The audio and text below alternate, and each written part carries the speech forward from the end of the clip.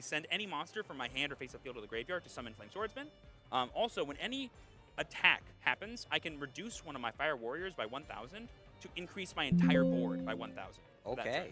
So it goes in my hand. I might be going back in, so I'm going to activate the Flame Swords Realm. It's a continuous spell, kind of like Rejection. All right. Anything on activation? It has no effect on activation? No. Okay, so no response. Okay, so I now will activate it, sending my Flame Swordsman to the graveyard. And that would allow you to add... I can summon Flame Swordsman from my extra deck. To summon from the extra deck. You have 2 cards left in your hand? 2. Does it have an effect when it's destroyed? Nope. No, it does not.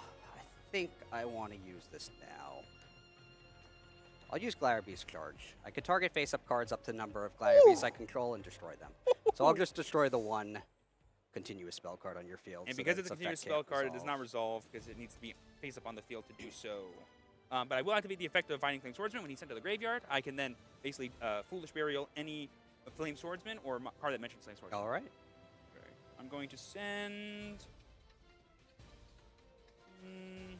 let's go ahead and send Salamandra, the Flying Flame Dragon, to the graveyard. I'm going to guess that has an effect in the graveyard. It does. When it's in the graveyard, I can add a Salamandra spell trap. All right. Yeah. I'm going to do that. I'm going to add Salamandra with Chain. So I can target 1 fire monster on the field, which unfortunately none of your monsters are. And then I can give it 700 attack, and then I can non-target book something face down. Okay. I like that. Salamander with Chain.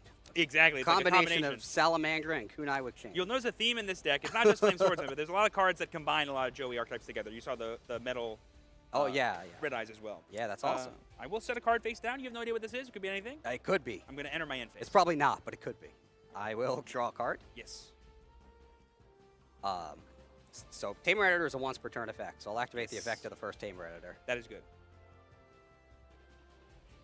I'll special summon Heraclinos. So now I have a card in my hand that I could discard to negate whatever card that is, if it's not the card I expect. And that is a fire monster, so I could have used potentially what this card is. Oh, yeah. I can't use the other Tamer Editor's effect because these zones don't exist. That's right. These are here for the show, guys. These are here for the main event that's happening later this weekend. We do not actually have extra monster zones in Genesis. With only 5 zones, but Heraclinos on my field, I'll switch all my monsters to attack position. Yes. And I will enter my battle phase. And unfortunately, even though I have the Salamander, this is not going to be enough to stop the massive amount of life points. We'll go to game 2. All right. And kind of like you were mentioning earlier, we kind of saw the power of using your points on engine cards because there's a reason why these cards are pointed. It's because they're very powerful if they're left to their own devices. Yeah, I like when the card... I like using points on stuff that I know I'm going to see. Yeah, or stuff that you have easy access to. Right. If I don't see Glare Beast Tamer Editor, something went wrong. Right. So I feel like it's points well spent. So I know you're a big competitive player just like I am for many different games. This is the most powerful thing you can ever do in your side decking. I have my whole 15 right here. It goes right in. The smoke screen. I shuffle it up, and then I just take 15 cards out. That's the best way to do all of it. Oh, let me make sure I don't have any extra deck cards floating about there. Let's see. I wasn't prepared to play against Flame Swordsman. So no one ever is. That's the power When I built this deck, I definitely did not have Flame Swordsman in mind. Okay. So I don't know what I can put in here. That's the trick, folks. Always keep them guessing.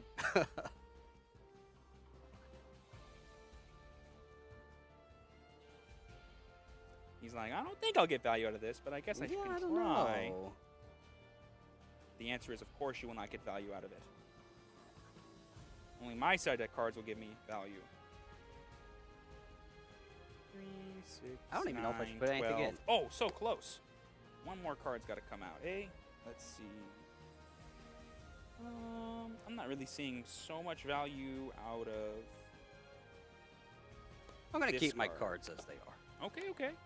I think you can kind of tell from my strategy for Genesis, I kind of opted for using my points on non-engine because I was just like so terrified of all the really powerful things people can do with a quote-unquote like unlimited card pool with there being no FNL list.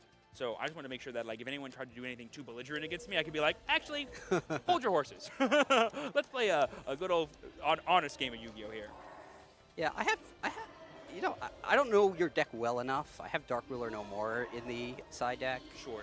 But I don't know if you put up a board that Dark Ruler No More is so effective against. I will. But I'll see in this game and consider it for future. I mean, I know you're confident after winning game 1, but we might go to a game 3. So you giving me side deck information? Well, if Bit of a risk. I lose game 2 and go first in game 3, Dark Ruler's not coming in. I'm not. Dark Ruler's not coming in, so don't worry about it. Speaking of which, I will choose to go first in game 2. Okay, I suspected you might.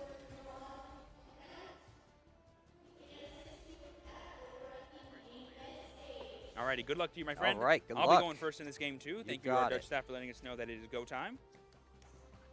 Okay. I'm just gonna go straight to main phase, if that's okay? That's good. Alrighty, and just like last time, I'm going to start off by using the patented pending, sending a Fighting Flame Dragon to the graveyard to summon the Duelist Advanced Common Dark Flare Swordsman. You got it. Great. And then I'm going to use its effect, tributing itself to summon a Flame Swordsman card. That's good. Alrighty. Come on, I don't have points to stop that. You used them all on Tamer Editors. Use them all on Tamer Editors. Gladiator Rejection. Flame Swordsman effect to add. Yeah. Alright, this will add me that Flame Sword's Realm you saw in game 1. I'm then going to immediately activate it and sending my Flame Swordsman for cost to summon the man, the myth, the legend himself, the Flame Swordsman. And I want to tell everyone at home that I'm making a statement by using the common Flame Swordsman because he's just a regular guy with a really big sword. On effect of being sent to the graveyard, Flame Swordsman will let me send another card. I'm going to send everyone's favorite dragon made of fire, Salamander the Flying Flame Dragon. On send, that will let me get my Salamander with Chain that you saw also in game 1, but this time you'll actually see what it can do, hopefully. Oh, now I need to be concerned about its effect. Speaking of being concerned, this is the fun part about my deck. So, now everything's resolved. I'm going to activate Salamandra's effect in the graveyard. What? What does that do? I can target a Fire Warrior that I haven't played to equip it to him. Okay. But I'm going to chain to that Fighting Flame Dragon's effect in the graveyard. As a quick effect, I can do the same thing, but only on fusion monsters. Okay. So Chainlink 2 will be Flying Flame Dragon to equip, and then Chainlink 1 will be Salamander to equip. I'm then going to take both of my monsters that are in the Spell and Trap Zone and Contact Fuse, kind of like you do with your deck, and I'm going to summon the Snake Eyes Doomed Dragon. Oh, I don't think I like when my opponent does that. Again, not a pointed card to be seen, but I really love this little cute combo you can do with this deck because also it allows you to reuse effects like Salamander the Chain by repeatedly sending it to the graveyard. It's still a once per turn effect, but in the future I can do it Very again. cool. Does that have a quick effect? So on summon, I could take one of your monsters and move them to the Spell and Trap Zone, but only on summon. So it's not a quick effect, but it is a triggered ability. All right. Luckily, I don't have any. Now, fun fact, I've done all this without my normal summon. I'm now going to normal summon the other half of my deck, the Mettle Illusionist. Oh. On summon, this card lets me set any Metal Morph trap card straight to the field. Yeah, I still don't have the points to play cards that stop that. I don't even think there are cards that could stop me automatically setting cards either, for what it's worth. Well, I mean, there's Effect Veil, or there's, True, which I think costs points. There's Infinite I think Permanence, 7, I know yeah. does, yeah. 13. I'm going to set Max Metal Morph. Sure. This card lets me tribute a monster to summon a monster that mentions Max Metal Morph by meaning it's summoning conditions of tributing the right material. All right. This is the really fun part, though. I'm going to, for cost to summon, send my Max Metal Morph to the graveyard to summon Red Eyes Metal Claws Dragon. Ooh. That's also a summoning condition. So on summon, this will allow me to search my deck for, because I have Max Metal Morph from my graveyard, I can add a Metal Morph trap directly from my deck or graveyard to my hand. Is that good? Yeah. Sweet. Go for it. Because he has a secret other effect, which allows me to activate Metal Morph trap cards the turn they are set. It's not a secret if you tell me. Well, I'm about to do it right now. That's why I don't want to get you with this. I'm gonna get another Max Metal Okay. Morph. I'm gonna set it, and then I'm going to immediately activate it by tributing my Metal Claws Dragon. This will allow me to summon Red Eyes Full Metal Dragon. I'll put him over here so we know that he's equipped with this. Okay. He has a total of 3,800 attack and 2,800 defense.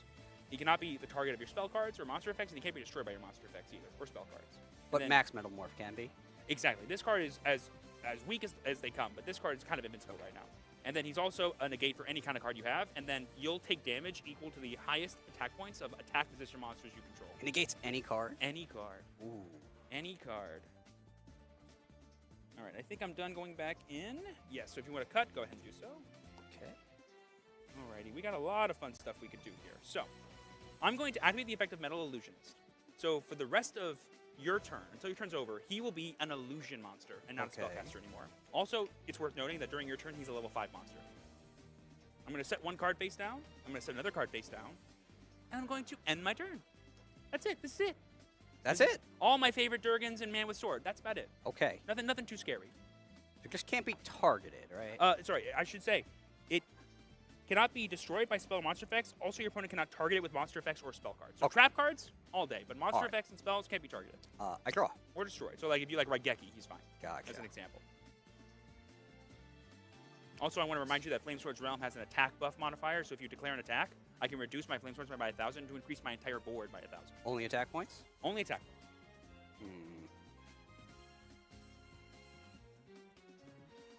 There's no cost to negate with that card. It's just once per turn. I just say when I want to do it. Yeah. Oh, that's the best way to do it. Oh, yeah. All right, here's how I'm going to start off. I'm going to go into my main phase. You got it. I'll pay 2,000 life points to activate Primite Roar. Are we andalling today? Declaring Gladiator Beast Andal. Oh, Mike, I love you. Okay, hold on. I got to think about this. I don't think I care about Andal by itself unless you specifically, because like Test Bear only works if you have a Glad to put back, right? You have to have a Glad to put back. You can special summon it from your hand if you have one that was summoned from the deck. I don't think I'm going to get a better time to use this. Let me go ahead and use 15 of my points on Ash Blossom and Joyous Spring. So you went ahead and paid 2,000 life points to hopefully do nothing. Yeah, that's not great for me. So I'll take the 2,000. That is cost. And then I'll normal summon Test Bear. Okay. Normal summon Test Bear. So right now it can't do anything really, right? Well, it can. I can send a Glad from my hand back to the deck. Oh, it does work on hand, but it's an ignition effect. But your Black Full Metal Dragon would negate it if you wanted to, and I would also lose the card from my hand because of cost. I think I will actually, because this is not a Glad, very notably, and normally when you book Gladiator Beast monsters, they can still contact fuse anyway. And so I'm going to, on summon to that card, if you don't have anything, I'm going to activate Silence with a Chain, targeting my Flame Swordsman to equip. Okay. And then if that is successful, I can non-target book a card on the field. Ooh, that's not good for me. Yeah. Is that good? Yes. So he'll gain 700 attack, and then I'm going to book that face down. Okay. Face down it goes. I am going to set 2 cards.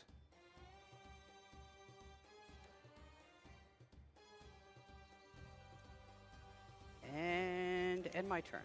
Thinking in your end phase. It doesn't really matter. Okay, end phase is good. Okay. I'll go to my draw phase and draw for turn. Suppose that's funny, but I guess we'll not reveal that I have that. Okay. I'm going to activate the effect of Flame Sword's Realm. Oh, main phase. Okay. Activate the effect of Flame Sword's Realm, tributing my Flame Swordsman and my Silence with a Chain for cost. Okay. Is that good? That's good. Okay. This will bring another Flame Swordsman out. All right. There he is. Nothing too crazy there. I'm then going to activate the effect of Silence with a Chain in the graveyard. So this will now allow me to fusion summon a Flame Swordsman monster. Or sorry, fusion summon at all, actually. Just fusion summon anything. But I can shuffle cards from my field, hand, or graveyard back into the deck to do so. Whoa, it's like Miracle Fusion. But they go back. To the deck. I get them back. Yeah. All right. Alrighty, I'm going to send Flame Swordsman and Fighting Flame Dragon back into my deck to summon the man, the myth, the legend, the ultimate Flame Swordsman. All right. This guy is really cool. So basically, he's 2,800 attack. When he does an attack, during the damage step, when he's involved in battle, during the damage step, I can double his attack points. All right. That's current attack. He also has an effect that if he's equipped with a card, I can quick effect destroy a monster on the field and burn you for 500. Ooh. But that's a quick effect only if he's equipped. If he's not equipped, it's just an ignition effect. Okay. Is summon good? Summon's good. I will then declare the effect of Summon with a Chain to equip. Okay.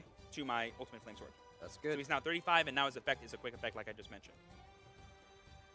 Okay. Anything here? Nope, that's good. I will then activate Cosmic Cyclone, paying 1,000 life points, and I will try to banish a spell and trap on the field. Okay. I'm going to roll. This is even, that's odd.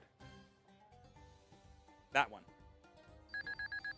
I'm going to chain my 5-point card. Whoa! Destructive Daruma Karma Cannon. I'm going to chain Ultimate Flame Swordsman, targeting this monster to destroy, and you'll take 500 life points. Sure. And then that is going to be fine. Oh, actually, hang on. I might not want to do that because I need to respond first to that. So I think, yeah, so instead, that's a better play. I forgot this is win. So actually, Chainlink 2 will be full Metal Dragon to negate this, and then Chainlink 3 will be Ultimate Flame to destroy that. Sure. Great. So first this is destroyed. Yes. I take the damage, and Yes. the Daruma Cannon is negated. Yep, and then I've taken 1,000 life points. Yep. Okay. I will then switch my Snake Eyes to attack mode. and I'll go to battle phase. Yeah, I'm very dim. Because for those who don't know, this guy doubles his attack points when he declares an attack. My only hope was if you misplayed around the Drew mechanic. Right. I was like, I'm going to try to force your hand here, and then if that's like a card that doesn't activate, I can for sure negate that one. So if you had 2 cards that did something, I can force them out now. Right. Okay. Game 3, the ever faithful Game 3. Game 3. I'm going to dip into this. Long ago, the world was ruled by spells and monsters. Your move! Your move! Thousands of years have passed, and the world needs a new champion. Who will be crowned champion? We will know your name.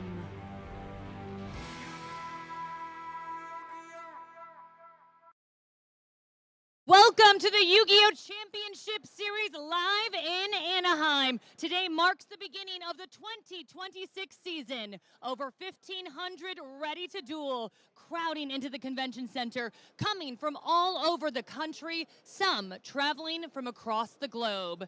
But who will make it to day 2?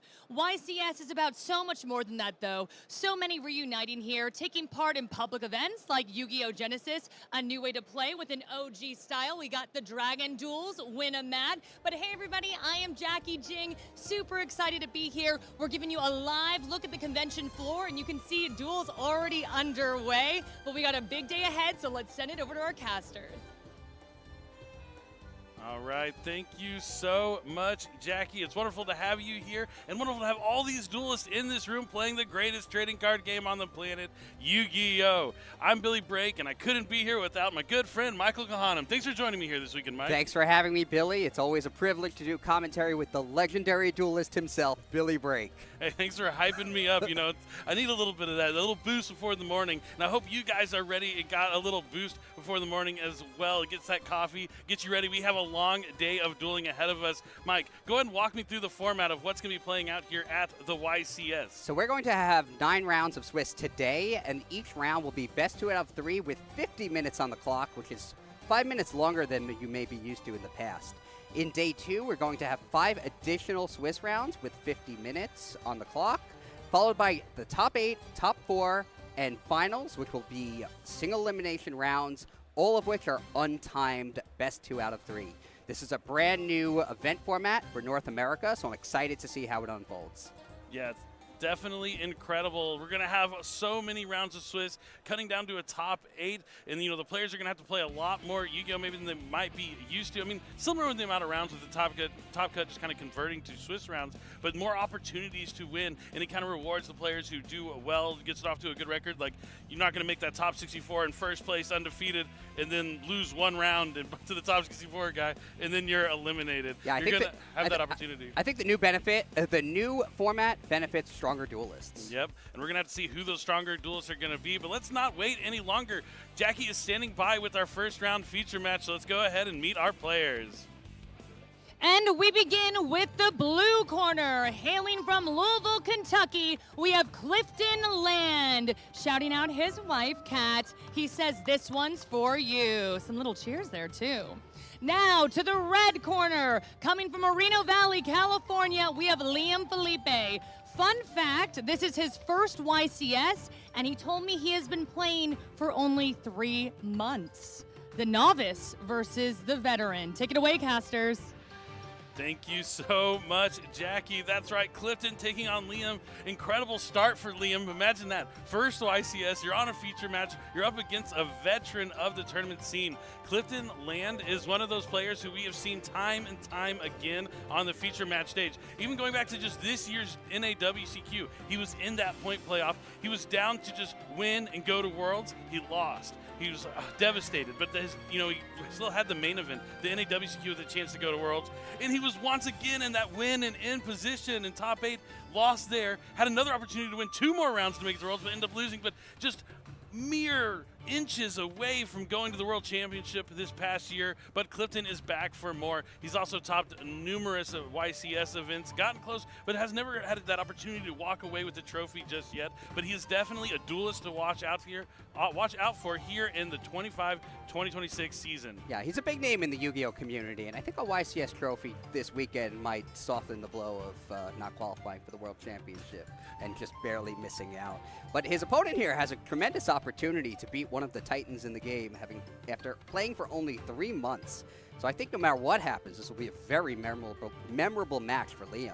Yeah, definitely. I mean, it could be a little overwhelming, but you got to approach it just like any other duel. The bright lights, the stage, your friends are probably out there watching. You see kind of like taking in the crowd, what it all looks like. We already have a crowd forming to watch this feature match here in our first round of the YCS, but he's going to have to take on just the Titan, the legend, Clifton Land. You know, I used to always call him Clifton, like the Midwest Master Land. That was the nickname, but maybe we just be Clifton, the legend Land from here on out. But we're going to see if he can walk away with that trophy. But his first opponent, Liam, is not going to go down quietly. Even though it's only 3 months, he could have played a ton in those 3 months. He's bringing one of the more popular decks this weekend in Yummy. It's not an easy deck to pilot, so if he decided to bring it here this weekend, I'm assuming he's put the time and practice in. And, you know, we can look at their deck list. I'm not going to give away any of their secrets, but it definitely looks really solid here on the paper. Yeah, I think Clifton definitely has the advantage on experience, but when you look at the actual matchup, Ryzel versus Yummy, which would you think is favored? Because I feel like we've seen Yummy decks displace Ryzel in the metagame lately. It really has seemed that way. Ryzel is a surprise. Not one of the decks that I would expect to see a ton of this weekend. Still, you know, a viable strategy. It had a lot of power on that last Forbidden Limited list, though. It did get that extra Ryzel limited to 1. But, you know, Clifton's out here using it. He's kind of known for using not the best, or what the public views as the best deck, but he is more so gravitates to whatever strategy he is the most comfortable with. We've seen him use Branded a lot in the past. He was one of the first players to bring Memento to a tournament and have success with it at YCS Sacramento. But we're going to have to see how he's going to do with Ryzel here in game number 1 of our first round of Swiss here at YCS Anaheim. Yeah, that's cool. Then we're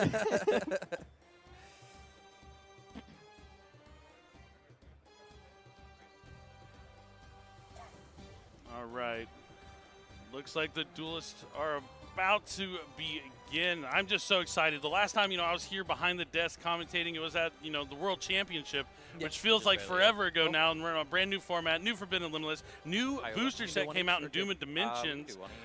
So it's a brand new format, and I'm so excited to be here and be a part of the community and everyone watching at home. And we're hopefully going to have some amazing duels here at YCS Anaheim this weekend. This is just the beginning. Yeah, that's new structure, new tournament structure, new end of time rules. New prizes. New prizes. There's a lot of awesome improvements. Yeah, first place gets to pick their giant card, and they get it at the NAWCQ the following year. So that's actually really cool. But the game is underway, and it looks like the first action is going to be Liam to use the Mulcharmy Fualos. Strong start here for Liam. So he's going out of the gate there with the Fualos, I assume, in Clifton's turn. Yep. Generally, I hold it for an effect that special summons. What do you think of that? It's an interesting one. It kind of is also like kind of the approach to like saying like, look, I have this. Maybe he's trying to dissuade Clifton from doing any sort of plays. He could have some of those like starting cards in his hand, and the more you can dissuade from playing through something like that, could be a potential to pay some dividends there and just have an opportunity for Clifton to have the decision to not make a field that's too insurmountable. But we'll see if he still does like push through a little bit. But yeah, maybe saving the Fualos for like normal summon Ice Rise, you'll activate effect to summon from deck when you're guaranteed to draw is sometimes a little more typical. But well, he's pushing forward. He's using 7th Tachyon to get extra Zeal and then special summoning it to his field by sending an Xyz monster from his extra deck to the graveyard. Yeah, that's one I have not seen in Ryzel, the full Utopic Ray Lancer. Yeah, I'm surprised to see him send that to the graveyard, but I see that card used a lot actually in the extra deck in Master Duel.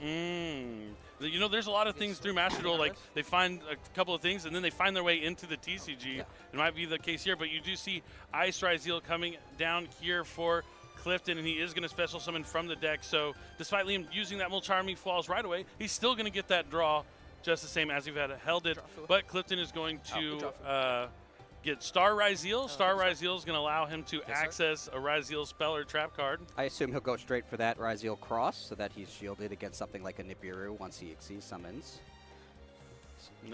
You are right there, Mike. He's going to set Ryzel cross to the field with that Star Ryzel effect. You see Liam eyeing that effect veiler in his hand. He's eager to use it. So there's his 4th summon. He's going to use it to special summon Sword Ryzeal. He'll use the Sword Ryzeal's effect, and he'll get another Ice Ryzeal. It's insane how many monsters the Ryzeal deck can just put on the field with 1 card. They just keep on going, and like a neat trick if you're wondering, like, oh, which one adds which type? It's always the opposite attribute. So if it's the light Ryzeal, you're going to be getting the fire Ryzeals, and vice versa for the ones that search. So it's something to kind of you can keep in mind if you're wondering how to like memorize maybe what the effects are there. But it looks like Clifton is going to use the overlay network and exceed someone using 3 materials for Duo Drive. Oh, so It does what? So this is smart. So Yeah. he's using the 3rd one, so he'll be able to use Ryzeal Cross if he needs to, and still have the materials necessary That does what? to detach to add 2. Right. Monster on the field, and then add 2 Ryzeal. that's a really safe play to make. So now even something like Nibiru won't stop it. I mean, even that Effect Veiler that we see in his hand, the Ghost Ogre in his hand, at least the Cross could stop. Yeah, he does have a combination. He could use Ghost Ogre and chain the Effect Veiler here to Duo Drive. That's what I would have expected he'd do, because if the materials don't detach, he gets deprived of the 2 cards from the deck. But it doesn't look like You want to cut? he's doing that. He could be saving his Ghost Ogre, so when Clifton uses the effect of Ryzeal Cross to shuffle back materials, he can use the Ghost Ogre on the Cross, potentially, but then the Cross would negate the Ghost Ogre. Yeah. But let's see how Clifton navigates this. Liam has already drawn 2 cards from Fualos, so he's going to have some cards to work with here in his hand. Yeah, he does have a lot of cards in his hand, and they are interactive cards, actually, on Clifton's turn. But he needs to use them to take advantage of them.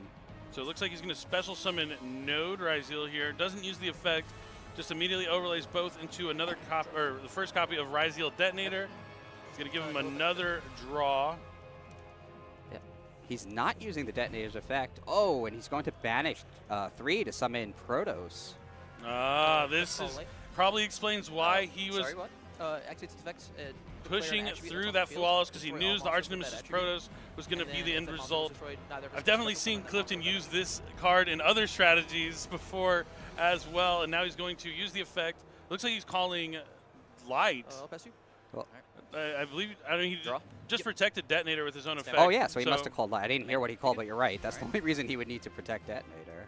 Attempt a normal Pepsi. All right, first move from Liam. Normal summon. We have our first normal summon of Yummy Cupsy. And it is a light monster. It is a light strategy, light beast specifically. So the Protos will be problematic.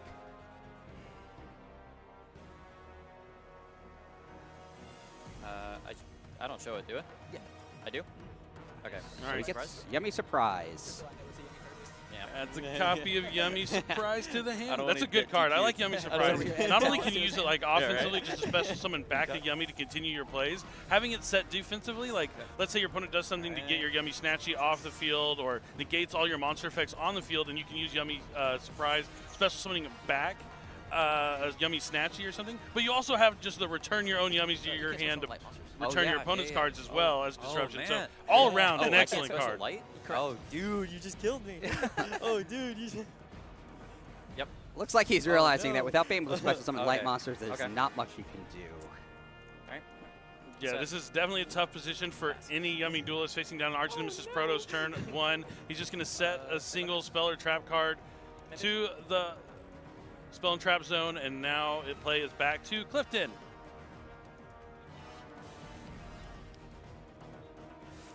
I don't think... Call light. Yep. Okay. That'll kill all light monsters. Yep. All right, so it's going to draw all light monsters, but of course Detonator will be protected. Those are getting where? They'll go to the bottom of the deck and I'll draw a card. Okay. Yep. So he'll use Cross's effect to draw. Anything on our resolution? Yeah, we just got to keep in mind this is Liam's, first YCS. Only been playing for 3 months, still kind of, learning the ropes. But hats off to him for, being here in this feature match and against the veteran, taking on. Because no matter what, this is going to be a memory for life that he's going to be able to look back on and be like, I remember when I just started Yu-Gi-Oh, and I got on the stage against one of the best players in the game. He's taking on a Titan. Yeah, exactly.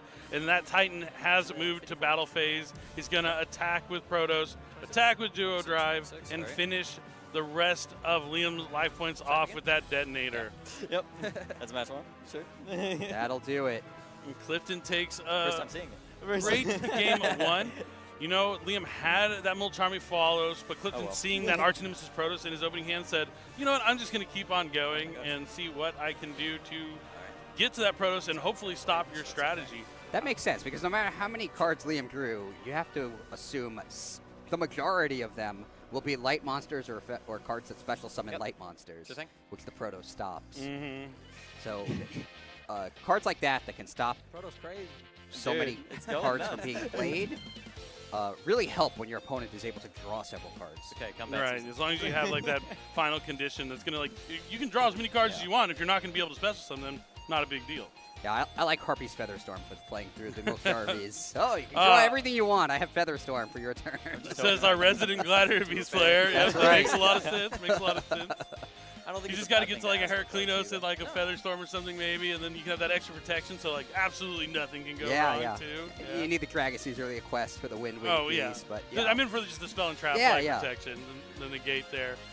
But yeah, I did see that you were playing Gladiator Beast in our exhibition match for Yu-Gi-Oh! Genesis, the newest way to play Yu-Gi-Oh! That's right. Yeah, how was that? It's- Have you been enjoying playing Genesis? I've loved it. That was I'm my going first for it. match I'm yesterday going for against it. Steven. I was going to play against Tyler, the writer in the hotel room, but I said, you know what? I want my first ever match to be on Marking stream damage. against Steven. I just player 2 Rodriguez for the Genesis format, and it was a great match. Wait, I won't we give haven't finished it spoilers. yet. Yeah, I won't give spoilers. There's still a game 3 to be played. Yeah. I'll just do that. But it's good. It's good. It's cool. Yeah, it was a lot of fun. I think Glad Beats were hit a little hard Yeah. on the points, We'll have to see how it goes. but they're still really strong.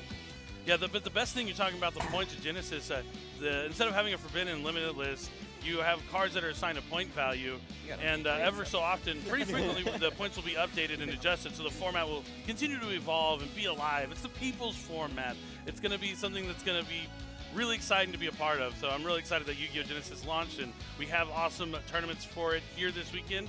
And if you want to check out Yu-Gi-Oh! Genesis, your local OTS may be holding a Genesis tournament near you, so you're going to want to get on that Neuron app and find a tournament close.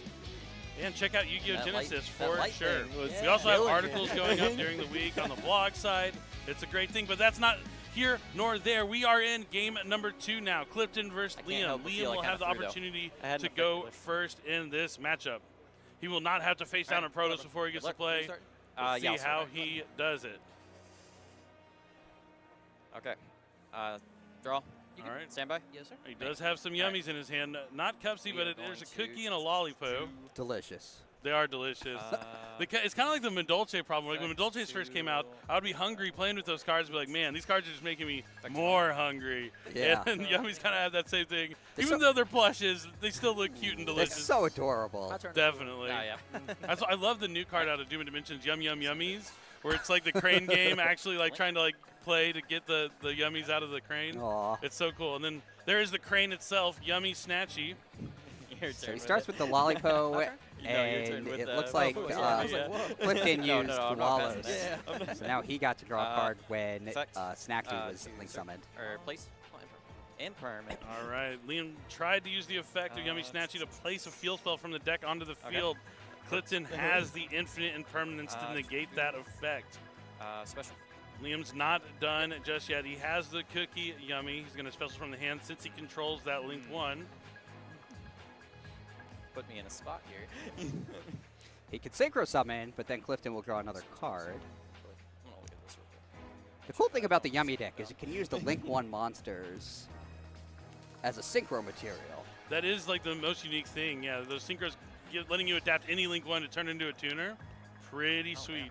Which is why we've seen like some of the cards, like the Sky Striker cards, be incorporated into the Yummy strategy as Well, well. you're Yeah, the to Sky Striker cards have set. made a huge resurgence. That kind of, Set. to me, it feels like it came out of nowhere, but it just has such great synergy with so many decks. Yeah, Sky Striker, Mobilize, Engage, still great today. Liam decides not to give Clifton any more draws under the Mulcharmy Wallows. Sets a couple cards face down. He does have interactions here with just this. The Yummy Snatchy can be used to synchro on the opponent's turn for a Cookie Yummy Way, which will put 2 monsters face down. He can also, once he has that Cookie Yummy Way on the field, can return to the extra deck to summon back destroy? that Cookie Yummy by a Synchro Monster effect and have a chance to destroy a monster. Okay, so he summons X'd by sending Valen, the Super Size Sky Blaster, to the graveyard, which lets him destroy the Yummy Surprise with the Valen's effect. Good pick. That was a good pick. Yeah. He I didn't see it, but I assume he added a card to his hand with X Ryzeal. I figure probably the sword that he now special summoned. I think so. And with sword special summon, he gets to add Ice Ryzeal to his hand. Anything on rest? Nope. No Droll and Lockbirds to be had. Liam eyeing his face down card, returns it back face down. Intimidating. Yeah, sometimes you gotta look. I do the same thing. Like just when I'm thinking, like out of habit, I'm just like checking my face downs, like constantly, kind of. Sometimes I check it, wishing it would help. Yeah. Like what? Like what was this? Oh no, never mind. It's useless. This doesn't help me, but I wish it would. Let me keep looking at it. Maybe the next time I flip it up, it'll turn into something useful. Yeah. Detonator, smart stuff here. think to attack. Since Liam didn't go into the Cookie Yummy to what? put the 2 Yeah, monsters attack face the down monsters from before my the graveyard Detonator came out, Sure. now the Detonator will be able to change to destroy the Yummy Snatchy and pretty much prevent Liam from going into those Synchro monsters from the extra deck. And on top of that, he just has the Ryzeal Cross in the hand too, so now he's going to be able to negate a monster effect. He's special to Ice Ryzeal, he's special to Sword Ryzeal, and now the normal summon for Ice Ryzeal is coming down. I think I said Ice, but it was X that it was X and Sword, and now Ice normal Yeah. summon. Yeah, everything he did before was before normal summoning.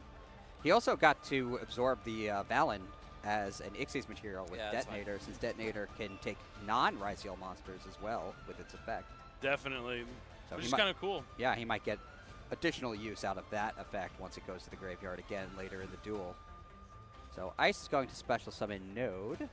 Anything on rest? Nope. Not a thing. Node Ryzeal is being special summoned from the deck. Oh, special. And he's going to discard a card from his hand to special summon Ice Ryzeal. He's just trying to get Yeah, as that's much fine. damage on the field as possible. There is no Yummy Mignon on the field, so these Yummy monsters are quite weak. He sees an opening. He's going to discard the Ghost Bell to do that, to summon that Ice. And looks like he'll combine his Ices. Looks like he's thinking about Duo Drive. We do know he plays the full armor Utopic Ray Lancer. He'll be able to discard a spell, which that card can attack twice during the battle phase. Great at putting out a ton of damage. Fix search. He has like a Ryzeal spell in his deck that he can search for Duo Drive. Oh, that's kind of why he probably plays the Ray Lancers, because he can just always grab a spell and discard it if he needs it. Actually, it looks like that's exactly where he's going. He's going to get Sword and Star. By summoning either of them, he'll have 2 level 4s, and he'll be able to make full armor Utopic Ray Lancer. Oh, he didn't take a spell, though. Yeah, he would need to have like another spell in Anything deck to on do. rest? Nope. If he'd play like Plug In or something, or maybe he'd like opt to hold the cross. Effect of no. Target the sword. Yeah, we don't know Oh, if he but plays he's- plug in. Anything? Nope. Oh, he's using Node Ryzeal. He sent the sword and special summon it back with Node Ryzeal's effect. Star Ryzeal is going to detach a material from his Xyz monster, so he can special summon Star Ryzeal. Then he's going to overlay all 3 of those for Laplacian, Primathmech Laplacian. Similar to Trishula, it's going to take a card out of Liam's Yeah, you hand, did. a card off his field, I'll send the Snatchy. I'll send this. Oh, that's and a card in the spell trap Then I'll zone roll too. for the card in your hand. Okay. He only Is has it one one card in hand, right? One in hand. yeah, Yeah. looks like it. That's brutal. Tragic. Clifton not wanting to leave Liam with a life point or any cards, and he has the Fair. Protos. Just salt on the wound here at this point. Clifton is wanting to show him, yeah, I had it all, using every card in his hand to attack. He's calling light and Yep. protecting the Wanna go? detonator. Attack. Tough again. He wants to make that's sure good. Liam's first round of a YCS is one he'll never forget. He'll remember the name Clifton Land the next time Liam is out dueling, okay, I but expect he'll always have a cool match he can look back on and talk about with his friends. He might remember Arch Nemesis Protos, too. that one is probably a name that might be seared into his mind for some time. But we did talk about we have so many rounds of Swiss to be played. Even losing just 1 or 2 rounds, you can still make it to day 2. And then if you keep on winning out, maybe top 8, which it is now after you have more rounds of Swiss to get to that top 8. But this is just round 1, but this is where Clifton wants to be with that first round victory. Unfortunately, the fresh face, Liam, gonna have to move on with 1 loss, but he's definitely gonna be able to go back with his friends. Maybe his friends are watching. They can kind of like point out maybe areas where he could have improved potentially, things he could learn as the tournament goes, which is why I like the Swiss. Make a mistake. Maybe you sided a wrong card in, or you just did a play wrong. You missed something you didn't know about an interaction. It's something you can learn from during the tournament and still figure it out and improve as those Swiss rounds continue. Yeah, it's not unusual to improve as you play in the tournament. I've always felt that in the later rounds of tournaments I competed in, I was a better player. Yeah. And I was more confident playing my deck. So hopefully Liam has that same experience and crushes the competition in the later rounds. Yeah, definitely. And even if not, there's so much other things to do at a YCS beyond the main event. Like once you're out of the main event, there's public events like crazy. If you don't want to play with your own deck, there's Rivalry of Warlords. And we're talking about that new format, Yu-Gi-Oh! Genesis. It's something you always want to check out. And what happens to be the case is those Rivalry of Warlord decks are Genesis format decks. We kind of launched that first, the Rivalry Warlords, let people play with them, but didn't tell them what they were actually playing. So they might think like, oh, this deck list is kind of interesting. Why is there only X amount of copies of this card? Why is this card not here? Well, it's because they're conforming to that Genesis point list. Someone at my local said he played in that rivalry tournament, and the whole time he's wondering, why do I have one Perulia in my deck? Before the Genesis format was announced. That's funny. It just happened to fit in there. Jackie is standing by with our winner, so I'll go ahead and toss her here so we can hear from Clifton Land. Take it away, Jackie. Thanks, casters. Let's hear it for Clifton, everybody. Woo! Look at this little crowd gathering here. How do you feel after that big win? It's always good starting the day off with a win, so I'm excited. That was good. Yeah, definitely a fantastic start. So obviously you've participated in numerous YCSs. So is this your YCS? Every time I say that, it ends up not being, so I get so close. So I'm not going to jinx it this time. No comment. Okay. I do want to ask you about why Raziel. A lot of people taking that out of their rotation. The format's really wide open right now, and Raziel, it can adapt to a lot of different game states, and it's super flexible, and it's very consistent, especially with the new tournament structure. I think that's very important. So I think it rewards good gameplay. So I think it's good for a long-round tournament. You're keeping it in the rotation. So Yummy, what were your thoughts when you saw it? A lot of eyes on that deck right now. Yeah. No, Yummy's super solid, but I really like the matchup. Detonator is super good into the cards. And also, that's why I'm main decking Protoss, as you saw in our match. Just being able to call light and murder the board is super effective. Okay, awesome. So what is your strategy then for the rest of the YCS? Hopefully, I just keep turboing out Protoss. And then, yeah. Love it. Anything you want to say to Kat? I miss you, Kat. I wish you were here. But thank you for all the support, of course. Aw, and anything you want to say to the fans watching? Thank you, everyone, for the support. You know, I'm getting closer and closer every time, so thank you for sticking with me. All right, thank you so much, Clifton. Gonna send it back to our casters. All right, thank you, Jackie. Clifton out here committing felonies on the feature match stage. But, great to see him, keeping that positive mentality. It can be difficult, to, get so close and not walk away with that trophy. But he has the right mentality. He wants to fight back in it to win it and doesn't want to, count his, eggs before they hatch, the chickens before they hatch. I don't know. However the phrase goes, he's definitely keeping cool, calm, and collected, not getting too big of a head before he gets ahead of himself. But we have something we want to share with you, some new information about upcoming events. That's right. We're going to, October 11th and 12th, Sao Paulo, Brazil is going to be happening. And then November 8th and 9th, we're going to be in Pittsburgh.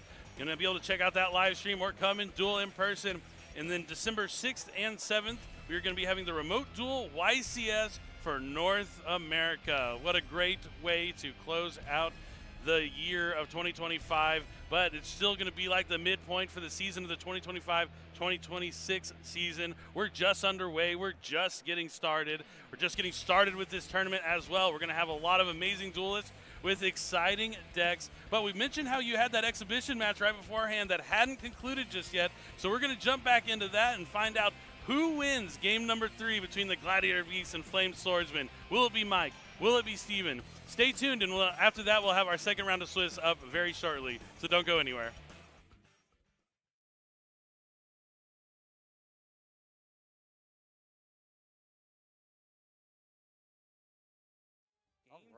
The ever faithful Game 3. Game 3. I'm going to dip into the side deck this time. Because now we have more information. Now you know kind of more how my deck plays, the way things move, and I definitely know how yours plays.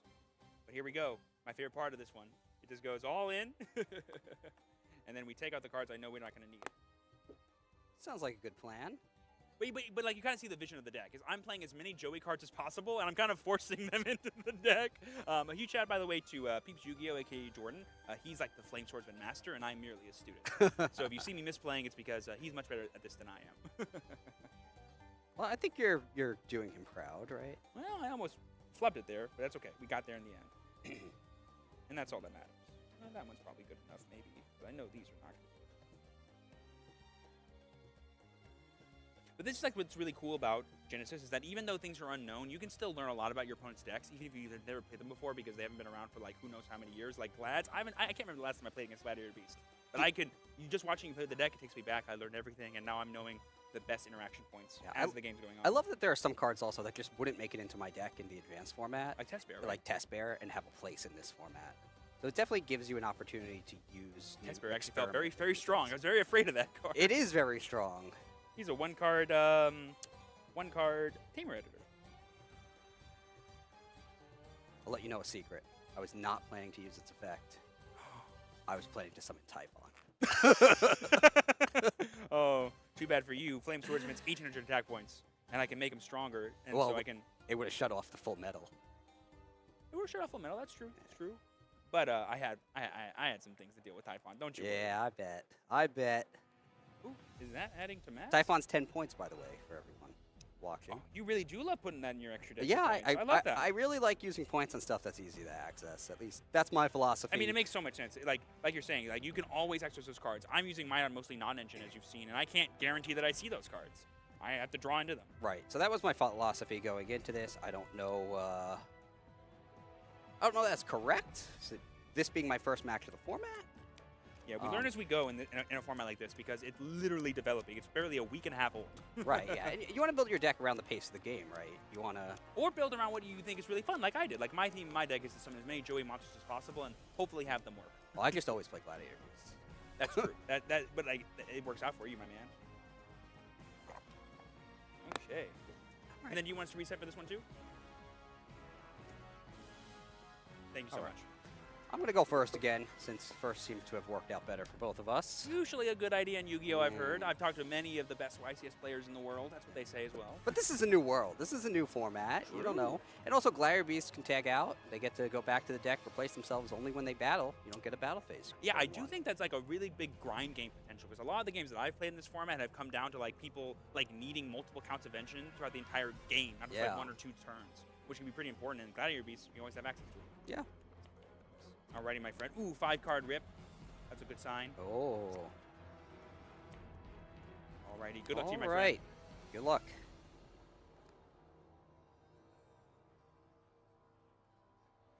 I'll go into the main phase. Main phase is good. I'll pay 2,000 for Primite Roar, naming Gladiator Beast Handle. Well, it worked so well last time. I think I will. Ash Blossom. Good old Primite Roar. I know he's afraid of a 1900 normal monster, but I'm just like, yeah, 45 points is a lot, but Ash Blossom's a pretty good card. Stand the test of time, that card. Just reading my other copy to make sure I could also activate it. Primite Roar by paying 2,000 life points. Is the effect of Banish my normal summon, is that not once per turn either? If you're born normal summon, I don't think it is. Oh, no. But you only get 1 normal summon a turn, right? Unless you can Oh, that's add right. to That's it, right. so. It's specifically the normal summon. Okay, good. Okay, we're fine. That's fine. Primate Roar is good. So, I'm at 4,000. You're at 4,000. It's the Andal game. Oh, I love OG print Andal so much. Wait, no, is this OG print? I don't even know how many times it's been printed. ETD Andal. Yeah, that's definitely the first print. Yeah, exactly. I was like, what's that again? I can't remember. Phantom Darkness. I think it's Phantom Darkness. I was like, PT. Sure, Andal came later, I think, right? Yeah, I mean, obviously came after Gladiator's Assault and Phantom Darkness. Yeah, exactly. I'm going to normal summon Rescue Rabbit. Oh, I'm gonna face down an army of Andals. Normal summon's fine. Activate effect. Yes. Oh my goodness, the rabbit. Beautiful. Is this the QCR one from Rarity 2? Yeah, that's a QCR. Very nice. Man, Yeah, this deck is so what's much prettier than mine. Now I have 3 Andals. So many bears. There's Test Bear and there's this bear. Oh my goodness. Okay. Yeah, we'll let a bear do it. Special summon Test Bear.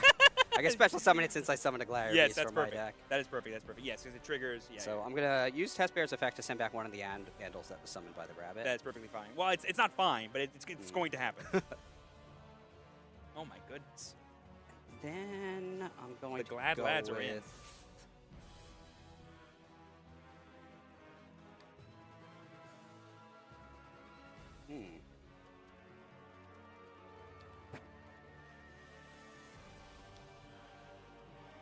Like, Gistel's tempting because it gets me a card, but I think I'll just go with the simplest play here. It depends on like how afraid you are of me, like breaking your board. I guess is like, are you gonna need follow up? Who knows? Yeah, like, Not that I'm helping you or anything.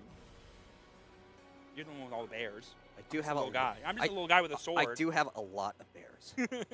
These are facts. If I do that, I can get... Oh no, the tapping on the table. I think I'm done for y'all. Yeah, it's whenever Yu-Gi-Oh! Player does that, it's over. Yeah, it's a tough one. So this one was summoned by the Roar. Yes. So he can stay. Yes. So gonna be there's no rank 4 Glads. There are always fusion monsters in the extra deck. Yeah. Well, there are rank 4s, not Glads. Oh, but this man playing the tech. yeah. Oh, okay. I'll do. I'll keep it. I'll do that. I'm gonna do Gistel and Noxious, Chainlink 1, Chainlink 2. That is fine. Okay. So Noxious is gonna send a Glad from my deck to my graveyard. We'll dump Bestiary. Gistel will resolve. Yes. Oh, and then don't forget to grab out your extra deck too. Oh yeah, I might need that. Oh, the field I'm gonna spell. get Flavian, and I'll activate it. Okay, this lets you discard any Glad card to get any other Glad card. No, you can discard any card. Yeah, so it has 3 effects. I can discard a card to get any Glad card. Mhm. But the effect I'm most interested here is if I summon a Gladiator Beast from my deck during the turn, in the end phase I get to set a Gladiator Beast spell or trap. Sweet. Then I am going to combine...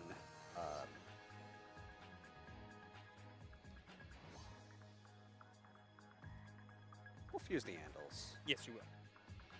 to make Gladiator Beast Esadari. Ooh, and now he's coming out the vanilla level 5. Yeah, but he's not going to be here for long. No, because you can use him to make Tamer Editor. Because I'm going to use Esadari and Noxious to make the Tamer Editor. Look at the master at work. And then I'll activate the Tamer Editor's effect. That is going to be good. And that lets me summon Domitianus, who we saw earlier. Value Town. Population U, my friend. Okay. I'm going to set 1 card to the back row, Mm-hmm. and then enter the end phase and use Flavian's effect to set Gladiator Beast War Chariot. Ooh. So it's a counter trap. As long as I control Gladiator Beast, I can negate the activation of a monster effect and destroy it. Right. Kind of like Domitianus' effect. Right. You have to have a Gladiator Beast in play? I do to activate it. Okay, just making sure. Oh, the Dark Hole's coming. The Dark Hole's coming. Not necessarily. All right, is that it? That's it. And remember, for this Flavian, if you attack, I get to special summon a Gladiator Beast from my deck, and it can't be destroyed in battle. Copy. I will draw for my draw phase. Oh, my apologies, Judge. Okay. You did tell me to do that. This is going to be a tough one, I think, team, but I think we can get there. Ooh. Gotta think about this for a second. You don't know my other back row card. I don't think it might matter. Oh. Is the problem. I have to think for a second. Sorry. Okay. I guess it's a question of... Okay. Stand by me. Okay. And that's only monster effects, correct? Monster effect, monster effect. Gotcha. So I'm going to start Don't off... forget, I have Primate Roar also. Yes. Oh, I got rid of my Andals. Yeah, because they go back to your deck. They my don't go in your mistake. graveyard. I need to keep him on the field to shuffle the Gistel back. Ooh. Oh. So this is not an effect. So I'm just going to go ahead and tribute these 2 monsters to summon this beautiful my lava golem to your side of the goodness. field. I'm All right. Actually, let's make it this one instead. I'm just going to leave this one out there. Are you going to let me keep the Tamer Editor? Yeah, you can keep Tamer I'll Editor keep the Tamer Editor. for now. All right. So I'm going to summon this in attack mode over here. You got it.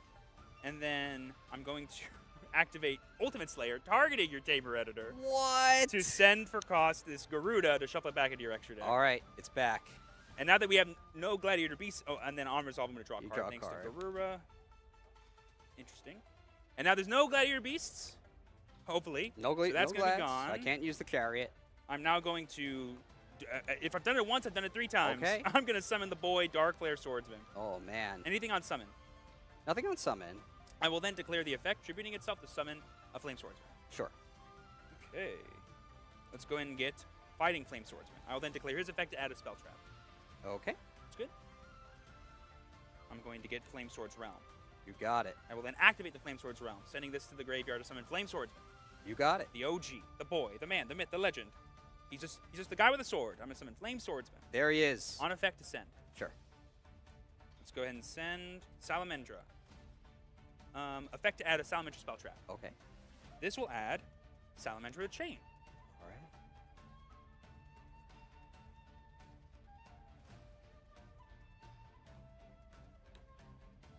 I will then activate another Salamandra spell, who's already in my hand, though. I'm going to activate Salamandra Fusion. This is an equip spell. What? That I can equip to Flame Swordsman. He'll gain 700 attack, and then if he's equipped to a Fire Fusion monster, I can send both cards to the graveyard to summon any Flame Swordsman Fusion monster. All right. Is that good? You got it. The man, the myth, the ultimate legend, ultimate Flame Swordsman. That's pretty good. Anything on summon. Nothing on summon. I will then activate the effect of Salamandra the Chain to equip to Flame Swordsman. Okay. I will then chain to that the effect of Fighting Flame to also equip. Okay. All right, so he's gaining 1,400, and he can attack twice this turn. Sure. Okay. I am then going to enter the battle phase. All right. At the start step of battle, I'm going to use his ignition effect, his quick effect, because he's equipped to destroy Lava Golem and deal you 500 points of damage. I'll take 500. All right, you're at 35. He's currently 35. 42. I will then go battle phase and declare an attack with Ultimate Flame Swordsman. Flavian's effect.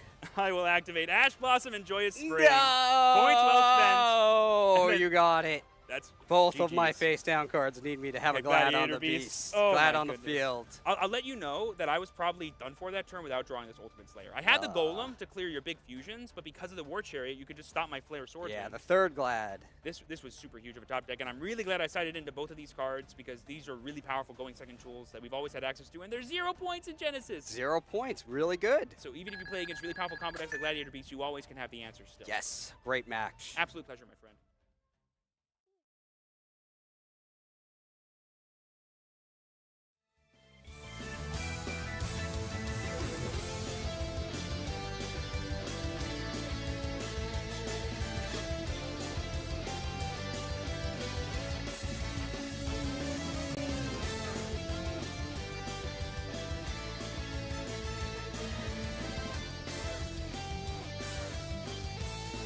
Hello, everybody. It is time for trivia, and I found Tom and Clayton.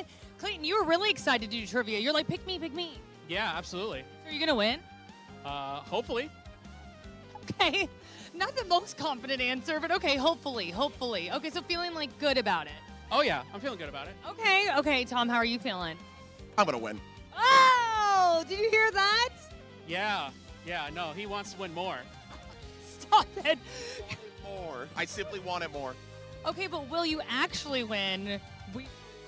That's the idea. Okay, all right, well, let's get started. We got a few questions here. So the first one is, what are the fusion materials required to fusion summon Draco Tail Arthalion? It is 1 Draco Tail monster and then 1+ monsters in the hand. It is a 1 Dragon Tail monster plus 1+ monsters in the hand. Okay, did you just copy his answer? I mean, yes. Yeah, you did. It's Okay, correct. okay. Low-key, I messed up because I have to see who raises their hand first. Oh, okay. So, you know what? We'll give that to both of you. Is that okay? Okay, never mind. That was our warm-up. Okay. All right, I'm going to give you a 3, 2, 1 after I read this question. How many different yummy synchro monsters can you find in Justice Hunters? Whoa, I didn't do a countdown yet. Okay. We're ready. You all were ready. I wasn't ready for the first question. I'm ready now. 3, 2, 1. Did you cheat? I think you went up on 1. All right. Okay. What are we doing then? Okay, I'm gonna do 3, 2, 1, and then it's the fastest person. Okay. Okay. Ready? 3, 2, 1. Kale, they're cheating. He went on 1. Okay. Cal, you need to pick. You're picking. My stage manager is picking, okay? I'm going to count down. 3, 2, 1. Over here. Sorry. Okay. Clayton, you get to go first. 3 yummy synchro monster. Okay. He's right. He is right. Okay. Let's see. So 1, 0 right now. Sorry. No. Your face, you look so disappointed. Like, wait, oh, I thought we both got a point. But No, we're gonna use that as our warm-up one. I'm sorry, I messed up. It was me. It was me. Okay.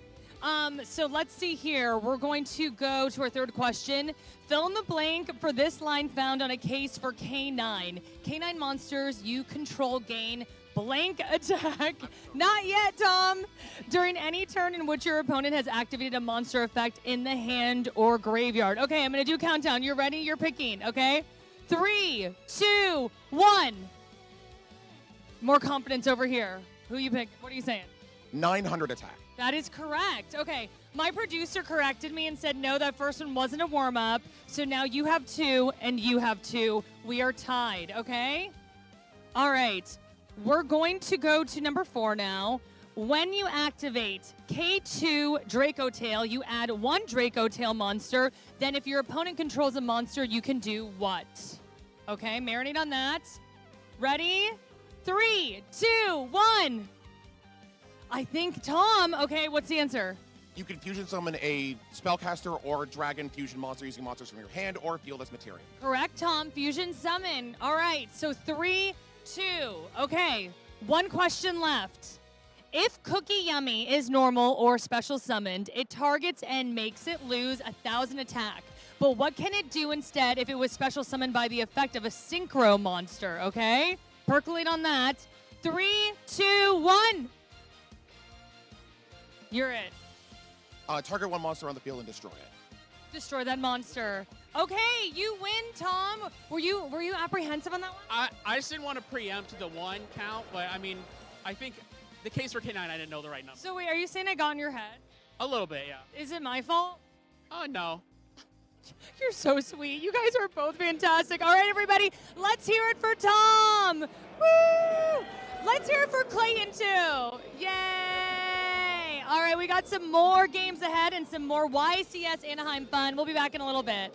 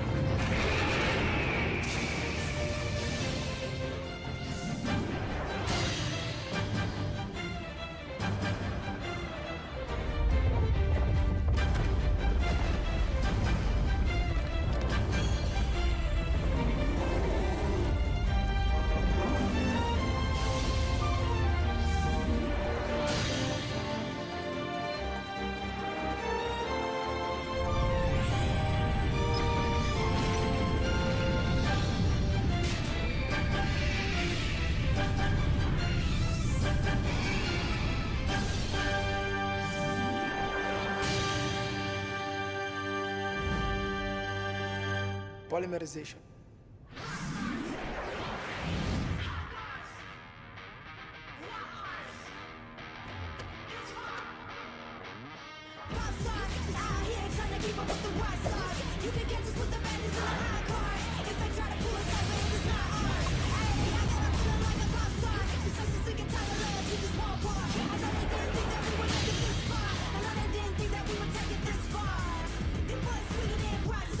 Out here trying to keep up with the rock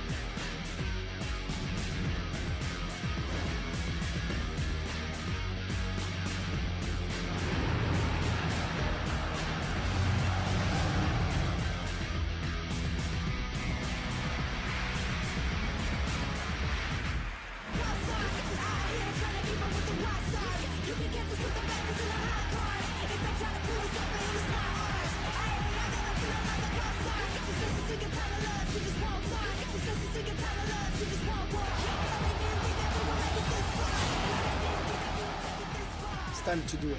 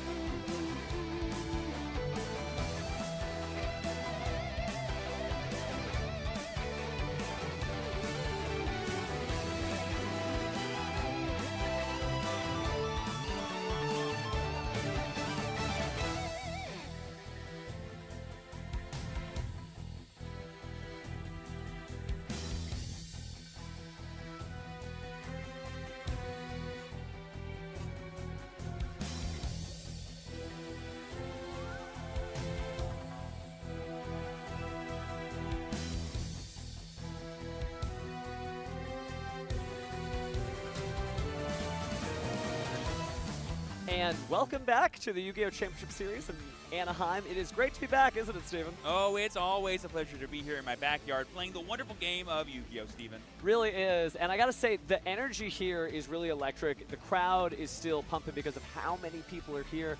So many people asking about not only the new format, but also Genesis. So, man, those public events are definitely going to be packed. Oh, yes. Not only is the hype here for YCS Anaheim, the actual main event, but also the public events are just super stacked this weekend. We have, I believe, 2026 regional qualifier fights with brand new a brand new playmat to be winning for happening on day 2 at 9 a.m. to 2 p.m. We have the Duelist League, which is a really fun event you guys can do all day on day 1 here on Saturday at 12 p.m. and all day Sunday starting at 9 a.m. We have the Genesis qualifiers, the format everyone's been talking about, myself included, happening today, and then the actual invitational will be happening tomorrow on Sunday, which will be very exciting to see. But don't worry, if you don't happen to qualify for that invitational, there are still Genesis tournaments that are 8 duelist flights that are going to be happening on Sunday. All this weekend, you can enter Rivalry of Warlords tournaments as well. If you forgot to bring your deck, we'll just give you one, right? Make sure to bring it back, though. And then the Speed Duel constructed tournaments, right? Promises kept there. A lot of Speed Duelists were worried that there wasn't still going to be organized play, but there is, and there are great prizes to win if you are a Speed Duelist. Oh, yeah, 100%. And you know what? If you're not, like, so confident in your ability to build a Genesis deck because it is so new, Rivalry of Warlord decks are basically those, which is pretty exciting. And then on top of all that, we have the Tag Duel tournaments of, again, 8 duelist flights happening all day today. It's Sunday beginning at 12, and all day Sunday tomorrow beginning at 9 a.m. We have the Wunax, which I believe is a new Dragon Maid map, which is very exciting, and more tournaments happening today and tomorrow. And of course, we have Master Duel and Duel Links tournaments happening. For anyone that doesn't want to play paper, you can still play online as well. Oh, yeah, and those tournaments are really fun. The last time I entered a Yu-Gi-Oh! Duel Links tournament, we actually brought out the game mats, and we just put our phones on the table and just had that full Yu-Gi-Oh! Experience. So if you can hear my voice and you're in California, you can still come on down and actually enter these public events. And speaking of public events, there's more. Oh, on top of having a Tag Duel event, we also have the 3v3 tournaments that's happening beginning at 10 a.m. tomorrow on Sunday. That'll be a big event. I think it's only one event, and you have to bring all the teams together, which is very exciting. We have Dragon Duel constructed for all of our friends born between 2012 or later, I believe. And then we have the Dragon Duel Rivalry of Warlords again. Very similar. They can build Genesis if they want to, but they can also just play the Rivalry Warlord decks. And then, of course, the ever-famous Attack of the Giant card happening. One tournament today, one tournament tomorrow. It's pretty exciting. New events, new prizes. The Dragon Duel one is really neat, too, because, again, maybe you're just starting Yu-Gi-Oh! And, you know, your kid doesn't have a deck. You know, you can bring them on down here, and they can play with a deck that's pre-constructed in a format that's really balanced around it, which is so nice. Just, you know, some people, they don't have the cards, but they still love the game. A local friend of mine brought their 9-year-old daughter to play. I played against her a little bit yesterday, and she destroyed me. I was sent to the Shadow Realm, and, yeah, it'd be awesome to have them. It's a little Rebecca Hawkins in training, right? A little bit, yeah. Do you even know what a spell genius? Sorry, I'm not going to do my impressions, I promise. But the point is, though, YCS Anaheim, it's usually a stacked event, huge attendance, etc. But, like, this feels like the beginning of a new, like, episode of Yu-Gi-Oh!, right? Everybody kind of, like, beginning their new Genesis journey, or maybe they're competing in the advanced format. This has been just, like, great weekend. It's going to be a good tournament, too. Yeah, this is the second weekend where we have essentially the Doom of Dimensions format. We had 2 amazing events happen last weekend for YCS Lille and Lima, Peru, which is super exciting. But this will be the first North American YCS with this rule set and these cards. And all these players here are bringing the spice, bringing the tech, and also going to try to represent what we here in America have to offer for this, like you're saying, new start of Yu-Gi-Oh! It's a lot of energy and a lot of excitement, but people still have to play to win. And so the advanced format is where it's at. And Doom of Dimensions, you know, it made certainly an impact. I think people are still trying to figure stuff out right now, but between the new Yummy support, the new Draco Tail support, the new Canine support, those big decks from Justice Hunters, they're getting new stuff, but there's also like so much stuff that's untapped that's out there, right? The Double D, Triple D. Yeah. This event really feels like the response, I think, to the 2 events that happened last week of like, oh, that's what did well over there. How can we take that, learn, and adapt in time for this event this week? And I think the players that do that the best are the ones we're going to see competing at the highest level. Think we're going to see any more Primite Apophis make the top cut? I mean, I definitely want to. I love purple cards in all forms, whether they're traps or fusion monsters. Oh, goodness. And I have to say, I'm hoping that we get to see some of the newer stuff, too, because, like, Dooms, there's got to be somebody out there rocking it, like whether you're doing, like, a first-turn version. But speaking of first-turn, why don't we go ahead and cut to the stage here, because I think we're ready to go. Thank you, Stevens. And we begin with the blue corner. Coming from Santa Rosa, California, we have Brennan Carpenter. This is their 3rd YCS, and he wants to shout out his mom, Kirsten. Now to the red corner, hailing from Los Angeles, California, we have Walter Angel. He has done around 15 YCSs, and he wants to shout out his mom too, Bridget. Go Moms and go Duelists. It is time to duel. Stevens, take it away. Thank you so much, Jackie. It's good to see Brennan and Walter, two Cali boys representing this state strong. We have branded Dragotail on the blue chair and Primite Blue Eyes in the red chair. Ooh, the Duel of Dragons. Primite Blue Eyes is still honestly a very strong choice in this format. When you think about the fact that Blue Eyes Spirit Dragon has kind of like a soft out to Yummy being able to special summon multiple monsters at one time. But if he is running that Primite Imperial Dragon and it's not just part of the graphic there, then he also has a great way to just get rid of all of his opponent's dragons, with Dracotail, and all of his opponent's light monsters. So we'll have to see how this plays out. Oh yeah, we essentially have the Ultimate Fusion deck versus the celebration of all things dragons on the other side. I think almost every single form of Blue Eyes is represented in the Blue Eyes Primite deck. So it'll be super cool to see kind of the duel between dragons. Duelists are just getting comfortable up there on the stage. There's a lot of duelists who are like, oh no, I'm so worried. I get nervous. But I promise you, duelists, as somebody who's been up there, because we were up there just in the last event, it's a little bit more distant from everything else up there, right? You get your own private judge, you get your own private seat right there. So once you get into the duel, I think these duelists will, well, they won't have the nerves anymore. I mean, we also know duelists like Clifton Land, who in round one was like, well, this is my opportunity to show off, so let's do so. Oh man, that Laplacian pop-off, that was exciting. I know he knew he was going to win, but that's a fun thing to say. I loved every second of that. Ah, well, what a gambit there. Now, it's going to be interesting as these duelists get into it because, you know, there's so many anti-dragon, anti-spellcasters just in the side deck naturally because of how popular Dracotail is. So if we see Secretarian, Mysterion, etc., these matchups are going to be kind of like weird and grindy. And with the new time rules, for those of you who maybe didn't watch YCS Lille, this is the first North American YCS with the double match loss. If we hit that 50-minute mark and a winner hasn't been declared. That's right. So we definitely here on the desk will be watching out for moments like that and making sure everyone is informed at home in case they aren't familiar with how that's going to work. But these players seem confident. They seem ready. And I'm sure we're going to see a good, clean game of Yu-Gi-Oh! This is kind of an exciting time because so many people are getting back into the game because of the new Genesis format. We may have people who are listening and tuning into a YCS for the very first time. So shout out to the chat if this is your first time. We welcome you. It is time to duel. Oh, yes. And what better way to be reintroduced to the game than watching Blue Eyes shred of stuff? Yeah, that is fair. Great deck, but it certainly has a certain realm of nostalgia to it, too. Now, it will be interesting to see, depending on how this matchup plays out in Game 1 here between our two players. Again, we have Brennan on the left, and we have Walter on the right. I believe they're about to decide who goes first or second here. Very important in the game of Yu-Gi-Oh! Ooh, that's an 11 for Walter. That's pretty high. It's still beatable, but not with an 8. No. All right, no, not even first. Good luck. Good luck. So that means it looks like Blue Eyes is going to be going first, which could represent a lot of interruptions on Brennan's turn. But if there's one deck that has the gas to keep going, it's probably going to be this branded Dracotail deck because there's so many ways to fusion summon. We're going to start off with the Sage with Eyes of Blue. I do see some interactions in Brennan's hand. Won't give away the surprise just yet, but he decided to pass, so we're going to get Maiden of White. Interesting. Not denying them access to the main is an interesting choice because I did see the flash of something potentially in Brennan's hand that could have interacted, but maybe he's trying to save it for a more important choke point later on in the turn. It is hard reacting to Blue Eyes White Dragon plays because that first Sage, that's a card effect, but if you negate that, they're just going to be able to resolve this Spirit with Eyes of Blue and get that Mausoleum of White and get their play set up. Mausoleum effect. Yeah, this will set up the first Blue Eyes White Dragon that they usually tend to access. We usually see around 2 copies of this card in decks, but I've seen people go as high as 3, so that way they can continuously access it.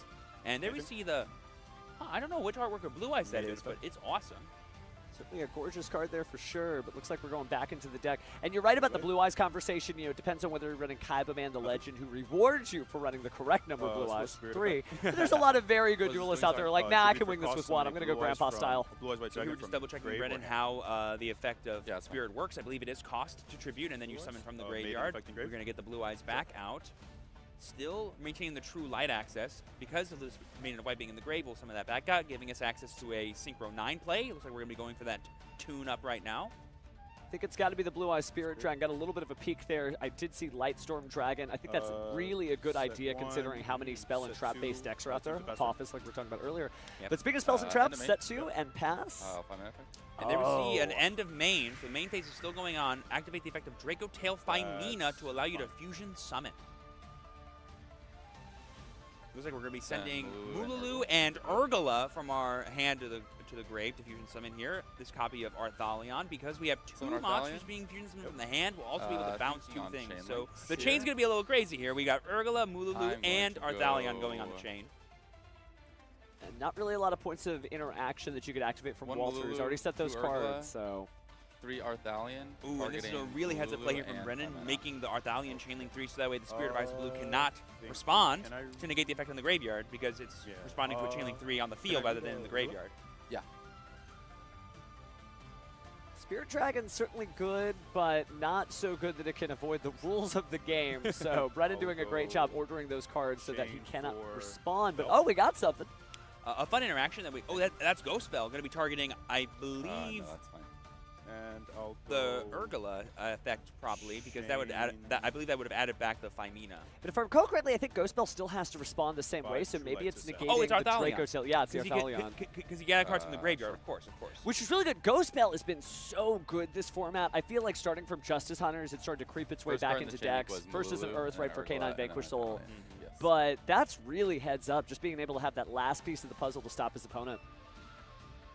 But we will still have access to the Mululu to non-target negate something on the field while, of course, setting the cards from the graveyard, which can give us access to our K2 and our Rahu, so that way we can have the extra bit of extension and follow-up that we need to maybe go for game next turn as Brennan. But there we see the effect of True Light, setting the Wishes with Eyes of Blue, and that could be a really powerful way for Walter to get access to his follow-up in response to the board that Brennan has set up with this Arthalion in this full graveyard. Okay, Chainlink resolves, this is negated. So we're still in the main phase. This is interesting. Yeah, I believe it's like Chain 5 or something for the True Lights effect, because it is a trap card. Well, considering the fact that Walter still has a card in his hand, he could just flip over that Wishes for Eyes of Blue and keep the plays coming. But in the meantime, Brennan is going to go ahead and set his Rahu Draco Tail. Yep, that'll give him an access to a fusion monster next turn no matter what. And then we're going to be blowing up that set card here with the Urgula, and it was super polymerization. That could have been a very awesome play for Walter there to kind of gotcha Brennan after the first fusion summon he makes. Well, considering how many dragons are out there, I mean, you could just make anything, You can make out of anything, yeah. Blue Eyes Tyrant Dragon certainly comes to mind as a way to be able to recycle your traps and whatnot, but we won't be seeing it. Yep, so there we see K2 and Rahu, and then we have the effect of Mululu is going to non-target negate the Blue Eye Spirit Dragon. Oh, sorry, yeah. Very powerful, and I believe that will follow him on the way home, so we cannot tag out into the Synchro Monster from his extra deck. Yes, I believe so. He's got to consider, though. He's still got his cards, so maybe we're flipping over the Wishes. Still in main. But like, what would you even get? You've already gone through Maiden. You've already gone through maybe like Roar could be cool to get you access to another Blue Eyes, but you've already used Maiden's effect on the graveyard too. You'd still get the spell and trap, so you might be able to get out like Majesty of the White Dragons to be able to get that done. So there's actually like a lot of like small options you can figure out there. And there we see the discard of Magnuma being met with the Ash Blossom and Joyous Spring to say no to Wishes. That hurts. And that mag could have been very useful for Walter to combat some of these powerful graveyard effects we have access to, like Urgula, to be able to recycle the Fimina. So it's just not happening for him here. Obviously, he's got those two cards set. They're not traps, right? They're the spells he's going to use to open up the next turn. So Walter, with very few options left, does have to figure out how he's going to proceed here. Does he just let this go, or does he flip that card face up? And he is. We're going to Majesty a White Dragon. He hard opened the Majesty. Didn't need to search it off the Wishes. That's incredible. So he's got one Blue Eyes to show. Yes. So he does get to destroy one card, so he does have to pick between the two of them, and that's the one he's going to go for. He's targeting the set Rahu, I think? Yeah, it's a set Rahu on the top. Which makes a lot of sense, but because we already have a monster in play, the Ketu is also access to a fusion summon, but not necessarily the same amount of materials. So he might be forcing Brennan to fuse off with his Arthalion. Interesting, yeah. It's going to be difficult to see him try to figure this out, but I think we're going to go ahead and activate Spirit. My imagination would say Blue Eye Spirit Ultimate Dragon, or Blue Eyes Ultimate Spirit Dragon, excuse me. So I believe it's a clarification here that the Blue Eye Spirit Dragon's effect is negated from Lulu, but he's still able to send it for cost. And I guess the question is, does he lose the negation if it goes to the graveyard? I'm not actually sure. I feel like it should follow like Effect Veiler. Or like Imperm, kind of. Yeah, so I think you just lose the Blue Eye Spirit Dragon. Yeah, that's going to be it. Wow, that's unfortunate. Because of the wording on Mululu, it just like follows the card. Yeah, Effect Veiler's like that too. It's not skill drain. It's a very lethal way of doing that. But speaking of which, we're going to go ahead and activate the K2 Draco Tail. But weirdly, this does get a monster off of Walter's board, which prevents Ketu from being a fusion spell, which was probably a lot of Brennan's follow-up, because now he's forced to get Lucaeus here, and that's probably forced to search for a copy of Fimina so he can fusion summon that way. It might be hard for Brennan to get the damage he needs to go for a game here. It's almost like a happy accident. Like, you don't want that to happen, but at the same time, it did clear the field so that you're no longer fueling your opponent. I almost can think that would work in, like, Shadow And think about that. Shadow Fusion, I should say, is something that is popping up with a lot of different decks like Gem Knights in the format. So that's actually kind of a heads-up way to do that. Good job. Yeah, especially when you know your opponent has the set Ketchu from all their Draco Tail effects they did on turn 1. Very important. Well, catching up on the duel here, we do have Lukia, sort of the elemental hero Stratos of this deck, being able to search something out of the deck to the hand when it's normal or special summon. But it looks like Brennan is kind of slowed down here. He's trying to decide what to do next. It's going to be tough because he's kind of running low on resources here. There we see the Phymina being discarded here to fuse off with the Urgula in hand and the Lucaeus on board. Is this going to be Arthalia number 2? Or is it going to be a different fusion monster? I could imagine using Gulamel right now, but you could technically use it to get rid of the True Light. I think what he's trying to do here is recycle all the names that he can use again later on in the turn. So like getting back Mululu and then using the effect of Urgulas in the graveyard to bring back Phymina so that we can fusion summon on your opponent's turn and get the non-target negate again. Yeah. Pretty huge. But there we see, I think, a chain of True Light from Walter. But you're not going to be able to get much from that. You're either going to be able to set or special summon Blue Eyes. Looks like we went for setting a card with a different name than the ones in our graveyard, so... There we see the Roar. It's just follow-up, right? He knows he's likely not to lose all his life points this turn, so he's just saying, next turn, I'm going to have some follow-up just like you had on this one. Yep, so here we see the setting of some cards here. I believe we're activating the effect of Lucaeus. Oh, and then we just see the scoop, because I believe we did have Urgula, which can, I believe, destroy the set card that he set. So, yeah, we're just going to choose to scoop it up as Walter, giving game 1 over to Brennan, playing the branded Draco Tail. We didn't see any of the branded cards, but they are in there, I promise.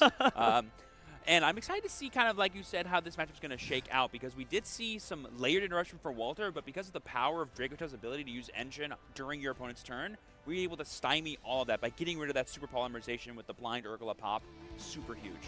Yeah, and that's the thing. We're kind of having like the old school versus the new school. This is technically an anime duel, right? Think about it. You've got the Chronicles animation on one side, and you've got the original Duel Monster series on the other. But it seems to be that the Draco Tail is really pushing just through this deck. Like Blue Eyes, very strong recently in this format, you know, having some tops here and there at the regional level, and as recent as the North American World Championship qualifier, I believe made it to top 16. Right. So there's still a lot of people who are like Blue Eyes holdouts, and it is a very good, staunch defending deck.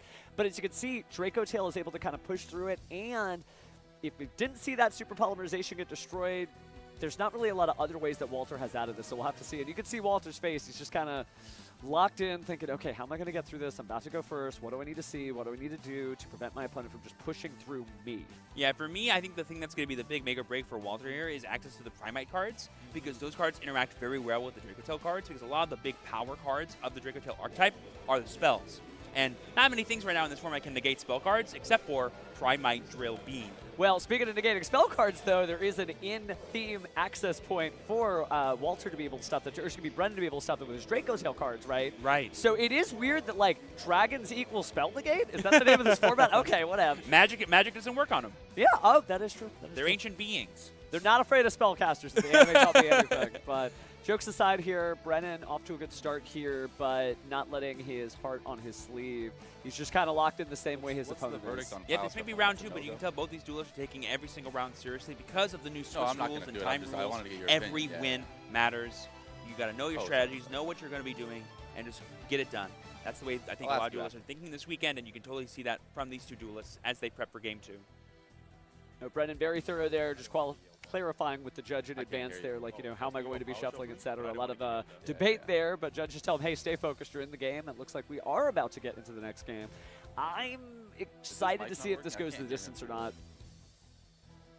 Yeah, but just making sure all the duelists can hear each other, make sure they can hear the judges, make sure they know how much time's available to them to keep playing. All important things as to be keeping track of as you're playing. This little kind of in-between turns when you're siding, you're not just side decking, you're planning out the way the next 1 or 2 games are going to go, so that way you can efficiently and effectively go on to the next round. I think with the rule changes now more than ever, duelists are remembering that this is a Yu-Gi-Oh! Competition. It's not just about playing your favorite game, it's about playing your favorite game to the highest possible level.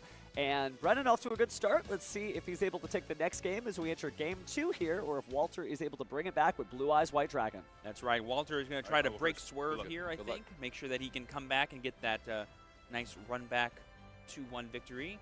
I'm not sure if they decided to go first or second, but Walter does have the choice, being that he lost game 1. And here we go. He's starting us off. We're right into main phase. We're going for that Primite Aether Barrel.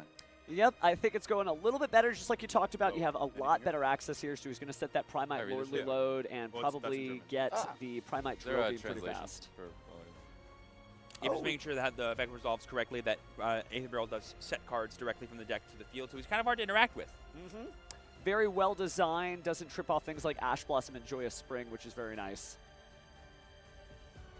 And certainly a nice little dragon as well, so you can link it off into Spirit with Eyes of Blue. Once we get this confirmation, we'll go ahead and resume play. Oh yeah, being a level 4 lower dragon is so powerful for this deck, and why it lines up so well. I think that's what I love about Blue Eyes is so many cards that it has access to turn out to be starters for their combos. Yeah, Lockbird, that's a starter for Blue Eyes for some reason. Hilariously. Even the non-engine can work. Oh, and speaking of Droll Lockbird, I think it's going to rear itself here into this duel as Brennan looks to the crowd, but I feel like it's got to drop right now. Ooh, and we're getting Primite Fusion, not the Drill Beam with this. Interesting. Drill Beam out with the Droll, like you said, Steven. So now for the rest of this turn, neither player can add cards from their deck to their hand except by drawing them. But that might not matter for Walter. That Primite Fusion might be coming out of nowhere. So earlier I mentioned, that Blue Eyes has some natural outs to Yummy, which is a very popular deck this format. I neglected to mention Primite Dragon Nether Brazilius, right? Based on the number of normal monsters in the graveyard, your opponent can't even activate effects with levels, ranks, or link ratings of that same level. So think about this, 1 Blue Eyes in the graveyard, that pretty much just says no to all of Yummy's main deck monsters and certain links, and 2 Blue Eyes in the graveyard, say goodbye to the rest of it. So I see how Walter might have won his first game, but we'll see if it can come back now. Yeah, a card like that would definitely line up pretty well into this format, just like Maiden of White here, getting that access to True Light, and we're going to be using True Light's effect, it looks like, to summon, or sorry, to set. I mean, depending on what you're setting, you might be summoning anyway. Right, because you can get Roar and whatnot. But right now he has no Blue Eyes in the grave, so Roar would be a really good way to access one. Ah, but there's a secret way to get multiple Blue Eyes out. You can tribute your Primite Dragon Ether Barrel sent to the graveyard to send a Blue Eyes from the deck to the grave, and then you can also use Primite Lore Reload to get another Blue Eyes too. So there's a couple of different ways to play around this, even though Droll and Lockbird's in effect. I really like that actually. And we're using the effect of Sage here from the hand to discard itself, and I believe it increases the attack points of Aether Barrel, if I remember correctly. No, that's the Mausoleum of the Way. So thank you. This is actually going to send it to the graveyard to get another Blue Eyes. So he may be able to get out 3 Blue Eyes White Dragons all at once, but does he play them? I will say a Blue Eyes on the field is probably better than a Blue Eyes in the grave. 1000%. Because that will also trigger the Maiden of White to summon itself and gives access to our synchro plays, kind of like we did in Game 1. Walter is putting on some plays that I've never seen before with this deck, which I love to see. It's got a lot of flexibility. I know that for some duelists, right, they love to see just crazy combos, high skill ceilings. Blue Eyes is a little different than that. It's about mastering just these cards. What can you do with these cards, just like any other Blue Eyes duelist? You have to figure something out, and he's doing it. It's the epitome of like a mid-range deck to me. Yeah, like, I'm not trying to blow people out. I'm just trying to make the best plays I can with the cards available to create value for myself turn over turn. A little bit of control, a little bit of powerhouse when you need to end it in the battle phase, but it looks like we're going to stop here, so we're going to draw for turn. Main phase? Yep. Let's see what Brennan's got. Oh, man, did he just draw? He did just draw a Draco Tail 5 mana. That is insane. That's one of the good ones I've heard. Yeah, I would imagine so. But does he play it? Let's see. I'm not really seeing a very monster-heavy hand, which usually these fusion decks kind of require if they want to like actually pop off. But I do see some spell cards, which in fusion decks are also known to be very, very powerful. Well, speaking of fusion monsters, take a look at the extra deck here, which I think was all purple. Oh yeah, if he's playing Branded Draco Tail, it better be all purple. Throw cards at you. Certainly, Brett having a little laugh himself for fumbling the ball there, but the card wasn't shown. Instead, he's going to normal summon. We have a normal summon Lucaeus here, which can access the other Draco Tail cards we might need to continue our combo and make it super strong. If I was Walter, I guess you have to make the read of how strong is Brendan's hand. If I interrupt this, will there be anything scarier coming along? Hard to say. Such as any Draco Tail card, right? Any Draco Tail monster. I mean, you got to assume if you're Brennan, if they add Primite Fusion, that they definitely have Drill Beam already. Probably, but he didn't play the Primite Fusion, which is interesting. I don't think it would have like helped the matchup in any particular way. I guess it's just so he has follow-up for next turn. Maybe he just prefers to have Spirit Dragon because weirdly Spirit Dragon has a fun interaction. In case Brennan ever gets multiple fusion monsters in the graveyard for Draco Tail, that he can't summon more than one of them back. That's true. No Gulamel and no Arthalion popping out at the same time as long as Spirit Dragon has something to say about it. I think that could be an interesting interaction. Or, of course, just getting access to Ultimate Spirit's pretty good. Oh, Ultimate Spirit is definitely pretty good. But it looks like Brennan is about to play his next card here, so we're going to activate the spell card. There's the key to that's going to be so good here because Walter does have a monster in play, but he can chain the effect of Spirit, but that'll still summon a monster, which means on resolution, Kedu will still be able to fusion summon no matter what. 4 cards in hand? 4. That's probably just the debate he's having with himself about what to do about this. I think keeping the Blue-Eye Spirit Dragon may be the better bet, but I think we're going to see that Primite Drill Beam. Yeah, there it is. is. Like I said, being able to negate these spell cards is going to be super huge in this fusion deck. And oh my gosh, we're using the Primite Fusion to reveal it for the cost of Drill Beam. That's why we didn't activate it. Wow, that's crazy. Okay. Because we don't currently have a normal monster on field. That's totally correct, Walter. Oh, it's all louder. Being very patient with his cards. We're going to chain Forbidden Droplet, removing the Ketchu from the board. That's it. Okay, so that it can't clutch. be Drill Beam, because I believe Drill Beam does target. It does, just like Oh! Infinite and Permanent. So by getting it off of the field. And because we're sending the Fallen of Albaz that's in our hand to the graveyard, we can't respond with Spirit Dragon to the Forbidden Droplets. But how are you negating that many monsters on your opponent's side of the field? Because you can only send as many monsters as they have. Oh, that's right. You're totally correct. Yeah. Because it's choose. That's right. That's right. So we're just going to choose the spell cards. That way we can guarantee activate that effect. I guess he's like, oh, okay, if you get access to Ultimate, that's fine because I can just play 2 powerful cards rather than 1. Probably a little procedural error minor, though. That's okay. Just a warning. Things will continue. But he did reveal a little bit of information there. Okay. Okay, so we're going to go and start resolving. I will negate with Droplet. Yep, so we're going to choose to and then negate search that. up the Ketsu. Yeah. And then the Drill Beam will resolve without effect, and then the Lucaeus will now resolve, adding a Draco Tail monster from the deck to the hand. If we don't have access to Phimina, now might be a good time to get one. It depends on if we can still fusion summon. Oh, no, sorry, no, we're using K2 here. Yes, it is fusion time. So we are going to be able to guarantee fusion summon. It just matters of with what materials. This could be an Urgula Gambit to get rid of that last unknown set card, which I don't believe we know. Oh, no, we do know. It's the Majesty that he set up True Light. And Majesty is pretty good. It would just destroy one monster, though, so getting rid of it now is a great idea. But it looks like we're actually going to go ahead and send those 2 for Fusion Town to Arthalion. Yes, and so now we can activate the effects of Urgula and Lucaeus as well as Arthalion here. I will Chainlink 1 Arthalion. Looks like Chainlink 1 using Arthalion. 1 in hand, And probably Chainlink 2. I will target Urgula targeting. Oh no, we're targeting with Arthalion here.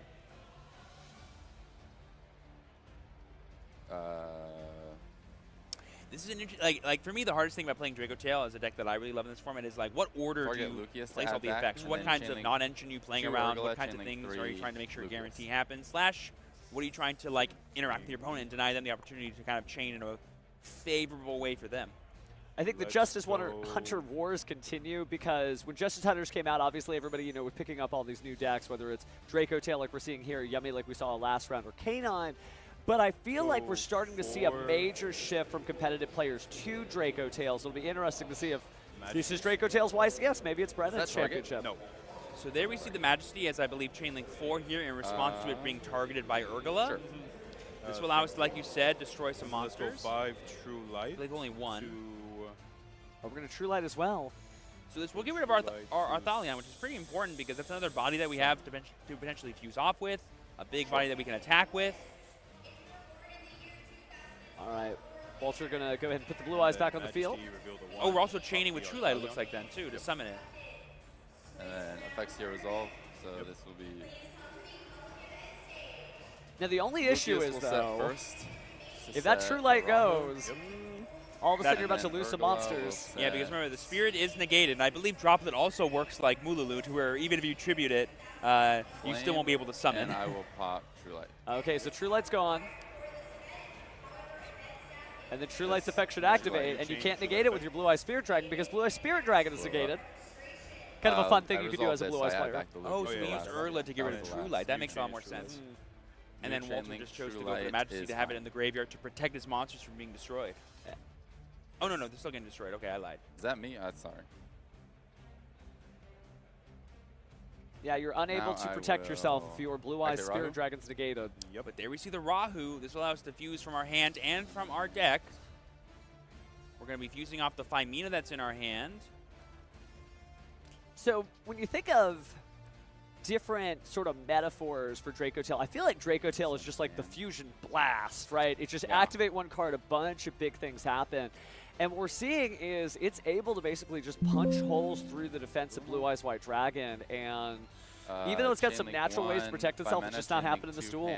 Yeah, for me, I always think of Draco Tail as like one of the ultimate fusion decks because it's one of the few decks that I've ever seen that truly takes the downside of fusion summoning, i.e. losing monster Yeah. cards, and actually make it a good thing. Very Like, good. oh, I'm losing these monster cards, but I'm getting them back. I'm also getting spells and traps. I'm also creating a giant cycle of pushes with these two powerful monsters, turn over, turn over, turn, and any half board my opponent puts up is not going to be good enough. So it's all Sting pluses, and I think, Ketsu? is like the idea.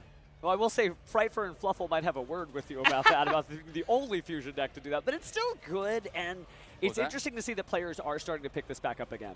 Oh, yes. And there we see the Dracotail Sting coming out from Brennan. I believe that's a new card released in Dooms. It was in the This allows him graveyard. to banish some Two of cards the, were sent, not from more the field, frustrating correct? But cards is this- in Walter's graveyard. Sent at the same time. Yeah, Yes, actually, it was nice in to the have graveyard. basically Oh, like a and double DD used Crow. hand Yeah, but here we have a and 5 mana clarification while it was on in how the graveyard, Arthalion works. because he Because popped it off Arthalion with was the placed in trap, the graveyard as so a it was result in the of grave, Majesty. It and was then in the off of the graveyard to Rahu. see Yeah. the fusion summon of Rahu. And it doesn't matter where the monsters so I come set from, these whether two. they come Yep. from deck or hand. As long as two monsters are sent to the graveyard at the same time, you can bring it back. So Gulamel and Arthalion back together again, but still not quite enough to get through 8,000 life points there. No, and we did and set a then K2, but we already activated one earlier in the Urgla turn, effect, so we won't necessarily be able to targeting fusion summon again. We've already normaled. Here we're going to activate the effect of Urgla, putting it to the bottom of the deck to add back this Phymena that was in our graveyard. But can Brennan get any more Locked damage? into But it's looking like he's done a really good job of kind of grinding down all of Walter's advantage and resources. And because we have access to the Sting, we can fully get rid of them from the graveyard at the beginning of his turn during the draw phase if we want. Blue Eyes known for its grind game, but Draco Tail known clarify for if an I've even used enough better of this grind turn? game. One that's based on spell and trap cards being cycled over and So over 5 again. mana. If I have 5 mana to start my turn, I have not. Correct. Yes. I believe we 5 mana. never activate the effect of Phymena. Yes, so we're going to be using we the go. effect here to fuse again using two monsters from the hand, Lucaeus and Fallen of Albaz. Oh, hey, the branded part starts, but it's just going to be used for Secretariat Dragon. Right, but this could be used to summon another monster because I believe we did send a dragon and a spellcaster to the graveyard. Well, equally as important, it is sort of pushing against spellcasters and dragons on the other Ah. side. And there is the handshake / fish bump. We got a little bit of both there. And Brennan wins round 2. Yes, beautiful. Always love to see the purple cards coming out in matchup for waves. Blue Eyes. And I guess if any dragon is going to be Blue Eyes White Also Dragon, the it should be another one with draw 3,000 split attack is like- points. Yeah. Called Arthalion. Sacred numbers there. Brennan certainly happy for himself there. Match winner. Yeah, really exciting to see. As a big purple card fan, I'm definitely happy. But it was awesome to see Walter do those fun moves with Prime Blue Eyes. You know, that's the kind of deck you want to make sure you have your interactions and your fundamentals down because that's how you win games. Not by just like blowing people out with really powerful card effects. I like that too because, you know, different formats have different feels to them, and sometimes people get in their head that, like, no, there's only one way to play Yu-Gi-Oh, right? You put up a bunch of stuff that says negate, but then removal all of a sudden is something that gets through it. So it's nice to see that there's so many different ways to play, and Brendan did a great job of that duel. Oh yeah, if playing Genesis for the past like week and a half has taught me anything, it's removal is really powerful, no matter what format it is. Yeah, I was going to say, good job on the Flame Swords for representation there. Thank Appreciate you. I mean, you're representing a bit better than I ever Oh, could. come on, come on. But speaking of representation, I want to say that Brennan did just a great job with all the Draco Tail stuff, and he is using the new cards, though. I think that's the first time I've seen Draco Tail Sting on a list. Yes. And a little bit because there's a lot of stuff where you're like, I like my Draco Tail deck. I don't need the new cards from Doom of Dimensions. And Brennan may be going all the way with the new stuff. There's new support, new monsters, new traps. And not every duelist uses it, which is cool, but it is nice to actually see it be used effectively. Oh yeah, especially when you consider like, oh, we didn't even see the branded part of his deck. Imagine if the Lubellion started flying all over the place, how crazy stuff could have gotten. I love how Albaz, his entire part in that play was just, oh, I guess I'm a fusion material. I guess I'm a dragon. Huh. I guess I can break boards going second. Huh, that's pretty cool. Yeah, you know, just one of those things. Albaz known for quite a bit there. But I do think that the Draco Tail matchup against Blue Eyes, the fact that it has access to the Secretariat naturally without having to rely on something like super polymerization is really powerful. I mean, there are certainly ways to banish diffuse in Blue Eyes White Dragon, but yeah, that is going to be a tough uphill matchup for it, especially as that deck is as popular as it is. Oh yeah, 100%. And I definitely think it's going to be, I think, a well-placed deck for Brennan in this event because if everyone's playing Yummy, having a deck that's really good at tearing apart half boards, which Yummy is known for making, like Draco Tail, is going to be really, really strong. So I think we're going to see a lot more of that deck during this weekend, whether it's branded or pure. So we've gotten to see Yummy. We've gotten to see Draco Tail. We haven't seen Kanon. I know that Kanon's kind of in a weird place. Some people are playing like Kanon Crystron right now. Some people are still trying to rock out Kanon Vanquish Soul, and there's like other decks out there. but it'll be really weird to see like where the format kind of shakes out. Because yeah, we had 2 YCSs, but the last 2 YCSs last weekend were very different. Very different, I think a lot of strategies are kind of coming out of the woodwork of like, we still have Mitsurugi that we can definitely see throughout this weekend that's never went away ever since it came out back in Supreme Darkness, and I'm going to be really excited to see how everyone is not only prepped to beat those decks, but how those decks show up and show out because people know they're here, because people know they're so strong. Yeah, and Mitsurugi, you know, having access to great cards like Dominus Impulse and everything in the format, not every deck has that. Like, think about it. Yummy can't do that. But speaking of things that can be done, why don't we go ahead and throw it to the stage so we can hear more from our winner. Thank you so much, Stevens. And I am with Brennan, now 2 wins. You said this is your first win on stage. How are you feeling? Feels good. Didn't embarrass myself too bad, I don't think. Fumbled the handshake at the end, but it was great. It was awesome. It worked out. You did fantastic. So 2 wins, this is a strong start. How are you feeling about the rest of the YCS? Feeling good. I think so far so good. It's still early, so I'm not going to get too optimistic, but deck is performing well. Some of the tech choices are working out, so it's good. Okay, talking about your deck profile, it said branded Draco Tail. So this is a fusion strategy. Can you explain it a little bit more? Yeah, I mean, the branded stuff is a small engine to complement the Draco Tails, and I just felt like added a little bit more to the ceiling of the Draco Tail cards and allowed me to play a couple bigger board breaker cards that I thought were really good into the meta. So. Hey, it's working so far, right? And then you said your brother is out here. Did you want to give a shout out to your mom, to your brother, everyone watching at home? Shout out my mom and dad, Kirsten and Steve. Shout out my brother here. 707 squad back at home watching. This is for you guys. All right, thank you so much, Brennan. Back to our casters. Oh, I love a fellow Fusion enthusiast, and I know you guys were super excited to see branded Draco Tail in action, and we were kind of alluding to the power of that deck against Yummy. I think we have another match lined up for you guys, actually. And let us go ahead and get to it now. So you may recognize some of these players, right? Lucas Sacco, certainly a known duelist in the community, going up against Austin here. Austin is going to be on the Draco Tail with George here, Lucas Sacco. Going to be over rocking the Yummy. Seems like we are just starting here. We got a Malulu on the field, and we are going to go ahead and set. I believe that was a Rahu Draco Tail. Also, it's worth noting that we're jumping in here in the middle of Game 2, and it appears that Austin has won Game 1. We're just in his main phase 1 here on his first turn, it looks like. So I believe that means Lucas chose to make him go first. Interesting. Lucas puts a lot of time into research and development, and there's no one right way to prepare for a duel, but he's certainly a very thorough, thoughtful, competitive player with a lot of insight into what everybody else is doing. So, but insight doesn't necessarily mean you're going to win duels, right? You still have to draw the cards, make the plays, etc. So Austin having a great start here and up a game. So Mr. Sacco here on the back leg. Yep, so here we see the Gloomel coming down as a result of this Rahu, and we're just deciding what materials need to be sent off in order for us to summon it. It's going to be, I believe, the Urgula, and then one of our monsters from hand. That's going to be the Phimina, which is a patented combo. Basically, it means we get our Phimina back, as well as getting some extra spells and traps. So there we see the Horn being set, and I'm not sure what that other set was. I'm assuming it's another one of the Draco Tail traps that was set earlier on the turn. Usually this deck's turn 1 board is not the most amazing, it's not the most flashy, but it's 2 fusion monsters and usually 2 of the trap cards, or on all 3 if you are playing all 3. It's very consistent, consistently gets to negating 1 spell card and bouncing 1 attack position monster back to the hand. And that's pretty good. That may be all you need to shut out your opponent, and that also means you have a lot of synergy against rogue strategies, but this isn't rogue, so as Sacco draws for turn, let's see what he does. Ooh, Mitsurugi. That's definitely a draw phase, Mitsurugi Prayers. If I had to assume, and having it being coupled with Yummy is actually a really cool thing that a lot of top duelists have been doing recently. Basically just 2 powerful engines smushed together that work like peanut butter and jelly, essentially. And they really do. I mean, there's certainly a lot of sweets in the Yummy family, right? Yeah. Oh, if there was a peanut butter one, you know it'd be adorable. It's like a cup, Yummy Jari. It's jar peanut butter. Okay.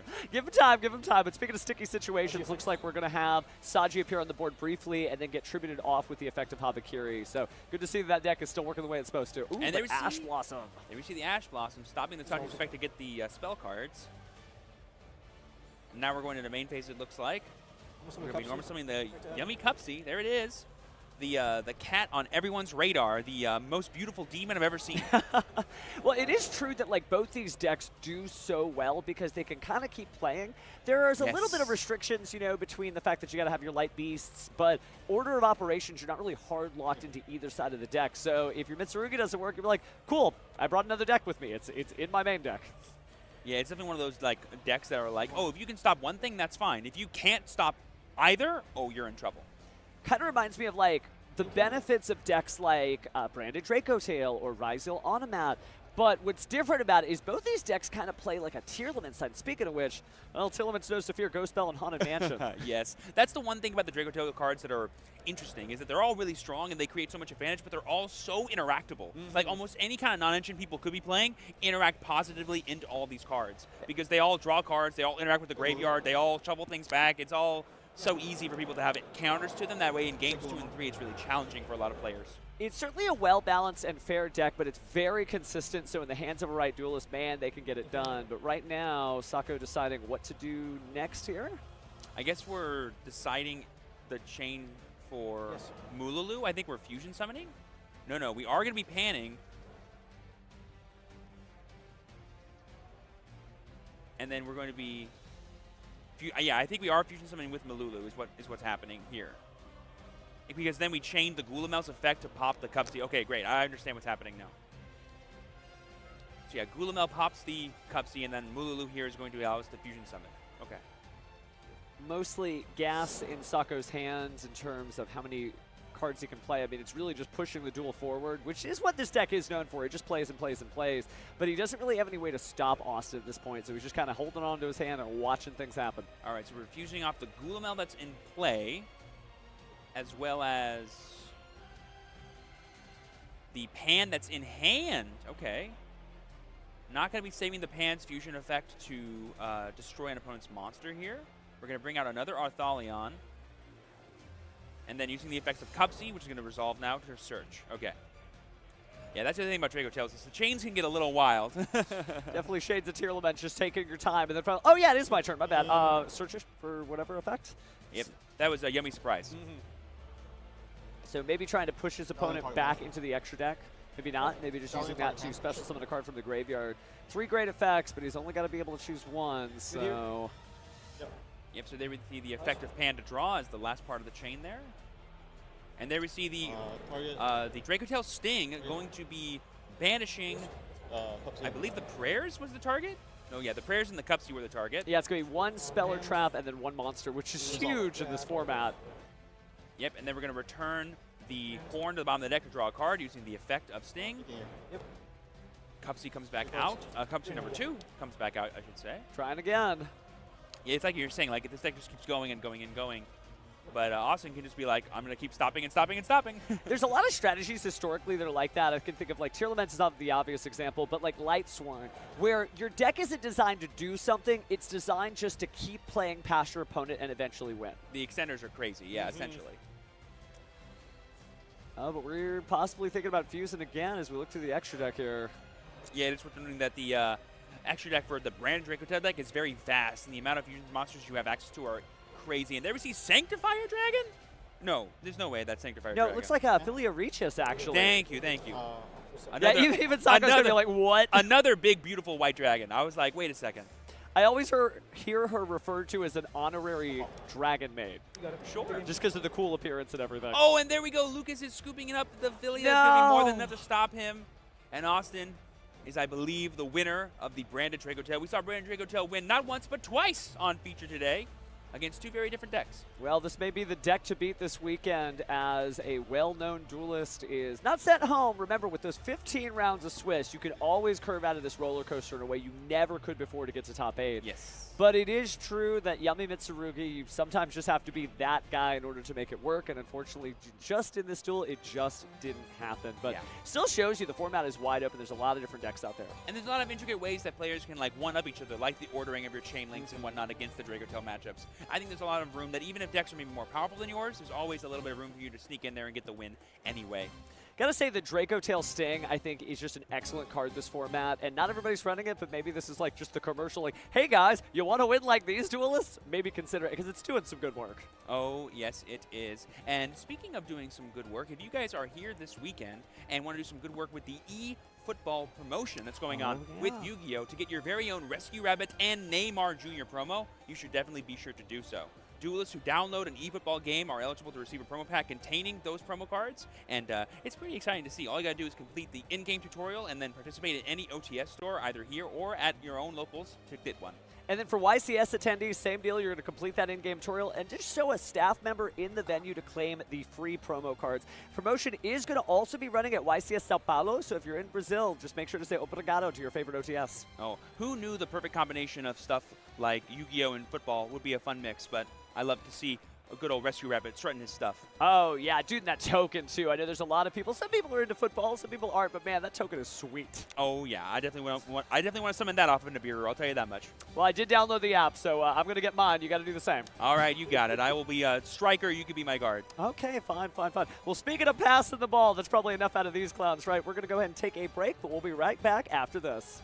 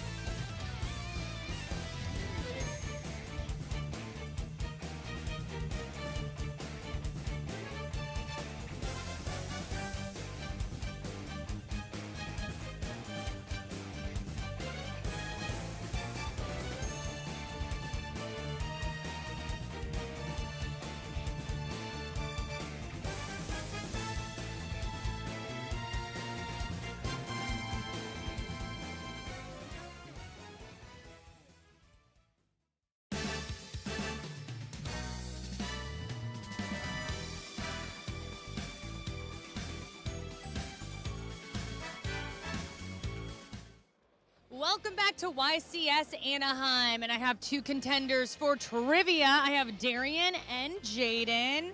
Are you feeling confident, Jaden? Yeah, I'm feeling confident. Okay, okay. What about you, Darian? A little sus, but we'll get there. A little sus? Why? It's been a long day, I guess. It's been a long day. Okay, I get that. I'm confident in both of you. Okay, so I'm just going to read the question. Rule change here. As soon as I start reading, you can raise your hand, and whoever raises their hand first gets to answer the question, okay? All right, first question here. Fill in the blank for the effect of Canine Jokel. You can reveal this card and blank in your hand. Special summon. Okay, you raise first. Reveal 1 level 5. I have... Let's see what you're... 1 level 5 monster. I have... Okay, so it's close. I have one other level 5 monster, so I feel like I could... I'll give it to you. Okay, he answered first. Okay. That works. It wasn't word for word. Okay, number 2. What attribute is Draco Tail Gulamel? That was a very slow hand rate. Water? Okay, that's correct. Okay, 2-0. You looked hesitant too. You weren't 100%. I wasn't fully sure. Okay. All right, Darian leading the way here. Question number 3. What do you need to control in order to special summon Lollipo Yummy from your hand? Okay, we got Jaden on that one. 1 light beast monster. I don't have that. A yummy monster? That's not what I have down here. Let's see if you got it. 1 Link 1 monster? Okay, so I have a Link 1 monster or a level 2 Synchro monster, so you got part of that, so I'll give it to you. He plays Yummy this week. You're playing Yummy? You didn't know that? I do play Yummy this weekend. What's going on? I don't know. You're going to study more. That's what's going to happen. Darian, maybe you're going to have to do a tutoring session over here or something. It's my part-time job anyway. Is it? Okay, got it. All right, so Darian quite in the lead here now, 3-0 to Jaden. Let's go to number 4. If an Ixies monster that has K9 Lupus as material, what effect does it gain? Okay, that was kind of close. I'm gonna have you guys rock, paper, scissors to see who goes first. My back was kind of to Jaden, okay? Okay, you get to go first. It cannot be targeted.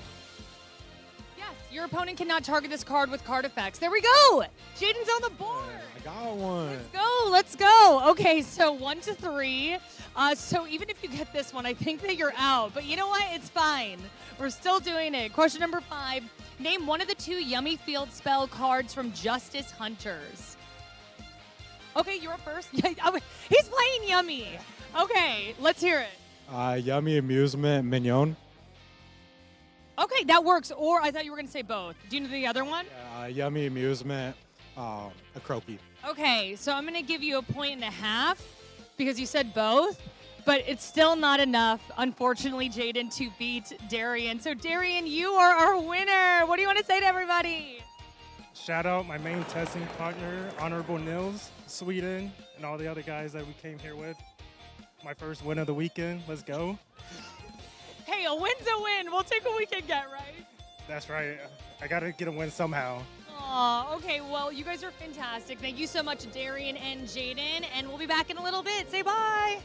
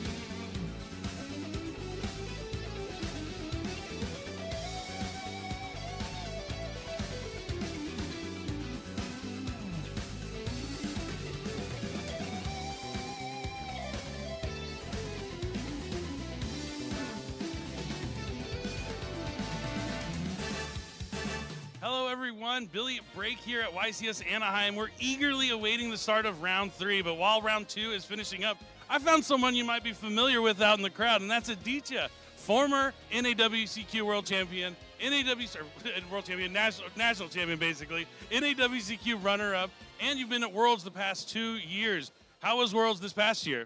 Worlds was fantastic, especially like being in Paris this year and getting to meet a bunch of different people. The cultural exchanges were something new. It was just a great overall experience, and I'm really looking forward to going back to, not going back to Paris, but going back to the WCS in Tokyo this year. I mean, you've been to the Worlds the past 2 years. Not only that, you've been first with the Worlds qualifying point playoff, right? You've had the most points the past 2 years in a row, right? Yeah, that's correct. So the past 2 years are the first 2 years I started traveling to events, and I kind of got lost along the way. I just kept playing, and I ended up in first in points twice. Okay, yeah, so you've already done the past 2 years. You're already looking at going to Worlds again for a third time. Are we going to see you at the top of that leaderboard again? Are you going to be grinding as much this year as you have been the past couple? I'm going to try my best, make it back into the top 16 playoff for the NAWCQ. That's all I can say. I can try my best, and I think I'll make it. Yeah, I mean, if anyone has a good odds, it's you. You know, you put the time and the dedication into the game, which is important. So there's a new way to play Yu-Gi-Oh! Genesis. You're very focused on the TCG, but have you had a chance, or any of your friends had a chance to look at that format and what that kind of brings to the table? So yeah, as you said, I've been mostly focused on the TCG, just with the current decks and all. But I do have some friends that I talk to that test, and they've come up with some crazy strategies for the Genesis format, the 100-point format. They're playing in the Genesis events right now, and I think by tomorrow for the Genesis Invitational, their decks are so crazy, they'll probably just win the whole thing. So cheering on your friends while they're cheering you on in the main event. Now, are there any decks you're kind of looking forward to facing here at YCS Anaheim? What do you have your eyes on in particular? The decks that I've mostly prepared for is Draco Tail and its variants. There's like a couple different ways to play it. You play it with the light end Sublimation and dark end Evaporation Dragon. You can play it with the Magistus cards. You can play it with the branded cards.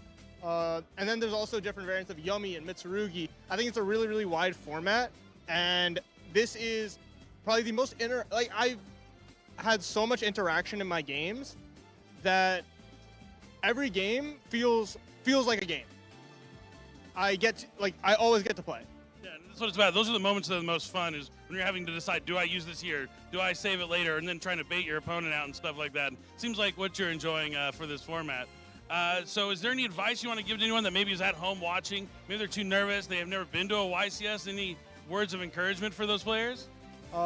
Just come out to YCS, like any event that you can go to. If there's something that's coming close to your home, just go to the event. I promise you, it is a fantastic time. You will meet a lot of new people, make a lot of new friends, experience a different Yu-Gi-Oh! Than you've experienced in your hometown.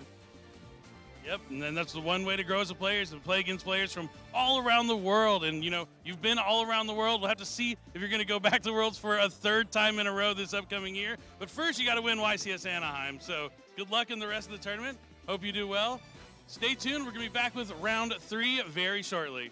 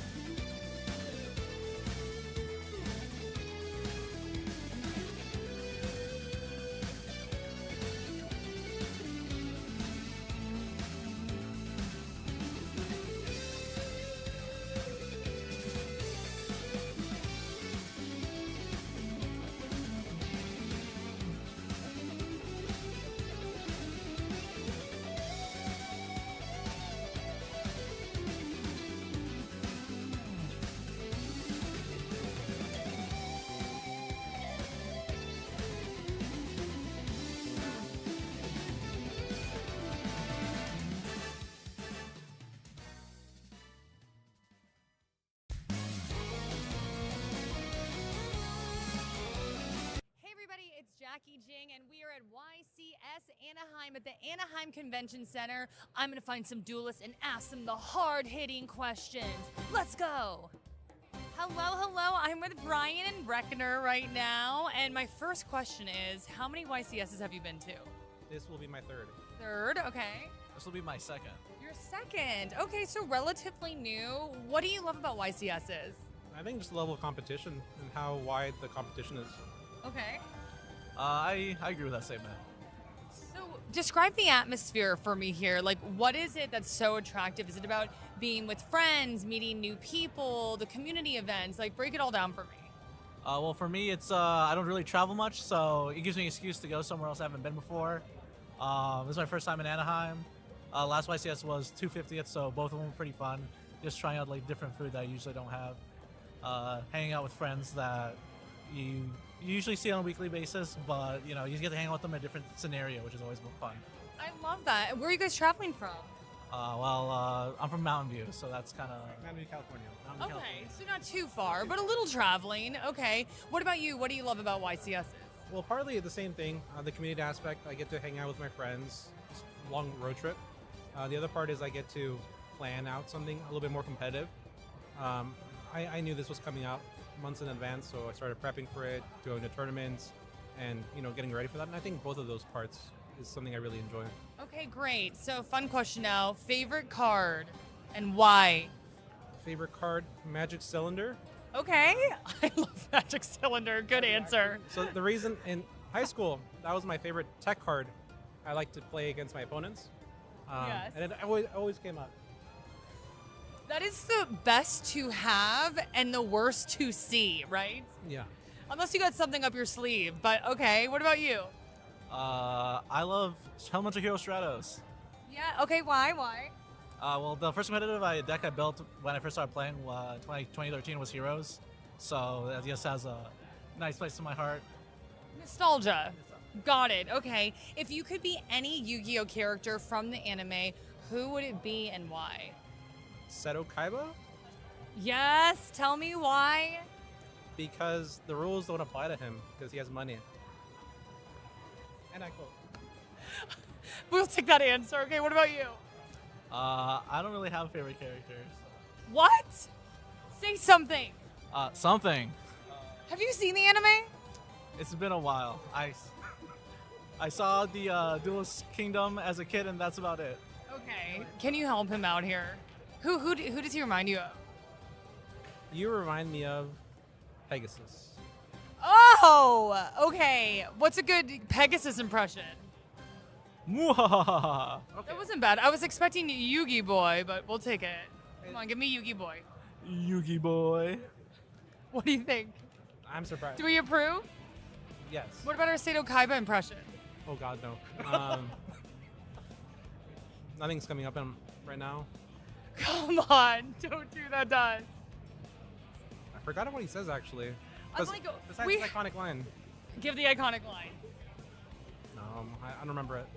How about just a scream? No kidding. We won't make you do that here. Okay, we're putting him on the spot too much. That's it for us. That's a wrap. Thank you guys so much for answering the little questions. Small claps, yay. I am with Cynthia, and I'm asking her the hard-hitting questions right now. Where do you travel here from? Bay Area. Okay, that's not too bad. Did you guys drive or fly? I flew. Okay, all right. And then how many YCSs have you been to? Too many to count. Really?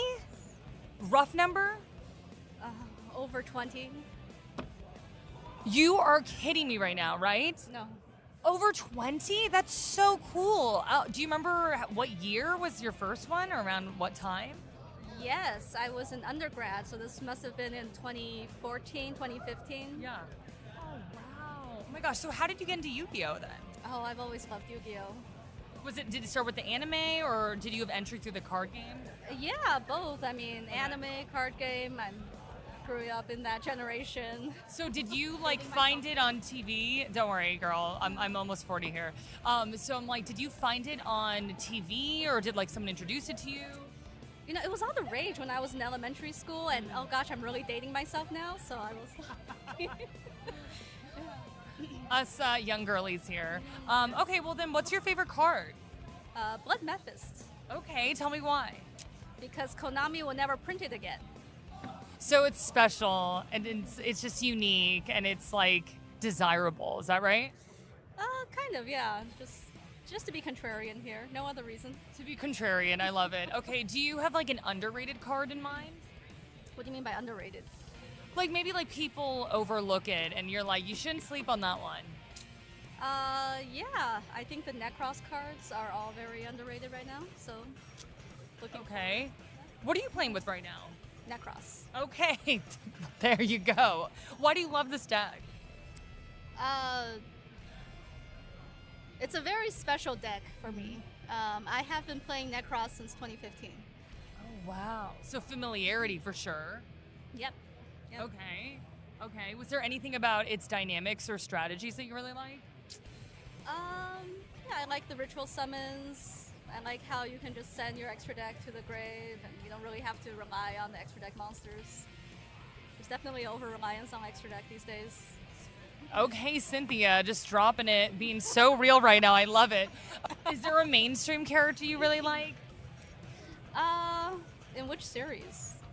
I mean, like, okay, let's do, like, Yugi. Are you a Yugi-Moto girly or are you a Seto Kaiba girly? Oh, I think they're both quite interesting. What does that mean? I'd rather not be either. If I have to cheat to win, I'd rather not win. You know what I mean? Okay, I'm getting Pegasus vibes from you. Is that just me? Pegasus cheats too. Pegasus cheats the most. But you know what? At least he talks really cool and he's fashionable. I don't know. He's also romantic. I suppose. I mean, if we're going for fashion, Jack Atlas is up there right with them. Okay, we're gonna lock in Jack Atlas for you. Can I get a Jack Atlas impression? I actually don't know him that well. Okay, Pegasus. Pegasus. Oh, I would drink wine if that helps. That was in the Pegasus voice? I don't think I can do a Pegasus voice. Hold on, Yugi boy? Oh, Yugi boy.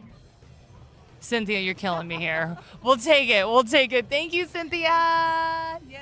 Hello, everybody. I am with the legend, the veteran, Mike Thomas. Hello. Hi, how's it going? Did you like that intro? Yeah, that was great. You're doing great. Was it fitting? Yeah, I think so. Because you've been doing this a while now. Allegedly a while. A little too long, maybe. Break down the lore for me. When did it all begin? What were the high points? Tell me about your Yu-Gi-Oh lore. Oh man, I actually started all the way back in like LOB like 2004 when they used to do tournaments at Toys R Us. I was a little kid and I kind of would wander in there with my dad. I'd make him watch me and I didn't know what I was doing, but it was a lot of fun. And there was a card shop right up the street, so that's what me and my dad did on Sundays. We went to Toys R Us and then the card shop right after. I love this. Okay, so then it evolved into? I just really love this game. I've been playing it for years. I stay at that card shop, you know, like as extracurricular my whole life. And then, you know, Master Duel came out. I play that game every day. I love it. Love the Duelist Cups. And, you know, I make so many great friends playing this game. And it's just so hard to leave. Hold on, you gotta talk about your accolades. Oh, man. Sometimes I do okay. I like got second last year. I don't really know how at the NAWCQ. That's awesome. Yeah, and I just like to play Yu-Gi-Oh. Like, I don't know. What do you love about it? It's a lot of fun. It's a great community, and there's no other card game that's really as involved or as, you know, intense as Yu-Gi-Oh is. So. I love that. It can get a little intense sometimes. Okay, here's a fun question. What's your favorite card? So a lot of people will think that it's something like Trishula, the Dragon of the Ice Barrier, or Chaos Ruler, the Chaotic Magic Dragon. But my favorite's always been Baby Dragon, the like little level 3 guy. He looks so happy. I want to be like him. We love happy looking cards. Yes. Okay. Most underrated card. Ooh, most underrated card. Hold on, I need a second for this one. I don't have an answer. Okay, let that percolate. Let that percolate. While you're percolating on that one, if you could be any Yu-Gi-Oh character from the anime, who would it be? I think Tristan. I think he's just along for a good time. And you know, that's just me. I'm just trying to show up, have a good time, and support my friends. I don't think we hear Tristan a lot. He's a little underrated. Yeah, a little bit. You know, but he's a cool dude. Like he's just there to support his friends. You know, he's not trying to be the best or anything. He's just trying to have a good time. I like that. Okay, can we get a Tristan impression? No. Okay, now you've been able to think on it. Most underrated card and why? Can we cut this segment from the question? No, is there none? Is there none that comes to mind? My brain is so blank. You know what? Low key, I get that. Thomas, thank you so much. You were awesome, and we're so happy you're in the community and kicking butt. And I'm sending you good vibes because you're gonna just win it all, right? No. Stop! Oh my goodness! I just found Jackie. Which is so cool because we have the same name, Jackie. Yes, I also just love Jackie. So I was really excited that you wanted to do this interview with me. So where did you travel from? Like 30 minutes away. Yes. So, yeah. That's nice, not too bad. And how many YCSs have you attended? I don't know, like 50. That probably. Is it really? I think I'm undervaluing it. Do you think it's around 50? Since 2010, so however many those are. Wow, that's so awesome. Do you remember your earliest one? SJC San Francisco was my first event. Okay, and then did you go with friends or like why did you decide to go? I got set up on a date and walked into a convention center. And I was like, what's going on? And then everyone was playing Yu-Gi-Oh! And then that's how I learned how to play Yu-Gi-Oh! Again. Is that really your lore? That is my lore. That is the coolest lore ever. Okay, so that is so fun. So then I want to ask you, what's your favorite card? Fabled Grimro. Tell me why. Because she's a goth girly, so. We love our goth girlies. Yes, we do. Okay, underrated card? Ooh, underrated card. It has to be Mariamne. Okay, tell me why. So in True Draco format, it's Search for Everything, and it was super underrated, and it was in my Nats deck, and now it's my username on everything, so. I love that. Okay, wait, what's your username? Mariamne. So you didn't have to add numbers or underscore? That's me. Look at that. I love that. So what are you playing with right now? So I'm going to play in the Genesis format this weekend, and I'm playing Fabled. Yay! Trying not to interact or look at my opponent at all, just playing my solitaire deck. Okay, so this is a fun question. Like, what is your strategy like when you're dueling? Like, are you like casual and talkative? Are you like poker face? Depends. Oh. If I won that last round, I'm singing Cotton Eye Joe to my opponents in the middle of comboing. And if I lost, I'm super serious. Okay. You never know which Jackie you're going to get. I love that. Okay, here's a fun one. If you could be any character from the Yu-Gi-Oh! Anime, who would you pick and why? Joey Wheeler. I love that. I feel like Joey deserves more love. Yes, because luck beats skill every time, and that man has luck on his side. So if I got luck on my skill, I'd win like 50 YCSs. All 50 that I attended, I would have won all of them. Okay, so can we get a Joey impression? Oh, God. Hey, Ayux. Is that bad? Is that terrible? That was so awesome, actually. That was incredible. Okay, Jackie, you're awesome. We appreciate you. Also, great name. Thanks so much. Yay. And welcome back, everyone, here to YCS Anaheim. 2 rounds in the books. We're here in the round at number 3. I'm Billy Brake. This is Michael Kahanam. And we are here just moments away from our 3rd round of Swiss at the YCS. But it's already been incredible so far. You know, lots of excellent duels just through the first couple rounds. And we got to watch that awesome Yu-Gi-Oh! Genesis exhibition match that you were a part of yesterday. Yeah, now everyone knows I lost. Oh, they had to see the conclusion. It was close, though. He had to have all those answers in the side deck. But it's cool to see 2 decks that you wouldn't normally see facing off against each other, but now there's like a home for those decks to play. Yeah, I think also now I better understand that the board breakers are 0 points, so maybe it's not the best strategy to set up a board that if the monsters are destroyed, you quickly lose with. So, you know, I have room for improvement, and there's still a lot of room for exploration in the Genesis format, which I think is one of the most exciting times to be playing that format. Definitely, and it's going to just keep growing as the game grows as well. But we are here at YCS Anaheim, and the main event is going to be playing the standard TCG. But we have some new prizes that have been incorporated into the tournament. So let's go ahead and take a look at what first place is going to walk away with. Of course, they're going to get that ultra rare copy of the YCS prize card, another Verse Stratios. a YCS trophy, a Steam Deck OLED, a Steam code for the Yu-Gi-Oh! Early Days collection, a YCS Premium Messenger Bag, a YCS Top Cut game mat, and this is the new one, a giant card of the winner's choice, and of course that invite and VIP status at the next WCQ next summer. But that giant card is absolutely incredible, and of course that beautiful trophy that only one of over 1,500 duelists competing here this weekend will be able to walk away. And you also saw that Effect Veiler and Card Trooper, which weren't mentioned on there just for making top 32. All those players are going to be able to have that Card Trooper. If you finish in the top 16 after the final standings, you also get an Effect Veiler, and these prizes just accumulate and stack as you go further in the tournament. Whether you make that top 8 final cut or not, you're still able to finish and get those cool prize cards. But I just want to talk about that giant card. Like, a giant card of your choice, that's a dream prize. As like both of us have won, our championships in the past, YCS, Shonen Jump, same thing, different letters. But if you told me like I could get any giant card and pick, like, man, do I pick like my favorite card, X-Saber Arabellum, or do I pick Masterpiece, something that looks cool and be nice on the wall? Who knows? But now the winner here this weekend will get to pick that, and they'll be able to pick it up at the WCQ coming up. And also cool, if you pick a card that has not been made a giant card, you will have the only copy available. Very prestigious, very cool, and we're going to have to see who's going to get to pick their card. But we're ready for Swiss round number 3, so I'm going to go ahead and toss it to Jackie. Jackie, take it away. Thank you, casters, and we begin with the blue chair. Hailing from San Jose, California, we have Hansi Hansberger. This is his second YCS, his first stage match. Now to the red chair, coming from Nice, France, we have Julian Quijón, our reigning Yu-Gi-Oh! World Champion. Time to duel. Casters, back to you. Thank you so much, Jackie. That's right, we have Hansi taking on the reigning, undisputed Yu-Gi-Oh! TCG World Champion, Julian. And man, that World Championship was just a couple months ago, and I was there, and I can't tell you how exciting it was. The energy in the room was electric.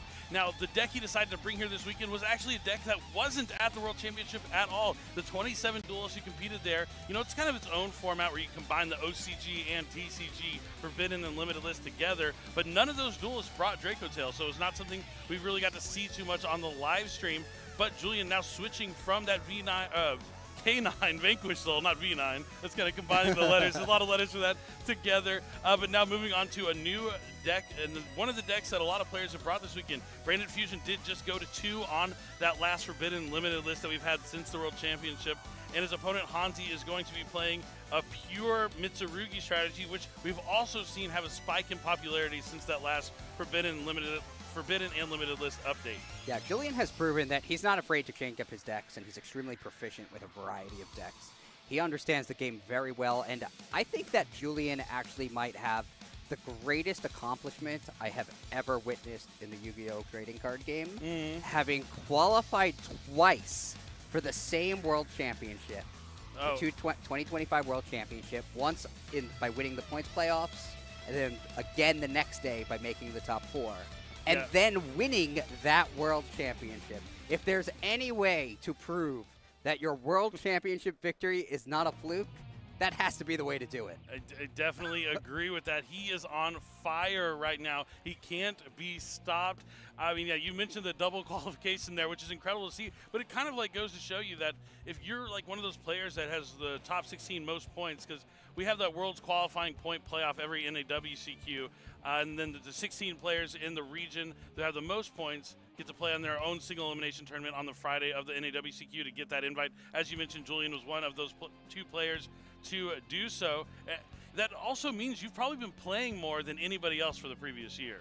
That's true. So he has a lot of practice and a lot of experience, but it's still no easy feat to qualify. Qualifying for the World Championship once is an incredible accomplishment, and I think all of the top players will tell you that is what they aspire to do. But to do it twice is remarkable in the same year. It is. We saw the previous year, Ruben Peñaranda, who also went on to become the world champion. He actually made the top cut at the NAWCQ, but he got through there with the point playoff, so he was close, but no cigar there for him. But Julian, however, showed him up in the next year, said, you know what, let me take over. I can do this. Yeah, and it worked out for Charlie Fuchs, who had the fifth place So Julian's invite, the second time he qualified, got passed down to 5th place. Yep. Who ended up being Charlie Futch, who was able to compete in the World Championship in 2025 as well. Which is absolutely incredible. And Yeah. in that like top 8 playoff, there are also 2 other players from the World's Qualifying Point playoff that were close. Mario and Clifton were both in there in that top 8 playoff to get that final spot to the World Championship. But as you mentioned, Charlie, the former Dragon Duel World Champion and recent YCS champion, was the one to clutch it out and walk away with that 5th place and made it to the World Championship in Paris just a few months ago. But now we are finally here at Anaheim, and it's time for Julian to add something new to his repertoire of illustrious accomplishments that he has so far. He's still not a YCS champion, so he needs to add that to his belt, and he's looking to do so here this weekend. But, you know, on the other side, if I'm Hansi, like, this is the last person I want to be playing against. The guy who can't be stopped. The guy who's on fire, can't be stopped, won the World Championship, and now this is going to be Hansi's opponent for round number 3. But this is going to be an interesting matchup. Obviously, the branded Dracotail deck lines up pretty well into Yummy. We're going to have to see how it's going to do against the Mitsurugi strategy. But it's time to duel. It's game number 1 here of round 3 at YCS Anaheim 2025. All right, here comes the all-important die roll. Yeah. I think the latest Forbidden Limited list created a lot of hype around Mitsurugi because it wasn't affected greatly. Do you think that hype is justified? I do think so. A lot of players are finding that the deck is strong enough. Even like going before the Forbidden Unlimited list, if you're looking at that NAWCQ, we just talked about Charlie Futch. He brought like a Fiendsmith Mitsurugi, so not quite pure just yet. But it was kind of showing signs that the players were starting to realize like these cards are strong just on their own. And there's a lot they can do in like their own simple strategy. And we saw that a lot, like YCS Lille last weekend, Mitsurugi in the top 4. They were doing some Gallant Granite, search for fossil dinosaurs. No, I can only hear him outside. That we're maybe not going to see here in Hansi's deck, at least in game number 1. But you never know, that fossil Dyna is always right around the corner. So, you know, finding ways to adapt the Mitsurugi strategy might be why it is seeing so much success as a pure build here this weekend. Draw phase. But it looks like we are in the draw phase, and let's go. Hansi is starting things off here with Pot of Extravagance with that beautiful variant artwork. Oh, I didn't recognize it at first because of the alternate artwork. Yeah, it's one of those artworks that's like drastically different from the original. So different. It has the Golden Lord on it, right? Yeah, it has like the Golden Lands and stuff like that. I love the artworks that go with the archetypes you should play the card in, and that's one of them. It definitely is. But Julian has the Ash Blossom and Joyous Spring. Hansi will not be drawing 2 cards. But he will still lose those 6 cards from his extra deck. Yep, that's the cost of playing the card. So he's going to start with Aramasa. Aramasa's going to let him add a Mitsurugi monster from the deck to the hand, I believe. Looks like he's looking for Habakiri. Yep, there is that all-powerful ritual monster in Habakiri that really kind of put Mitsurugi, pushed him to like a whole new level once that card was released. He's wasting no time using its once per duel effect. So he'll be able to special summon a Mitsurugi monster from his deck and then tribute a monster on his field. It's going to be the Saji. Saji's going to special summon and, as you mentioned, tribute it away, but gets the effect when it's tributed to add a Mitsurugi spell, and he's going to go for that Mitsurugi Prayers.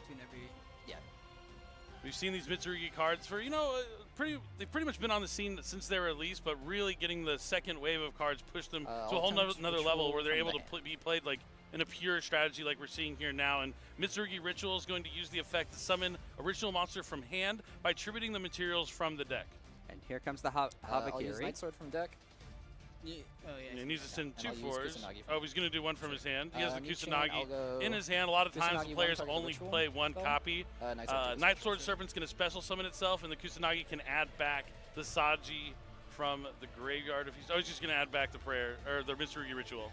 So each effect on Mitsurugi Ritual is once per turn, so he can still activate it to use the other effect to special summon from the deck by tributing from the Gallant. Now, I said we might not see Fossil Dine in game 1, but we are going to still see the Gallant Granite come down because there is a rock monster that you can pretty much play in any deck that can prove to be quite useful as a form of interaction. As long as your opponent summons 5 times. And let's see if that is going to be the case. I know Julian right now is probably in his head, don't get Fossil Dino, don't get Fossil Dino. No, it is just going to be Nibiru. It still will be difficult to play through, but not as scary as a game 1, turn 1 Fossil Dyna. Nib prayers in hand? Yes. There's the second activation of Mitsurugi Ritual. He'll tribute the Habakiri from the field, and he will special summon from the deck. Is it going to be Murakamo or Futsu? Looks like he might want Futsu. I'll ritual out Murakumo. Right. Nope, Murakumo. That's, I feel like, more common to summon first. It's a strong one. It has that effect that if it's tributed, it summons back and destroys your opponent's field.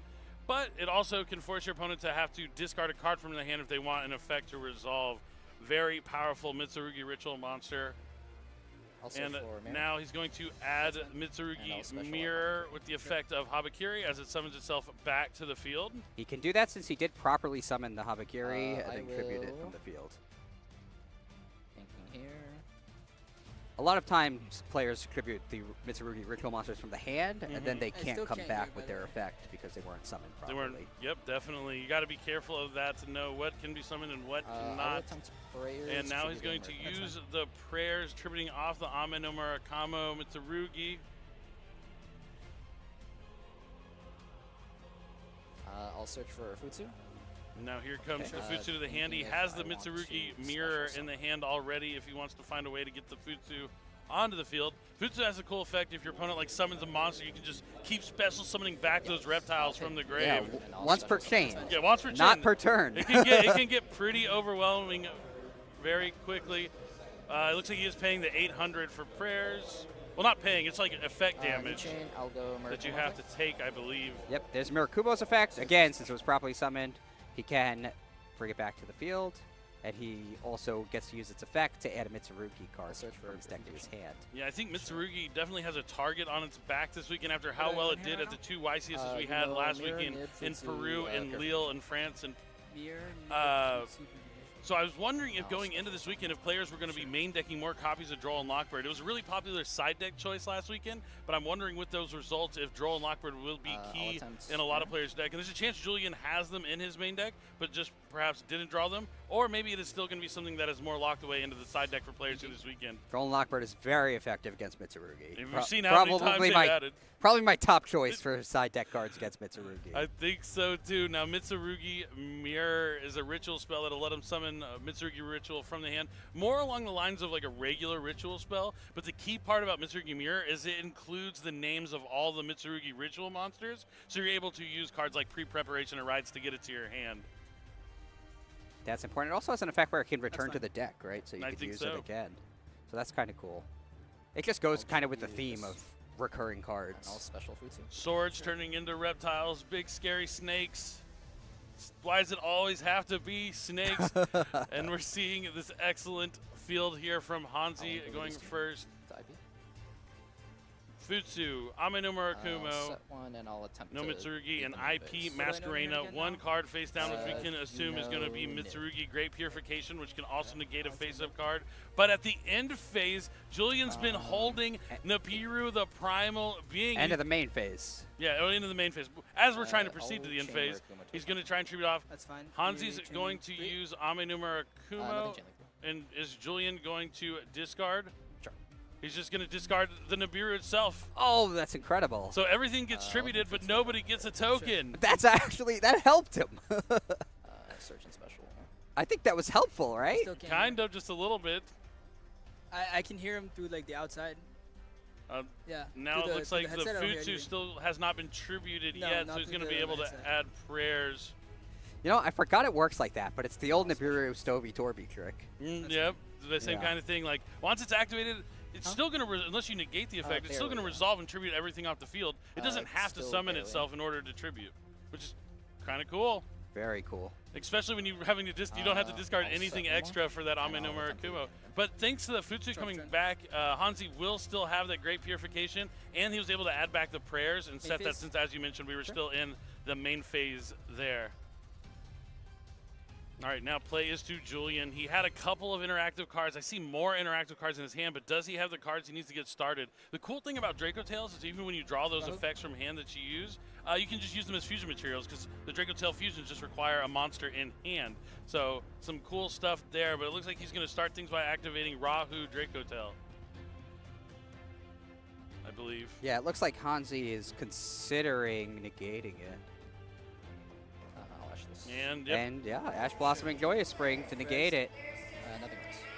Rahu Draco Tail is the fusion spell, but it also lets you use one from the deck so you can Ash Blossom. And then he's going to normal summon Mululu. Mululu. Right. Mululu. And then that's going to get met by the Purification right away. The Futsu is going to be tributed. And then chain link to. That's fine. He'll use the Mirror's Effect to return it to his deck.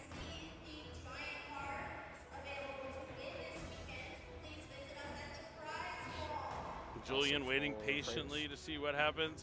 Prayers are going to be added to the hand. We can only assume Hansi's other set card is a Prayers, but Julian really I only can hear the had static. I can't hear anything else. the Rahu and the Mululu, and both of those cards were enough to be stopped from Hansi, and that's going to push us into a game 2. I mean, if you're talking about decks that are good at going first and can play through a lot of interaction, Mitsurugi is one of those strategies you're going to be looking at.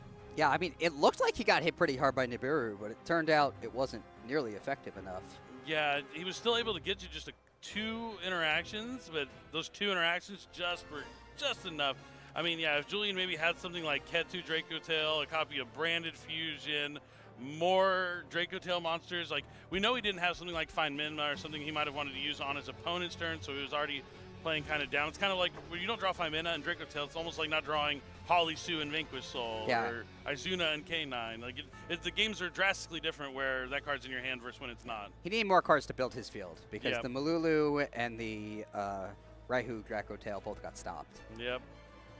Unfortunate, but really fortunate from Hansi. Like if you're sitting down for a feature match playing against the reigning world champion, a good way to calm the nerves is to win that game at number 1, because now you're just 1 game win away. But this is where the side decking gets a little more important, because not only is Julian be able to go first in game at number 2 with his side deck, even in game 3 when he's going second, he might be putting in those key cards that we mentioned, like Droll and Lockbird, and other sort of shutdown cards that could be detrimental to Hansi's Mitsurugi strategy. But he's already up a game, so the ball's in his court. This is his match to lose against the world champion. Which deck do you think is easier to side, like, which ones do you think is easier to side deck against? Which one do you think has the advantage after side decking? I'm going to have to go with Draco Tail. I do think there's like more blanket cards that can hurt the Mitsurugi strategy. When Draco Tail, there's not like a lot of just like simple key cards that you can really have outside of something that might like banish all monsters, like Dimension Shifter. If you can get Retaliating Sea when they use like a Rahu Draco Tail or something like that, that could be really impactful, because the Draco Tail monsters, all when they're sent to the graveyard for a fusion summon, can set those Draco Tail spells and traps from your deck. So if you're able to make sure they don't ever touch that graveyard, it can really cut off the strategy right from the beginning. We have seen a lot of Retaliating Sea gain popularity. Definitely. It's definitely a card like you don't want to leave home without at least being in your bag to have the option to go in your side deck. I know when I used to like go to tournaments, my bag was just full of side deck options. Like I just never wanted to be in a position where I decide to use a card and I don't have access to it. And we're going to have to see what cards these players access from their side decks as we dive into this second game here in round number 3. Yeah, I do the same thing, Billy. There was one year at the North America, I guess it was the National Championship at the time. Yeah. But I needed a DD Survivor, and I had tons of them at home but didn't bring it. So I was scrambling for a DD Survivor, and I learned my lesson that I need to pack cards that I would at least consider playing in case I decide I need it. Oh, I remember those days when DD Survivor was like a solid side deck option for like the anti-decks, the removal decks, even stuff like Bottomless Trap Hole was running around everywhere. So just normal summoning DD Survivor when your opponent had a bottomless set could be epic. But now we are back in it, game 2, and there's the Shifter. I can't believe it. Shifter is actually really good against Mitsurugi, but even more detrimental to the Draco Tail strategy. And I told you that's the card you're looking for if you want to side well against Draco Tail. And wow, what an incredible card to start things off, especially because it's limited to 1. All right, it looks like he started with a Lucius, I believe. Do you think there's any reason to hold the Shifter? No, I would just do it right away. Just let them know you have it. Like, you're going to do it anyway. Why not just do it during the draw phase? Maybe give the opportunity to play around Triple Tactics Talent, which is something that could go in going first. Yeah. The only possible benefit would be you can chain it to a card like Branded Fusion. And then catch. You get the cards out of their hand and catch them off guard. Force them to maybe have played a card they would not have wanted to play, but you're probably right. I mean, Shifter on its own is stopping them completely. I mean, no, I think there's a solid argument for both. I'm a big believer in there's not one right line of play. There's multiple different paths you can get to the same conclusion. And it does look like Julian is just going to summon, set a spell and trap, and pass. He was hit hard by the Shifter. And then the Shifter will hurt Hansi, but he's able, since it's his turn now, not having to worry about too much interruption, he might be able to play through it. Not need to rely on the cards coming back from the graveyard. And pre-prep is a good way to get things started. We mentioned Mitsurugi Mirror makes pre-prep an option in the Mitsurugi deck, and that is what is going to happen here, adding Habakiri and that Mitsurugi Mirror. There's the Habakiri. So he'll reveal it, special summon a Mitsurugi monster from his deck, and then tribute it since he has nothing else on the field. Yep, Saji will be banished, but still gets that effect. As long as it's tributed.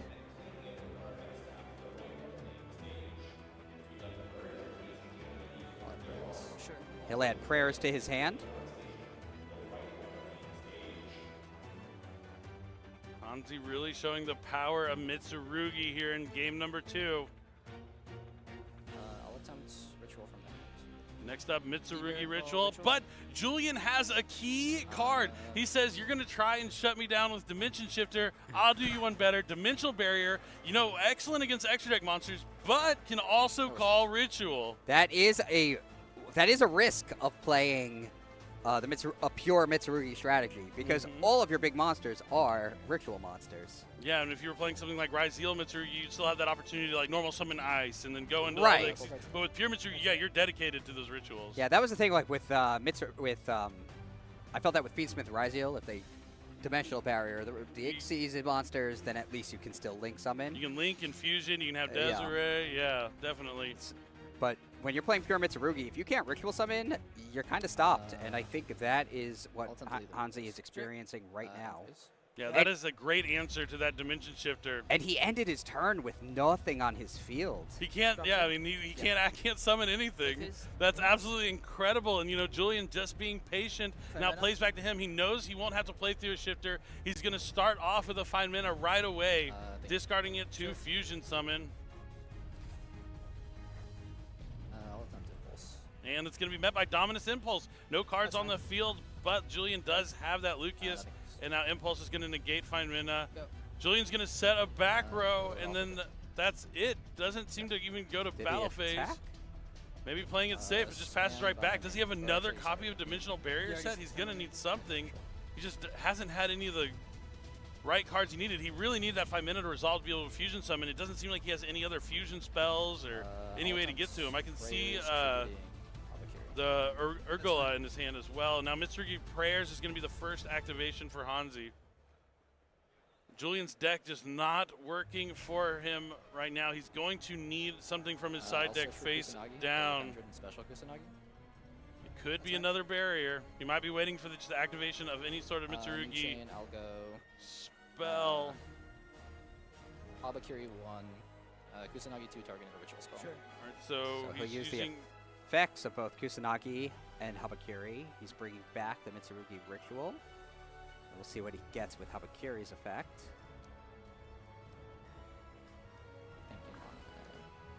I think Julian is going to need another Dimensional Barrier in order to get through this. He hasn't conceded yet, so I'm thinking that might be what he has face down. Could be, but when it's the second duel, and if you lose, you're out, I feel like conceding's never the right move. Sure.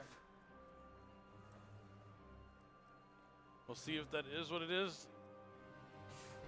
And even if he has that barrier set, he's still going to need to draw into something. Here comes Ritual, and it is another copy of Dimensional Barrier to call Ritual again. No rituals. They're going to be stuck behind that barrier. That is going to buy him at least one more turn to draw another fusion spell or a monster effect that can fusion summon. There are a lot of them. There's Femina, Mululu, and then Ketu. Yeah, tons of spells. Rahu, Branded Fusion. Like he has the cards in his deck. They just need to be there. He needs to believe in the heart of the cards. I think as world champion, he might have some of that heart of the cards magic when he needs it most, which is right now.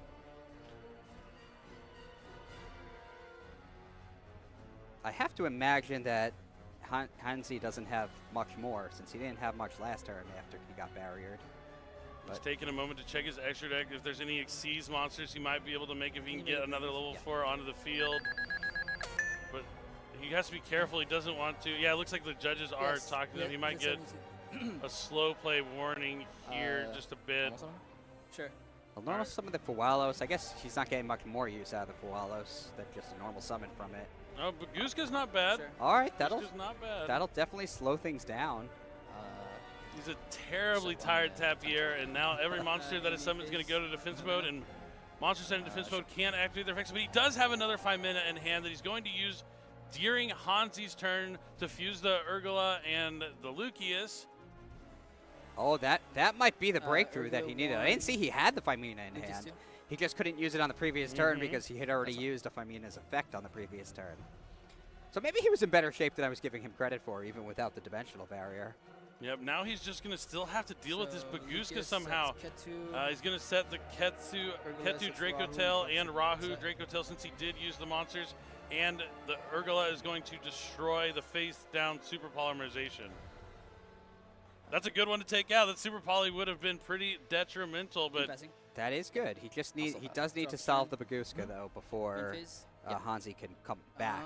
Yeah, we're going to see maybe he can find a way to go into something like SP Little Knight with one of his fusions and banishing the Baguska. But even if he does that, that will also guarantee that Hansi's going to have another turn because the SP Little Knight would prevent him from attacking directly. So this is where Yu-Gi-Oh! Is at its best, is when you're having to think, you're both kind of giving it your all. Your opponent always has like the right answer, but you're not quite out of the duel. But it looks like Ketu's going to add Dracotail Pan to the hand. And now does he fusion summon afterwards since his opponent controls a card? I expect he will, and I expect he'll use the Pan.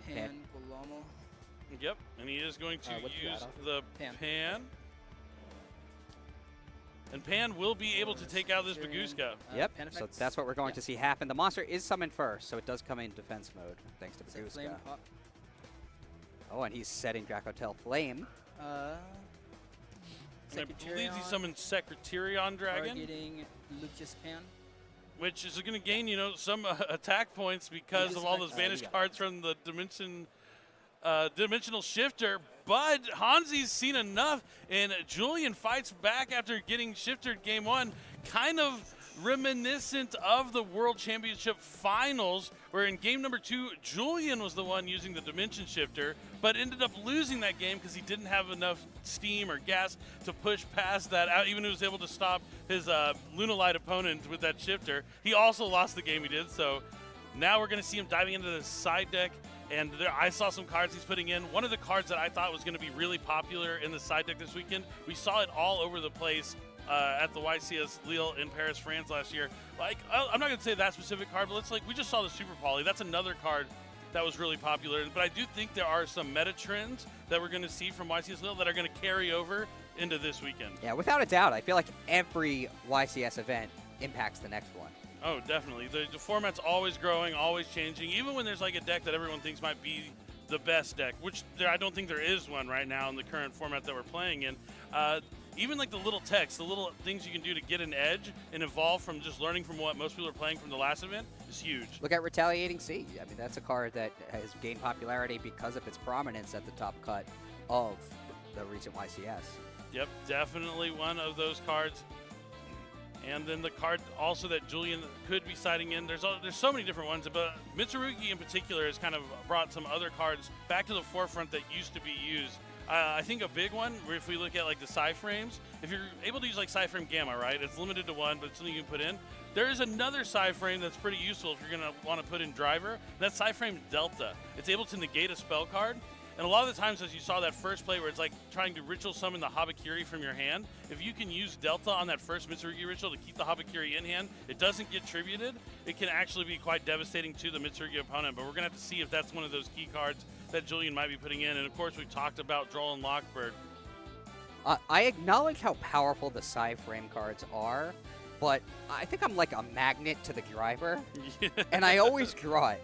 So I just refuse to play it. Hey, to each his own. I'm the same kind of way. Yeah, if it's not working for you, then no amount of theory is going to make it work any better for you personally. Right. So, but obviously they're really strong effects when you pull them off, pull them off, and special summon the driver from the deck. So. And Delta especially is really cool because being able to stop a spell card on your opponent's first turn is pretty huge. Yeah, and that's relatively unusual. Yeah. Like, just negate a spell. We have like Herald of the Green Light. Yeah, like that might be like the only other one. There's really not a lot of effects that can do that, generically hitting all spells. Both these players are locked in. You see Focus staring down, staring off to the side. Not much emotion, but that's kind of like where you want to be when you're playing in feature match. You don't want to don't get too high, get too low. You want to be right there in the middle, cool, calm, and collected. Yeah, I think it's easy for Julian, right? Reigning world champion. He's been on a bigger stage. He's played these games before. Yeah, he has played these games before. But never quite this way. Never quite this way. It's like an all-out war with monsters that obey. Yeah, it's an incredible dueling world out there as we're jumping into game number 3. Now, Hansi did win the last time when he went first in game 1, but we've been talking about it. The side decking can play a huge role because now those cards that Julian had in his deck that were for going first are definitely not going to be there anymore. He's probably replacing them with some going second cards. But there's also plenty of options for Hansi on the other side to put in when you go first. I mentioned it in game number 1 when we saw that Galleon Granite last weekend at YCS Lyle. Fossil Dyna was everywhere because you can even make Hope Harbinger to protect the Fossil Dyna from being attacked. There's a lot of scary implications in the Mitsurugi strategy that we could see play out here in game number 3, but we'll have to see what these players have in their opening hands here in game number 3, round 3, YCS Anaheim 2025. Will the world champion be able to come back from losing game 1 and win the next 2? Or will Hansi have the early upset? And he's starting things off with Dimensional Fissure. Talk about Shifter stopping monsters from going to the graveyard. That's another great one, but he doesn't have any Mitsurugis. So he's just going to set a spell and trap and pass.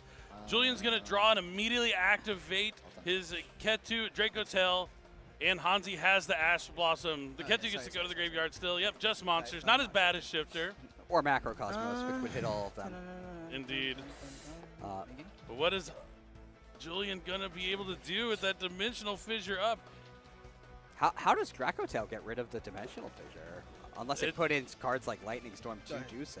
Yeah, it would have to be some side deck cards, but also just a long process, maybe with an SP Little Knight or something like that. But Julian just passes right back to Hansi.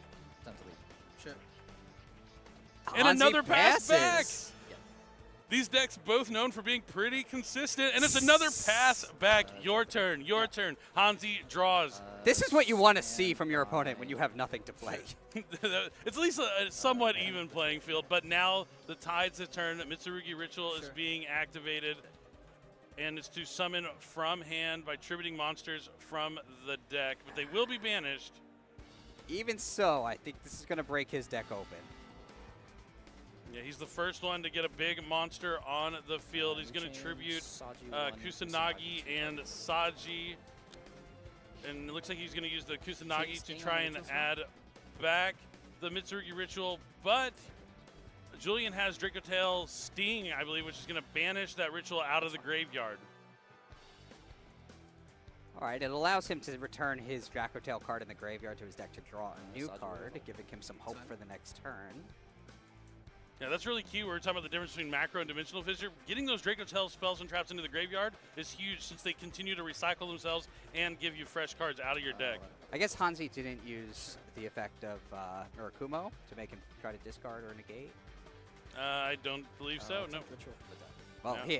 I guess he didn't need the ritual because he had another copy. And now he's going to try and summon from deck, but I think Julian is going to stop that.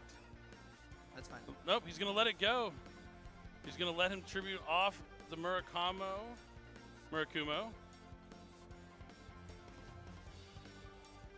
For Habakiri. I think what Julian's trying to do is let him summon as much as possible, maybe get him to 5 summons so he can use that Nibiru from the hand. But he's going to save the effect of Ash Blossom instead of stopping the ritual to stop the add afterwards. because he knows that the Ame no Murakumo is going to be banished, but then he's going to be met by the Purification, the Great Purification, which is going to stop Ash Blossom. So he's going to be able to continue his plays. He's only at 2 summons right now, so he's going to need to summon a few more times if he wants to walk into that Nibiru the Primal Being, but Mitsurugi Prayers is being added to Hanzi's hand now.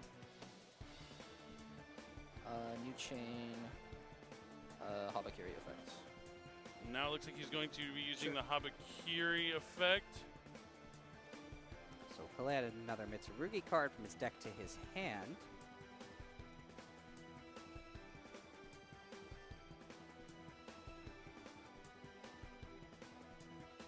And let's see what he decides to go next. That Dimensional Fissure is just the key card, making things so different in this game. And the card that Julian is going to have to worry about. But with the Murakumo on the field, it's tough.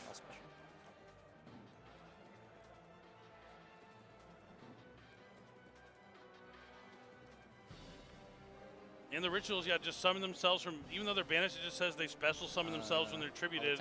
Doesn't have to be from the graveyard. So Habakiri and no Murakumo on the field. I think this is 4 summons as well. He's just going to attack. Hanzi very aware that there could be a Nibiru in the hand. He got Nibiru in game number 1, and he knows that that might be one of the cards that Julian is looking for. Because if he does get the Nibiru on the field, that's a monster already established. He just needs to get an extra egg monster on the field to maybe go into SP Little Knight to start dealing with Dimensional Fissure. But And with so many cards in Julian's hand, but no cards he can play, I feel like the odds he has a Nibiru is relatively high. yeah, exactly. You kind of can make that read on it. Yeah, I think Hanzi did make that read. Smart stuff. Still 21 minutes left in the round here in game number 3. One face down, and Hanzi will end his turn. Every time I'm doing that, every time my last action is like set a card face down, I always find myself, I feel like I'm in the anime, right? So I'm always like, I'll set one card face down and end my turn. And I can't stop myself from doing it. It's iconic. Oh, that's a driver in Julian's hand. I jinxed it. No, you jinxed it, drawing the driver, but not the side frames. But the first, he's going to try to normal summon Dracotel Lucius. Going to banish that driver out of his hand thanks to the Ame no Murakumo. And then he's going to add Find Mana with Lucius. That's rough, so he can use Faimina, right? Thinking. Yeah.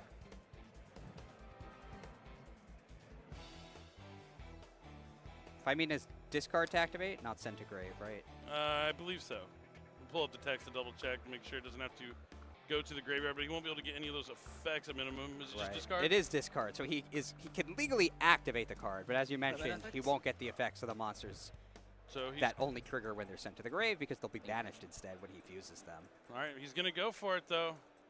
At this point, he just needs to have something maybe that's just stronger than Murakumo. I don't know. It's still a tough position because he knows he has the prayer set as well. And he's going to use the Urgula. And the Faimina. Arthelion, target your guys. I'll chain prayers. And yep, now that the Arthelion is out, it's going to be met by the prayers. But Ghost Spell is going to stop the prayer. Or is he going to stop the Murakumo effect? That's. Or is he stopping prayers? Oh, he's stopping the prayers from summoning back from the graveyard. But now Murakumo is still going to activate. But Habakiri goes back to the hand. Oh, because of the Arthelion, he gets to return 1 since he used a card from the hand. Okay. So he clears the field. He goes to the battle phase. I think he missed out on 1,800 points of damage earlier. Oh, no, that was game 2. That was game 2. Yeah, that was the previous there was a game. game he didn't attack directly, but it actually didn't matter. But now he's going to attack with Arthelion and the Lucius for some damage. And now it looks like he might be thinking about going into that SP Little Knight in main phase 2. Oh, I see. He can go spell the prayers even though there's no monster in the graveyard because it has an effect. That special summon. It includes the effect, yep. I know Armasa and that guy bounced him. I guess now banished forever. Julian did a great job turning this around while Dimensional Fissure is still on the field. Yep, a lot of players of lesser caliber will just crumble when like the counter card comes on the field. Like, man, they drew the card. Oh, they drew the one of. The same thing with the one of Dimension Shifter in game number 2. Like, you could just like crumble mentally, but you got to stay strong. You got to focus on what you can control, not the things that are out of your control. Don't just wallow in self-pity and give up. Yeah, you can beat this. You can do it. Yeah, you got to believe in yourself and believe in the heart of the cards. And that is what Julian is trying to do here in game number 3. And he's by no means in the clear. I no, mean, definitely not. But it's certainly a game. It's a game right now for sure. And then the normal summon of Kusanagi is going to let Hanzi add a Mitsurugi monster from the deck to the hand. Sure. I'm sorry, Aramasa. Not Kusanagi. Kusanagi's the one that adds from the graveyard. Aramasa is the second wave one that adds a monster from the deck, and he's going to use that Mitsurugi Mirror, distributing the Habakiri from his hand to summon a Murakuma. And as we mentioned, Julian is not out of it just yet. He is, in fact, far from it. He has no cards in hand, no cards on the field. He's going to take a couple of direct attacks, and I think that's going to be it. And yeah, it looks like Hanzi's going to walk away with the win over our reigning world champion here in round number 3. Julian's down, not out, just one loss, still 2-1. He's going to be able to win more Swiss rounds as we go on, but Hanzi's going to have a story to tell his friends when he gets home. Yeah. He's going to be able to talk about the time he played the world champion in round number 3 with his pure Mitsurugi strategy and walked away the winner. Yeah, once the Mirakumo wiped out the field, banishing the monsters, it was easy for him to close it out. Yep.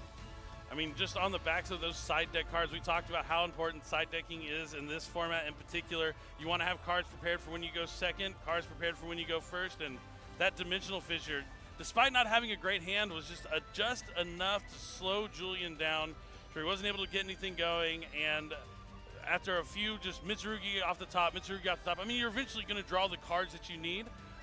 Things lined up for Hanzi, and Julian is going to be moving on 2-1. Hanzi's moving on 3-0.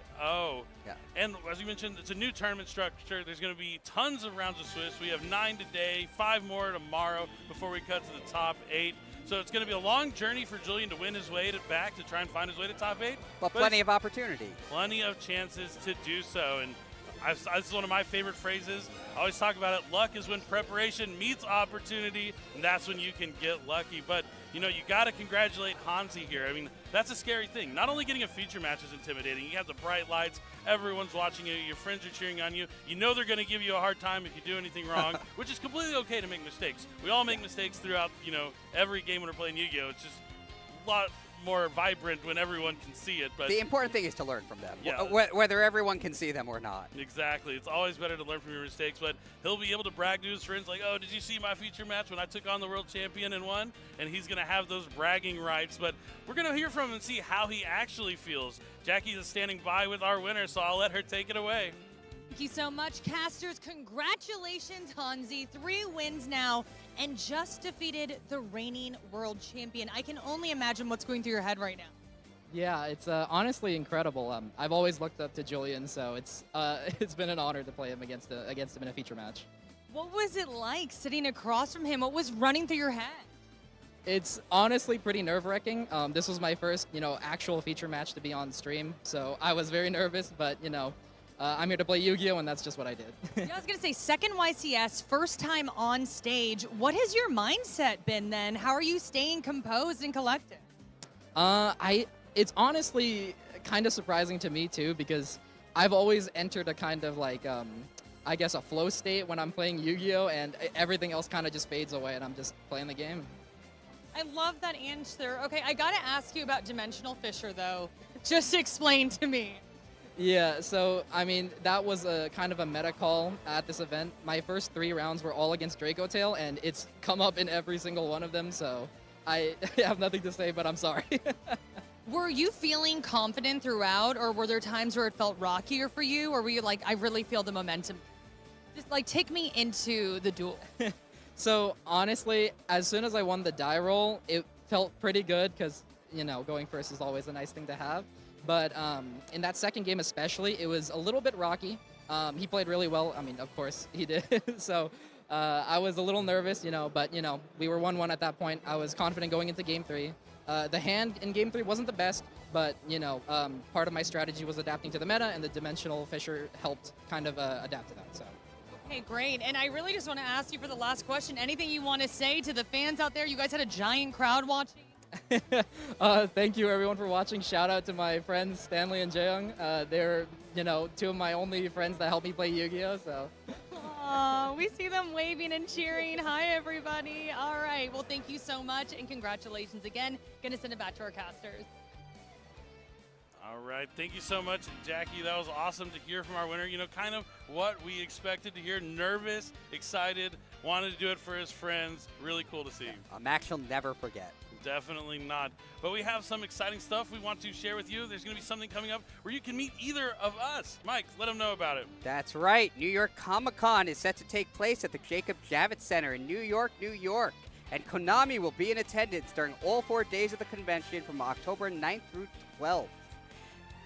Duelists attending New York Comic-Con can enjoy a variety of activities at the Konami booth, and these include demo experiences for Yu-Gi-Oh! Digital games and the Yu-Gi-Oh! TCG, free giveaways, the opportunity to create a custom token card by getting photographed at the token card photo booth, and a chance to bring a constructed deck to duel against top duelists in Duel the Master. That will include both me and Billy. Yep. Attendees will be able to preview future products. We'll have the opportunity to purchase special merchandise exclusive to the event.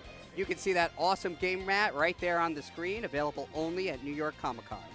There's also going to be some new stuff, including a deck building station available to attendees that want to further their dueling journey, a free promo pack containing Rescue Rabbit, the eFootball version for the Yu-Gi-Oh! TCG, and a token card featuring an international soccer superstar, Neymar Jr., available for attendees that download an eFootball game and complete the tutorial. And finally, you can test out the Yu-Gi-Oh! Duel Links new Duel Monsters World Update. Yep, I know you've been playing a lot of that Duel Links update. Noah Kaiba's in there now, right? Noah's there. You can unlock Noah, Serenity. Ooh, some of those fan favorite characters that are awesome to see, but that game mat, you can only get it at New York Comic Con. I don't think it's even going to be available online. Features that awesome chibi artwork of Akiza, kind of celebrating the legendary 5Ds decks, where we have those chibi artworks in that also coming up in the product. But we have our bonus feature match going on right now, so we're going to jump into some more Yu-Gi-Oh! Action. So let's just jump right into it. It looks like we are in game number 3. We have Tamir taking on Jesse, and Tamir's playing a deck that you're a pretty big fan of, though, Mike. Yeah, I am a pretty big fan of Cyber Dragon. Yeah, it has the Cyber Dragon, but with some newer cards in it, some K9 Cyber Dragon stuff as well. And his opponent, Jesse, is playing that Draco Tail deck that we've also heard is quite popular this weekend. Yeah, the synergy is great with the K9 and Cyber Dragon cards because they're all level 5, and they're both rank 5 strategies. Oh, okay, so I can see, kind of the K9 cards, you kind of look at anything that has a level 5 monster and like, okay, can I put these things together? And Cyber Dragon is like the OG level 5 monster. My favorites. Definitely, the classic. Even the ones that aren't level 5 can make their level 5. Yep, we're trying to go into Nova and then Infinity. That's what we want to do. But as we see this matchup play out, we do see all the players this weekend are well prepared for Draco Tail in many different ways. It looks like a Ketu Draco Tail, or is it Rahu? It's Rahu being activated to use a monster material from the deck and one from the hand for a fusion summon. But it looks like Tamir chained different Dimension Ground. There's so many different options out there to stop your opponent from letting their monsters touch the graveyard. You have different Dimension Ground that you can set off triple tactics thrust. You have Dimensional Fissure that you can just leave out there and be a problem for Draco Tail players, as we saw previously. And then you also have Dimension Shifter, Macrocosmos. Plenty of options. You just got to pick the one that lines best up into your deck. Yeah, we're definitely seeing an increase in popularity of those cards as the metagame develops, and we see all these strategies that are dependent on monsters being sent to the graveyard. Yep, definitely the case. At least there's only one Dimension Shifter, but it looks like Arthilion's going to come down and get rid of that monster. At least maybe try to return a Lupus that gets banished when it leaves the field instead, so that's why we saw it get banished there.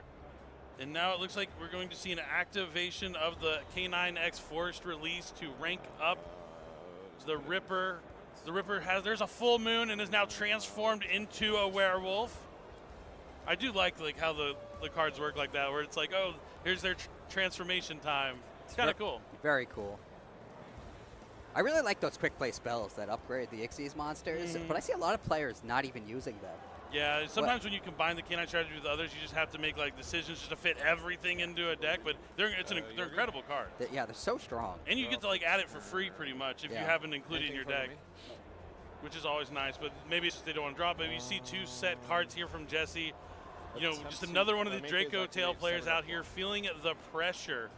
Now it looks like Cyberdark Worm is being discarded here from Tamir to add a Cyberdark monster to the hand. I believe it. Oh, Claw, Cyberdark Claw. Claw, yeah. That discards to add Cyberdark Realm. Attempt to activate the Cyberdark Realm. Cyberdark Realm is being activated next. And that's going to be met by a Draco Tail trap card. I think that's Horn. One card left face down. That's...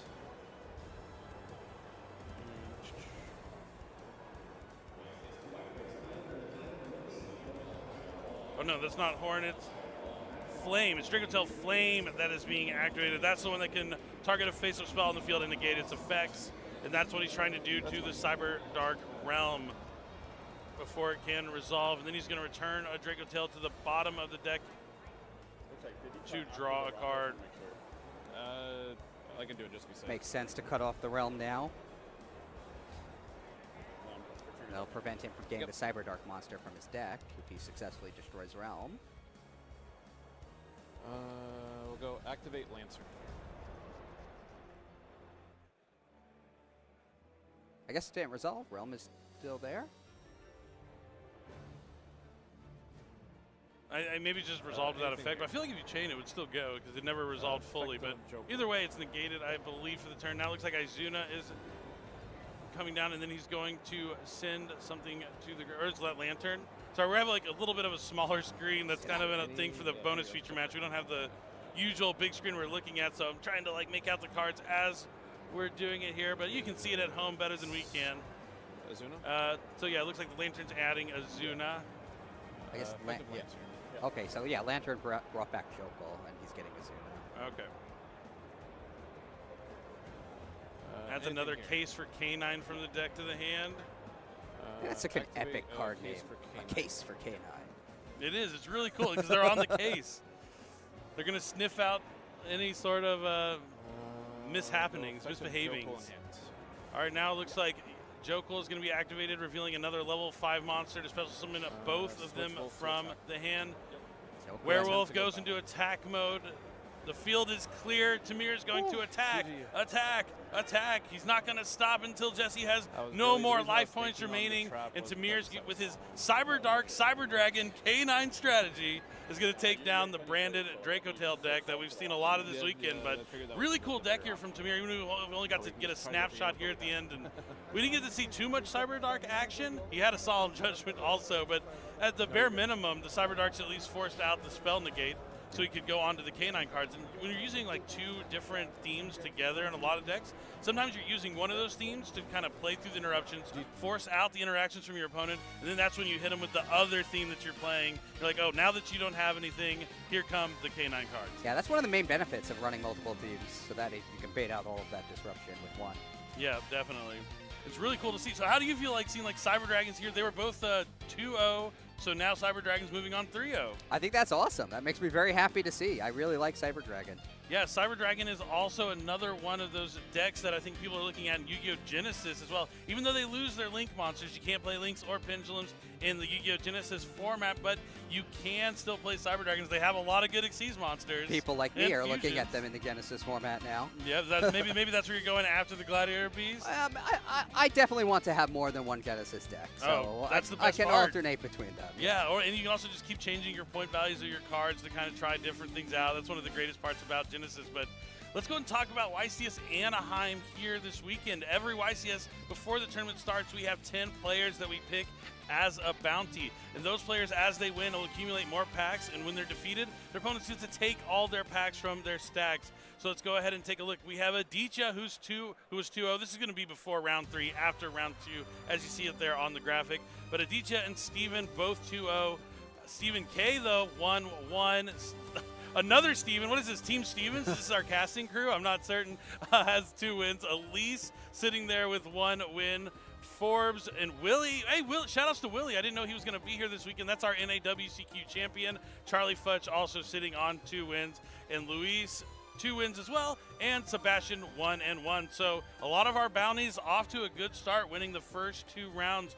And as I said, as they win, they get to bank packs. They get 2 packs handed to them, and then 2 more packs go into the bank.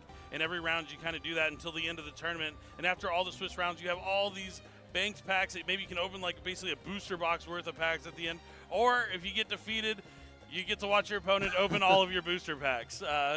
It's a double-edged sword sometimes, but adds a little bit more intensity to your regular Swiss rounds for those 10 bounty duelists. But with 3 rounds in the books, round 4 is coming up shortly.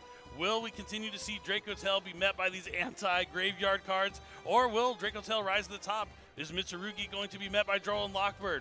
These are the questions that remain to be answered, so stay tuned and don't go anywhere. We have more action coming from YCS Anaheim very shortly. Duelists Advance is just around the corner, fellas, and you know what that means. It means we have 2 early boxes to crack open, thanks to Konami. There's a lot of strong cards in this set, so let's just see what we get after you hit the like button. We are back once again, opening a brand new core set. We got Duelists Advance, a lovely little duad opening. 2 early boxes thanks to Konami. We pretty much know all of the, or most of the TCG exclusives. We got the new archetype, we got that revealed, so that was kind of cool. We've seen the new ritual support. We know pretty much all of the secret rares and ultra rares as well at this point, although I am curious to see how the Starlight rares are done. So with quarter century secret rares, every ultra rare and every secret rare was a quarter century secret rare, and then you also had a 25th QCR that was exclusive to that rarity. However, unless I read it wrong, I don't think it said that on the product description. Maybe it's just random. I don't know. Let's hopefully pull some Starlights and find out, baby. In terms of like cards I want, it would be really cool to pull the Kaiba Man the Legend card. Like, dude, Kaiba. It's just gonna be fun to experiment around with different Blue Eyes builds, and Kaiba Man the Legend could be one of those. So, we got the Starham, Valon, the Super Sai Sky Blaster. Oh, is this a set with all the new Psychic stuff? Heroic Champion, Magnum, Excalibur. We got Miasma, Dragon, Testina. Ooh, he's a big boy. Level 10. Of course, that kind of makes sense in Testina, right? Oh, okay, right off the bat. Oh, dude, it's stamped. That's cool. RB Valkan Rocket, one of the new TCG exclusive archetype cards. I love the fact that it has a little stamp in the bottom corner. Almost makes it look like one of the new prize cards, like the YCS Effect Filler. We got the Valkan RB Rocket. Let's go, dude. Vanquish Soul gets some new support in here as well. I forgot about that. It becomes a really strong deck. Vanquish Soul start. We got a Field Spell. Regenesis Cycle. Layer 19, Sudden Incursion, Super Quantum Black. We got the Super Quant stuff in here, and the new Novels Recipe Book. Dude, there's support for so many different archetypes in here. I completely forgot. Duelists Advanced was just not on my radar. Like, in the lead up to Nationals, I just completely forgot about it. We got Therealize. That's kind of cool. It's a cool name, and it's cool artwork. Dark Flare Swordsman, very nice. I love Dark Flare Knight, dude. Lunalight Silverhound is a common. We knew it was low rarity, just not exact rarity, so common. Very cool. We got Archmage, Masterwork Succession. The Archmage stuff looks really, really cool as well. Galaxy War Drake, level 4 Light Dragon. If a level 4 Light monster is special summoned to your field, you can special summon this card from your hand or graveyard, but banish it when it leaves the field. You can target one other level 4 Light monster you control. Make it both that monster and this card at level 8 until the end of this turn. Seems pretty good, actually, in Galaxy Photon specifically, because you do have that Light Lock. Yeah, cool card. Teleport Fusion, Psychic Fusion monster. Spirit Poacher. Yeah, we caught the Amethyst Cat. Jesse Anderson will not be happy about that one. Return of the Duelist. And we got Psychic Omni Buster, one of the new Psychic Synchros. It's Wind. Okay, interesting. Moving on. What do we have? We have Prototype Psychic Blaster. Valon the Super Sai Sky Blaster, rank 5, level 6. Okay. Gaia Stream the Graceful Force. Cursed Dragon. Got a little bit too much of that H2O. What does this do? I've read the effect. I don't understand why. That's a card, I guess. Yo, we got more Ignister stuff. We got Linkslayer at Ignister. Oh, baby, let's go. Okay. The one card I wanted is our first higher than super rare pool. We got Kaiba Man, the Legend, with his 3 Blue Eyes White Dragon in the hand there. Blue Eyes White Dragon in the background, dude. What a sick looking card. Does require you to play 3 Blue Eyes White Dragon in your deck, which is not ideal in terms of like competitive ratios. And it's a warrior. instead of a spellcaster. So you can't go into Spirit with Eyes of Blue with this card. However, you can do some cool things with it. So very, very fun, very cool cards. Looks amazing, and we'll definitely be experimenting with it at some point. Spring or summer and autumn and winter. Spring, very cool. That's very pretty, actually, very calming. Miracle Raven, we got the new Ritual Pendulum that can just ritual summon itself. Love that, so creative. Moon Gardener and Inferno of the Ashen. I love this art. Ashen has such sick art. The deck's just not it for me. Spellcaster level 4 light. If your opponent controls 2 or more monsters, you can special summon this card from your hand. You can only special summon Gunner once per turn this way. If this card is normal special summoned and your opponent controls a monster, you can target one level 4 light monster in your graveyard, add it to your hand. It's like an extender that's kind of better going second, I guess. Okay. Cross Mind Archfiend. This card looks familiar. I think I'm like, what am I thinking of? Thought Ruler Archfiend? Is that his name? It's green in the artwork. This one's blue. I assume it's kind of like similar to that. Another Psychic Synchro. We got Miasma Dragon, Super Quantal Fairy Zetan. Oh, it's like the black Super Quant. Let's go. We got Serene Psychic Girl, level 2 Earth Psychic Tuner. Oh, Argostars Adventurous Arion. We got our first ultra rare, and it's the rank 4 Argostars monster. Let's go. A couple of people at locals actually playing Argostars now, so that'll be nice for them. Psychic Omnibuster. We got Buio, the Dawn's Light. This looks like it's going to be part of the Forbidden archetype. Monsters in your leftmost or rightmost main monster zones cannot be destroyed by card effects. You can only use each of the following effect once per turn. If this card is in your hand, you target one fiend effect monster you control, negates effects, and if you do, special summon this card. Okay. If this card is sent to the graveyard, you can add 1 Mutiny in the Sky from your deck to your hand. It all kind of depends on what Mutiny in the Sky does, and I assume that's going to be in the set, so let's try and pull that. We got the Ashland U1000 here as well. All the ritual stuff appears to be common. Let's keep going. We have the Lunalight Masquerade. I thought this card was going to be super rare. It just, like, by the artwork, it looks like it would be a super rare. But it's a common. Okay, it's a really good card as well. It's like one of the 3 obs you would have in the deck. So that being a common is actually really nice. We got Black Lair, Hushed Psychic Minister, Dark Flare Swordsman. We got Go Go Go Goblinberg. Yeah, we got the new Go Go Go Do Utopia support in this set, right? Spirit Poacher once again. We got Regenesis Cycle, Shipping Error, and Ashland U1000. What is this? Oh, it's actually just a funny little annoying effect for the opponent. It's not like game winning or game changing. It is simply annoying. All right. Wake Cup Mocha. A little coffee in the morning. It's a little coffee girl. She's a Wind Aqua. Not what I would have expected. Oh, Wake Up. Wake Up. Wake up. Wake Up Mocha. That's cool, actually. I like the name for that. Ethereal Eyes. We got Chapter Novels. Fairy Z-Town. We got Loose the Dusk's Dark. What is this? A Fiend Fusion. 3 Fiend and or fairy monsters in your graveyard. Huh? Oh, this goes with that other card. Monsters in your leftmost or rightmost main monster zones cannot be destroyed by card effects. You only use each effect once per turn. You can target one card your opponent controls, send 1 fiend or fairy monster from your deck to the graveyard, and if you do, destroy that card. That's pretty good. If another card you control is destroyed by card effect, you can target 1 card in the field, destroy it. 3,500, 3k. Okay, so I assume the card that we were searching, this, what was it, Malice in the Sky or something? No, something in the sky. Fusion summons the sky. That makes sense. Moon Magician. If your opponent controls an Xyz monster, you can special summon this card. You can only special summon Moon Magician once per turn this way. This card is normal special summon. You can target 1 level 4 light monster in the graveyard, special summon it, but negates effects. Ooh, that's kind of good. First effect being an inherent summon is actually pretty good as well, because that plays around something like Caesar, and that would like fulfill the requirements because your opponent controls an Xyz monster. Yeah, kind of cool, kind of cool. We got the Monarch's Master Plan. Oh, we got the Monarch support in here as well.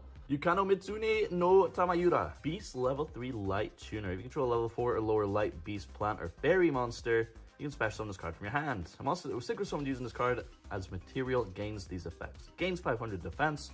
Your opponent cannot target this defense position card with card effects. Okay, it's for the Ancient Fairy Dragon deck. And then we got Ashland there as well. I still got a couple of nice rarities to pull in here, hopefully. We got Prototype Psychic Blaster, Lunalight Masquerade, Valon the Supersized Sky Blaster, Black Lair. We got Lunalight Liger Dancer, the new boss monster for Lunalights. Yes, very, very strong, very cool. 3 Lunalight monsters plus Leo Dancer. Like hefty requirements.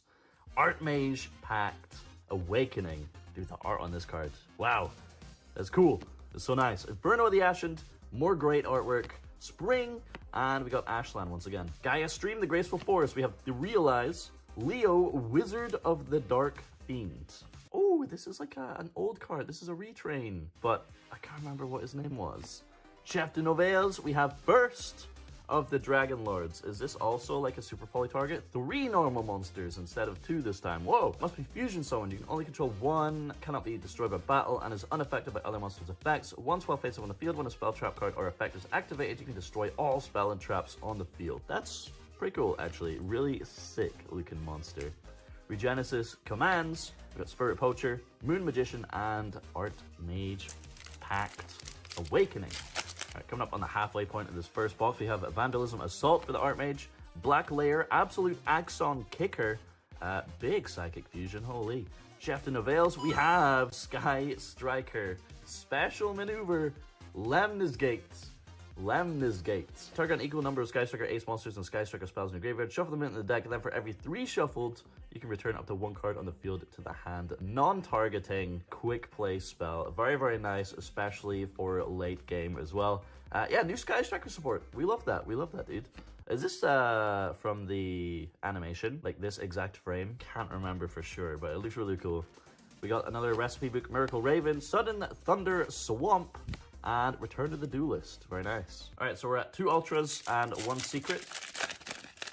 We could potentially be doubling up on those. Wake Up, Mocha, Succession for the Archmage. We got Lunalight Masquerade, Heroic Champion, Magnum Excalibur. We got the Perfume Dancer, the little combo piece for Lunalight. Searching the Lunalight Perfume, finally. Very nice. Vanquish Soul Start.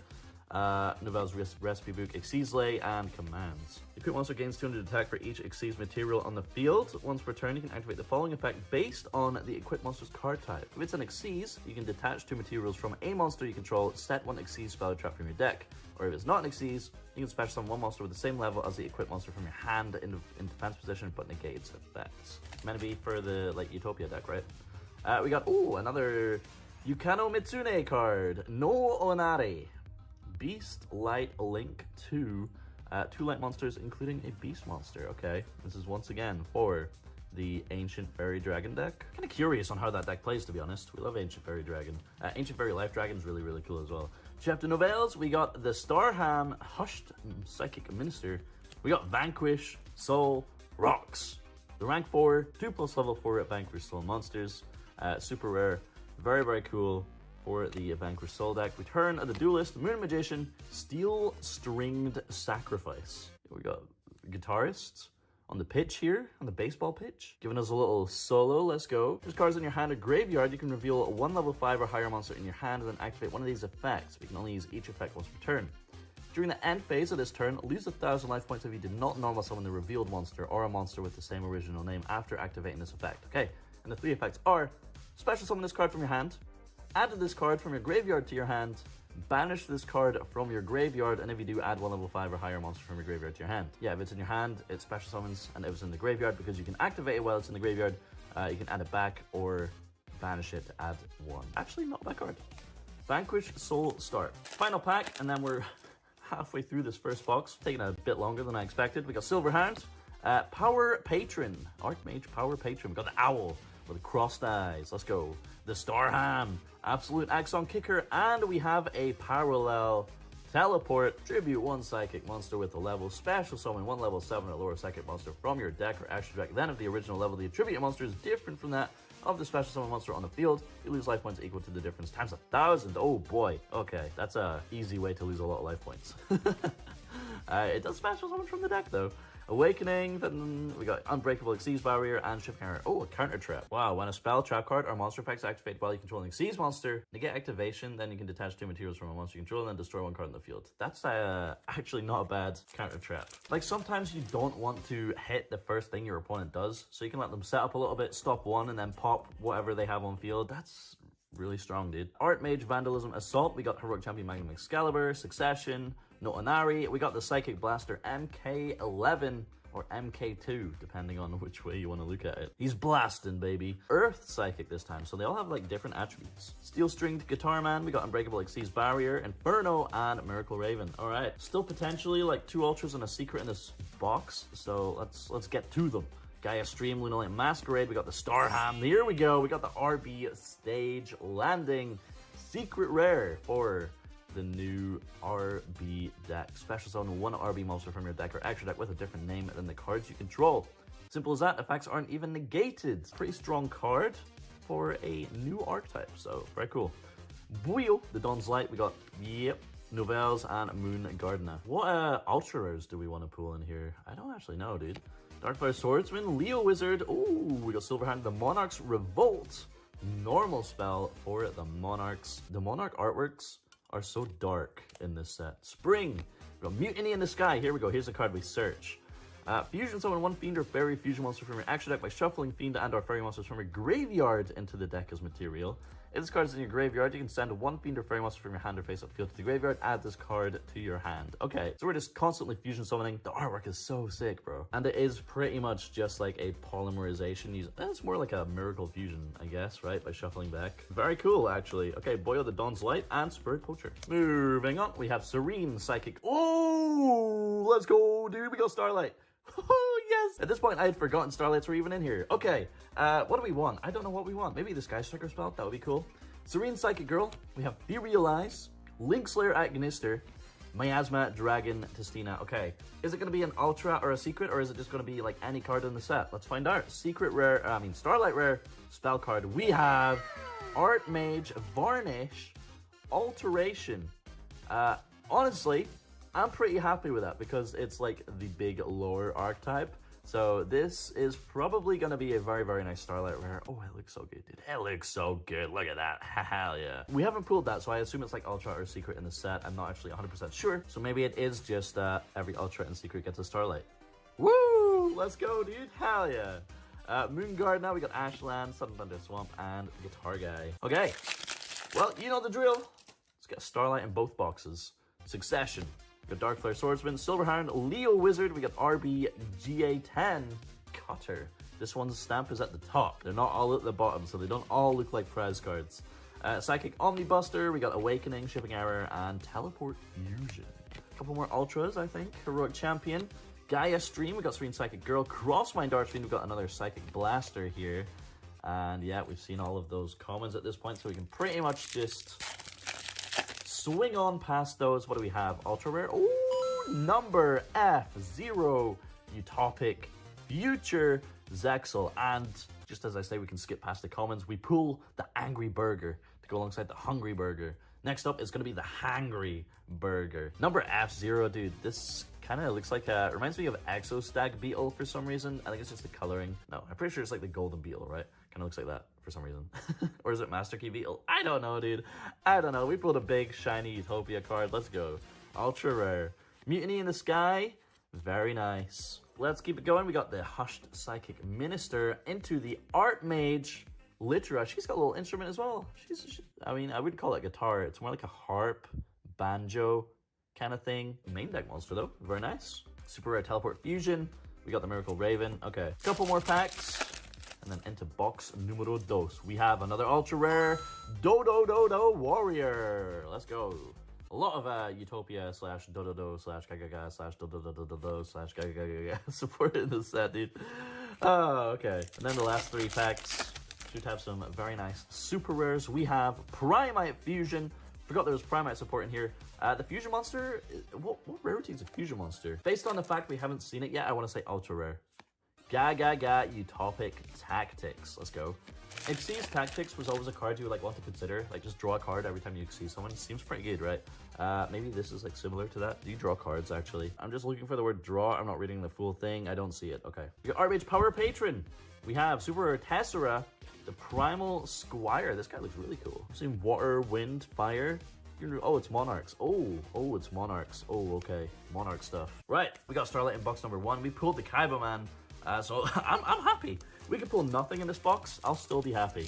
But we'll take all that we can get. Give us some Vanquish Soul support. I forget what else is in here. Primite Fusion, I guess. Oh, is that super rare? No, where's the super rare? There we go. Silent Psychic Magician. Level 5. We're just going to skip past all the comments. I don't believe there's going to be an Angry Burger situation in here. We got the Readying of Rites. Oh, that's a super rare. Searching the Miracle Raven. Or a Fiend Ritual monster. You can search a Libromancer monster. Or maybe the, like, End of the World ritual cards. First of the Dragon Lords. Super rare. Alright. Another Starlight would also be very nice. We have Galaxy War Drake. Let's go for the Galaxy Photon deck. What else do we have? Spell card. Ooh, Archmage, Academic, Arcane, Arts, Acropolis. Dude, the alliteration on this. Archmage, Academic, Arcane, Arts, Acropolis. That's crazy. Field spell. During your main phase, you can normal summon one Medius the Pure in addition to your normal summoner set. Okay, oh, another additional normal summon. Field spell. Love that. A lot of Archmage cards, actually. We got Moon Gardener, Sudden Thunder Swap. Okay, Vanquish Soul start. All right, one Secret Rare down. What else do we have? We have Dodododo Warrior. It's our first duplicate in the higher rarity slot. What else do we have? Gambara Knight. Super rare. Let's go. There's like other Vanquish Soul cards, right? We have the Field Spell, the Xyz. There's more. Liger Dancer. We have RB Valkan Rocket. Let's go. Rocket to the moon. Next up, Fusion. We got the Lunalight Perfume Dancer. There's actually quite a few holo fusion cards in this set, to be honest. So seeing that purple border gives nothing away. I assume the Primate Fusion's ultra rare. We have a Guilt Gripping Morganite. We still haven't pulled Morgana. That Morganite deck, Morganite Stun, very funny. Maybe we can play it. We got the Morganite. We do need the Morgana though. We have Eidos, the Underworld Monarch, ultra rare, very, very nice, with the tribute stats. All the Monarch art is so dark. Monarchic perfection. Monarchic, is that even a word? Monarchic. Look at all the bullet points, holy. Once per chain, if your opponent special summons a monster and you control a tribute summon monster, you can banish one Monarch spell trap from your graveyard, then activate one of these effects. We can only use each effect once per turn. Destroy a monster on the field, destroy up to 2 spell and traps on the field, discard one random card from your opponent's hand, destroy one face to... Oh my god. Just do anything. This card literally does anything. Let's keep going. We have Primate Fusion. No Primate Fusion monster yet though. So we've pulled Primate Fusion, but we haven't pulled the Primate Fusion, you know what I'm saying? Zubababa Knight, very nice. What else do we have? Another ultra rare, another secret rare. We got Loose, the Dusk's Dark. Such a cool name as well. Let's go, baby. What else do we have? Oh, another secret rare. We have Archmage Fin Mal. Is that the card we can additional normal summon? No, it's not Medius the Pure. Dude, there's so many Archmage cards. Oh my god. Another Archmage secret rare. Well, I mean, we'll take it. We'll take all the high rarity Archmage stuff.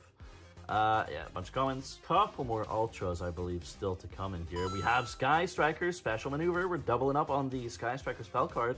Let's go. And then are we gonna get another surprise Starlight?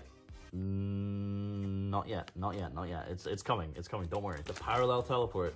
Watch this. Starlight. In the next pack. GA10. Go the Driller. The RB artworks are like very simple. Compared to what we had recently, Mitsurugi and like a bunch of the other archetypes like Mimigul and whatnot. Like, I guess Mimigul were like kind of simple artwork wise as well, but like, it's simply just a drill, man. Dudes will look at this and go, hell yeah. We have Mind Procedure. We got main deck Psychic Monster this time. Let's go. And that takes us to the final 3 packs. What else can we get? Maybe an ultra rare in here somewhere. Okay, here we go. Finally got a Vanquish Soul Holly Sue. There she goes, bro. Look at that. Level 5 Earth. Nice. We'll take it. We'll take it, dude. We have first of the Dragon Lords. No Primate Fusion monster. Unless it's in here. If it's an ultra rare, I don't believe it will be in here. But, you know, stranger things have indeed happened. Let's see what we get. Heroic Champion, Magnum Excalibur. We have Dark Flare Swordsman. Link Slayer Agnister. Lunalight Masquerade. We have our 3rd Galaxy War Drake. We are Galaxy Photon ready officially. And that is it for Duelists Advance. Very, very big Archmage wave in the set. Let me know if you're going to be picking that up, if you're excited for like new Sky Striker stuff. Are you going to be playing Vanquish Soul in this upcoming format? Archmage, going to be sticking to old reliable like Blue Eyes. I'm happy with this. I'm happy with this, dude. Let's go. As always, thanks to Konami for sending over these early boxes. Always a fantastic, lovely little time here showcasing all the new cards. Thanks to you for watching, and we'll see you in the next one. So, take it easy. Bye-bye.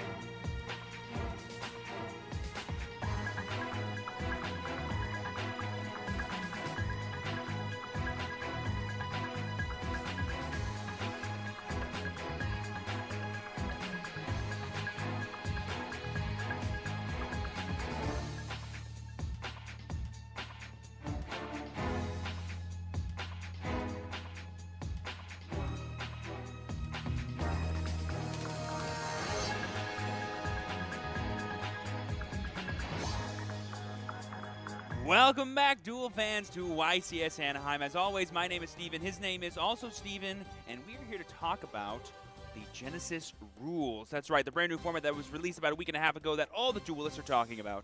And it really has been the talk of the town. People were really excited. Just going over the rules in brief so you don't have to read the entirety of the screen. Again, no link monsters, no pendulum monsters, no forbidden and limited list, which also means no extra monster zone or no pendulum zones. But it's using a points-based format where cards have a point value. And here at the YCS, our Genesis tournaments are using a standard 100-point cap. But you can actually ask your tournament store to just run it at 0 points, 1,000,000 points, anything in between. Yes, it is very much a custom format, but with a standard baseline to where all the format is balanced around. So that way, when the upcoming YCS happens next year, we will know some sort of guidelines for players to compete in. So I know you got to play a lot of Genesis games Quite while a we've lot been here, and I've been streaming some of the Genesis matches too. The format feels really different because, at least on my end of things, cards just seem to resolve.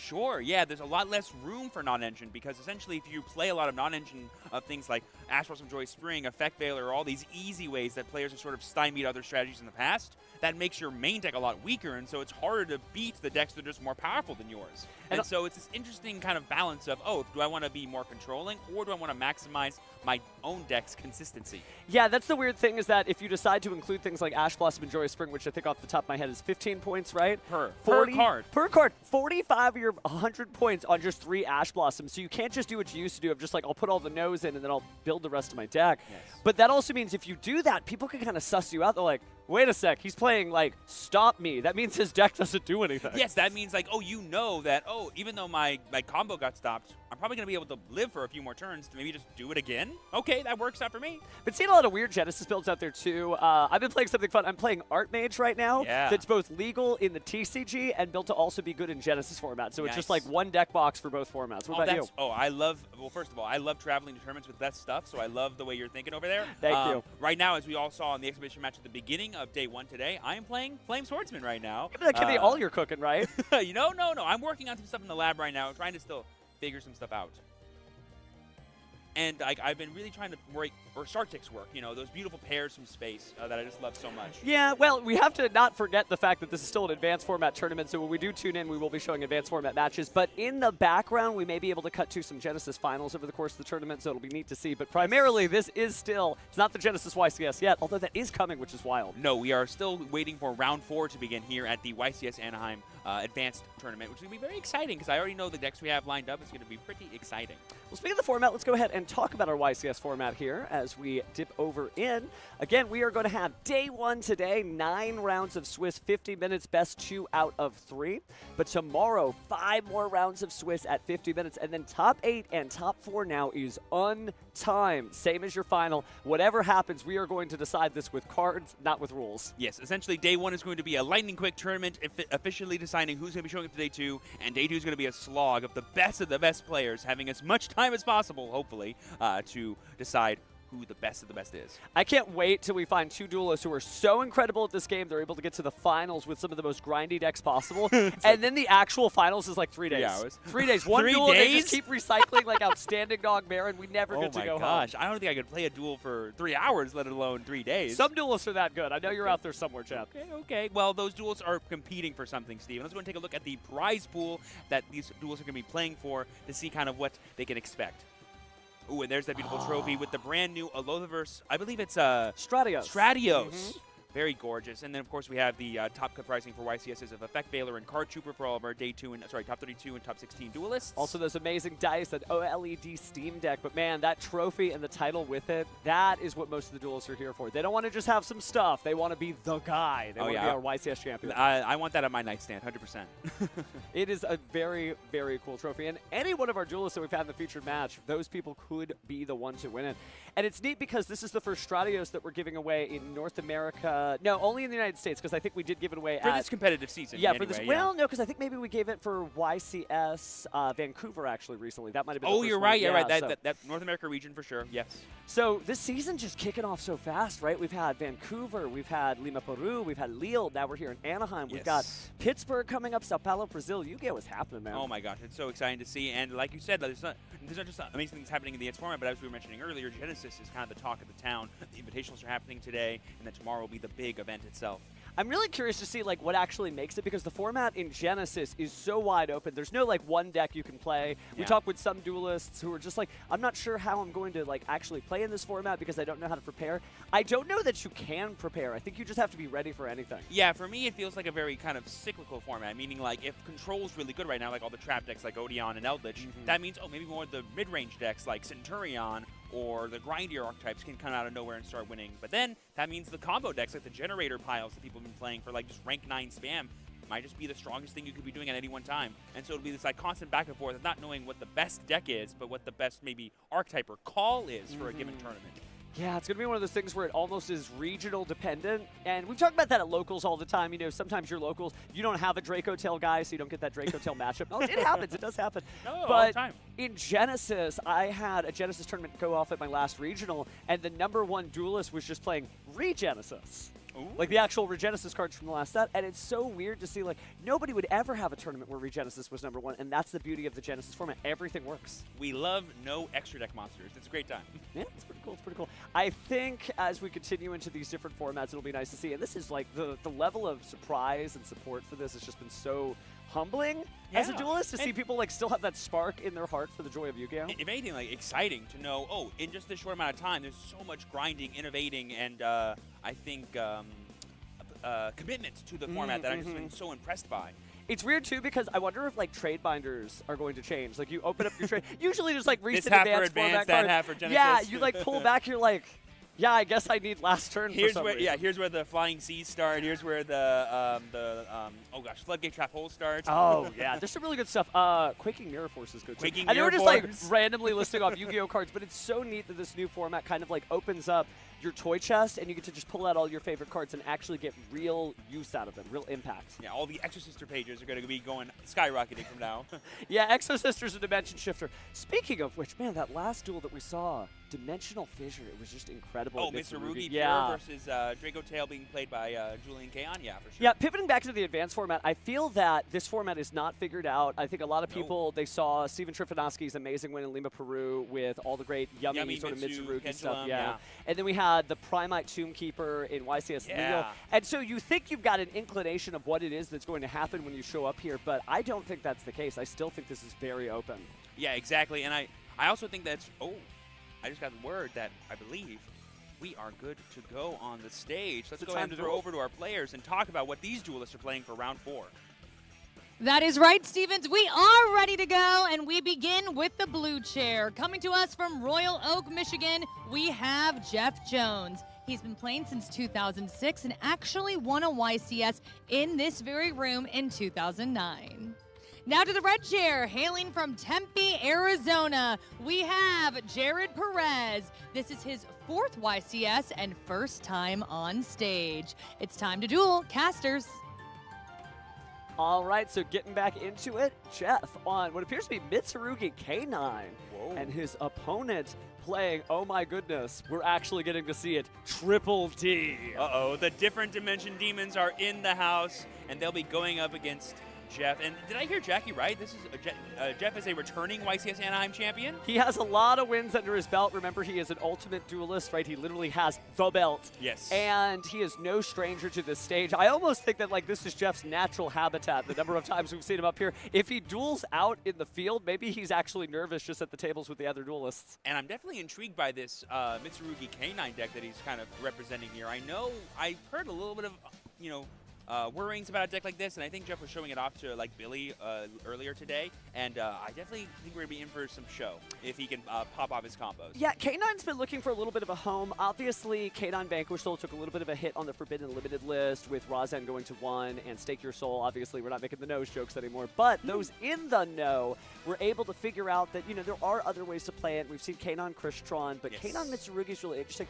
I think the moral of the story maybe from last week's tournament and this week's is that Mitsurugi is just a really strong deck. Whether you're pairing it with something like Dimensional Fissure or you're just playing it with K9 for a little bit of that extra control element, it's doing really good stuff, but Jared is obviously not on a deck that, most people are used to seeing. Well, yeah, because it's one of the new decks that came out of Doom and Dimensions, all the brand new Triple D support, like Zero Doom Queen Machinex, and of course the slew of powerful Pendulum monsters and their buddies that have existed for this archetype ever since, 2016, is going to be super exciting to see. Well, I won't give away any surprises, but Jared definitely piloting what I would say is a very streamlined version of the deck, and a lot of duelists who are on Double D, Triple D starting to simplify their combos, running some less of the contracts and just kind of focusing themselves. And it's very, very good. It does a lot of really interesting different things and plays around a lot of stuff. You were mentioning Zero Doom Queen Machinex. She just goes around Ash Blossom, Androl, and Lockbird. Like, there's a lot of good stuff that this deck just got today. Oh, yeah, and of course, we all know the Dark Contracts, the most powerful combo starters of all time, to just let you, almost feels like infinitely recur resources because their continuous spells just activate every single turn. Going to be exciting to see whose giant dark monsters are able to topple the other in this duel. I mean, that's a good point. This is just a slug match, right? We've seen a lot of little monsters going at it, right? Things like Branded Draco Tail, Yummy. Those are little monsters combining into big monsters. This is just big monsters showing up. Oh, yeah, this will be a big splash zone. They may be small in attack points like Savant Kepler, but they are big in impact when they hit the board. Oh, my goodness. Savant Kepler, maybe one of the most insane cards of all time. And it's going to probably lead to some fireworks happening if left unfettered. But I know Jeff. He's not going to just let his opponent play unfettered. He'll be like, no, I'll try to stop you. I know what's going on. No, Jeff is a very thoughtful duelist and deck builder who's thinking about every single card in the game and what its impact is and what it can do. But it's going to be really interesting to see if he is ready for any of the surprises that Jared may have in store for him. Because even just playing this deck and getting this far, remember we are in round 4 right now. This is not somebody who just happened to get one win, Jeff. really is going to have his work cut out for him because Jared's got 3 wins under his belt. And let's not forget that Jeff is playing K9 Mitsurugi, a deck that I don't think is on Oh, yeah, anyone's it's radar. He might be making some fireworks today too. We'll just have to wait and see. It's interesting too because you don't see K9 and Mitsurugi always play together, but you're familiar with K9, you're familiar with Mitsurugi, so you know that. But those are both very controlling and oppressive decks with Amenomoto Kumo's discard effect and all the stuff that K9 does. So it could slowly stutter step. I know that we talked about the infinite resources that Double D Triple D has, but like you may not be able to push through. So matchup knowledge is going to be one thing on Jeff's side, but just grit and determination on Jared's side as he sort of whittled away. Yeah, for sure. Like, cards like Gilgamesh are going to be a big explosion of resources, but are they going to be like the constant back and forth reusability like the K9 cards and the Mitsurugi cards are? Definitely nice to see that Doom Dimensions having an impact. Whenever a new set comes out, I'm always just excited to see people on the new stuff, right? I'm always looking to see, like, hey, is anybody playing Dooms in the chat? Is anybody playing, like, the new Black Rose Witch, Bramble Rose Dragon stuff? Because new cards are there for a reason, right? They're there to accentuate the gameplay, make it more exciting, and this is nice to see a duelist of Jared's caliber make it in this way, and I guess we'll see who makes it out of this duel with their life points intact. Yep, both duelists look ready to go. I believe their decks are shuffled. They're just waiting for the go-ahead to actually begin. Decide who goes first, and you can tell they are itching. Oh, yeah. Now, it's funny, too. Both decks have a pretty decent go-first, go-second matchup. I think the dice roll is almost irrelevant here. It's just whether or not the duelists have practiced or have a preference. Yeah, and it also come down to kind of like the layering of the interruptions, because that's something that Mitsurugi deck's really good at doing is, oh, my stuff on field has stuff when they're sent to the graveyard so they can come back and do it again. So if you do have a way to stop me, it's okay, I'll keep playing. And the Triple E stuff is just super strong. But here we go. Game 1, Jeffrey Jones versus Jared Perez. Jeffrey on the left. All right, it's time to do it. Good to go? Oh, the layers on that joke is so great. Alrighty, it looks like they... I must have already dice rolled, yeah. Yes. We're already going to the turn. It's looking like... All right. Jeff is starting off? It seems so. And I'm not seeing too many points of interaction except maybe a stray Dominus Impulse in the hand of Jared there. Okay. That is worth noting that the entire DPs are dark, so cards like that are fair game for Central. So we're starting with a main phase prayers, it looks like. Could be Ash Blossom and Joyous Spring coming down here, and yep, it is. Okay, that'll be just stopping all of that. But is that a... I think I saw a very funny card in Jeff's hand that I'll be excited to mention if he activates it. Oh, I see what it is. Okay. I don't want to spoil it. Let Jeff cook on this one. About to cook? Is that? Oh, that's Chaotic Elements right there. I didn't even see that one. So Chaotic Elements, really funny card, obviously meant to support, Testina and Ashen, but caught in the crossfire are the K9s because, again, you do have the right type and attribute there. That's true, you From do. Joe Cool, yeah. Do we have the other level 5 in our hand to make... Oh, no, that's Lantern that we're grabbing, actually. Oh, yeah, because it also matches, which is wild. Yeah. I will activate Jokul. And that we already had the Jokul in hand, so now we'll be able to summon both these level 5 monsters to the field. Anything here? Nope. But it's looking like we're not accessing our Mitsurugi engines just this turn because we did lose access to our prayers. I think he'll be just fine, right? Getting a powerful summon there. Grabbing the Noroi from the deck. Speaking of Doom Dimensions coming having an impact, there we see the K9 support. Summon and activate effect. It's going to be summoned to the field now. But I think we want to stop it. Yeah, that ability to summon is pretty powerful. Noroi has kind of like an Ice Ryzeal feel. Yes. If you don't get rid of it and stop it, it just feels like you're giving your opponent so much advantage. Yeah, and here it looks like we're activating Lantern's effect as Jeff. So much search power in this deck. Even though people have been kind of, sick of the woes of K9 because it lost Vanquish Soul, it's just a good deck by itself. Oh, a case for K9 here being searched is going to allow us to get access to pretty much the rest of the K9 engine. Speaking of a joke with a lot of layers, right, this is a case for K9. Yeah, exactly. But going to use that to go ahead and add a K9 monster to the deck to the hand. That's going to be a second copy of Lantern there. Do you need a tribute first or no? I send it to the graveyard. Yeah, so we're sending to the graveyard as a result of the effect.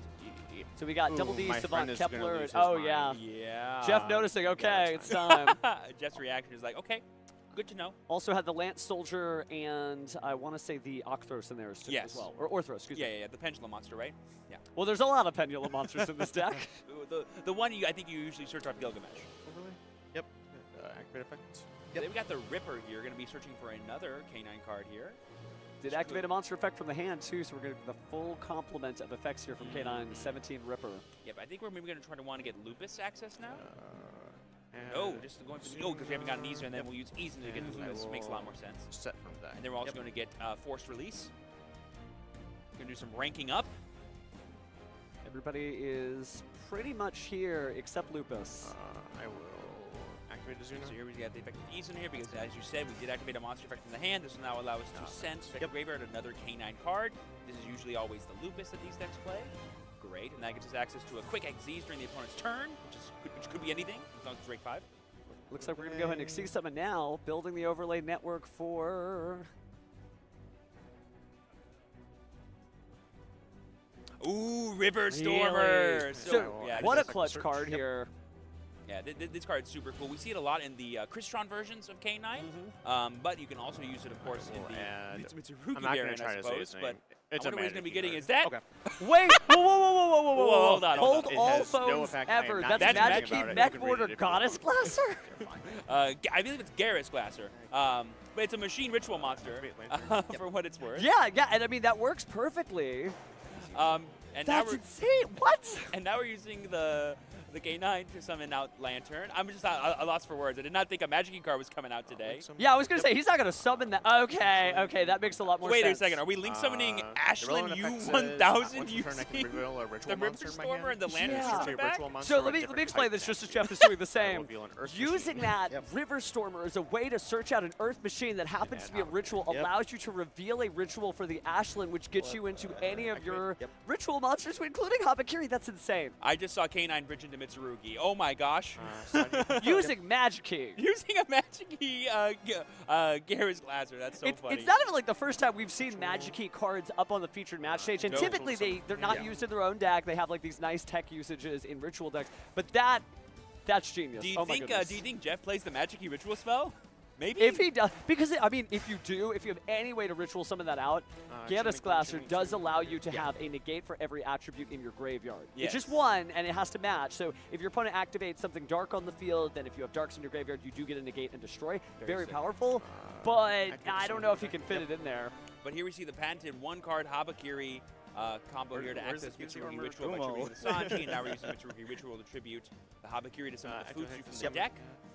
After adding it to the hand, it now comes back, and we get to add another Mitsu card. In fact, the hand's going to be a second copy of Prayers. Oh my gosh, all of this from summon Ashland U1000. What are the odds? I know I should be professional here, but oh my goodness, it's Magic Key cards on the feature match stage. And we have pre-prep rights, which can get us Mitsurugi Mirror. Oh my goodness. if we have it. I'm not sure which spell he might be getting, but... Well, I think we're seeing why this deck works so well is not only do you have the control and power of the K9 engine, but at a moment's notice, you can basically just pivot into Mitsurugi in a way that Ryzeal used to do using King of the Feral Imps, but that's on the Forbidden Limited list, so Jeff's like, nah, I'll just rank everybody up a level. Yeah, I love this, and being able to do it through River Stormer of all things is just super exciting. We're kind of taking Tekko away from the Crystron K9 players to make all this happen. Some wild, wild stuff. Oh my goodness. Okay, but focusing back on look at this board. I'm seeing a lot of blue cards, both Ritual and Links alike. Well, at least we know we're safe from this in Genesis. Well, partly. We can still Ritual summon.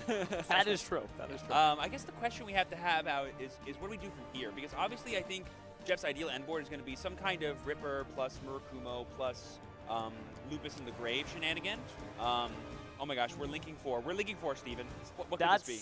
Crazy. What? Sorry, you just Skull Dread. Oh, what better way to use extra monsters than by drawing 4 cards and putting back 3? Yeah, sorry to just like lose my train of thought there, but what a wild way to do that. And that means you could put back any cards that you really can't make any use of back into the deck, so you can search them out later. Like the Garrus Glasser. How Value Town, population Jeffrey Jones. Yeah, that's wow. I will activate. But looks like we are just going to do some straight-laced plays here, activating Mitsurugi Prayers and tributing Amino Murakumo no Mitsurugi. And I can't believe we saw all 3 on the field properly ritual summoned at one point. All 3. Which is adorable. We love it when the boys come to hang out. So we're going to be bringing back the Futsu from the graveyard to have that as an interruption for Jared's turn. And I believe we have not brought back the Murakumo using its own effects, so because we tributed it, we will be able to bring it back. Mandatory chain link 1. Oh, that's Saryuja's so crazy too. Yep, we did pay the 800 there for Prayers. Good to know. being able to get an additional special summon from the hand as well could be clutch, depending on what monsters he's got. So this is an interesting build. Yeah, it could be a nice form of extension, too, if you ever do get kind of stymied, but can get like a bunch of random bodies in play. Yep, so Murakumo did come back, and we are going to be using the Saryutra. Looks like a special summon. The Fuwalos. I guess it's not. I mean, his board is so full, it's not activating anytime soon. No, it is now we're going not. to use these two to link into Dynamundo. Oh, IP Masquerena. That makes more sense. To get value out of the Skull Dread now that it's already in play. A little more value than it already has gotten. Just a very interesting field using monsters you do not see every day. Yeah, and I think we can assume that Jeffrey has access to another copy of something like Prayers that we can bring back to Murakumo from the graveyard. There was the patented set 3 more cards face down and pass. We know we have the Force Release for a rank up play. We know we have the Lupus in the grave and the Murakumo in the grave.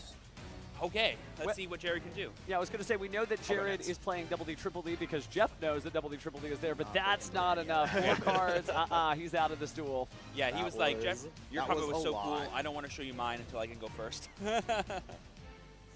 Wow. Okay, so Jeff Jones takes the first game of round 4 here in his feature match win.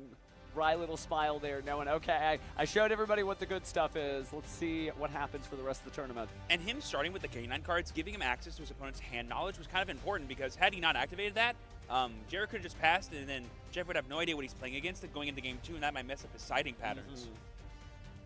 So he's kind of working with full information whilst also not having to like defend his board state if he didn't need to.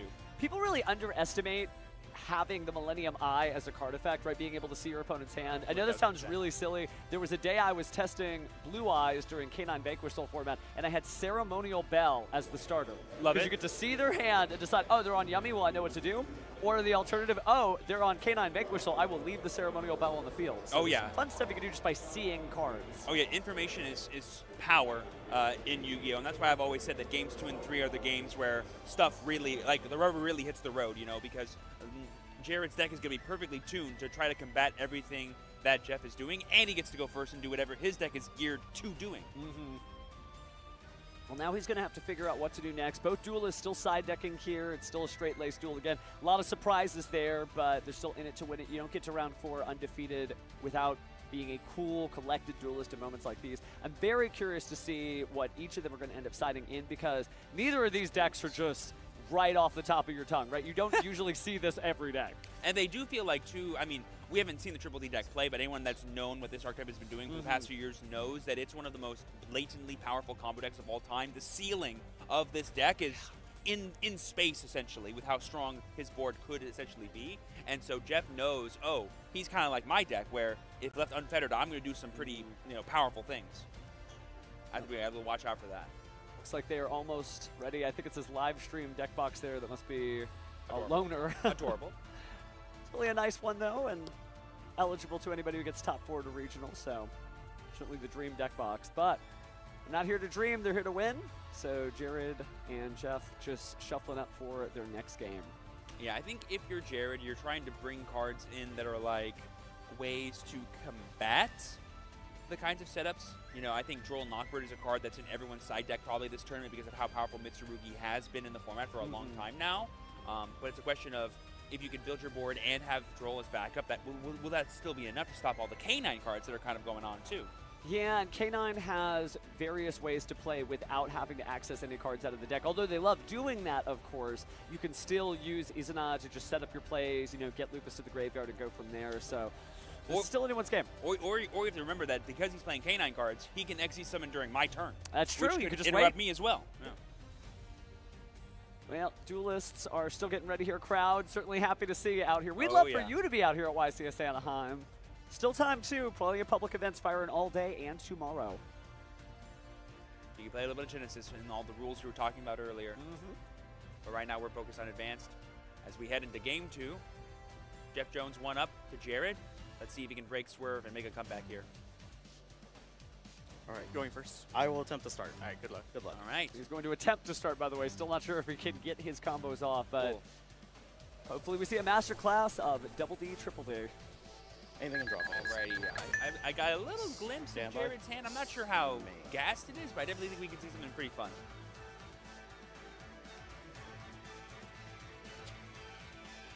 We're going to see a set here. Could that be a sign of the, oh no. Set 2. Oh, Set that's 2? painful. And a pass. Oh no, we're not going to see him. I think he drew mostly non-engine. I'm seeing that. Yep. And so is Jeff, so this is a case for K9. This can be the fear that can happen with a deck like Triple D because basically your starters are so specific as to what you need. It's either Kepler or like Gate or Bust. Yeah. So it is a pretty strong set of non-engine, though, in Jared's hand. I saw what appeared to be an Ash Blossom, a Dominus Impulse still in the hand, and an Nibiru the Primal Being. So that's a pretty decent lineup of defensive. So we see the effect of Jokul here summoning itself and Lupus, and we have the Jokul effect on summon. Jared's deciding how he wants to interact here. Debating about using a card in his hand here. He's going to let it rock. Decided not to go too hard in. And yeah, I think I can respect that. Like, now he knows what's up about Jeff's deck, so he's like, I know when the most scary thing is. I'll stop that.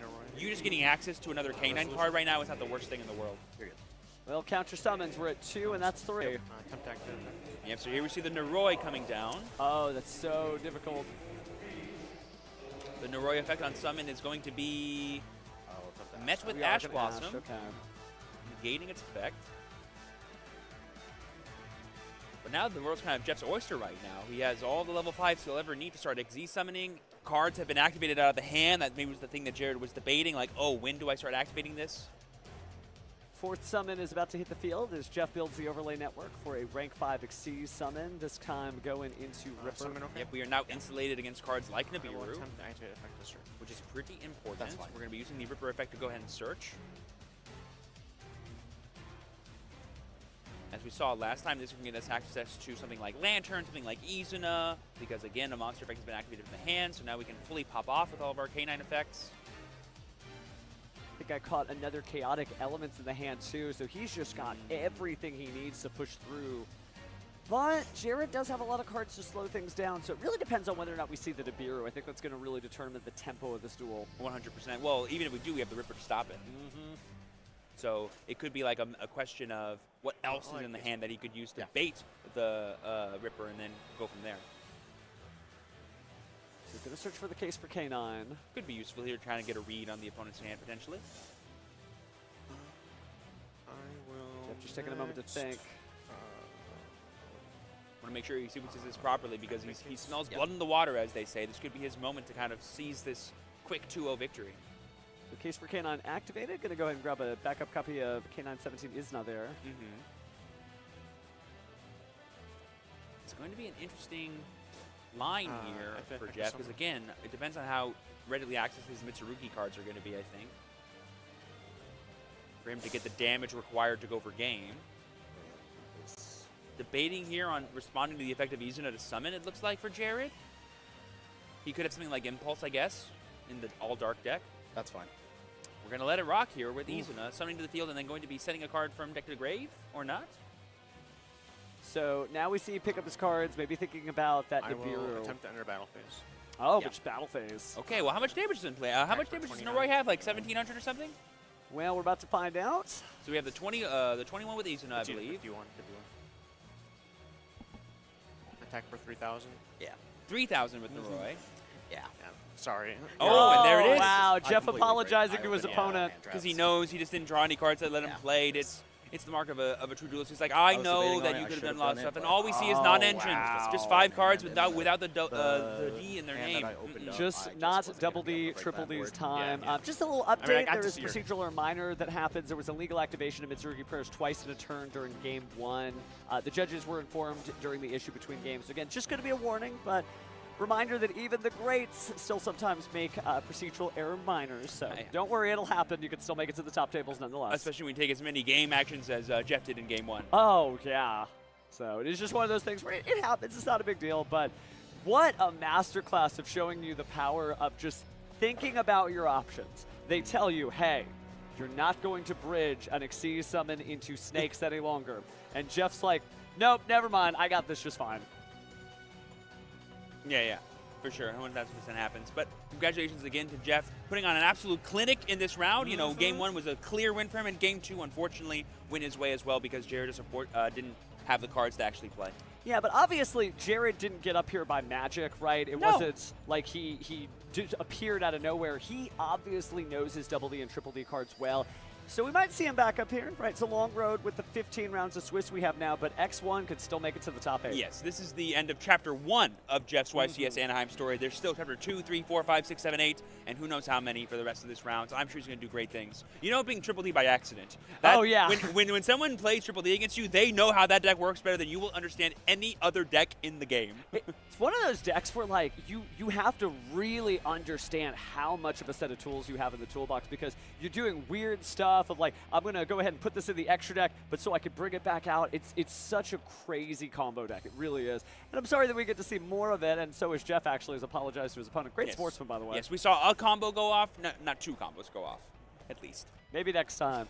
Does show you the power of Mitsurugi, though. Mitsurugi seems to be the story this weekend, so I think that maybe we'll see Mitsurugi in the top 8. I think that's pretty obvious, but Duelists are now going to have to think. Maybe you're, like, sleeving up for locals. Maybe you're about to play in an advanced format Winamat later today. You better be ready for snakes. Yeah, in my mind, there's like 3 big boogeymen of this format. There's the giant reptiles that are gargantuan elemental monsters. You have the dragons of all different types, shapes, and sizes. And then you have the little sweet little guys wearing little costumes. Wouldn't hurt nobody. The yummy cards. Those are going to be the 3 things that every duelist is worrying about, and we've seen them pop up time and time again throughout these rounds, and I'm sure we're going to see them a lot more. Well, notice that everything you said had the graveyard in common, so I really understand the inclusion of Dimensional Fissure last round. In like the pure Mitsu decks, In the pure Mitsu deck, because you still get the effect when you tribute. It doesn't say tribute and send to the graveyard. Yeah. It doesn't say special from the graveyard. Yeah. It just says when you tribute, go ahead and bring that back. And then bring it back out. That's right. That's too good. It's just cool to see, right? You know, everybody only has so much time in the world, even if you've got 24 hours a day to bleed into Yu-Gi-Oh!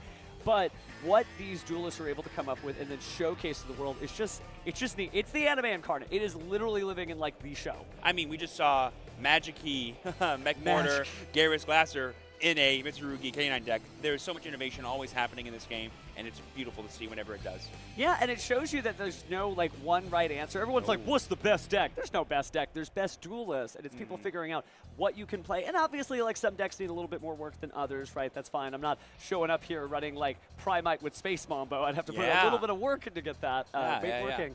But yeah, it's just one of those things. And speaking of one of those things, I think we were ready for our interview, so let's go ahead and go onto the stage. Thank you, Stevens. And I am with Jeff. How are you feeling for victory? I guess pretty good. I'm glad I got to show off my combo. That's like I'm pretty excited about, because it's been a while since I've been able to like innovate something that's kind of new and no one really knows about. Game 1, I made a legal activation, which is something I definitely should have caught. In the grand scheme of things, it wasn't. It was pretty inconsequential, but still something I should have like.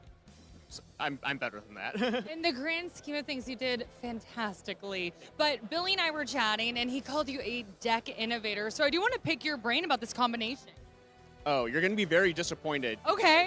I have not been able to test or play at all. And we're winging it. Well, yeah, basically, my deck could be way better, but I figured out this stuff about a week and a half ago on accident. Yes. As we do sometimes. Yes, and then I had to hurry to figure out how to build this for this event. So even if I don't do well in the end, hopefully someone can make the deck better because they have more time. So, yeah. I mean, it seems like you're off to a fantastic start to me. What is your mindset for the rest of the tournament? Also, 2009, you won in this very room. Yeah, I did. It was my first win back then. I am a gajillion years old. Stop that. Yeah, I am. I'm very old. But yeah, going forward, always the mindset is just play each round. It's just Yu-Gi-Oh, no matter what. Just Yu-Gi-Oh, I love that. Any shout out? Yeah, shout out to all my friends back home who messaged me on Discord that they were cheering me on, and shout out to my wonderful partner Max, who is spending right now. Oh, love that. All right, thank you so much, Jeff. We'll send it back to our casters. Oh, it is so beautiful to see. Jeff is really his own worst critic, you know? He's like, I should be better than that. I'm like, oh, it's okay. Everyone makes mistakes. I should have caught this. This deck is awful. Somebody else is going to fix it up.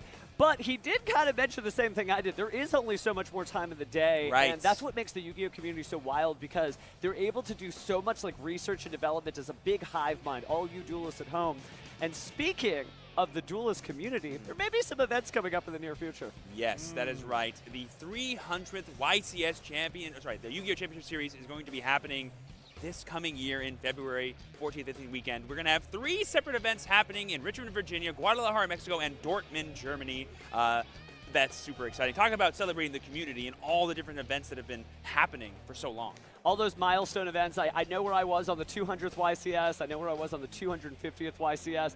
And I hope to see us in Richmond, Virginia, right? That's my Valentine's Day play. We're gonna date some duels. But jokes aside, it is really cool that we've gotten to 300 of these macro tournaments. It's kind of unbelievable if you really think about it, just how many duelists, like imagine how many duelists have played as a result of those 300 plus tournaments. And then if you add up all the SICs and all the future events that's going to happen afterwards, like Yu-Gi-Oh! Is just so big, and it's better than I think what anyone could have ever imagined it being. Well, if anyone imagined that we were going to a break, they're wrong, because it turns out that we actually have a backup featured match for you that we're going to jump into as soon as we can, right? And you'll notice something very interesting as we jump into it. It is a Genesis match between Jet and Tariq, and you can tell it's Genesis because of the game mats they're playing on. No extra monster zones here, just good old, I believe it's 12 zones today. Is that the new Genesis game mat, the Winamat?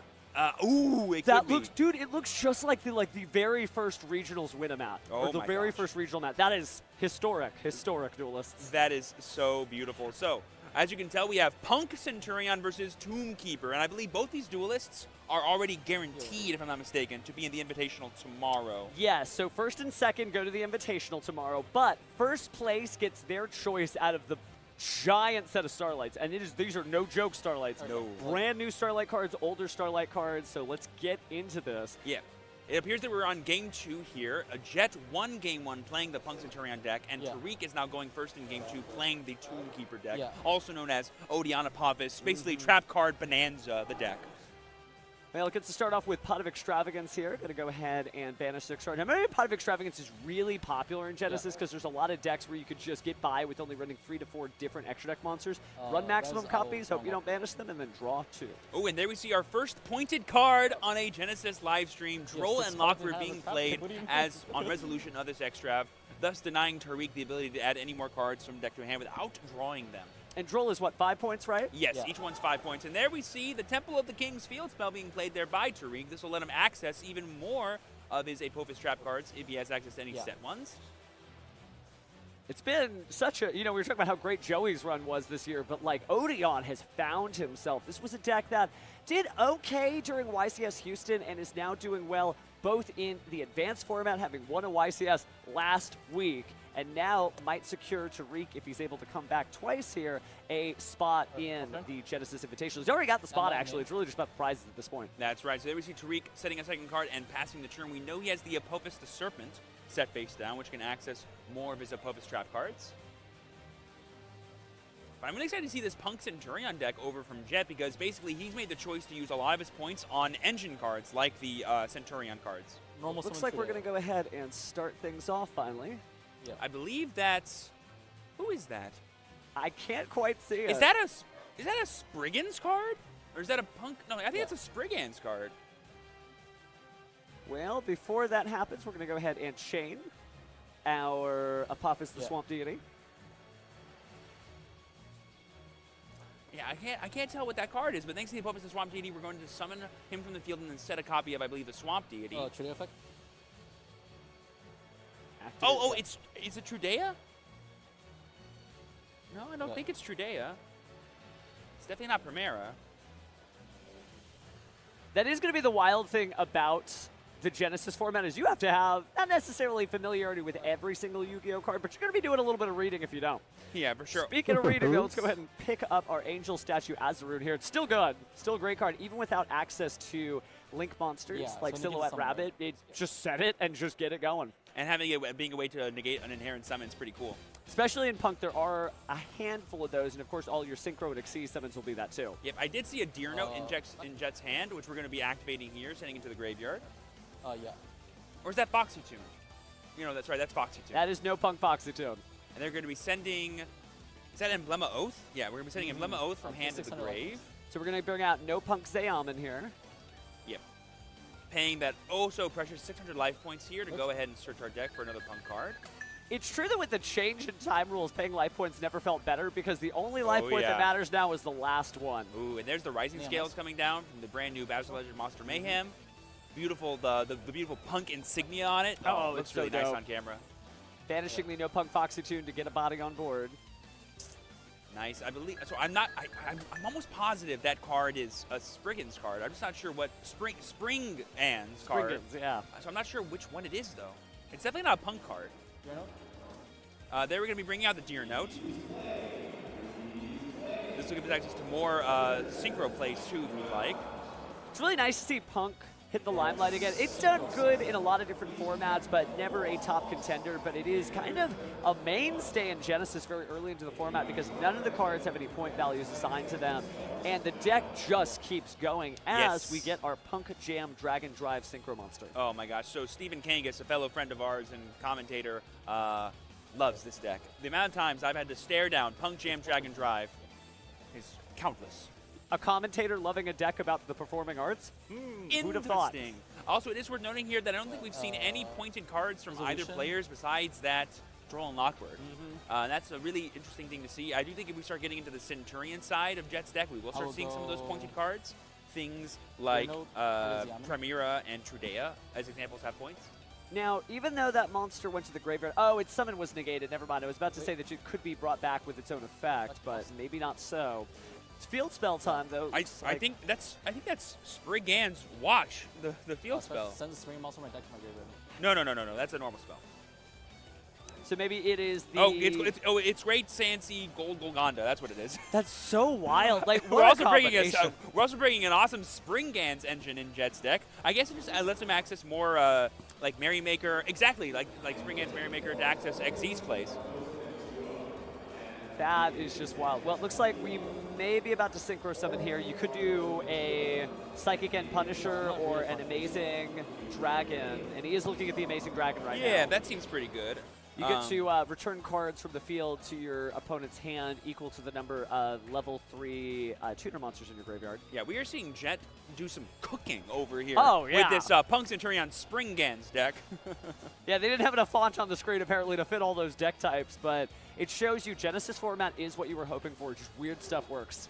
And so far, like you kind of talking about, like the thing I love about Punks is pretty much every single card is both a starter and an extender in its own way. And so when you combine it with other decks that are very self-sufficient, like the Spriggan's cards, all being based around spell cards, it's pretty sick.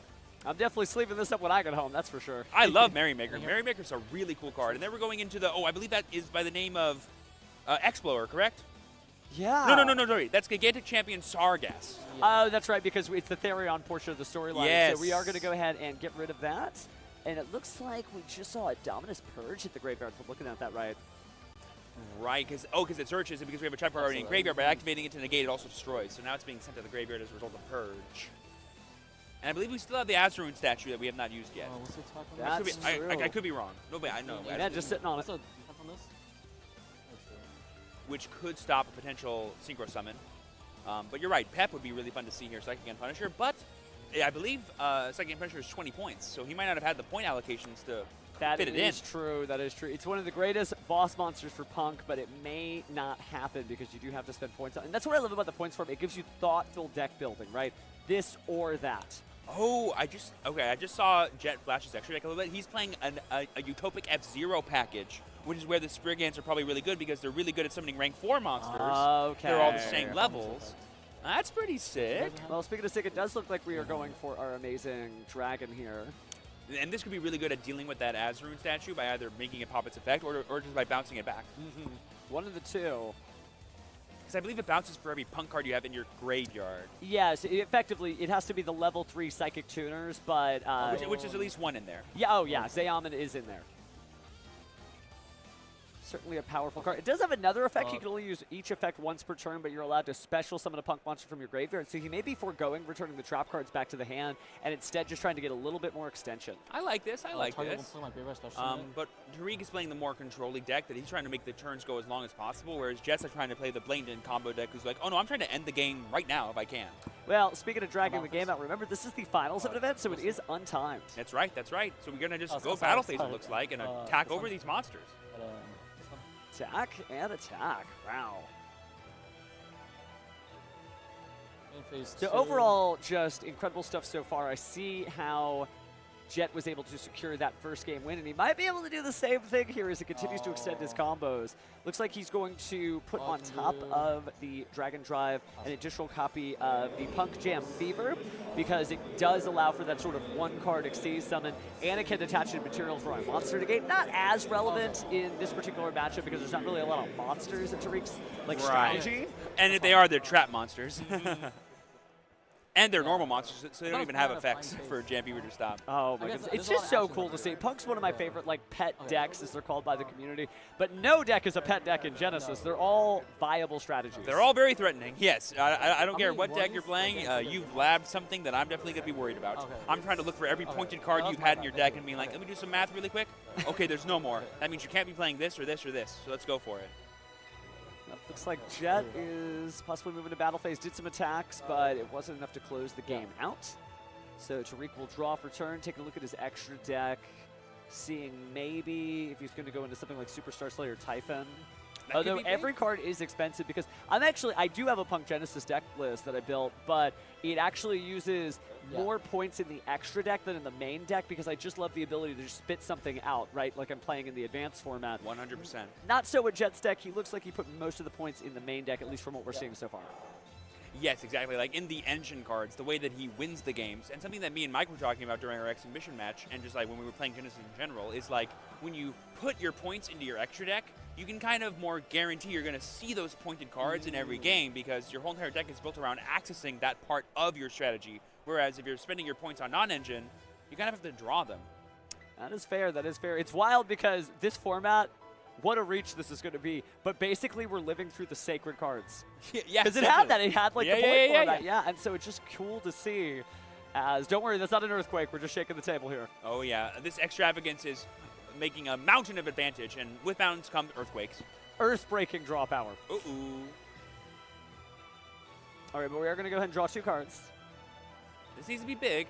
I think I saw 2 purple, which Tariq is happy about. And trap cards are not things that Punk lines up with very well. There's really like no way for them to interact with those. There is the one card, if you're running Jodity Punk, you can search out the Punk trap cards, and there's one that destroys face-down cards and searchable, so that is in theme. But Jet is cooking. You don't have room for cards like that when you're cooking. That is true. That is true. That can't be in the meal. It'll spoil it. I guess Tariq is just debating here what to search off of the Temple of the Kings. We're going to be getting Anubis the Last Judge. This will be pretty much a free body he gets to summon, because I believe he has plenty of trap cards in the graveyard. Absolutely does. With different names. Oh, and here we see Jet reading Anubis the Last Judge. Not the best thing if you're on his side of the table. Yeah, but that is going to be what's happening in Genesis. Nobody can know all of the cards in the Yu-Gi-Oh! Trading Card game.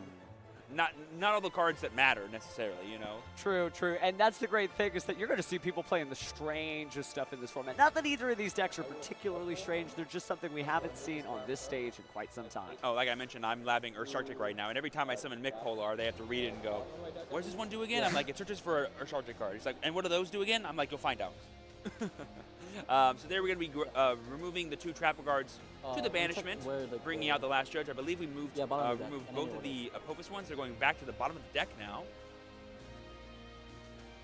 And that's not an effect, so you can't Jam Fever it. It's just a summoning condition for the card. Those do still exist. Oh, there's actually a lot more than you might think. Yeah, just taking a quick look there. It's only going to be negating effects there, so it looks like we're just going to crash into destroy by battle. Yeah, 3,000 to 28 is not big enough, I heard, and that can kind of like protect Tariq's monster effects. Maybe he drew Man with the Mark and wants to protect it. Ah, look at that! I'm second. There he is. It's just man. Yes. Now this is going to be pretty big here, because this will access all the powerful trap cards that I'm sure Tariq is going to need to kind of break apart the rest of Jet's board, because I'm pretty sure Jet has no cards in hand, whereas Tariq has another copy of Temple of the Kings, which he could use. It's wild that you could just keep on piling those effects one by one. And I know a lot of fans of Odeon have been excited to see just the tear that these cards have been on. Again, did pretty decent. It made the top cut of YCS Houston, but we haven't seen it get this far, this successfully, this consistently until recently. Oh yeah, and this is in Genesis. Like it's doing well in both the TCG and Genesis right now, which is very rare for some decks. Yeah, just shows you these are good cards. I mean, purple cards are always good cards, Steve. And I'm going to be sitting here and going like, oh, yeah. And there we see the OG Temple. Treasure of the Kings is the field spell, but I call it Temple because it's always considered Temple. It does feel like the original Temple. And hey, it is in the card effect. If you call it Temple of the Kings, you're just following the effect. I'm not lying. That's what it says. But this will allow him to activate the Apopus card that he searched this turn, which I believe was Apopus of the Serpent, that he put back into his deck, which is pretty sick. This will allow him to then get another copy of an Apopus Trap card that he can use on the following turn. And, Steven, I think we're going to be summoning Apopus the Snake Deity. How about you? Or, sorry, Divine Serpent Apopus. I think so, too, as we set, and then immediately are able to special summon. Yeah, because the Serpent allows you to activate it the same turn you set it. We've all seen the Song and Dance before, and here comes Divine Serpent Apopus. This is the only monster that matters, and we activated 2 extravagances and didn't banish all the copies of it we had. Some duelists are built different. Tariq is fighting strong. Yeah, this just gets us back our 2 trap cards, which are going to be basically infinite grind. Yeah, Jet can't believe it. Immediately picks that card He's and like, be like, wait, what? Whoa, calm down. I thought there weren't link monsters in this format. You just summoned one by sending 2 trap cards to the graveyard. I know it's a fusion monster. Look, have you read the card? Okay. Yeah. And then we set 2 more cards. This is what happens when you play decks like this, where you're just like, okay, you did a lot of fun stuff. It's now turn 4. Set 5 more cards. They're like, how'd you get 5 more cards? It's like, it's because they're purple cards. I got plenty. Well, and he still has that open slot and able to bring out, you know, another card, either a trap monster, perhaps a negation effect, etc. So there's some really good stuff coming his way. But it looks like right now we are just going to try to activate the effect here on Jet's side, but I mean, we know we have the Swamp Deity, which can negate the effect by summoning itself, and then for every trap monster you have. So we're going to go ahead and activate it. Here is Chain Link 1. Are we going to chain anything to this? Probably not, because we only have 1 zone available to us. That's the one bummer, is that we couldn't summon this Apophis to the extra monster zone, because there ain't one. Certainly the thing that got most duelist attention when Genesis format was announced. No links, no pendulums, no forbidden limited list. Yep, so it's going to be moved to the Spell and Trap zone. Okay, that was Trudea the whole time. It was Trudea the whole time. I just couldn't tell. But there we go. Primera going to the Spell and Trap zone. This all makes sense to me now. Okay, well now we got monsters that are traps and traps that are monsters. Hilarious. But only one of them stays in the Spell and Trap zone. I believe now that his Spell and Trap zone is considered open now, I believe. Oh, is it?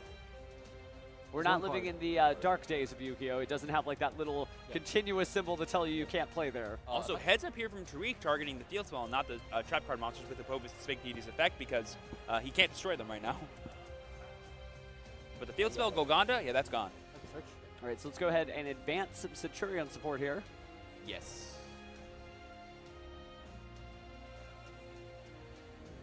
Now Jet still a game up. May be able to make the comeback here, but if not, then we're going to a game 3. And again, this is untimed. This is going to happen until it is done. That's right.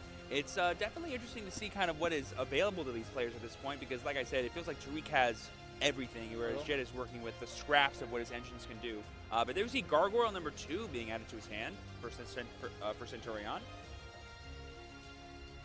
Taking a quick look at the extra deck before we advance our Centurion monster from the Spell and Trap zone, maybe trying to figure out why we would do that, but instead, it's going to send a card to the graveyard here.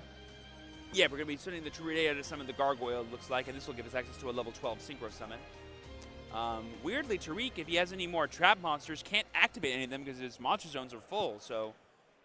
Oh, we're actually using a rank... Is that a... Hold on a second. Is that the big Spriggans? Yeah, that's Spriggan Ship X blower. It is a rank 8. You can choose one of your opponent's monsters or spell and trap zones to attach any number of materials from this card if you destroy the same number of cards your opponent controls in that chosen zone and its adjacent monster zones or spell and trap zones. Whoa! He's doing it. This might destroy. I believe it destroys adjacent ones too. So this might be able to get rid of 3 of Tariq's cards right now. I love cards like that. Gold Pride comes to mind with her ability to blow up the token and then destroy the adjacent monsters and spell and traps. So Nitro Blaster, certainly a powerful card. And this, powerful as well. Like look at that. Wow. Just gone. Who said Heavy Storm costed points? That card is 0. Well, he worked hard for it, and so he is able to come back in this duel bit by bit. So... And I believe Explorer, but I do believe Explorer only has 1,600 attack points, and all of Tariq's monsters are very big. So able to deal with the traps, but not able to deal with the attack points. Going back into the deck once again. What options can he find? It looks like we're going to be getting... Activate. Is that... Oh, that I believe is Spriggan's, the normal spell, Spriggan's Watch. Immediately plays it. No, that's not Spriggan's Watch. That's... Oh, I think that's Spriggan's booty. Activate. Send a Yeah, Spriggan yeah, card, add that's a Spriggan Spriggan's card. booty. Okay. And Yeah. now he's getting. Oh, you sent. Okay. Yeah. I think is that. That's not Oath. What is that? Yeah. So that's Spriggan's Normal watch. Sun? And this is getting him access to Spriggan's P-Door, which will allow him to then target a Spriggan's monster in his graveyard to bring it back by tributing itself, because he got the field spell Golgonda, Gold Golgonda, and now he's going to access a rank 4 play, it looks like here, using the Primera and the P-Door. I think he's going to try to go for an F-Zero line this turn, try to break the board here. Now But- that's a word I haven't heard in a long time. Oh, that's the Gusto Emerald right there, trying to get some resources back, it looks like, because all he needs now is another rank 4. And so let's see what he decides to return. If he's recycling his Punk Engine, looks like he is, since the summon was negated there. So we'll go ahead and put Dragon Drive, Amazing Dragon, and who else is going to go home? Emerald is probably the best card at one point in the entire Genesis format, because it's just like, oh, those cards that I had that I spent points on, let's put them back and maybe use them again. That seems fair, right? Yeah, totally, totally.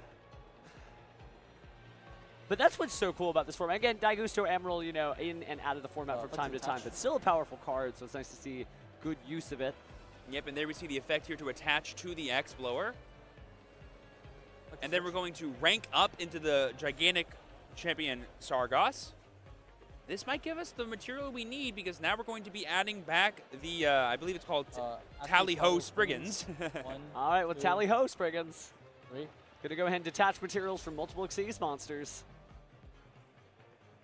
And special summon out of the deck. Let's see what we grab.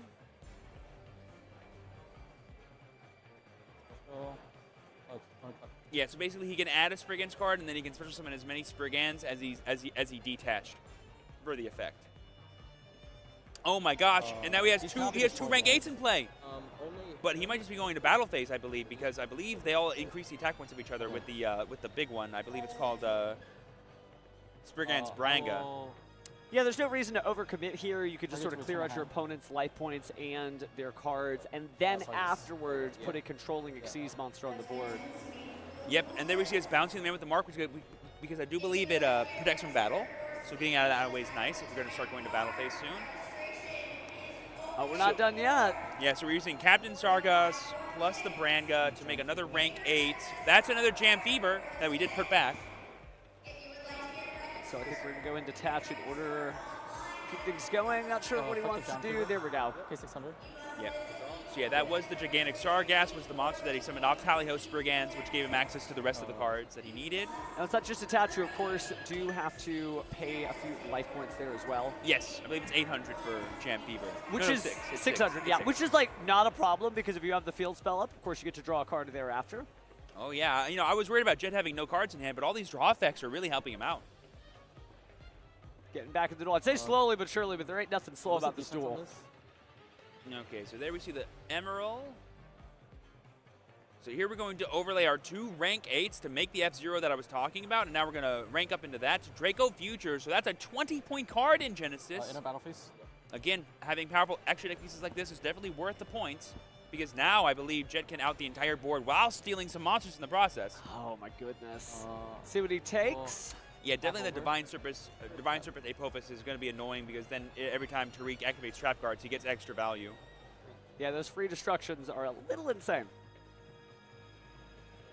I believe Anubis is still the biggest thing left in play, because Jam Fever, I believe, is only 2,800, but it is stronger than Circuit. So we're going to swing into that, I believe, dealing 300 damage to Tariq. Sorry, yeah, Tariq.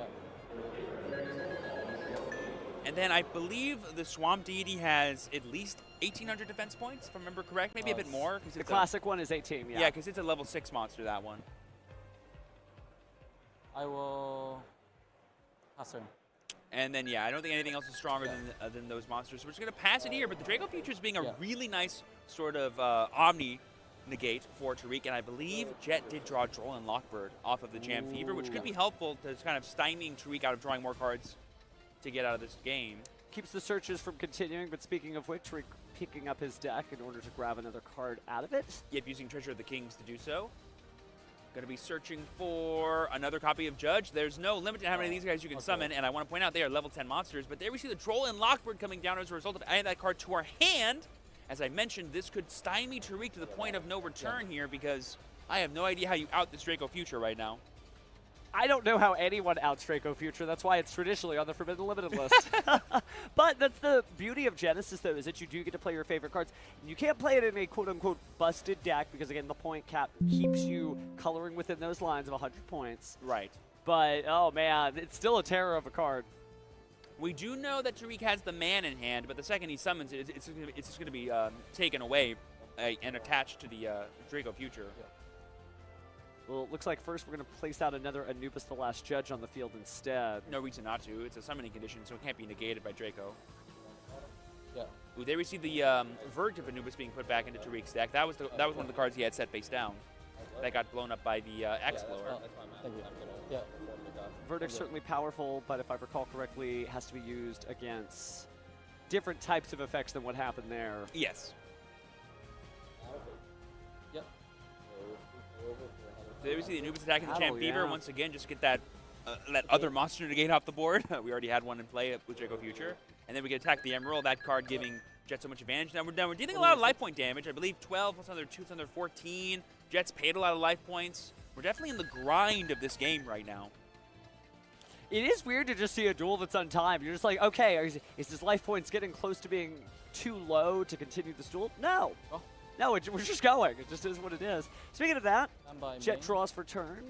It's like he's shuffling the cards in his hand. Take a brief look at his graveyard. Some decent things in there, but not enough to just clear through everything that Tariq has. Well, it is worth noting that Draco Future is also 3,000 attack points, which means it doesn't just outright beat the Anubises, but it can't be destroyed by battle. So it'll win that exchange if they attack into each other. But that's kind of like not good enough for Jet because he kind of needs to not give Tariq more time to draw out of his Draco Future because Draco Future is just a monster negate and not a spell trap negate. And there we see the Golgonda being met with Ash Blossom. And there we see the effect of Foxy Tune being discarded, paying another 600 life points, most likely. Sending away, I believe that was Spriggan's Watch again.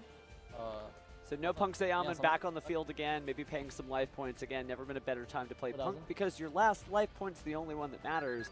So paying 600 life points, go ahead and grab anything out of the deck. We're going to get another Torn Scales there. I'm definitely a big fan of Jet's deck right here. It's basically just all extenders. You know, like everything bridges into everything and everything leads into everything. Ah, so I see you know what a Punk deck does. But it's also Spriggans and yeah, the Spriggan Spriggans, Centurion. okay. Like all those things add complements to those other things as well because the levels line up, the attributes line up, the super types line up, being tuners and whatnot. Like, I'm seeing some real synergy here. No, you're right. My tongue-in-cheek attitude is unearned because not only is Punk a deck that can extend for days, but the way that Jet has carefully crafted this, including Centurion, we haven't even talked about that for a bit, it's very much just go, go, go. It would be very difficult to stop this, and the fact that a control deck like Tariq's is holding in there, good on him. I mean, Jet is using the Centurion cards as XYZ extenders. do you know what I mean? Like, of all the things they could be doing, I didn't think they'd be doing that, but I'm super happy to see it. We haven't seen any synchro summons from them at all, which is what they're known for. Yeah, here we see the Punk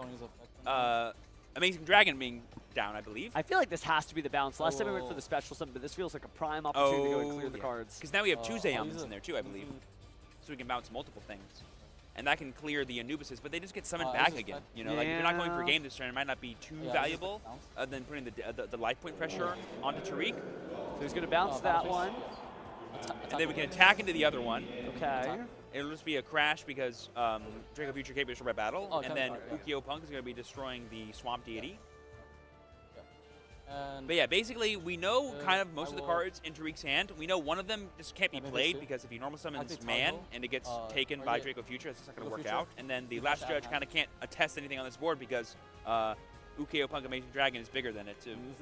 But then we see the set of Tally Ho Spriggans once again in a pass. So Tariq got his work cut out for him. Certainly has everything you would hope for as a Tombkeeper duelist, right? You've got the Man, you've got Anubis the Last Judge, you're fine. But it looks like we're going to detach here with our Utopic Draco Future. Yep, for the Talio Spriggans to then summon the card that we add to our hand. I believe that was another Captain Stargast. I could be wrong. It could be Brothers. It could be Bronga. We know it's a Spriggan card of some kind. And we're going to be bringing back the X-Blower from our graveyard. And I believe it has like 3,600 defense or something. It's pretty big. Man, just good Yu-Gi-Oh! Across the board here as they continue to resource loop each other. 2,500 defense. Oh, so a Regenesis target. Gotcha. Ooh. Or Dragon's Bond. Fleur-de-lis the Thunderbolt enabler. Oh, you're right. Oh, no, attack, not defense. I lied. Well, he took the man with the mark, just like you said. Yep, it is now on Jet's side of the board. And that is Tariq's normal summon gone. And then we see a pass, switch to attack mode. Feels like that's going to be it. And Jet's just going to make sure he dots his I's and crosses his T's. He knows he has untime, so he can go ahead and make sure he gets this right. Expo's effect to attach. Oh, sorry, Golcon's effect, I believe. And then battle phase, he's just like, 1,000. The plunge? 1,000. 1,000? You're at 75. I believe it's at least 16, maybe a bit more. Oh, sorry, you took 7, so he's at 73. Just double checking how many life points are available as he goes for the now? attack here. So we have 1,000 being done with the man. I believe that's moving down to 63. Then we have at least 16, maybe a bit more. I'm at like 3,200. Yep, so I have you at 34, and then we have 3,300 being attacked by the Making Dragon, and then the Draco Future for game. And there it is! Wow, just incredible gameplay from Jet, combining Spriggans, Punk, and Centurion. And he fought, like, on turn 2, Tariq had a full board. 5 zones full on all sides, plus a field spell zone. And Jet, on no cards in hand, just one lowly Spriggans monster in play, and one Trudea went, I got this. Yeah, I'm fine. Oh my goodness. It's the beauty of this format, though. Everything works. No card left behind. That's just insane. And there we see the evenly match being shown there by Jet. That's another card that's pointed. I believe it's 10 per card. Yeah, and it's so strong against these more control-focused decks like Tariq is playing, but super awesome to see. Wow, just some stuff. Well, we promised you Genesis duels, and it's time we paid up, so I hope you enjoyed that because, man, that was cool, dude. Yep, so Jet is our, I believe, first person to win a Genesis Invitational on stream. Congratulations to him, playing a super awesome deck. The brewer in me for decks is very pleased. That's historic. Nobody can take that away from him. I mean, it really is. And what a deck to use that with. And I can't wait to see what everybody does. Because what I love about it is it's kind of like the Duel Academy of Summon. And I know I make the anime references. I know you're tired of the anime references. No. But it is this idea where you can't just go into a format. There almost is no Genesis format. It's really, this is what I do. Yes. Oh, exactly. Meet me as a duelist on this table and let me show you my cards and you show me yours, and then weird formats and weird matchups happen that we've never seen before, ever. Yeah, the first thing I thought about was, oh, what do I want to play in Genesis? And I was like, I want to play Flame Swordsman. Yeah. I'm going to make that work. And it does. And I don't get punished. And I actually can win a lot of games, which is super awesome. Gosh, there's just so many different decks that you can build. Kind of would be neat. I mean, we've talked enough about decks. I get that, right? What if somebody else talked about a deck? Someone like Billy and a really awesome notable player? Maybe. Do we have anything like that? I think we do. Hello, everyone. I hope you're enjoying the exciting and awesome coverage here at YCS Anaheim. Something else that's exciting and awesome here in Anaheim this weekend is Yu-Gi-Oh! Genesis, the brand new way to play Yu-Gi-Oh! Yesterday's field, but with today's cards. And I'm here with... Hi, I'm Forbes, otherwise known as a sous chef guy. I'm not in costume right now, so I look different. This is what I look like. still the same person deep down underneath. Okay, well, congrats, thanks for being here. I'm excited that you're here to play Genesis. Why did you decide to come to Anaheim this weekend to play Yu-Gi-Oh! Genesis? I wanted to play something funny. I wanted to be able to play with that. And the format's a little more simplified. I did play during Master Rule, I think it was 2, right? And I played during that time, and I did like that format. But being able to play my main deck in this format is actually quite appealing. Okay. And all the cards cost no points. Like, the main cards cost nothing, so. And your main deck is typically sous chefs, as you mentioned. You are the chef. You're out here serving up sushi to the other duelists here. I'm gonna feed you one way or another. That's awesome. Okay, so you're here playing sous chefs, and this is Yu-Gi-Oh! Genesis. So the biggest differences between TCG and Genesis, no forbidden limited list. Instead, the cards have point values assigned to them. A majority of cards don't have points. So as you mentioned, the sous chef strategy, lack of points, you know, maybe not as powerful as some of those other strategies like K9 or Sword Soul, some other things we've been able to see. But you've taken your deck you already like from the TCG, brought it over to Genesis. But tell me about where did you fill those points? Where did your points go since you don't have to dedicate any to your main strategy? So the advantage of sous chef, well, advantage and disadvantage is the deck by itself designed as a blind second deck. It is not particularly good going first. Okay. So I basically put all defensive cards with my points. So we have 3 Fua, 3 Droll in main. I think this was 5? Was five or- Seven and seven, five, seven yeah. and 5. And then the rest of the points went into my side deck, because if my opponent makes me go first, Oh, that's smart. and then I have 2 cards in the 3 cards in the extra deck. So you spread your points out through every section. You have points in your Yes. main deck, points in your side deck, and some crucial points in your extra deck. I think Zeus is one that's going to be extra good for Very you. much so, yes. If I can't kill you this turn, I will try to out you next turn. It's at least a good backup plan. You mentioned that you're going second with this deck. But yeah, so these seem like really good cards to put your points values into. I like that you have these cards in your side deck. So these are for when you're going first, you said? If I'm getting forced to go first, I have to play something, because this deck doesn't really have a win condition going first. I could add extra cards, but that cost me some consistency, so I just decided to go full defensive with my points, because the sous ships themselves don't really need points. Okay. Unless I decide to play with like Ryzeal or something. Okay, all right. Well, why don't you kind of show me some of your sous ships that you're using here? Yeah, we got the whole menu here. Yeah. I'm down to take a peek at the menu before I figure out what I want to order. Exactly. So we've got the classic, obviously the best card. Yeah, this is the one I have to read every time I see it. I'm not sure if this card has the most text out of every vanilla in the game. It might be. Ooh, in terms of non-effect monsters, yeah, it might be up there for sure. We've got the one with flavoring with some vinegar in it. The one that I still can't pronounce correctly, unfortunately. And then we got some salmon roe. And then this is a card that is very weirdly coded in Master Duel. So Well, oh, Gunkin sous ship catch of the day. Catch of the day, that's a cool one. yeah. So basically, you just try to see any combination of this or this with any of these, and you basically have your entire combo. Okay, and you're just trying to get multiple rank 4s Trying to on get the as field. many on the field as possible to try to. I think I saw another card in your deck that's also good with rank 4s. You're going Yeah, second. there's a little bit of a little double or nothing. A little bit of an all-in. We're going a little crazy here.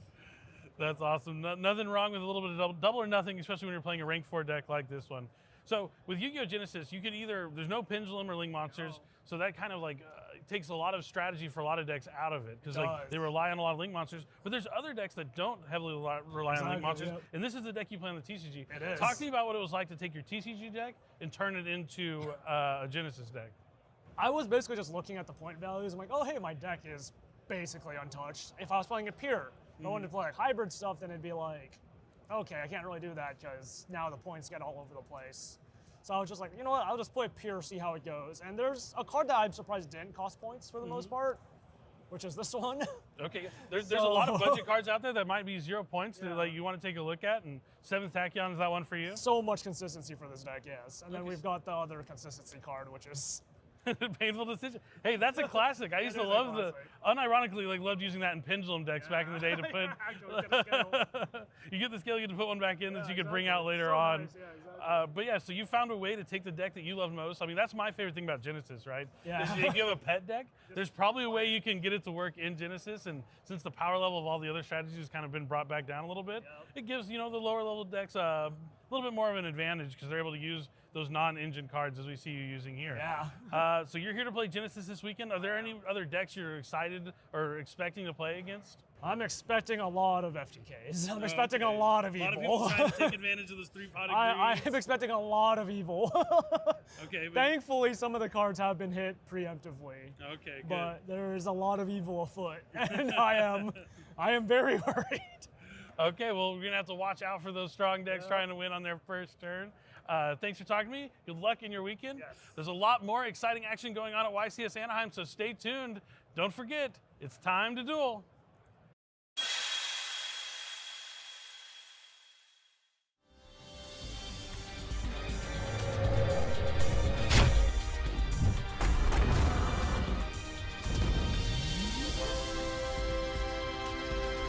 Say hello to Dark Magician Girl!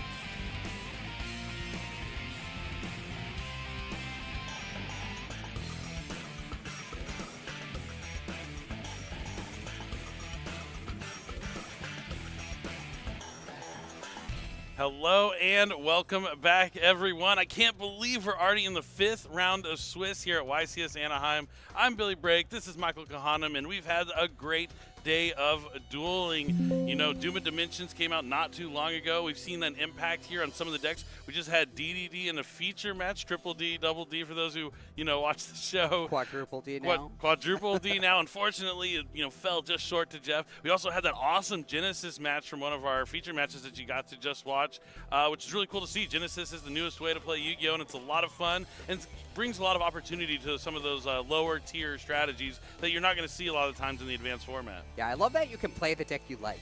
And because the points will change based on what's strongest in the metagame, if you just keep playing the deck you like, you can keep adjusting it, and it should remain at some level of competitiveness because the points will adjust to accommodate you. Definitely. That's why I got to apologize to all my, ninja enthusiasts out there. I was a ninja duelist myself back once upon a time, you could say.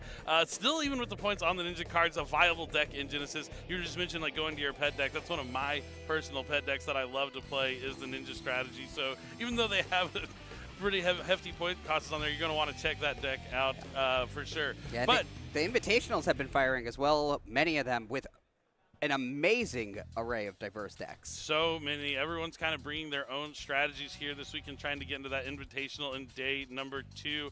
Like you just got to see that feature match a moment ago. But we are here at the main event, about to be in the 5th round of Swiss. We're going to have 2 excellent duelists facing off against each other. But before we get to that, let's go ahead and talk about our bounty duelists. Before the event starts, there's 10 players that get the bounty crown. They're walking around with the lanyard, a cool little thing. And as they win, they accumulate more packs. They get 2 packs and they get to bank a couple more. And at the end of the day, they get to take all those packs that they banked. But if someone manages to defeat one of our bounty players, they take all their packs away from them and then they get to open their booster packs. Mike, talk to me about how these bounty duelists have been doing so far. Aditya, Stephen T, Wilfredo F, Charlie F, and Stephen L, as well as Luis C, are all still undefeated with 4-0 records. And we have Elise D with 9 points, so that would be a 3-1 record. And the remaining duelists have 6 points, so they are currently 2-2.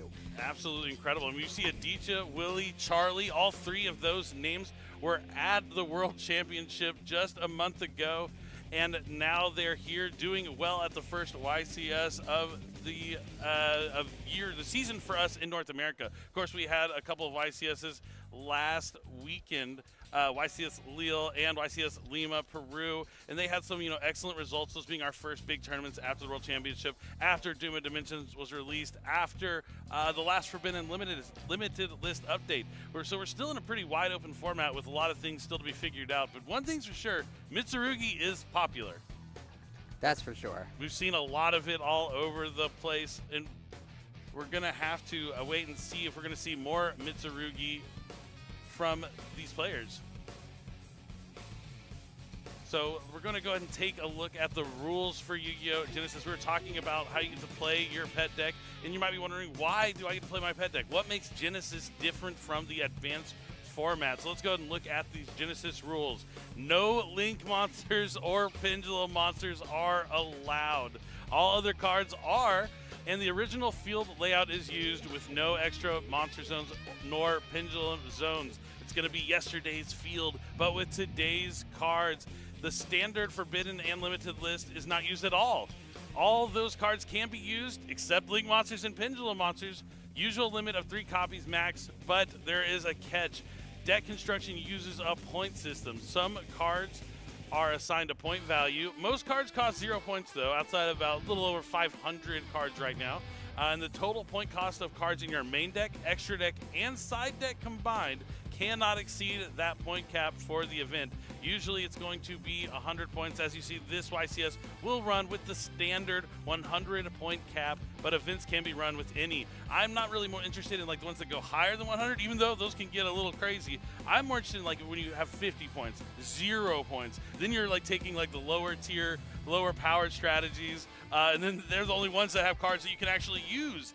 So that can be quite interesting, but the standard will be 100 points. So if you're focusing on going to a YCS or maybe your local OTS is preparing for a YCS, 100 points is where you're going to want to build your deck. Yeah, I think changing it up at a local level is cool every once in a while to kind of keep players on their toes and creative with their deck construction. So you can encourage your local OTS to do that if you think that the players there will enjoy it. Yeah, definitely. And this is why we talked about the pet deck things, because a lot of those like high-tier strategies, the cards that you're going to be seeing normally in the standard event, obviously they lose link monsters, so some strategies already you're not going to be able to find in a Genesis format. But beyond that, being able to have decks that don't have points. We've seen the Generator, the Tomb Keeper cards, the Punk cards. Flame Swordsman. Flame Swordsman. I learned that the hard way. Gladiator, Beast, as you were able to use. Glads have tons of points. They do have tons of points. But you found a way to navigate through those points to still make an awesome field there. I've 75 points of engine in my deck. Well, talking about all these points and all these cool decks that you can use in Yu-Gi-Oh! Genesis, this round we're actually going to show you a Genesis match. Our 5th round of Swiss feature match ended in a concession from one of the players, but we still have more ways to play Yu-Gi-Oh! Than ever and more ways to show you Yu-Gi-Oh! Than ever. And so we're going to jump into this feature match against Archmage facing off against Shadal Dracotail. So Archmage is one of the newer strategies out of Duelists Advanced that, you know, is strong and does a lot, but just not quite as fast as some of the other strategies that we have in the Advanced format, but it really excels here in Genesis. Very cool. It almost looks like he's like in a Declan Akaba cosplay. I don't know, maybe for sure. Yeah, but I get Declan Akaba vibes over here from Rudy. For sure.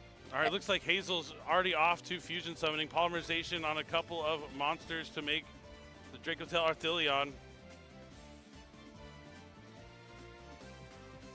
This is a Genesis qualifier finals, so the winner of this match, I think it's top 2, right? Actually, will qualify. So they both have qualified. They will be coming back tomorrow to compete tomorrow in the Invitational, where some of the prizes are incredible, including a giant pot of greed, as well as an original Shonen Jump Championship Dark End Dragon for the winner. Rare. Ultra rare, a very prized collector's item. It's a good way to describe the rarity and the scarcity of that card. It is very rare. Really cool prize to have. You know, Konami unlocked it out of the vaults. We found one there that we could be able to give away to have an awesome tournament here this weekend at YCS Anaheim.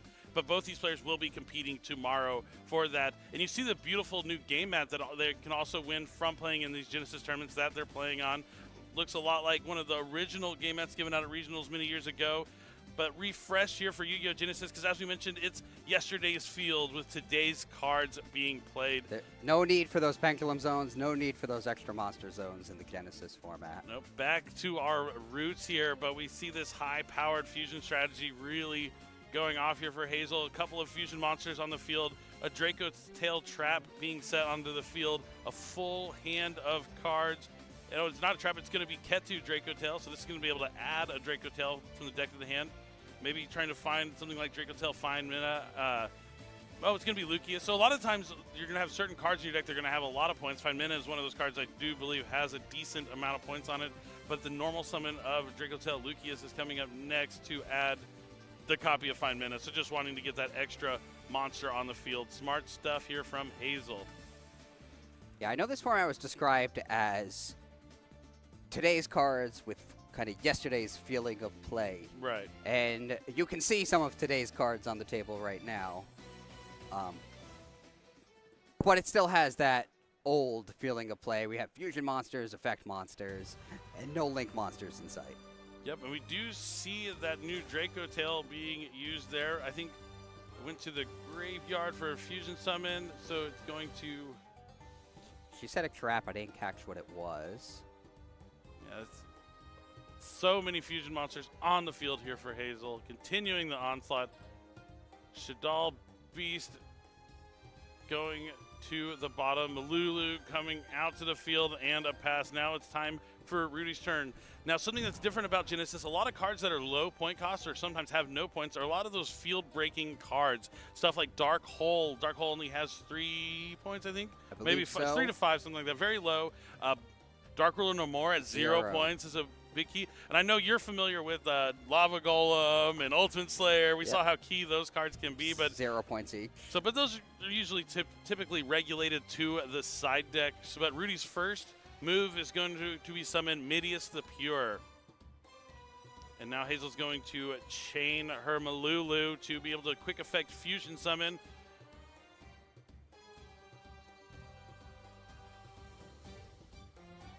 Yep, and it's going to fuse it away. Malulu going to summon another Draco Tail fusion, and now Rudy is going to resolve the Medius to Pure. Its effect wasn't negated, so it's going to be able to special summon out the Owl. The Owl is a pretty cool one. And let's see if Hazel's going to have interactions. We've got plenty of cards being activated because they were sent there for a fusion summon. Malulu can negate a face-up effect monster. Shadal Beast is going to allow her to draw a card.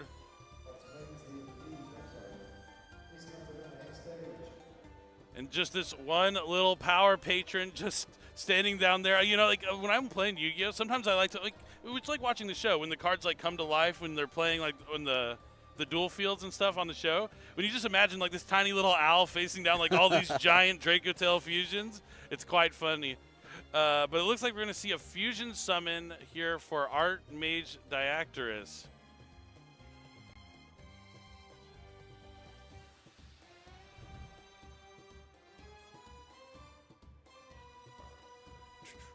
And let's see where he's going to go next with this. So much to overcome here. Hazel also has plenty of cards in the hand.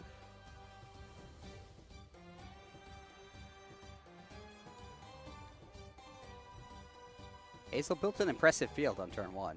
Yeah, Diactorus is going to be able to negate one of the effects, though, potentially. And then if the Diactorus is destroyed, it will bring back Medius the Pure from the hand deck or banishment.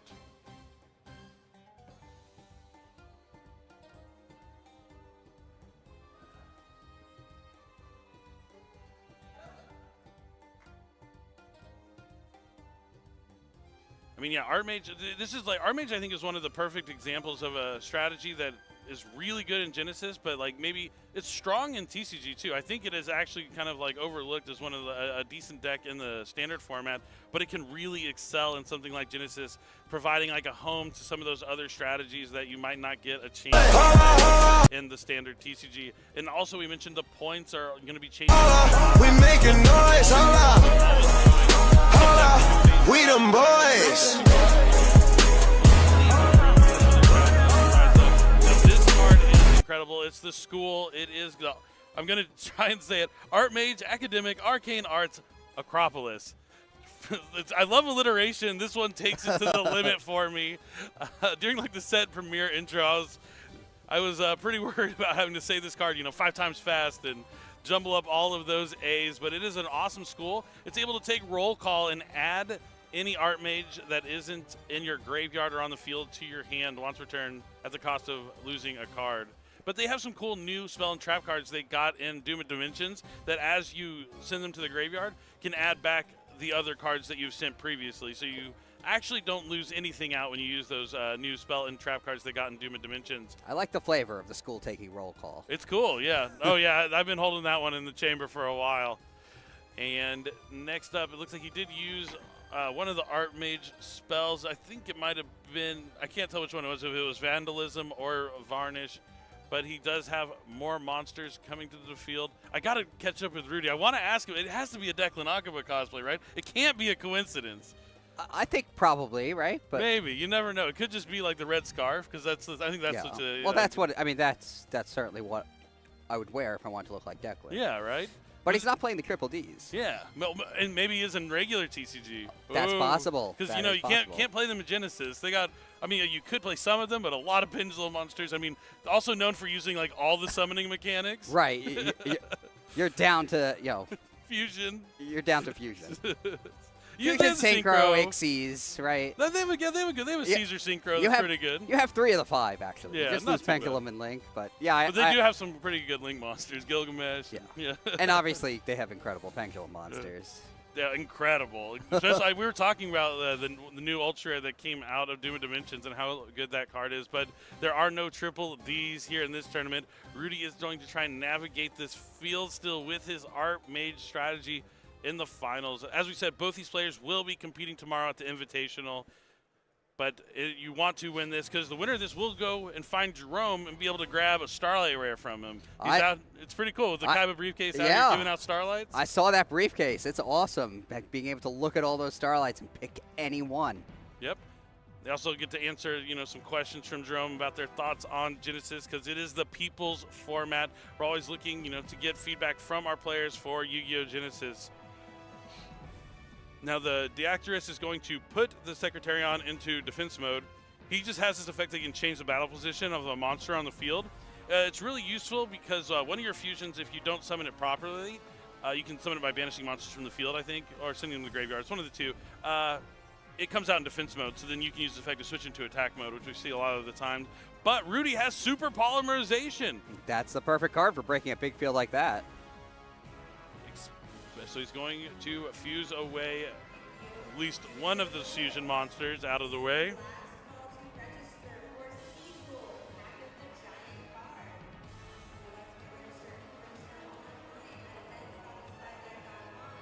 What is he going to summon? Looks like he chose 2 of Hazel's monsters.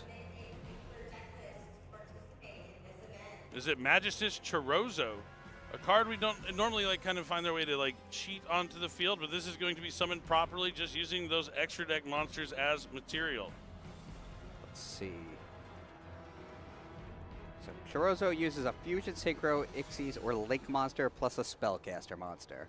And there's plenty of those in Draco Tail. Yeah, that actually works really well for Draco Tail. And it also has that alternate summoning condition, which is how we normally see Magistus Chorozo hit the field here, but showing that it's also a pretty useful super poly target at the same time. Cool stuff here. This back and forth gameplay. It looks like there's going to be a fusion summon conducted with 1 monster on the field, 2 monsters in the hand. It's going to be for another Draco Tail fusion. Since Hazel used 2 monsters from the hand, should be able to return 2 cards here. It's looking pretty strong with 2 fusion monsters on Rudy's field.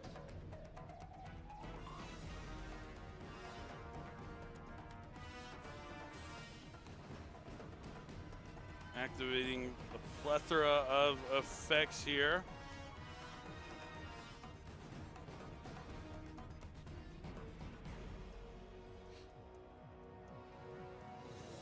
All right. More Draco Tail fusions. 2 cards get returned. It's going to be the Medius and the Diactorist. I talked about how Diactorist is going to be able to summon a Medius if it is, leaves the field, but going back to the extra deck will not trigger that effect. So now just with the Magistus Chorozo on the field, we're again in that position with kind of like a cute, cuddly creature facing down a bunch of fearsome fusion monsters. Nothing more Yu-Gi-Oh! Than that. Chorozo can negate an attack and increase its attack points by the attack points of the attacking monster, so... There's something there. Yeah, I mean, it's not as cute and cuddly as it looks. It can get pretty scary, given the opportunity. All right, and it looks like another activation of Archmage Acropolis. It's not once per turn. You can only add the names once per turn, so you can use it multiple times, just not to add the same cards. Kind of reminds me a lot of the Island. Yeah. We're able to keep on using it. What was the full name of that card? I'm going to look that up. And the Acropolis? No, the AI Island. And it looks like it's going to add, I think it's Find Mina, another Archmage monster. The Archmage monsters can continue to summon themselves from the hand as long as there's an Archmage card on the field. As long as the school's there, they're going to show up for class.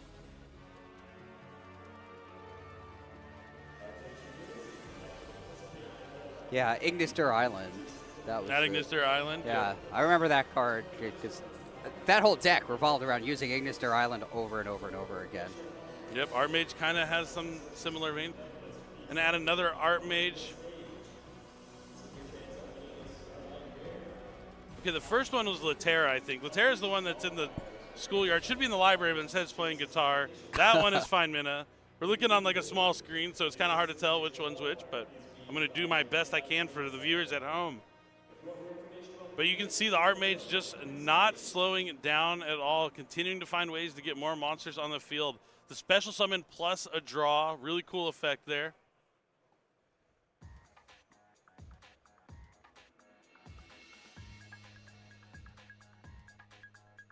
Fine Mel practicing the fine arts here at the Acropolis.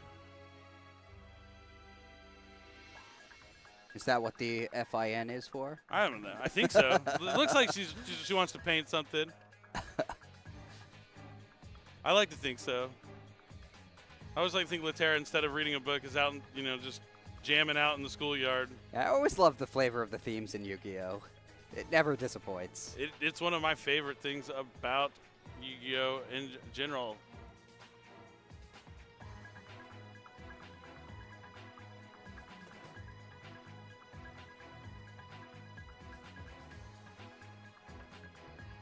All right, let's see what is next. Medius is coming back from the graveyard onto the field. Plenty of monsters. This is just really showing you the power in Genesis. Even though it is a low power format, you can play decks that can really put a lot of monsters onto the field. But at the same time, you could use like some unconventional trap cards that don't have any points, of like Torrential Tribute and other cards you might not normally expect in the standard TCG, but can really throw off your strategy. Because a lot of times when you're building your deck, you're accounting for the in-engine monsters that they're putting on the field.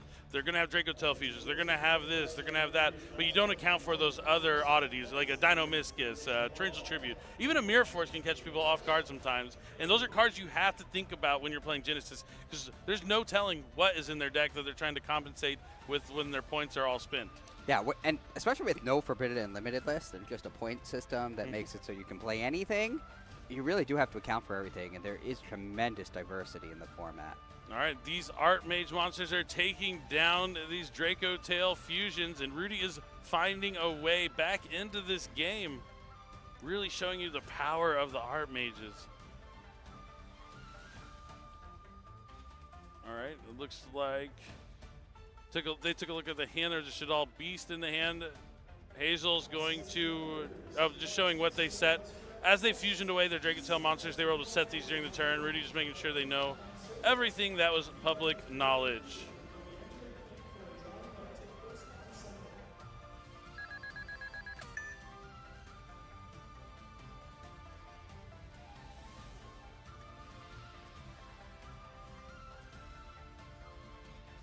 Rudy did a good job overcoming that field. Yeah, the job's not quite finished just yet. Doesn't have too much in terms of interaction during the opponent's turn.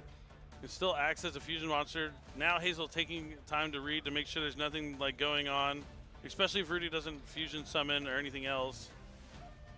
Just to make sure they don't have any quick effects that could be detrimental to Hazel's next plays. So he will set a back row, and it looks like he's out of cards in his hand. So play passes back to Hazel. Yep, still 2 copies of Draco Tail Gulamel on the field. All right, draw phase. Cosmic Cyclone knows that that is the spell card. I think Ketu Draco Tail, so wanting to banish that before Hazel has a chance to activate it. Smart stuff, and I like to see the Cosmic in the main deck.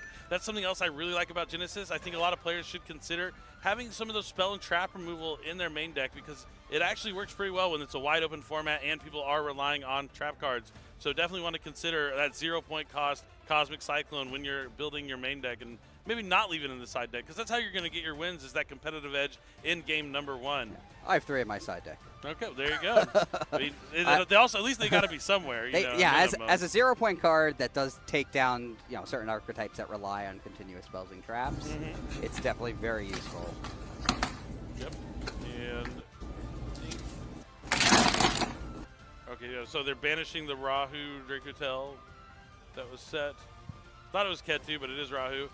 And now they're going to activate another Draco Tail trap. It's going to be Draco Tail Sting.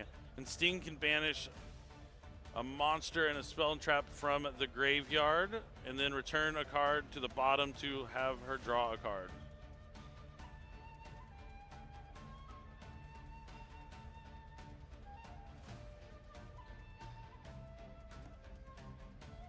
Do the Archmage cards rely on the effects of cards in the graveyard?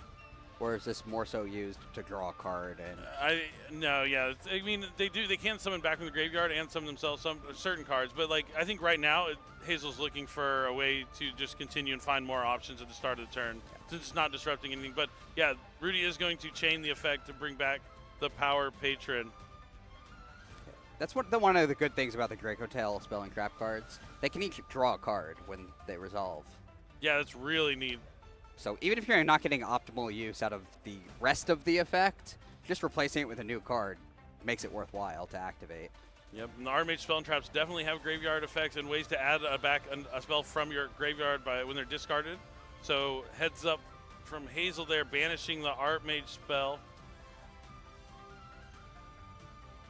Bien loca se pone, me pide que me accione, manda no telefones, quiere que le reaccione. Bien loca se pone, me pide que me accione, manda no telefones, quiere que le... Bien loca se pone, me pide que me accione, manda no telefones, quiere que le reaccione. Bien loca se pone, me pide que me accione, manda. During your opponent's turn, and that's exactly what Rudy's going to do here. He's going to use the Power Patron to summon the Archmage Diactorus yet again. I like to think of him as like the director of the school. Like, yeah, but I'm not. That's just, my own personal thing. I like to think of him like, commanding his students. He's here to save the day. He also has that effect. That is a quick effect that if you have 3 or more different monster types on your field, which is what Archmage can do quite easily. As you can see here, he already meets that condition. He's able to negate the activation and destroy a card. So that is going to be very useful. And then you're going to see Rudy adding an Archmage trap from the deck to the hand.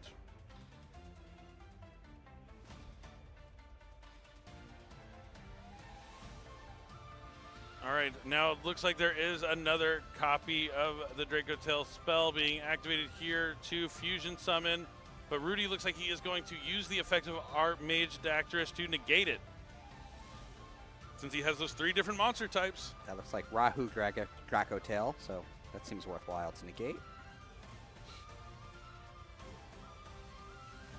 Cards that fuse from the deck are typically pretty powerful. Usually, yeah, usually want to stop those when they're able to use the material from the deck. A lot of different stuff that can happen there. I got a peek at Hazel's hand. A couple cards that aren't quite useful now. Looks like they drew in a Droll and Lockbird a little too late.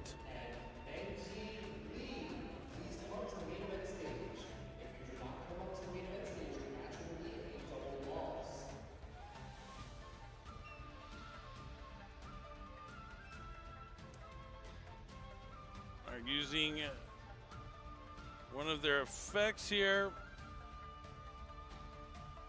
And looks like that's going to be it.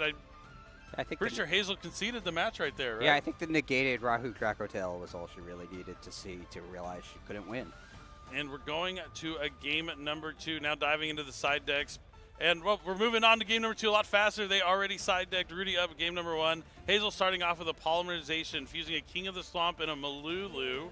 King of the Swamp could be anything, but yep, it's going to be another summon for another Gulamel, which I don't think you can make with 2 monsters from the hand, but if that is Gulamel, right? Maybe they summon the Malulu? It's a Draco Tail monster plus a monster in the hand. Oh, monster in the hand. Oh, so okay. You could have a Draco Tail monster in the hand. Oh, that was plus the a monster Malulu. in the hand. Okay. Yeah, so that works. That does work.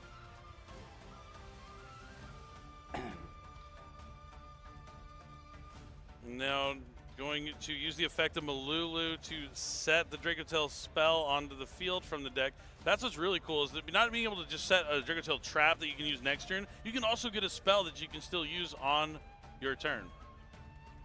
Yeah, those effects that just set cards from your deck when they're used as fusion materials are incredible.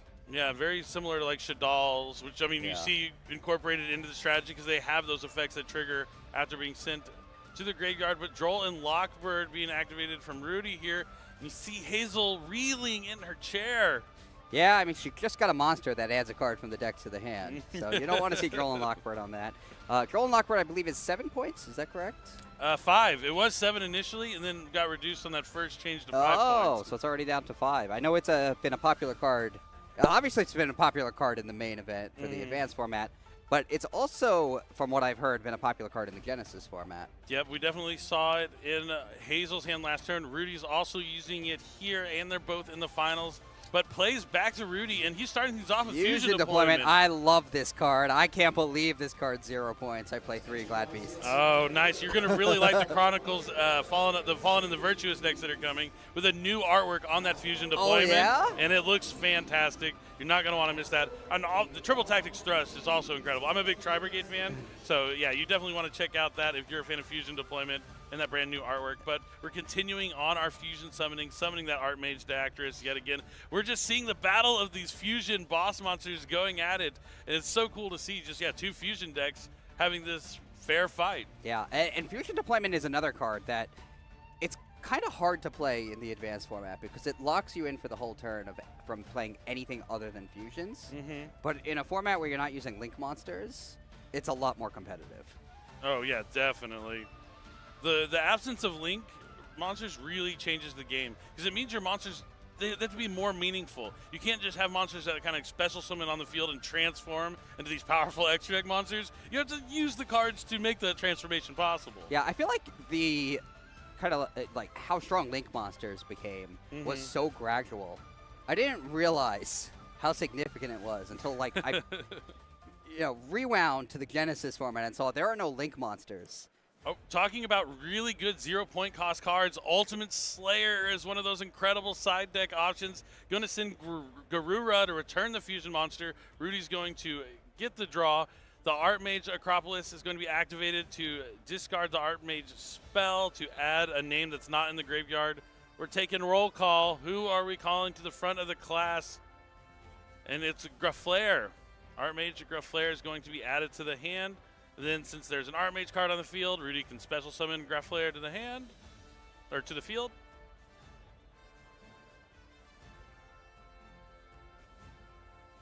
And Graflair is going to add another Archmage spell from the deck to the hand.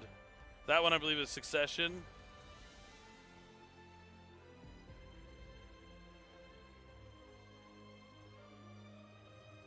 All right, going to get access to an Archmage trap, but that's just going to be used to go to the graveyard to add another Archmage card from the deck to the hand. Rudy sees this open field, and he's just going to try and get as many monsters onto the field as possible. It looks like he's adding Archmage Latera. Yep, and now he's going to be able to special summon the Latera from the hand to the field. And we're getting close to 8,000 damage if we don't already have it. And I mentioned some of the spell and traps have the effect if they're sent there from that field spell. You're going to be able to add back an Archmage spell, and that's exactly what Rudy is doing here. Yeah, the Ultimate Slayer cleared the way, so he only needs 8,000 attack points.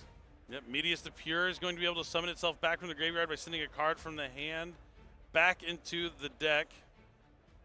And then, yep, that's going to be enough. Hazel's going to offer the fist bump, and Rudy is going to win this Genesis qualifier with Archmage. And both these players will be competing in the Invitational tomorrow to win that awesome Giant Pot of Greed, the Ultra Rare Dark End Dragon. But for now, Rudy is the champion of this public event, and he's going to be able to go over to Jerome, answer some questions, get some input. We want to hear from our players about how they're enjoying Yu-Gi-Oh! Genesis, and going to get his hands of a pick of a Starlight Rare. Yeah. Pretty cool stuff. Not like a usual prize you're going to get from a tournament. Like how often do you get to meet someone from R&D and you're able to give your input to them directly. And they present you with the Kaiba Corp suitcase full of Starlight Rare cards. Yeah, it's kind of like reminiscent of Kaiba, from the show opening. The first episode, he comes to Grandpa. He's like, "I'll give you anything in my box for that Blue Eyes White Dragon." I saw the suitcase. It has the KC logo. Yep, it is the Kaiba briefcase. But at the end of the day, what's more important, it's not about what you can get with the card, it's about what it means to you. And that's the lesson they teach from that very first episode.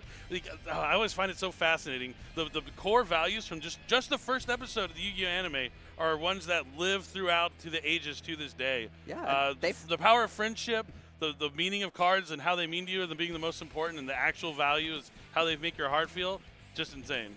Yeah, they followed me to this day as well. Yeah, exactly. Yeah, there's still things that you really play out and kind of teach you like life. There's a lot I learned about life through Yu-Gi-Oh! And now we're learning about Yu-Gi-Oh! Genesis here this weekend. It's been a lot of fun. Hopefully we can see some more. I think there's a match going on right now that we might be about to jump into, which will be cool to see. But for now, we get to see Archmage coming out on top. Going into this weekend, I was wondering what decks were going to be good, and Archmage seems to be one of the top ones. But these are two other decks a lot of players have been talking about this weekend, and it's Generator up against Vanquish Soul. And I happen to know the first flight was won by Generator as well. Oh yeah, Generator actually was recently added to Yu-Gi-Oh! Duel Links. Ooh. And it's a pretty strong deck in there. Yeah, I'm not as familiar with the Generator cards. I do know like what they do overall. I know Vala is really good. It can summon itself from the hand or graveyard and special summon another Generator monster from your deck. But the big key is it opens up those access to those rank 9 monsters very easily. Exactly, and it's stronger in the TCG, I'd say, because you have the 5 zones to put the tokens in from the field spell.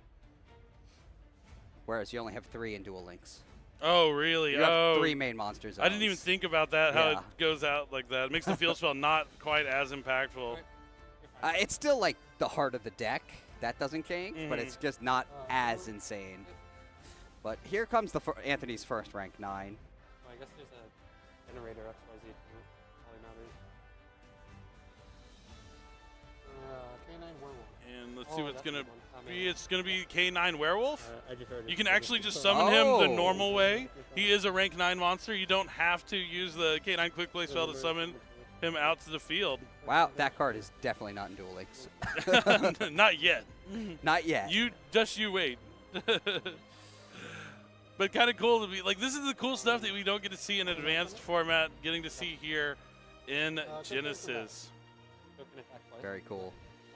Vanquish Soul also, though, I was surprised to see how few points were assigned to the archetype from the get-go. Yeah, and definitely. I think Holly Sue gained points later, right, in the first revision? Yeah, no, it had 0 points and then went to like 10, I think. Yeah, but that's the cool thing about Genesis as more tournaments happen, more data, more players are out there playing it. That's how the points can evolve, and they'll be updated frequently. And that, we're here, we're enjoying Yu-Gi-Oh! Genesis. We're still waiting on our 6th round of Swiss to start, but in that time we're waiting here, we get to enjoy this brand new way to play Yu-Gi-Oh! And it's a lot of fun.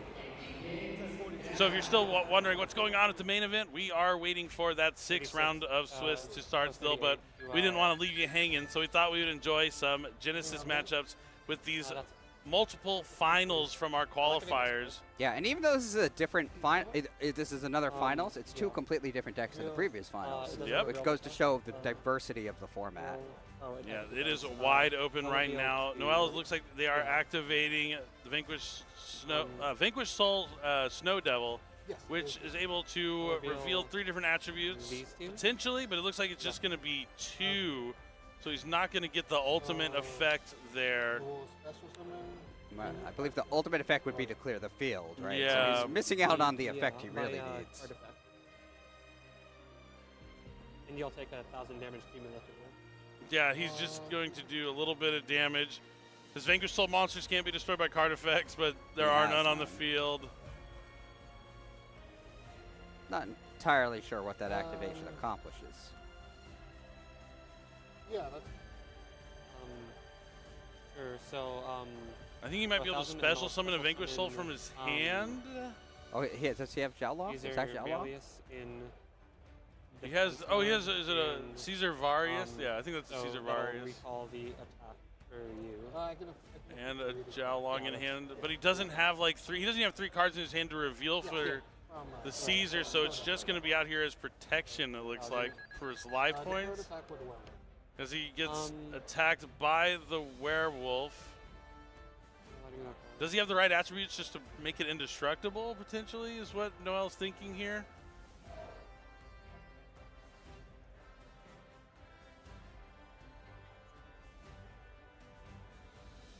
I'll activate. It doesn't matter. That's Nope, just going to protect Noel's life points just a bit. Maybe that attack.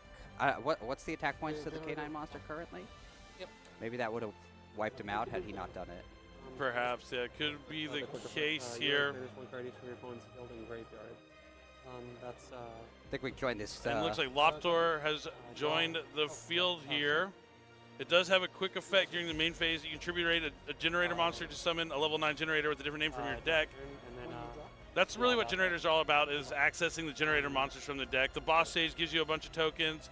then you can summon whichever generator you deem it necessary. A lot of the times it's going to be Hela, but they tribute themselves along with another card because you have all those free tokens to negate cards, and there is the Hela coming from the field, or from the deck onto the field.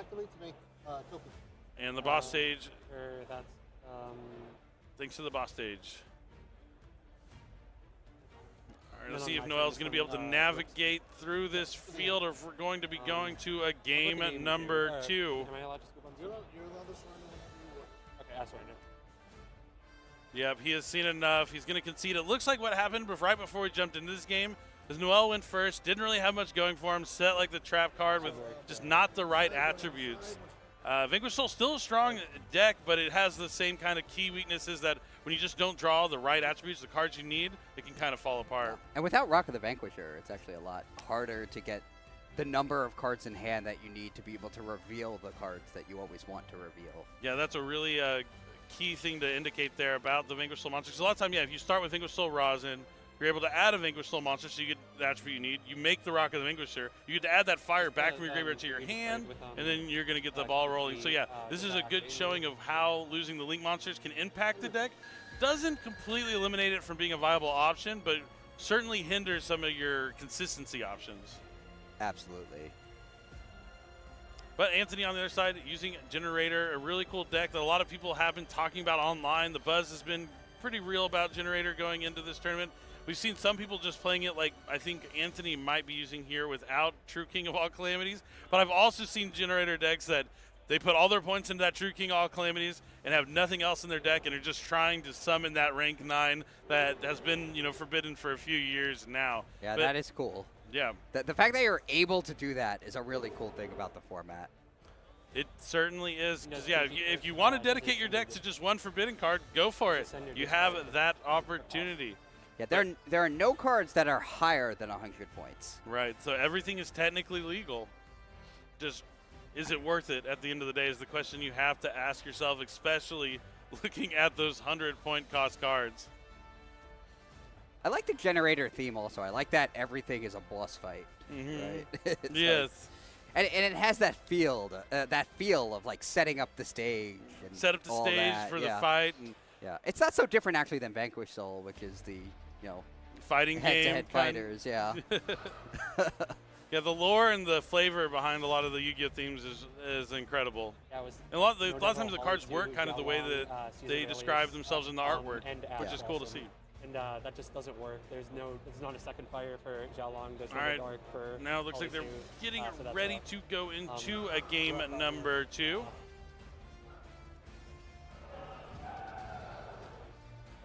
As we're still waiting for the 5th round of Swiss to conclude, we're having a quick break in the advanced action to show off this brand new way to play Yu-Gi-Oh with Yu-Gi-Oh Genesis. If you're just now joining the live stream, it's slightly different. It's incredibly different from the standard format with no forbidden limited list, the 100-point cap. Cards are assigned a point value, and then you can only play 100 points worth of those cards in the tournaments here this weekend. It's so weird seeing no extra monsters. Yeah, no links, no bins. It's like we're going back in time. It's kind of cool. But it looks like Noel is off to a rough start yet again. Just one spell and trap card face down. Does he have a normal summon? If you look at the body language there, he doesn't look too happy. He most certainly is not. His head is hung very low. A lot of times you can make a pickup. Just one spell and trap card pass. I feel like very commonly also setting a back row card before summoning a monster is a bad sign. It usually is. Other than in like Malice. Let's play against Malice, in which case it's horrible when that happens. Yeah, I guess Malice, if they set a back row and then normal summon a monster, you might be in trouble. Yes. All right. Now, it looks like this is the exact same way the last game played out. A set spell and trap card, and Ash Blossom and Joyous Spring being used. So we know Noel at least used 15 points on the Ash Blossom.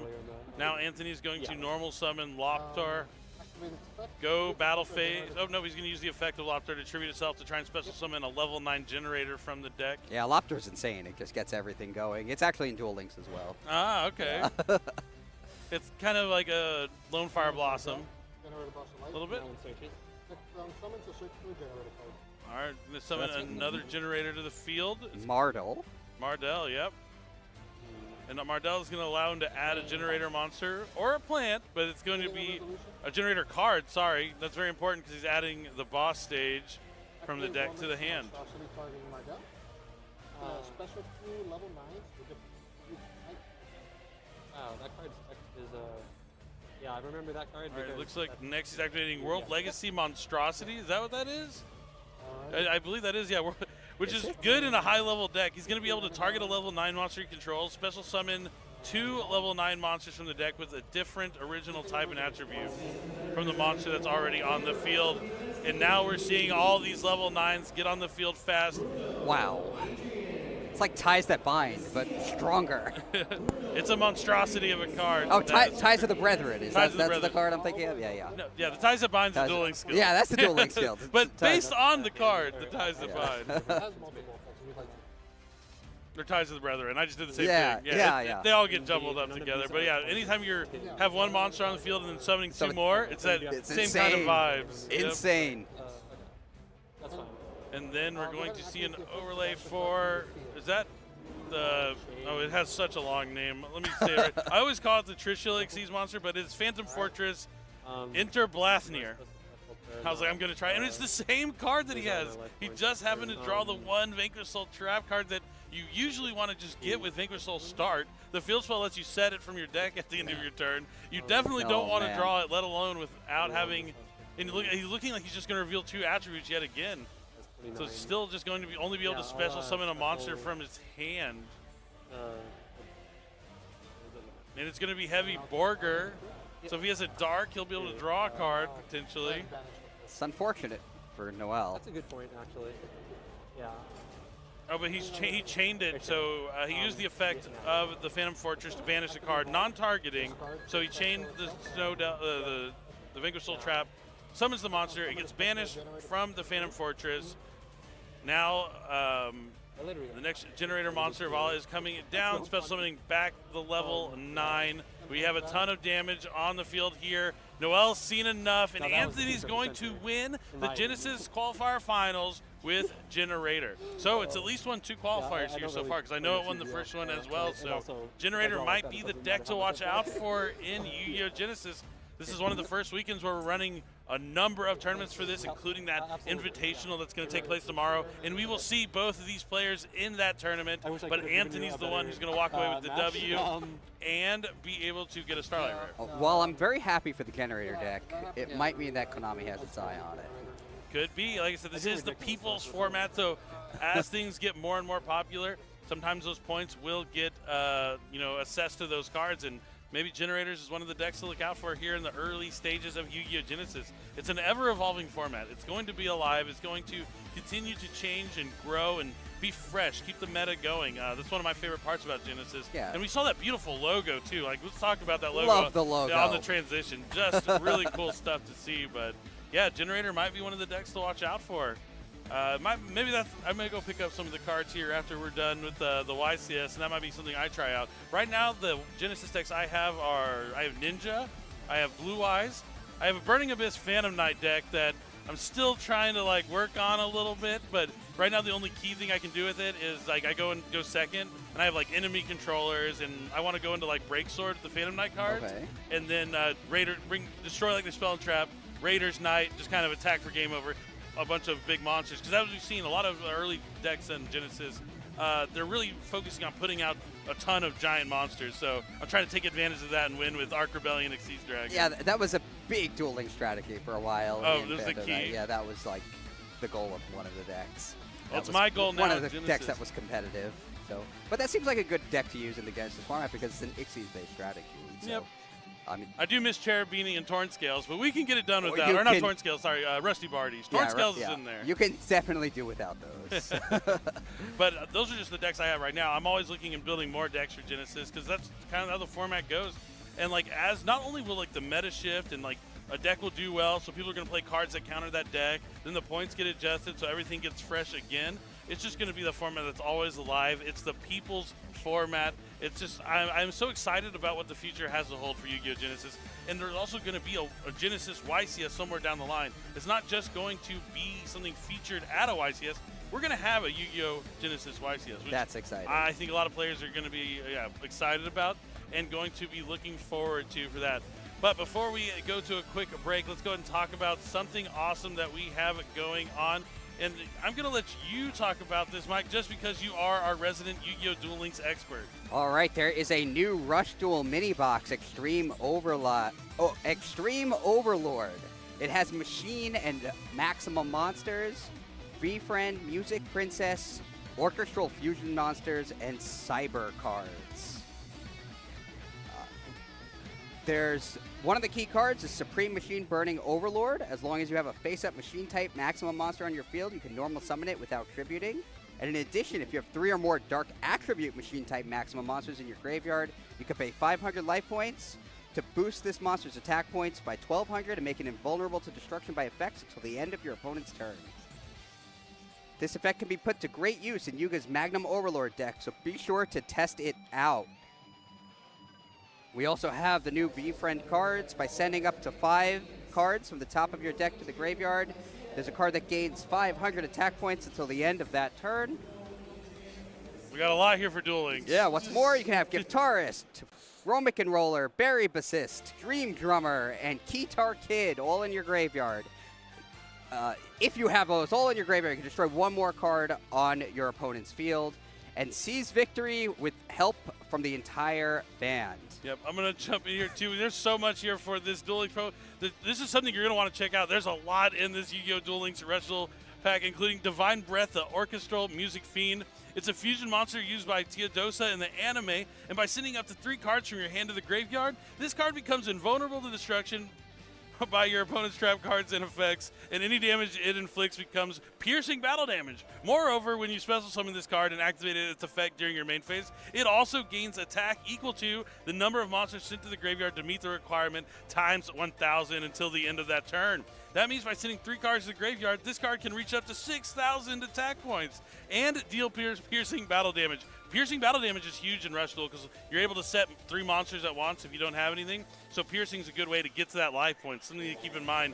You get to bring duels to an end in a single devastating move. And we got one more thing to talk about. It's the Destruction of the Universe, a trap card used by Teodosa also in the anime. And when your opponent's monster declares an attack, you can pay 3,000 life points to destroy that monster that attacked.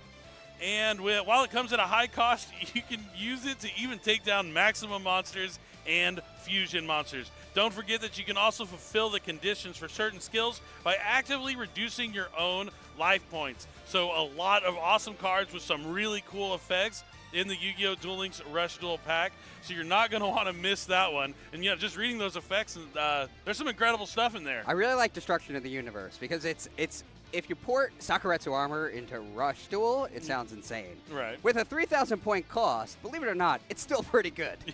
And that's what Destruction of the Universe is. Definitely. So it's going to be cool. You're going to want to get your hands on those cards and play Yu-Gi-Oh! Rush Duel. It's like one of the only ways you can play Rush Duel here in the TCG on Yu-Gi-Oh! Duel Links. And it's kind of like a match made in heaven for Rush Duel and Duel Links with how it plays and how fast it goes. But we're going to go to a quick break before we're back for our 6th round of Swiss here at YCS Anaheim. Don't go anywhere. We'll be right back shortly.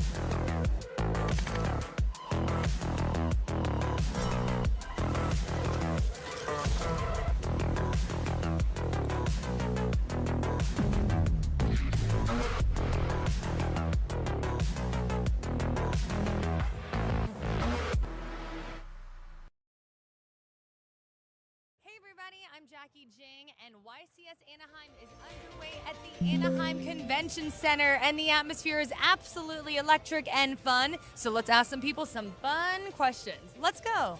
All right, everybody, I'm with Julie, looking very kawaii for this YCS. So where did you drive from, or where did you fly from? I flew from Florida. What? Wow.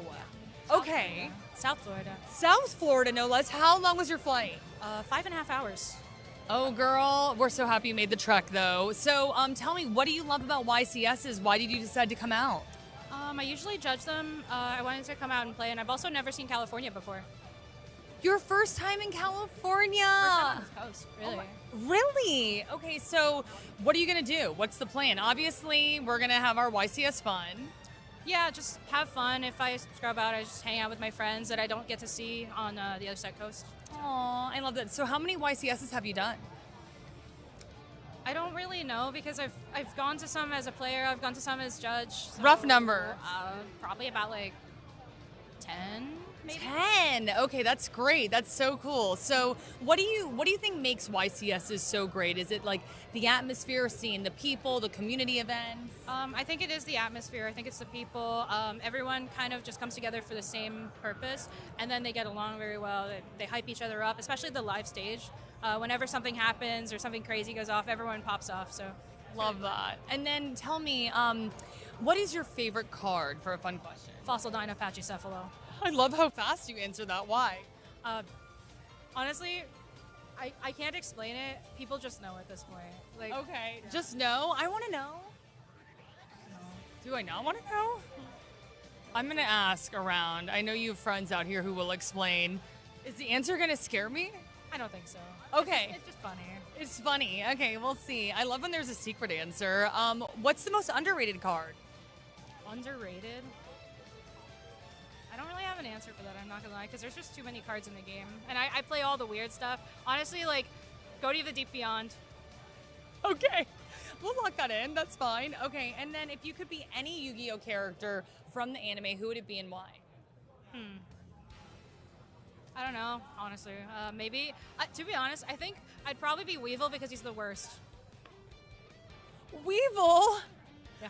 And just because he's the worst? Yep. Can I get a Weevil impression? No, absolutely not. You know what? I don't even, that would be a hard one to do an impression for. Not doing it. Julie, you're awesome. Say bye. Okay, so King gets in casual clothes here. I'm sad you're not going to be on stage with me. I'm a civilian this weekend. I know. What's going on? So I want to play Yu-Gi-Oh! I always get to watch people play Yu-Gi-Oh! And I'm like, I wish I was playing Yu-Gi-Oh! And now I got to represent Steven and Steven at YCS Anaheim. I love that. So how are you feeling? Are you confident? I put a solid 1 day of practice in. And what's he doing over there? We're having not encouraging faces in the background right now. This is what I have to do. This is my partner, by the way. This is the guy that I practice with and lab with, and then I just get berated every time. Okay, partner, how's he going to do? Break it down. I actually think he's going to do really well. I know what deck he's playing, and in my opinion, he plays it better than anybody else does. No one's going to be ready for the smoke that he's going to bring, but it took a lot of work. Okay, I want to know, Kingus, what type of duelist are you like? Like, are you like serious or are you talking smack? I can answer that question. Okay. Yeah, let's hear from my opponent. Well, I'm not playing you. I'm commentating. But what I will say is he definitely goes hard or he goes home. That's the way he duels. Yeah, I don't play a patient game. I can tell you that. I like to go strategies that just like you play your entire hand in one turn, and either I win that turn or I lose that turn. So I expect all my runs to be over fast, and then I can get food and snacks and kind of walk around the venue and check out the public events. Play some Genesis. Yeah. Okay, what is your routine like to get into duel mode? Ooh, okay. Well, first off, good night's sleep. And second of all, great question. I don't have one because this is only the first YCS I'm playing in myself. I was in a team YCS. Really? This is your first? Oh my God! First alone. We did a team YCS in Vegas, me, Steven, and Steven Darling. And then I've done a couple of regionals, but regionals are not as many rounds typically as YCSs. So I'm actually a little worried. Find me at the end of the day, and I'll tell you how it went. Yeah, I feel like you're gonna be like, so I should have done this. No, I'm kidding. I'm manifesting good things. Yeah. Oh my God, stop! Okay, I'm gonna eat my vitamins. I'm gonna make sure I have my caloric intake. I'm gonna be hydrated, and I'm gonna have a lot of citrus. Citrus is good for the brain. It activates the brain. Citrus, that's the key to winning in your duels. I have no idea. Okay, sure. All right, everybody wish Kangas luck. Bye. Okay, I am with Sal and Michael, everybody, here at YCS Anaheim. Really excited to be here. So how long did it take you all to get here? Did you travel from far, far away, or was this just a little drive? It took me 4 hours. I'm from Fresno. Okay. I'm from UC. I'm from San Diego, and it was like a 2-hour train ride. Who was your favorite Yu-Gi-Oh character from the anime and why? It's always been Kaiba. He has money, blue eyes, best monster in the game. Yes. I'm a big Jaden fan, honestly. Oh. The GX series. Why? I don't know. I just got really connected to it, and then my favorite card is Cyber Dragon, so I really enjoyed the show. Okay, I love it. Can I get a Jaden impression? Oh, I don't really know too many, to be honest. He's like, no impressions. Okay. Seto Kaiba impression? You're poor. I don't know if Konami will let that one go on, but that was I don't know hilarious. if that's one, though. Maybe something Seto Kaiba would say? I don't know. All right, well, I don't really remember one, so. we'll take that one then. That was hilarious. All right, well, thank you guys so much. Say bye to the camera. Thank you. Okay, everybody. I am with Zane, Zed, Dyer, or pick one of the three. Just Zed is fine. Zed is fine. Okay, so how many YCSs have you been to? Oh, that's a hard one. Rough number? It's probably going on 20 at this point. Wow. Okay. I started during COVID, and made a lot of friends in the remote duel era of the game, and ever since YCS Charlotte, I believe, is the first YCS after COVID. I've just been trying to go to whenever I can. What do you love about YCSs?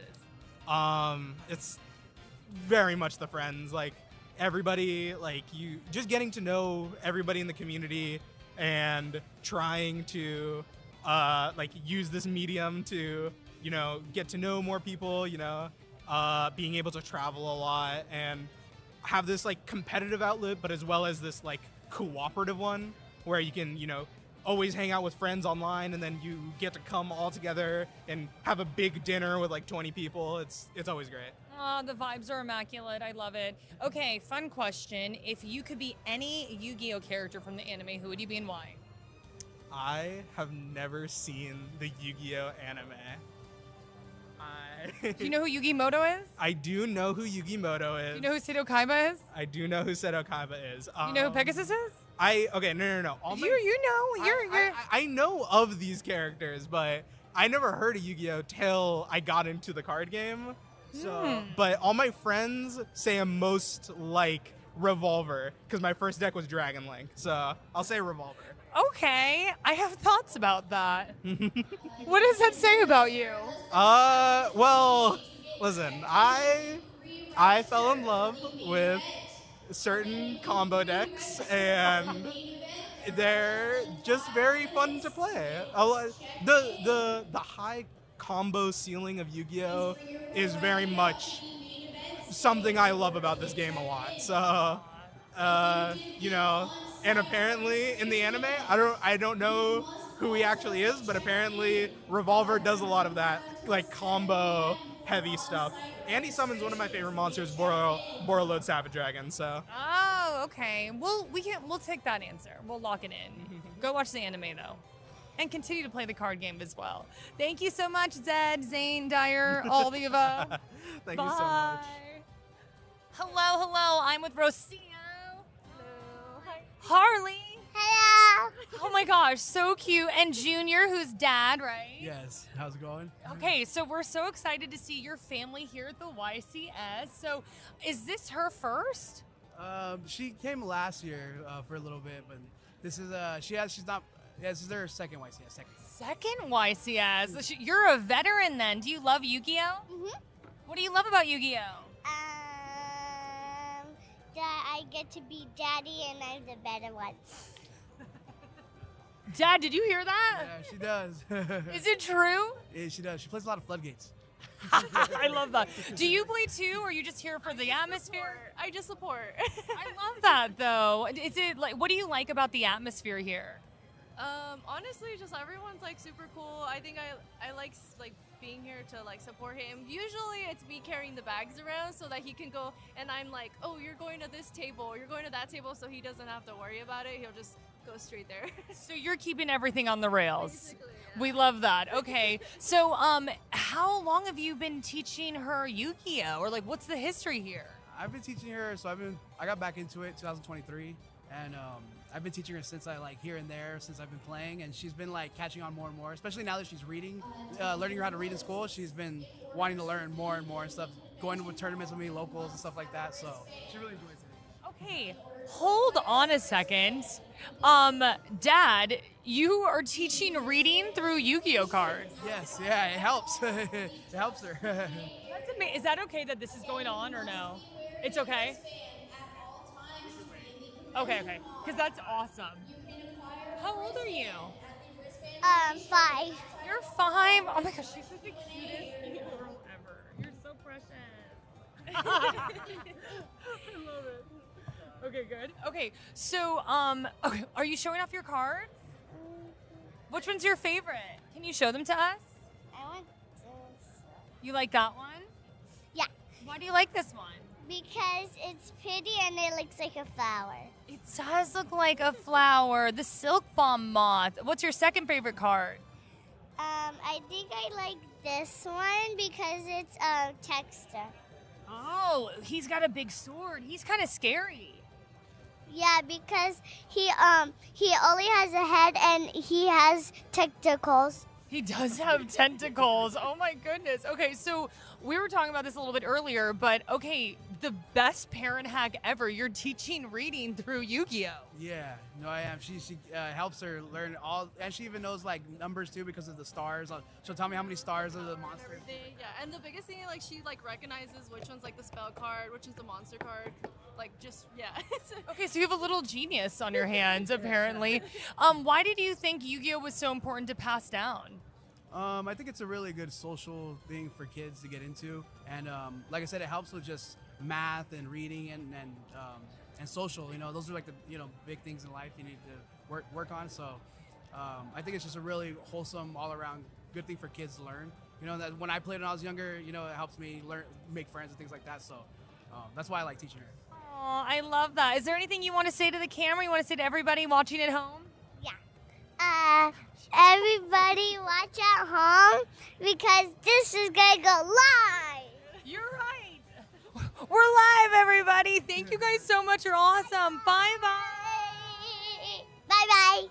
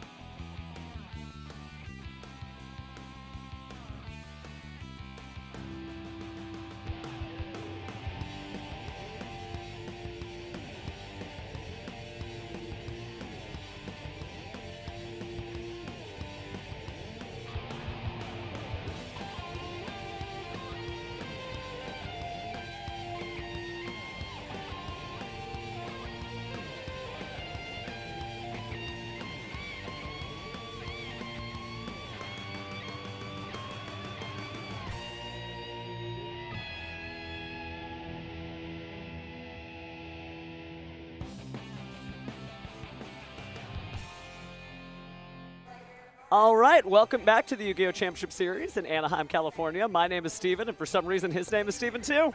Yes, that's right. We are here, and we're going to be bringing you round 6 of the YCS Championship here in Anaheim, and I think we got some fun stuff. Oh, yeah, you're not going to believe who we found or what they're playing because there's so many different decks in the format that are still working, but some older decks may make an appearance in this duel.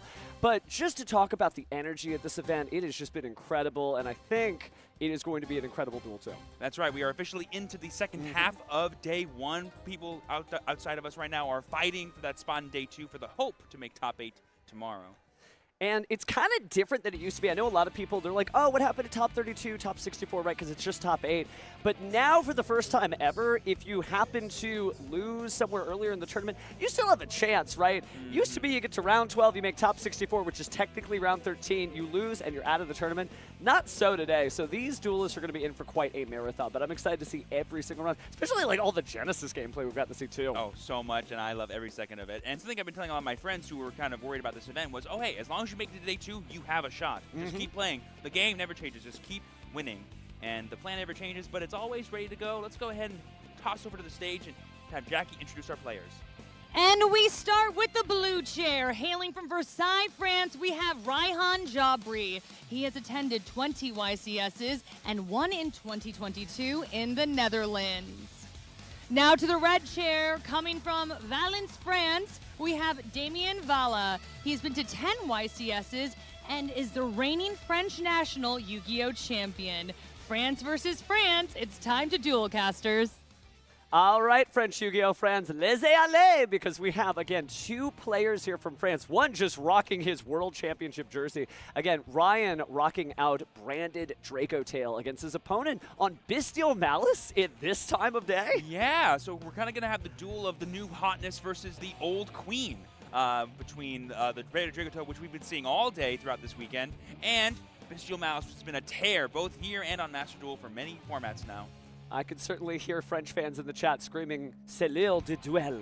But yes. It's true, it is time to duel, and it's so cool because here at this particular event, I have seen duelists from the OCG, literally people from Japan crossed over the Pacific Ocean to be here. We've got people who crossed the Atlantic here, both of these players not only being on that really long flight, but still managing to do so well. So it brings all duelists from all over the world here. Oh yeah, it's going to be super shiny to see. I'm sure both of these players hate finding themselves here against each other in round 6 because they probably both want to do well for their country, but because they're both undefeated, they'll have plenty of opportunities to do so, no matter who wins this match.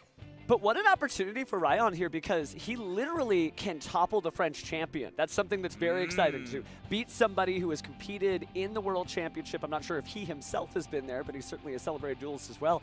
But this is we don't have this every day. This is really cool that we got to spot this out. Oh yeah, 100%. And as I mentioned, Damien is playing Bestial Malice, which has been a tear on the format for so long, but with the recent changes to the FNL list, putting Dormouse to 1 and forbidding Splash Mage, a lot of duelists kind of put it aside because it's a lot more vulnerable now. And in a format full of, hand interaction, that could be really tough to kind of fight through and still establish your big Cypress plays. True, but what's really interesting is as Malice exits the format, we do see a drop in things like Artifact Lancia and weird increases in things like Dimension Shifter. We saw Dimensional Fissure on the featured match stage earlier. So it's almost like this is the perfect time to play Malice because nobody is expecting it. Yeah, you're kind of right. Like, some people could see it as like, oh, Malice's time is over, but Damien's like, no, their time is now. No one's going to be expecting this. And he's currently undefeated, so it's been going well so far. Yeah, but so is Ryan, so it'll be neat to see what happens here. So there's going to wait for the die roll on stream here, but believe they're ready.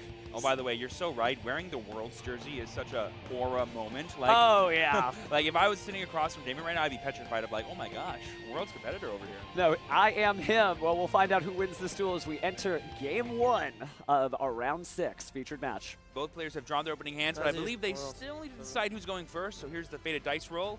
We have at least a 6 from Damien. I believe it's a total of 8 for him.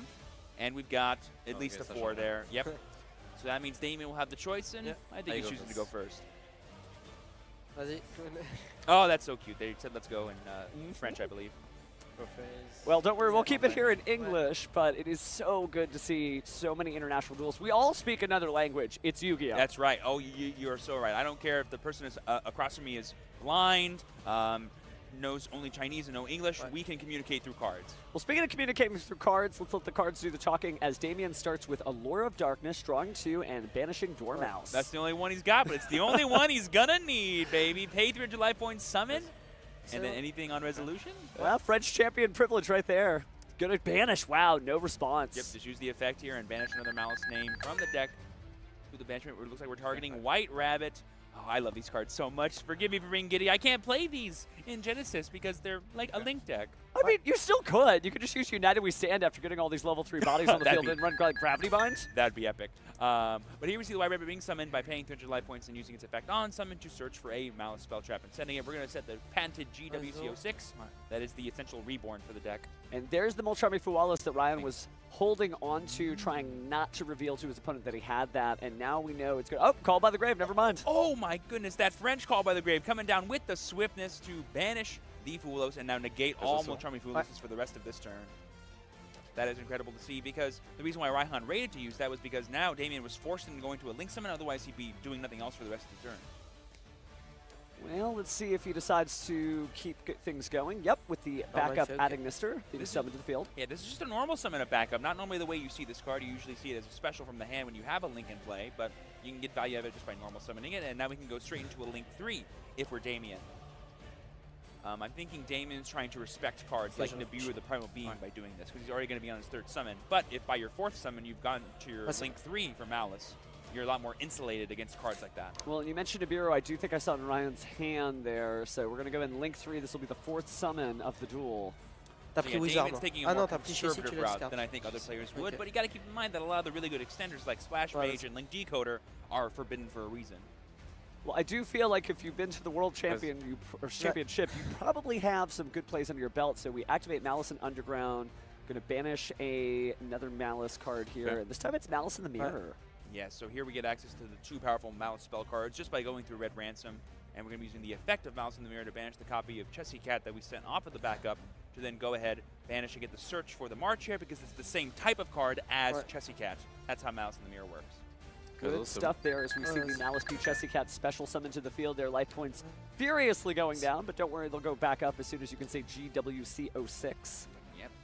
And I guess the question is, what is Damien kind of building towards? Because we still have the powerful boss monsters of the Cyber stack, like Allied Code Talker Ignister, like Topologic Bomber Dragon, lots of things that Malice is known for, but you can also just use in-archetype stuff like Hard Scripter and the GWC06 to have plenty of ways to interact with your opponent on their turn with non-target banishes. Even a Firewall Dragon in this format would be pretty strong because we know how good Draco Tail is, because Draco Tail Arthalion being able to just sort of recur resources from graveyards or return cards on the field back to the hand. And we're getting a little closer to that as we bring out Cyburst Wicked, which does have that arrow pointing down, but it's more than that. It is protection for all these cool Cyburst cards, so we'll see how Damien establishes his field. Yeah, you can also get him access to like another backup Ignister if he wants it for follow-up, which could be pretty interesting. So here we see the effect of March Hare, going to go ahead and banish itself to summon. This is actually a quick effect that he could have saved for Ryan's turn, but is choosing to use it now. We're going to be getting rid of the Red Ransom here to try to summon it back out and get an additional banish this turn. I believe we've done all the main deck monster names. So depending on what Cyber's monster he wants to banish, could be later. There we see the Wicked using its effect because the March Hare was summoned to his own at points to go ahead and search for that backup like I said. And then we see Chainlink 1 for the Ransom, paying 900 to summon itself out and banish another Cyberse from our deck. Ouais, c'est ça. Je vais rien bannir. Life points getting low, but cards heating right up. If we see a Dotscaper right now, I'm going to go crazy. Okay, we do not get the banish of Red Ransom from the deck because, like I said, Damien's gone through all the really important names already. We're just going to see a go-ahead link here into a Link 3. That's going to be White Binder. This card on summon will allow him to potentially banish 3 cards from his own graveyard if he wishes, but I think he's going to maybe choose to save that effect. Yep, we're just going to go ahead and use the Ignition effect to go ahead and set a Malice trap card. That's going to be the MTP07. Already setting it down, meaning we need a little bit less work on Ryan's turn to start getting some more interaction. Well, Damien locked in. You can see Ryan just kind of rubbing his beard there, thinking, man, that is a lot of monsters I'm going to have to press through. Ooh, but here we see the GW6 coming down now. This could be in a bit of a trouble here for Damien because if Ryan does have access to Nibiru, basically without access to GW6 again through White Binder, it's harder to play around that card if you're Damien. And so we could see a big punish here. If that is a card that's in Ryan's hand. Yep, so there we see the pay 900 of White Binder to summon itself back out and drawing a card. 65. Yeah. Yep, so we have a total of 65 life points because we do gain life points back like Judo CO6, like you said, Steven, because we did control the red ransom when Chester Cat was summoned back. And now we're going to banish the red ransom using White Binder's on summon effect that we saved earlier. This is interesting. Ooh, another Allure of Darkness, just reaching and reaching and reaching in the deck. I think he's drawn 6 cards this turn just by drawing them with extra cards. Is that a 8-9 card hand or something if you're Damien? I definitely saw some good stuff in there. I think an Infinite Impermanence as well as an Ash Blossom Majora's Spring, but this has got to be the Allied Kotakaratic Mystery, I think? Yeah, that's a Link 5. Oh, no, it is just going to be Link 3 Heart Scripter. Yeah, he's really valuing the double non-target banish that MTPO7 gives him, as well as Heart Scripter. Well, here comes the Wizard Adignister. Oh, you know what? He's going to make it this way. So he's going to use these 3 monsters to make Allied Kotakara, and that way he can summon back the Heart Scripter and have it be co-linked with the Allied Kotakara. Oh, wow. This is going to be a lot on the field all at once. And we do get the IP Masquerena as well. Oh, I believe Allied Kotakara needs at least 3 monsters, right? Or does it need only 2? Because if you can IP into that, that'd be crazy. So we're about to find out what his play is. Oh, there's Nibiru, the Primal Being. Yeah, like I mentioned, Raihan does have it, and with the access to not Judo CO6, Damien has no real recourse to stopping this, I don't think. Did he go too far in? Yeah, I am curious to see what he was maybe trying to set up, but Raihan picking the perfect moment, I think. The patience of waiting to use this card when you knew almost all the resources were depleted is super huge, because he knew that, oh, you must have Wizard in hand, so using it now, you have ways to get all your stuff back anyway. Shows exceptional understanding of Malice combo lines, knowing exactly when my opponent is done playing their cards, so we're going to go ahead and see the YCS token there. Thank you, judges. Il a combien? 0 def? Ouais, 0 def. I believe his token has 0 defense points because 2 Link monsters were sent to the graveyard. Toujours en main, je réfléchis. It must be so nice for the two of these fine gentlemen to be able to converse in their native language on top of just being able to play Yu-Gi-Oh! On the featured match stage. Obviously, we're here, we speak the language of many of the listeners here, but for some, it's probably good to hear a little of home. And like you said, we definitely speak Yu-Gi-Oh! So we can translate what's happening, no problem. Yeah.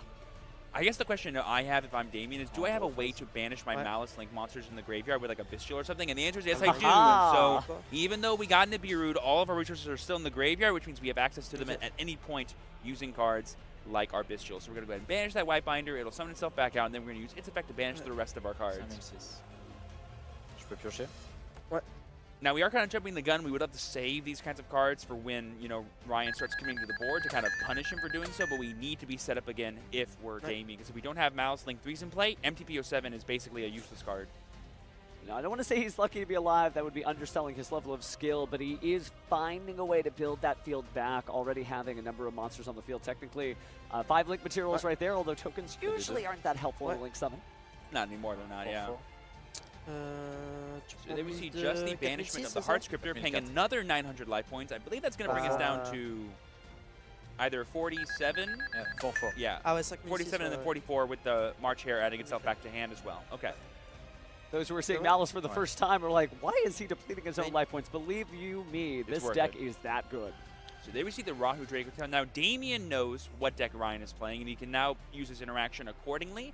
I'm not quite sure how well these decks line up into each other. I do know that cards like Mysterion can do really well into all these Cyberse monsters that summon themselves. But there we see the Ash Blossom on that Rahu. That's pretty big if that was the only way that Raihan had to fusion summon this turn. Well, he's and there it is! Oh, wow! The concession from Ryan. So, yeah, Damien there just doing a pretty much full Malice combo, even through things like Fua and Nibiru. It shows why he's a French national champion. And now we're going to put it to the test. Is Malice a good call for this event? How much more prepared are people like Ryan in Game 2 and 3 for cards like Malice? We might not have any ways to interact with this deck anymore. Now, correct me if I'm wrong, but even at the international stage, Malice has yet to win a Yu-Gi-Oh! Championship Series event, right? That is very true. Odeon, or sorry, Tombkeeper won YCS before Malice ever did. Those are words I never thought I would hear said out loud, but it is the truth. Maybe this could be Malice's event then, and maybe Damien will pilot it all the way. But let's not sell Raihan short. He still has plenty of time to run it back, and we know how powerful Draco Tail is. I've always been a big fan in card games of not trying to find the best deck. And like period, like let's find the best deck for a tournament. Like there is a perfect deck that can line up really well into all the potential matchups you may or may not have, and that's the deck you want to play for a given tournament. And Damien might have made the call in Malice. Like, that was an absolute clinic he was putting on, even through cards like Nibiru, which famously can be a big wrench in the Malice game plan. Well, what I love about this is this may be an everyday thing for people watching from the European community of Yu-Gi-Oh fans, but this is also a great introduction to show these different philosophies of either deck building or, just like you said, picking a deck for a certain time. Because with Dimension Shifter at 1, you know, a lot of people aren't even thinking about the banishment, and so many people have dropped Artifact Lancia from their side deck, but maybe they are wrong, and maybe Damien is here to show them, but we'll see what kind of interesting side deck cards we end up seeing.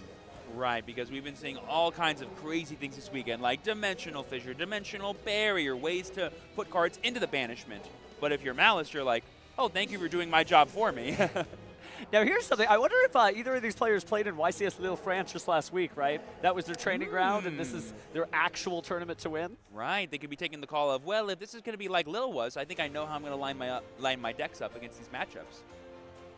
Well, I am very curious to see how this turns out, but both duelists just, again, very locked in, and again, it is such a flex to just be like, yep, wearing my World Championship jersey. I mean, even the World Champion wasn't wearing his World Championship jersey. He was using his World Championship deck box, though, which that's true. Is pretty nice. That's pretty nice. I mean, oh, pretty sick. The dream. Well, I guess we'll see who makes it to the 2026 stage. But right now, speaking of number 6, we are still in Swiss round 6 of YCS Anaheim. And with Damien up the game, well, we'll see what happens next. But Ryan looking out to the crowd. Little smile. That's good. That's good. He's been so serious, so forlorn this duel, but it's nice to see that he's still present in the moment. Yeah, I mean, Ryan's still no slouch. He's undefeated right now. We're going into round 6. He's playing Branded Dragotail, one of the most powerful decks in this format, and now he's going first. He's got all the confidence in the world, I bet. He knows what he needs to do right now to win and take this 2-1 victory over Damien.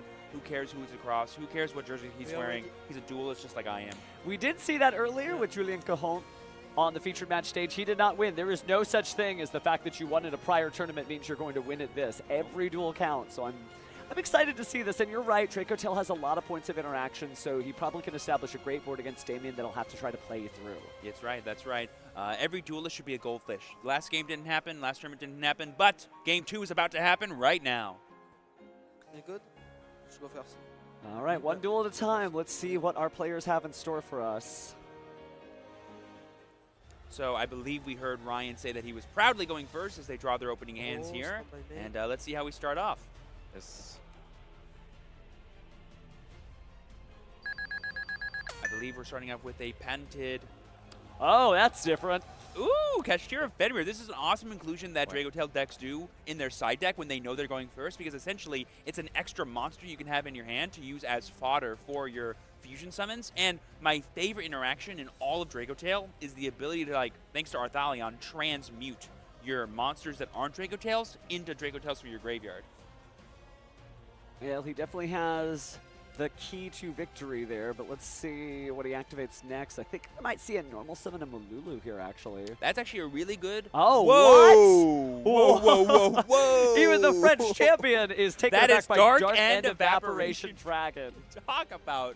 Well, this is the branded version of the deck we have to remember. So having access to these really different attributed dragons that are different levels, different attack points are really important because they unlock things like your branded fusions like Titaniclad, like Lumelion, etc., etc. It's very powerful there, and it's nice to see. We've seen a lot of branded Dracotail, even on the feature match stage throughout this tournament, but this feels even more branded, right? It's really trying to get this stuff out. So here we see the Evaporation Dragon's effect here. We're looking at our extra deck to pay for the cost. We're going to be banishing the Titaniclad to go ahead and, I believe, summon this card to the field. Oh, actually, no, I believe it's a summoning condition, not an effect. And now the effect on summon lets him search for a dragon. I believe. Now he's got to think about that. Damien paused for thought there, trying to think of which point of interaction from his hand he wants to activate next. Yeah, this was a really cool set of cards. The Dark End Dragon and the Light End Dragon that came out. I believe it was like they were commons in, I want to say Rise of the Duelists maybe. A little bit more recent than that. I think Legacy of Destruction. I think you're right. I think you're right. Yeah, yeah, yeah. But hey, I don't care where they came from. The fact that they're out here is, it's neat. It's definitely a little bit of a soft jazz it up. All right, so here we see the Demolition Dragon's effect here to go ahead and summon out the Arthalion. And because we use 2 monsters from the hand and summon this Arthalion, we're going to go ahead and bring out the Fenrir and the Thymina. Oh, that's what the Dark End Emblem. It lets you fusion summon, actually. It You does. could search or you could fusion summon. That's where it's cool. It's like another way to fuse in the deck. And we're seeing that these monsters who are able to enable fusion summons really help. Of course, Malulu, Thymina, but yeah, Cartesia. Blazing Cartesia, you know, there's a lot of chat in the community. Fallen Valdez, yeah. But there's a lot of chat in the community about, like, does Blazing Cartesia work? Does it push the deck over the edge, etc.? Honestly, Dark End Evaporation Dragon doing a lot of the same work, and it is a big body there, so maybe we'll see an Xyz summon later in the turn, too. Right. Although I think it fusion locks you, but it's still a big, I don't think the Demolition Dragon does. I know Malulu does. So there we added back our 2 monsters. We basically just got a free Arthalion out there. We love to see that. And we now have a known Thymina in hand. And you just have Kashira Fenrir in defense mode. That's still good. So it looks like we're going for a Link Summon here into Spheres, if I had to guess. Yeah, 2 dragons. Yeah, that works. And that puts the Arthalion in the grave, so that way when you fusion summon during your opponent's turn, it can come back and be an extra big body. Looks like we are going to activate Rahu. That's Ketsu. Oh, Ketsu, excuse me. And there we see the Impulse, because it does include the effect to summon a monster, even though he's not fusion summoning with it, it does still get negated by Impulse. There's the Rahu. Oh, and there we see the concession from Damien. He's like a Fenrir, because Banishing Face Down is not the same as Banishing Face Up. And then we have the Spheres, and we have the known Gulama that's going to be coming out, plus a Thymina in hand. Damien's like, I can't play through all that. I want to have as much time as possible to play Game 3. Oh my goodness gracious. Yeah, very similar rounds, or excuse me, duels that we had here. You know, first duel, everything comes up Damien's way. Raihan's just like, I can't do this anymore. Same thing from Damien here, so we haven't really got to see them trade blows. They almost are just doing like a combo style contest, right? Yeah. Check this out. No, check this out. And we see how these duelists got up here undefeated, but only one of them is going to leave here with an undefeated record. There's 33 minutes left on the clock and counting, so we're definitely going to get to see this go the distance. But one of these 2 duelists is going to make it. I really can't predict which one. No, because, well, now we're going to have potentially any kind of side deck options available to Ryan for going second against Malice. But like we've been saying, Malice might be in a really good place right now because Lancia might not be making the cut in most people's side decks anymore because of all the cards they have to play to deal with Mitsu, Yumi, etc. You don't really have a lot of power with Artifact Lancia, right? Because in previous formats, it was very, very strong, and some decks got caught in the crossfire. For instance, Crystron, you know, was sort of victimized by Artifact Lancia as well. And even Memento, you know, you had that. But there's most of those decks, I want to say they're rotate out of the format. I don't want to insult any duelists still playing that deck because they are still very strong. Yeah. But they're not as popular as they used to be. And so for that reason, you're like, I don't need these Artifact Lancias. That's just extra space. Yeah. And, well, maybe you need the Artifact Lancias after all. Yes, I will say, though, if there's any deck that probably could break the board of Malice going second with just engine cards, it's the Drago Tail deck. Oh, yeah, Things like Ketchu and Rahu are so good into established boards. Just another day for Damien as he looks out to the crowd there for a moment. Just not sure what he might be thinking, but he is not nervous up here. Just very casual, very at home. This is not his first Game 3, and it definitely will not be his last Game 3. Amen to that. But, go ahead. Oh, and I was going to say, like, he knows, I get to go first in this Game 3. That is where Malice lives. It is one of the most powerful turn 1 decks I've ever seen in my life. It is certainly crazy. And all of this done without Splash Mage. Yes. And with 1 Dormouse. Yes. Yes. But when you hard open the Dormouse like Damien does, yeah, it's a little bit different. It's a little bit different. It may as well have been at 5 copies. What difference does it make to him? Just must be nice. We'll see if he is able to draw into that so powerful card on this 3rd duel here. If he opens it again, it's the World's Jersey. The Aura, it helps you. It doesn't hinder your opponent. That's nice, too. That you're not doing anything bad to your opponent. You just are that good. Look at that crossed arms. He's like, I'm ready. It's go time. He's posing for his picture, practically. But we are loaded up here, ready to duel, so let's get it done. Game 3, may the best duelist win. Round 6, we have Damien proudly declaring he's going first, pointing at himself with his own hand. We have the opening hands here. What? It's not by me. So we go straight into main phase. There we see the Perulia, so we're not going to be going straight to main phase here. So any normal summons will be interacted with. What? So I see kind of a little bit of a stunted hand there, but he does at least have something he can use. So we're going to start off with Malice White Rabbit. giving a draw there from the Molcharmi Purulia. Yeah, Purulia is not the best Molcharmi into Malice because they can get away with only giving you probably one draw at the most. But it could draw you into the other cards like Nibiru, like Fua, which could be helpful for breaking apart Damien's board. But think about the fact that this is not yesterday's Malice, it's today's Malice, and so by having those Bystials, unfortunately, that does mean that you are going to summon more cards from the hand, so you have to time, am I going to try to go in now or later? For sure, but there we see the Ash coming down to stop the Fualos because he knows Molcharmi, Purulia, and Fualos is going to be way too much for him to want to keep going. And you can't concede to go to a game 4. No, you cannot. Can you imagine first to 5? I actually think that could be pretty cool, but only for maybe the finals or something. Well, we'll see what Yu-Gi-Oh! Looks like 10 years from now, but right now it looks like Damien is deciding whether or not he wants to push further. He does consider briefly, maybe not. There we see the field spell. So I think I saw a Bystial in his hand. He was like, okay, what extender do I want to use? But like you're saying, he's probably priced into not playing into the Purulia as much as possible. So there we see the Underground banishing the only Dormouse that's in his deck, paying 300 and summoning to the field. Will this be stopped on summon? No, the effect is activating and we're banishing. We're off to the races, folks. I love seeing a talented duelist like Damien play a deck that recently had multiple hits on the Forbidden Limited list. Some of my favorite decks are the ones like Snake Eyes and Tear Lament, where all the power cards were put to 1, and duelists are still like, no, I can play this, it's fine. We'll make it work. Speaking of making it work, we see the banishment there, Malice P. Chessy Cat, and then pay another 300 to bring it back. Do we have a Malice card in hand to banish and draw 2? We do not. We're going straight for this Link 3 here. We've already gotten our field spell, so Ransom is a bit less great to go for here. This could be straight into Heart Scripter maybe, but no, we're going to go for the Ransom and we get access to Mouse in the Mirror as a potential form of interaction. You got to use something, because think about all those monster effects that do activate on the field, right? You don't want to let your opponent get the Dracotail Lucaeus, you don't want them to get the Malulu, so that could help. Yep, and there we see the Jupiter 6 being used automatically here. This does kind of play into Nibiru a bit more than some of our other lines, but I feel like Damien's kind of forced to do this without giving Ryan any more cards. Just have to bravely charge ahead and just say, what, Nibiru? And here we see the March Hare being banished, paying another 300. That brings us, I believe, to all the names used plus Red Ransom. No way. Yep, so let's roll at 18. Oh, we haven't used White Rabbit yet. We haven't used White Rabbit very, very particularly. And he fans out his graveyard. Looks like he is going to go ahead and banish. Using the Chessy Cat's effect. Yeah. What a great way to do that, just to search that field spell and not even, or excuse me, spell card and not even use it for its intended purpose. Just use it as a way to keep things going.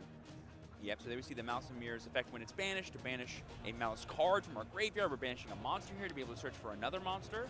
We're going to get another copy of March here, just have plenty for both this turn and the following turn. Arrêt. Ok. Donc t'as 2 arrêts là. Ouais. Ok. 4 en main, Asking a question here maybe about how many effects or names have been used so far. I believe the only one that hasn't been used in terms of its banish effect is White Rabbit. Yeah, so 4 names used so far. I caught a Catra in the middle of there. Nice. Je parle français assez bien, mais mon accent est très mal. You're so right, bestie. Yes, I am. Sorry. No, I'm just saying, I speak French, but not that great. My vocabulary and accent is terrible. Mon vocabulaire is très petit. But we all speak Yu-Gi-Oh! Here. So we're going to go ahead and link 2 here. This is like a Wicked to me. Cyber's Wicked. I'm so happy to see Cyber's Wicked getting played more often. Obviously, with better Cyber's tuners, that does make it work. But I remember playing that in like the Playmaker pile, where you just run everything. Yeah. But now we're seeing real duelists use it. even Yosaku would be like, no, anyone that used it was always a real duelist. Oh. Well, thanks, Playmaker. So that's another draw there for Ryan, thanks to the March Hare being summoned from hand and banishing the Chessy. Can you imagine if that was the mirror right then? That would be, well... Doesn't appear like it is, though. Still only 1 monster in the hand appears to... Oh, no, there's 2 now. I think both are Dracotails. I think Damien's a bit happier now into Nibiru because I think through Nibiru, if we have access to, like, Wizard or something, we could still get into White Binder to bring back the GWCO 6, which is kind of all we need, really, going into the next turn. So I think he's fine now to start playing into the Purulia a bit more, if that makes sense. So we do use another Malice. We're going to get our White Rabbit back to the field. What?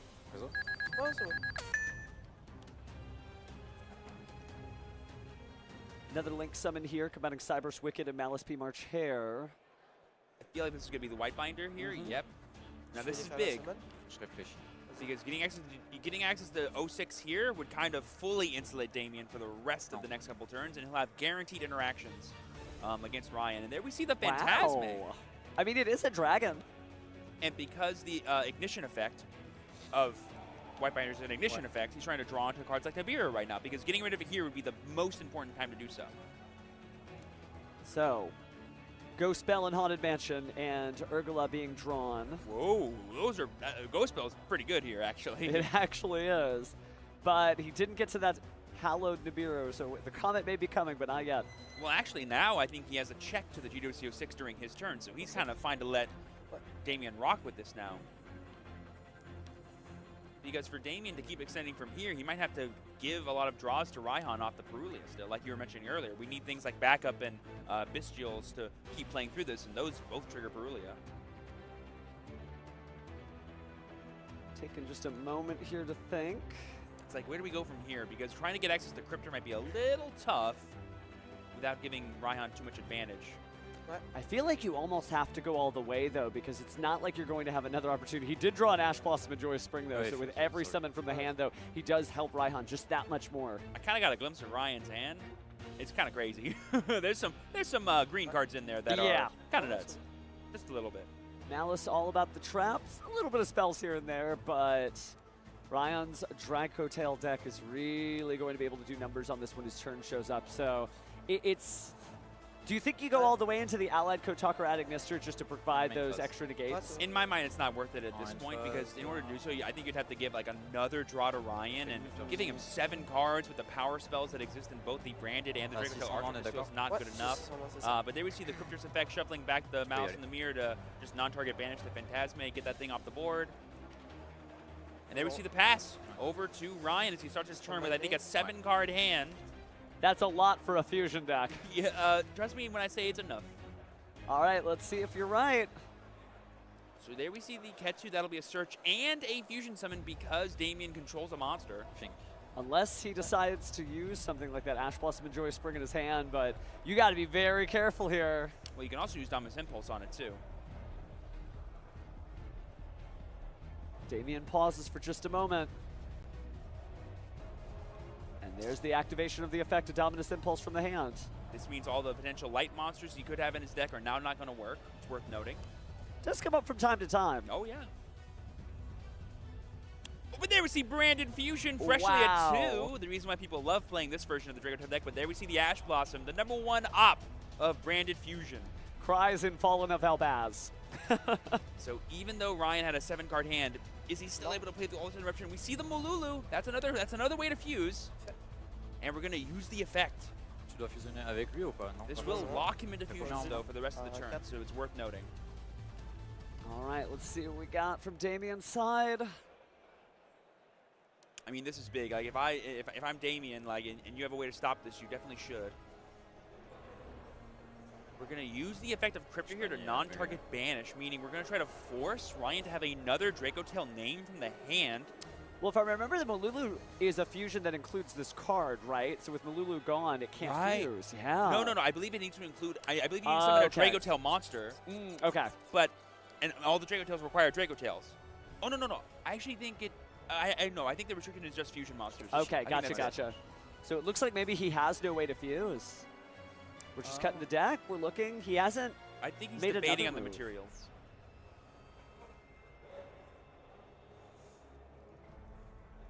Just fabulous play from Damien, not letting a single thing go through. Just forcing him to have answers. Yeah, I think they're just trying to decide materials, I guess. Because he has like a handful of monsters. He does. And I think I saw at least an Urgula. And that could deal with the face-down trap card. Or at least force it out. Oh, really thinking about this. I mean, it's a tough call. I guess they get rid of so many of his cards. And then like maybe not get any of them back. Oh, I think we're using 3 monsters here? No. Oh, because maybe what he can do is he can order the chain links in a way that makes it to where he can clear the graveyard of monsters for Whitebinder to banish. Wow, look at that. Urgula and 2 copies of Ash Blossom and Joyous Spring to make a gigantic copy of Arthalion. Yeah, but this is going to be able to bounce back to the hand 3 different monsters from the field or graveyard here. So we're going to chain link 1 that, targeting White Binder. I guess the idea being to make sure it cannot be banished if it's no longer in the graveyard. for sure. But if you're Damien, you can just chain 06 to bring it out and dodge that. But you do make your opponent do that. That could be part of the gambit idea here. Yeah. The forcing of the effect. This is kind of pins and needles. Like every single move means so much. And it's worth noting that I believe this Cryptor is normal attack points, so it's just 25, meaning Arthalion can swing over it. Which Cryptor's big, but without the support from the field spell, not big enough. So I believe we're just still declaring our targets with Arthalion. Well, he needs to keep up the pace of play. You don't want to get a slow play penalty this early in the tournament and have to be on pins and needles later. Oh, yes. It's always worth it to, take your time, but make your plays efficiently. And we're going to target the Hearts Cryptor to bounce back as well as use the Urgla's effect now to set and target a spell trap. So sorry, non-target destroy spell trap. Which could still actually get rid of the field spell if it forces out the activation of the GWC06, just like you said. Okay, because if you don't use it now, he'll just get rid of it, right? And this one is not target, so we can just summon the binder. So White Binder back on the field. Déjà, je gagne 2003, 2002. Going to gain a little bit of life points there. Not a little bit. I mean, that's a pretty sizable amount. But this is with 19 minutes left to go. This duel will certainly end. And with moves as great as these, I'm very excited to see who comes out on top. But yep, and there we see the destruction of the underground, like you mentioned. And then we're going to bounce back the Cryptor to the extra deck, add back the Ash Blossom, which is huge in case we have a way to banish this White Binder. It will have a check to it for coming back. But as we know, Ryan has Ghost Spell in his hand, so once he activates White Binder, he's going to be met with a cruel, cruel response. And depending on what Damien's hand is, he could be out of follow-up. I know we have March Hare in hand, so we could probably still access a White Rabbit play. And we are banishing here for the on-summon effects. We're targeting. Oh, but there it is. There it is. The Nothing Ghost happens. Spell on the White Binder's effect to banish. This will put a stop to all of Damien's on-field interruptions, and it's just going to be cards in hand, which I believe does include, I believe they're all known cards actually. It's Wizard, Backup, and March Hare. Well, unfortunately, those monsters are going right back over to that graveyard.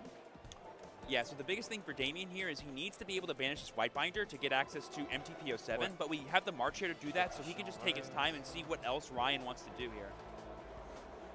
But if you're Damien, you kind of can't let him resolve this Rahu because that gets him access to Gulamel, which could just clear your entire board.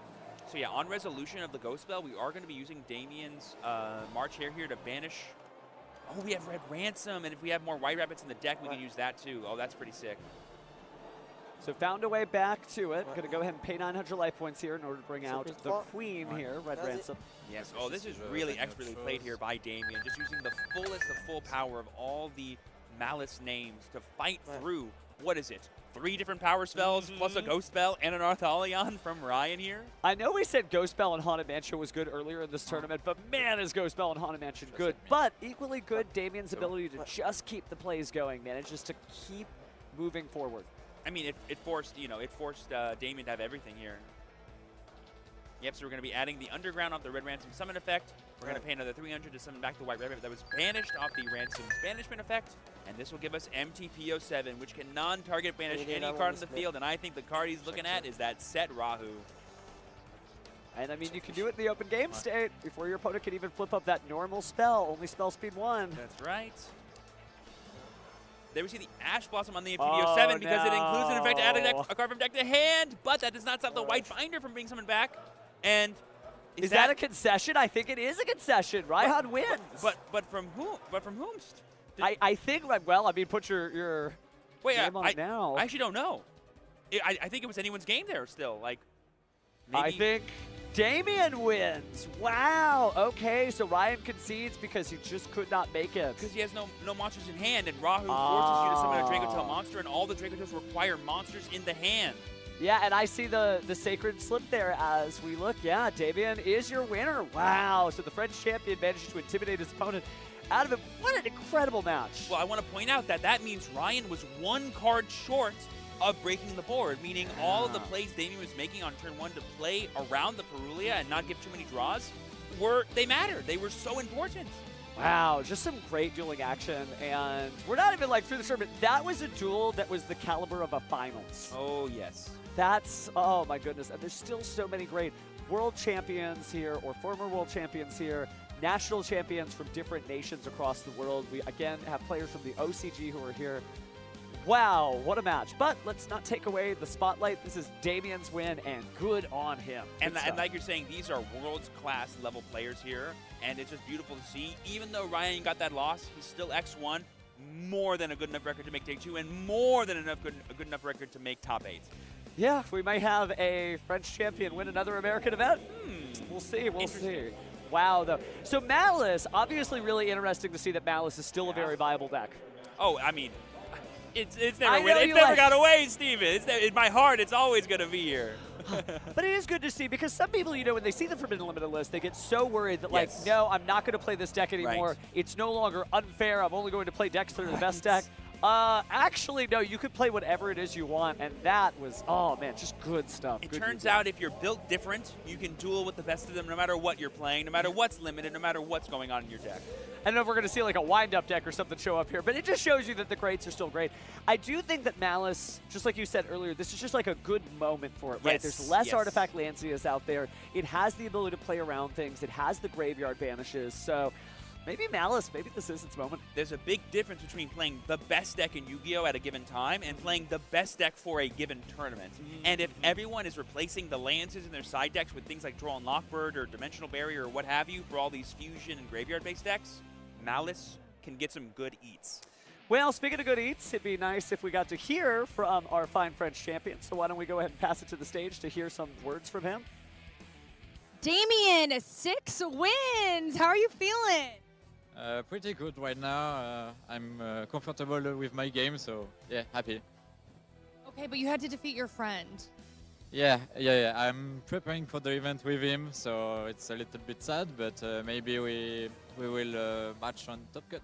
Maybe. Hey, you didn't go easy on him, though. I could tell you were both very intense. Yeah, of course. Essentially, the game 3 was very hard for me because you have 2 multi armies and a lot of cards. But yeah, my deck is strong in Go First, and I'm happy to how I manage the game. Certainly. And to pick your brain a little bit more about Malice, why are you still using this deck? A lot of people decided to take it out of rotation. Yeah, I'm using this deck since months ago. And I think it's a good pick for today because people don't run Lancia in their side deck on the main deck. And with good free spots, we can respond to the format, so yeah. Okay, so you're sticking by it. Also, I see you have some friends here. You all made the trek here. Yeah, I arrive with 10 people. We're living together for holidays and do the YCS, so pretty cool vacation. Aww. Yeah, love to see this fantastic group we have here. Is there anything you want to say to everyone watching at home? Yeah, just shout out to my friend, all people who support me in France. I know people watching in stream, it's 2 hours in France, but they're watching the stream for us with Ryan, so yeah, and GG to him. Yeah, it's early in the morning there, right? Yeah, but it's like 2.5, I think. my goodness. Well, a lot of diehards still watching, so congratulations, and we'll see how you do for the rest of the tournament. Yeah, thank you. Are you feeling confident? Yeah, of course. Always. Always. Okay. All right, let's send it back to our casters. Wow. Damien and the crew from France coming for a nice dueling vacation. I love to see it. It's nice when your vacation includes a couple of wins, though, too. More than a couple, Steven. 6 to be exact. 6 so far, 3 to go. I think he's going to be a lock-in for day 2. It's going to be exciting to see Damien's continuing journey through the Doom of Dimensions format. Oh, and speaking of the Doom of Dimensions format, we have to talk about not only the format that we're playing in right now, but the brand new regional qualifier season that has begun. We, of course, have the patented top 4 card case that I know players are itching to see, but also that brand new game mat featuring the Radiant Typhoon star himself, And that deck is really popping off, actually, not only in the TCG Advanced format, but I've seen so many different Genesis builds for that. So maybe you need to win it in Advanced format and then use it for Genesis. Yep, you're going to have all the time to do so between now and beginning a few weeks ago when it released in September to January 25th of 2026. So definitely go to your own regional qualifier, do your best to qualify for the NAWCQ or whatever WCQ you're playing in, and get that mat as well. That's good stuff, good stuff. Wow, what a tournament so far. Just incredible stuff. You know, people on their vacation, yeah, I'm just going to win on my vacation. It's fine. Just some clip notes. I got to play Flame Swordsman on camera. We just watched Malice do awesome, and Genesis is the coolest thing ever. I'm only winning right now. Yeah, so about that Genesis. Is there any more Genesis matches out there? Are we able to toss to a Genesis match? Great Egyptian God cards? Answer my call. Oh, I wonder what it might be. Let's see what we got, friends.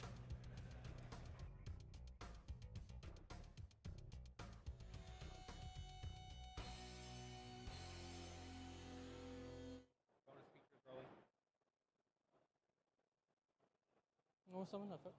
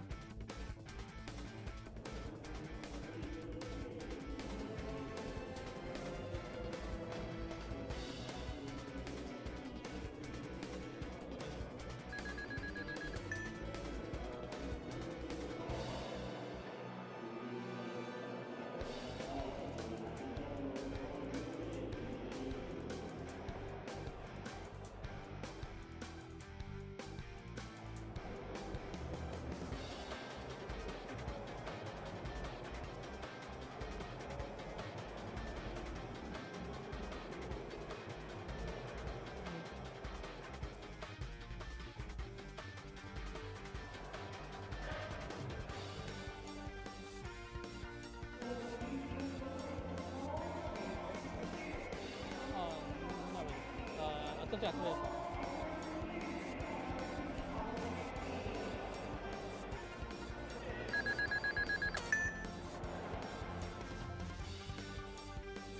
Go.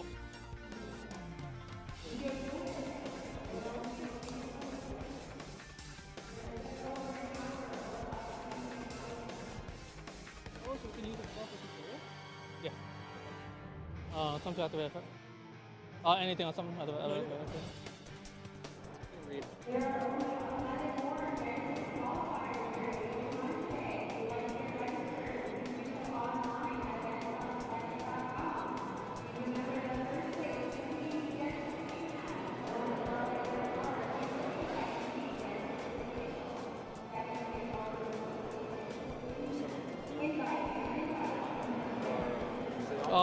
Wagon. Attempt to pay 600. Search the spell. No.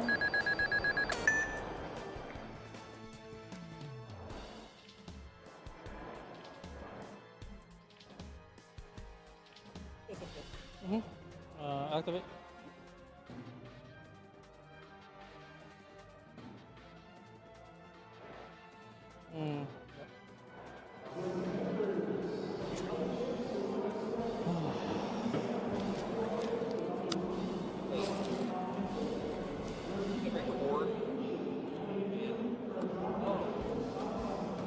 Chain link 1, chain link 2, target the cart. Pay 600. Do you want to move them over here? Do we just let it go? Yep. Well, I'll mic them up. Do you want to talk?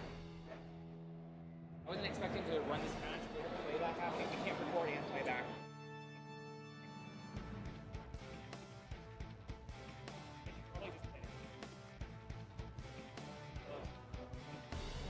Effective draw 1.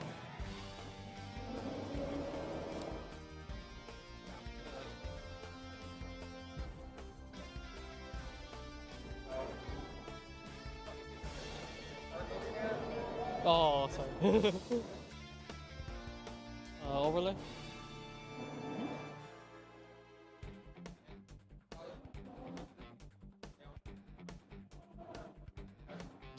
That's a special. Here's a field. Mm-hmm. That like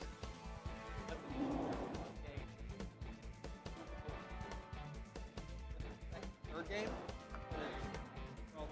Maybe, but yeah, I'm spitballing. It's 600. I'm spitballing. Your name for setup. Have you at 30 seconds? Mm-hmm.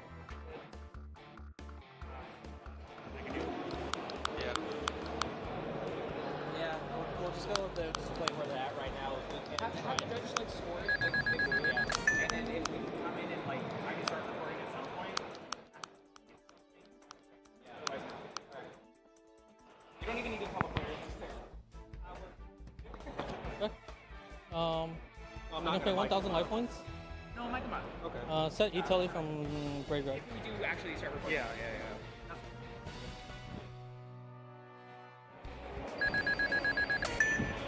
Oh, no, only one. Wait, I think yes. Oh, yeah, the yeah. Yes, was there? Oh, I did. Yeah.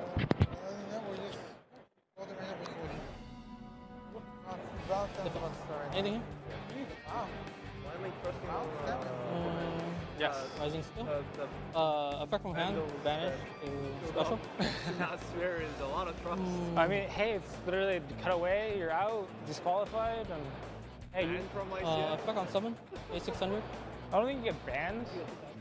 Didn't one of the famous YouTuber guys? He didn't get banned, but he got DQ'd from the event. He said 2 words. I mean, yeah, that's that. It's a hefty Family-friendly environment. That's a very hefty cost, though. Remember. No swearing. Effect A600. Okay. I think I don't know if we have to wait for them to start or not. So this is setting it, writing it? Adds it to hand.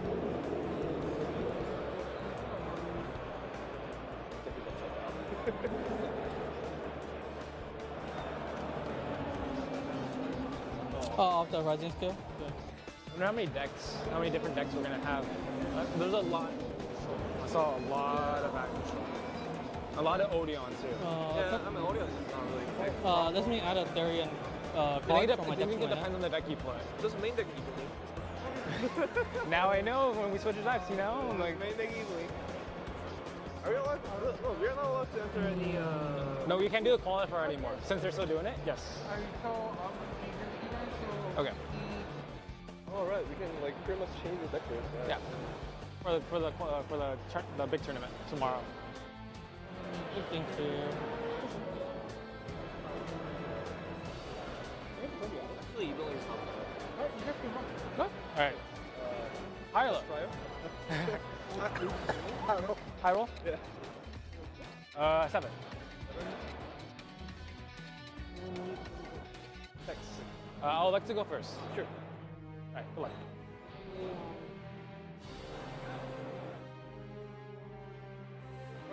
The cards? Draw face? I'm gonna use this effect. Draw 2. Yeah. Standby? Main base. Could you carry Curse? Use Ballad? Dueling. Great. Drawing 2, correct? Yes. If I use Deer Note effect, the hand effect. Oh, the hand effect. No, I don't think so. Did he use the Deer Note hand effect? I will Yeah. use ball effects and Heart of Grave. Just such That was last game I did. Activate Deer Note effect. I'll review Ogre Dance. Very, very good. Okay, so there's someone.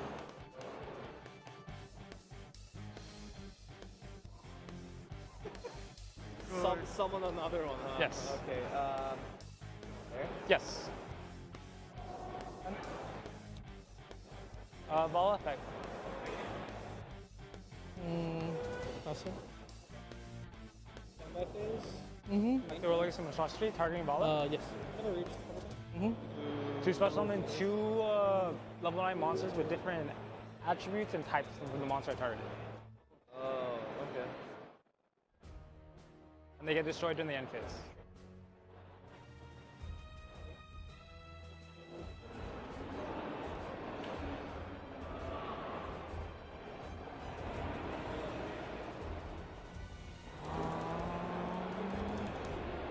I'm going to get hand ripped and BFD. Lovely. What do I want?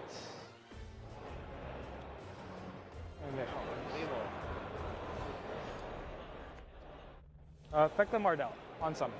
Resolve.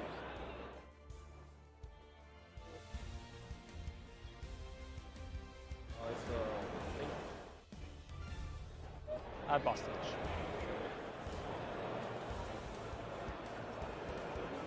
Yes.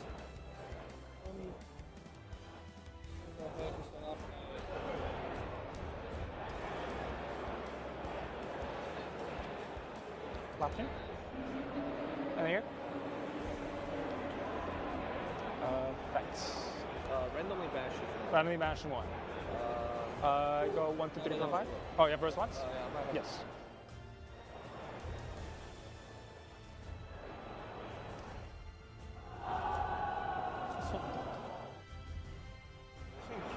Sure. Yes.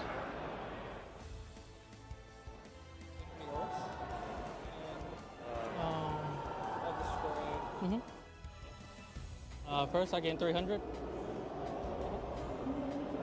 Sure.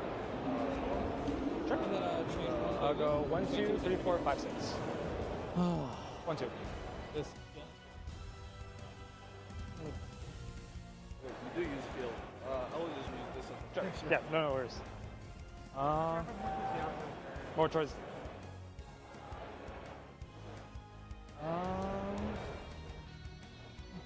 Okay. You have to gain 3 draw.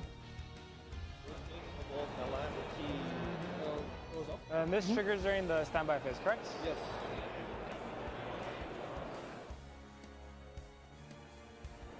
Okay, boss stage. I gain 600. That one, and I will attempt to 23? end Yep. turn. Thinking here. This is a quickie or is this It's a quick effect. The effective gain life once doesn't activate.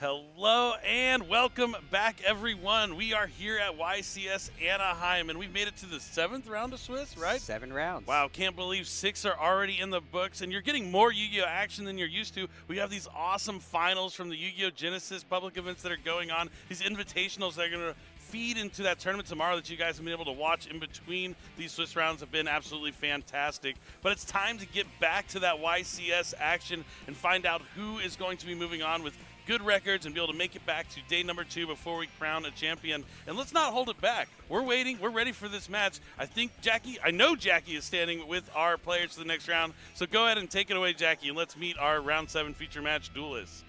Oh, you know it. Let's start with the blue chair. Hailing from Los Angeles, California, we have Matthew Bradley. This is his 6th YCS and his first time on stage.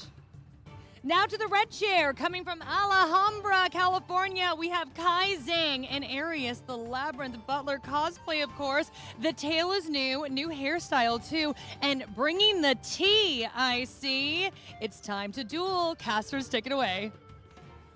Thank you so much, Jackie. That's right, it's Kai. You've seen him before. He's here with his Labyrinth strategy, dressed up as that Arius, the Labyrinth Butler. And, you know, I'm pretty thirsty, too. I wouldn't mind getting some of that tea served over here at the caster desk. I think this is the most detailed costume he's had for all of the YCS events he's played in. But as you mentioned, he is no stranger to either the YCS competitive scene or the feature match table, and has consistently been among the top-performing Labyrinth players at YCS tournaments. That's for sure. He's not only top YCS, he's gone deep into that top cut. I think top 4, maybe top 8, but he's done wonderful with the Labyrinth strategy. And of course, he's still playing it here this weekend. This is going to be our 7th round of Swiss, and his opponent Matthew is going to be on a deck we've seen time and time again today, but that's because so many players are out here playing that branded Draco Tail strategy. After this last Forbidden Limited list, Brandon Fusion went to 2, and now it's really seemed like a lot of those Draco Tail players are gravitating towards that deck because they have that second copy of Brandon Fusion, and how well the Draco Tail matchup lines into Yummy, which I think is one of the decks that has the biggest target on its back this weekend, so that could be why we have so many players bringing that strategy. But no matter the format, no matter the Forbidden Unlimited list, we know Kai is on that Labyrinth deck, and I know you're also a fan of Labyrinth, Mike, so tell me, what are the advantages to playing Labyrinth in meta like the one we're in right now? So Labyrinth decks have very easy access to normal trap cards. So when there's a particularly powerful normal trap card in the metagame, Labyrinth decks have an opportunity to really shine. And in this particular metagame, Dimensional Barrier is exceptionally strong. Yep, definitely. So the deck's easy access to Dimensional Barrier will allow it to overcome a lot of the top meta decks, one of which probably is the Draco Tail deck, which relies on fusion summons. So if Kai can bring out set Dimensional Barrier early as his first turn, or even on his opponent's first turn, he'll be able to activate it, declaring fusion in response to a fusion effect, and cut off his opponent from actually making any effective plays. So Labyrinth does have that going for it, and that makes it kind of a timeless deck. That there are always good normal trap cards, and Labyrinth seems to have the best access to those cards. So as the metagame changes, you can identify different normal trap cards that you think are the best to use, and just update your Labyrinth strategy with those cards to try to overcome the metagame. Yeah, I think that's very well said. You brought it like a lot of the points that I would have also brought up. The fact that, yeah, those traps, even though you're playing the same strategy, the traps can change because you have that accessibility to be able to grab those traps not only from your graveyard, but from your deck as well. It's absolutely incredible. And yeah, Dimensional Barrier, a huge one. Yeah, and it wasn't too long ago that Dimensional Barrier was actually risky to play in the main deck because Malice was so popular and you couldn't do anything about their link summons by using it. So as the metagame changes, so do the traps. Definitely, and now we're going to see how it's already paid off pretty well for him so far. As we said, this is round number 7. So both these duels are sitting at a 5-1 record. 5 wins, 1 loss. Not an easy feat, but both looking at that day 2. Because even if they lose here, then day 2, they just have to. They can have 2 losses and still make it to day 2. So we're going to have to see how they're going to do here in this matchup. Kai went all out here. He has the Lady Labyrinth sleeves, the Ariana extra deck sleeves. He is the Labyrinth. Like, if you think about Labyrinth, this is probably who pops in your mind when you're thinking about a Labyrinth duelist. I don't think you get more Labyrinth than Kai. Yeah, and he has consistently played this deck. And there is something good about picking a deck and playing it as best you can and being so good at the deck rather than continuously picking up new decks. Definitely. There's definitely a huge advantage. Comfort is key, as we say. But let's jump into it. It's game number 1 of round 7. Kai is going to take on Matthew. 3. 5. Your choice. I'll attempt to go first. Good to start. He only rolled a 3, which is really Hey, good luck, unfortunate. man. Because Good luck, my friend. Labyrinth is at a tremendous advantage when it gets to go first. Yeah, that is step 1, really, when you're playing any sort of trap-based strategy. Even though there are, like, tools you can draw alongside trap cards to activate those trap cards turn 1, like the card that he is dressed up as, but it's a lot better to go first. And you see Kai here kind of giving the fans at home a peek at his hand. That's kind of interesting. It didn't look too strong for what I could see. Maybe there's a Puelos in it. Almost on the move. He's going to need something here as Matthew starts things off with Dracotel Malulu, and he does have that Mulcharmy Fualos. It is a Puelos, but then he has 3 monsters and an Extravagance in his hand, so I don't think he has a way to get any trap cards face down and ready to use on the first turn. All right, Malulu is going to use the effect to fusion summon, sending Getting ahead of the myself. Draco Tail Urgula and the brand new Draco Tail out of Doom of Dimensions Medallion 1 to the target graveyard. both. And then 2, 3. Yeah. It's going to summon Draco Tail Fusion. Yeah, that Draco Tail Frixel is a nice addition to the deck. Definitely is. We've seen this time and time again today. Draco Tail has been a very popular strategy. And as the Draco Tails are sent to the graveyard for fusion materials, this is where they shine, able Matthew to access the Draco Tail spells and traps from the deck and put them right on the field, so you can get traps to use during your opponent's turn, as well as spell cards you can activate right away. And he's going to also use Artillion's effect to add back cards from the graveyard equal to the number of cards he used from his hand for that fusion summon, in which case this was 2, so they just go right back. Next up, it's going to be the Ketu Draco Tail, which is just going to be able to add Draco Tail Fine Mana from the deck to the hand. Yep, that card was recently set by the effect of one of the fusion materials he used. It's amazing how easily this deck just replaces its cards. Yeah, I mean, I think a lot of the successful fusion strategies throughout the years, that's where they've really shined, is that not only are they summoning powerful fusion monsters with interactive effects, you're getting value every time you use one of those materials. They kind of need it, though, because it typically takes 3 or more cards to perform a fusion summon. Letting me use the trap It is a huge investment, but it looks like Kai is going to start off with the Labyrinth Cuckoo Clock. Okay, so he has a Cuckoo Clock, but he'll need a Fiend on his field. All my Labyrinth cards are German. Would you please? He needs a Fiend on his field in order to be able to activate a trap card the turn it was set now. Looks like Funny, I know the the card text translation. Sounds like Kai is using German copies of Labyrinth Monsters, so while I control Judge is going Labyrinth to pull Monster, I can use up the the trap translation this there turn. on Neuron. Another trigger is when a card is discarded to the graveyard for the effect of a Labyrinth monster or a Labyrinth card, it either summons Bout or adds back. Okay. Chanticleer discard to sell Labyrinth spell or trap from deck. Oh, he has a second Puelos now. Going to send that to the graveyard alongside the Shangri-La to set Big Welcome Labyrinth onto the field. Chainlink 1. I'm sorry? Big Welcome Labyrinth? Big Welcome. So Chainlink 1, Fu Clock effect to add back or summon onto the field. So since he did discard a card, he's able to activate a Labyrinth effect. He's allowed to bring back the Cuckoo Clock. He's bringing it back onto his field, so he's now able to activate that Big Welcome Labyrinth. To summon from the hand deck or graveyard, then bounce 1 from my field. Yep, activates the Big Welcome. Ghost Spell in the main deck stops the Big Welcome Labyrinth. Draw for turn. Yeah. Would you like to cut? That's pretty rough on Labyrinth. Yeah, that is tough. I mean, that's kind of the tried and true ways to kind of defeat Labyrinth. They really rely on Big Welcome and Welcome Labyrinth to get their ladies and lovelies onto the field, but Ghost Bell, Ash Blossom, notoriously strong against those cards. Kai showing us the dimensional barrier he just drew. Not a bad top deck. Thank you.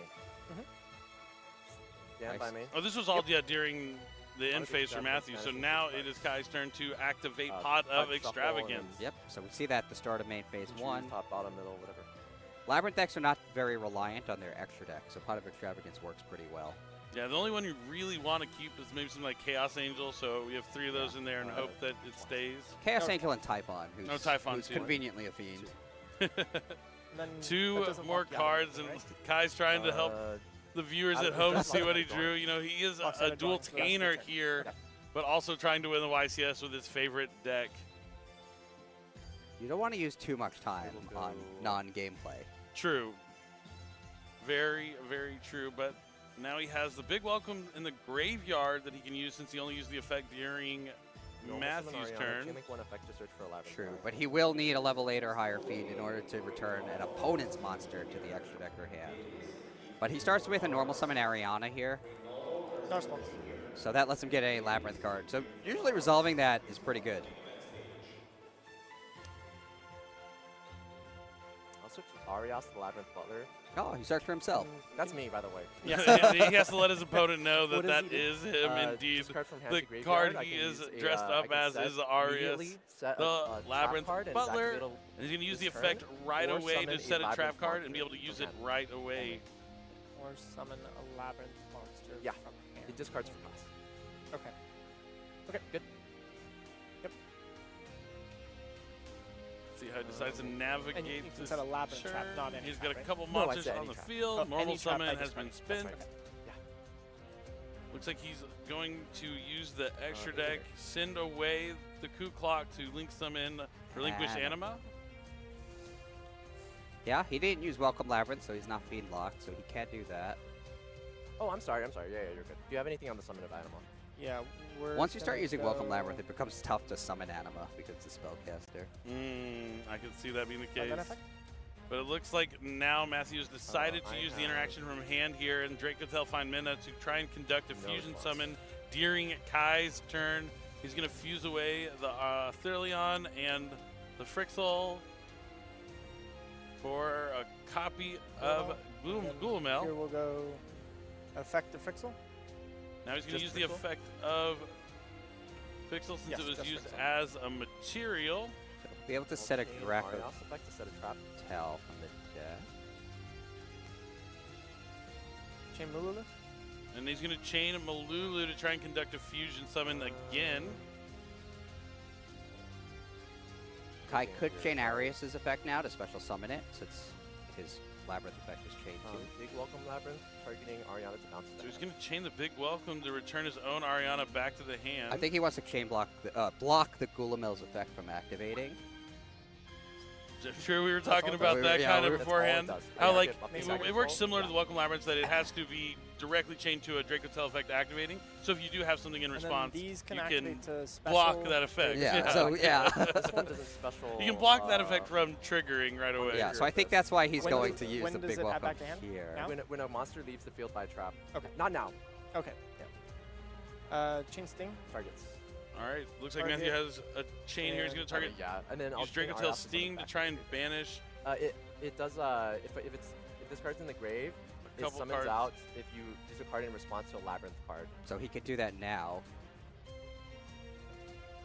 This is a big chain link. So it was gonna be chain link 1, chain link 2, chain link 3, 4. Oh no, 3, and then I think I did big big welcome, target, welcome. and then 4 target. Oh sorry, I'm gonna move these two. Making sure they know and they're I did chained. 5 Arias. I think Arias is 6, no? So we're good, right? Do you have a response? No response to As long as they resolve Yeah, everything that's correctly, resolved. the numbers don't really matter. Yeah, as But- long as it's the last thing to activate. Yeah, but since the Arias is last, Is it okay Gulamel if I- doesn't get if you a shuffle and then chance we'll to draw use one? its effect. Sure. Yeah. You I said don't- Rahu, right? Yeah. Last turn. But okay. But yeah, it's better if we randomize it. Sure. What? Yeah, go ahead. And then you put one back, and then I'll cut, and then yeah. All right, so Sting's going to put a card on the bottom there. Matthew's going to draw a fresh card. Yes. Then the chain has to continue resolving. So the Malulu is going to fusion summon using 2 cards from the hand and itself on the field to make another copy of Dracotel No, this Arthelion. card, it banishes from the graveyard. It's a different card. Yeah, you're good. You're good. So you fuse this. Is it my turn now? Bounce Ariana. Yep. And then And then set the trap. Set the trap. Yep. I will set a dimensional barrier. Yep, still resolving that first effect to Arias that happened some time ago to set a trap from his hand that he'll be able to use. And that's how this whole chain link got started. Oh, no, it was Frixel. You have to resolve Frixel. So he can use the barrier He was not 5 mana, it now. was last chain, yeah. Reiko Tail's so hard, bro. How do you play this, man? I can't play it. I tried playing it. I was like doing really bad, yeah. Like Ketsu? Ketsu. The Frixel resolve setting. Yeah. Sets the key and to. then whole new chain now. Yeah. Do you have anything? My one trigger. I'm sorry. What did you fuse with? It was a Droll Lockbird and the Merlulu. Chain link 1 Coup Clock effect to either add back or summon out to the field. Oh, because the Arias was discarded. And then that's it. Okay. Going to try and activate the Coup Clock effect. Arthelion was fusion summoned in this case, so it's going to be able to return 2 cards. Since he used 2 cards out of the hand, it looks like he's looking at the Frixel and the Ghost Bell to go back to his own hand. Not bad. Ghost Bell's good against Labyrinth because it stops Big Welcome. Pergola, Chain Link 4, Chain Link 5. And then the Malulu is sent to the graveyard so it can negate a monster effect on the field.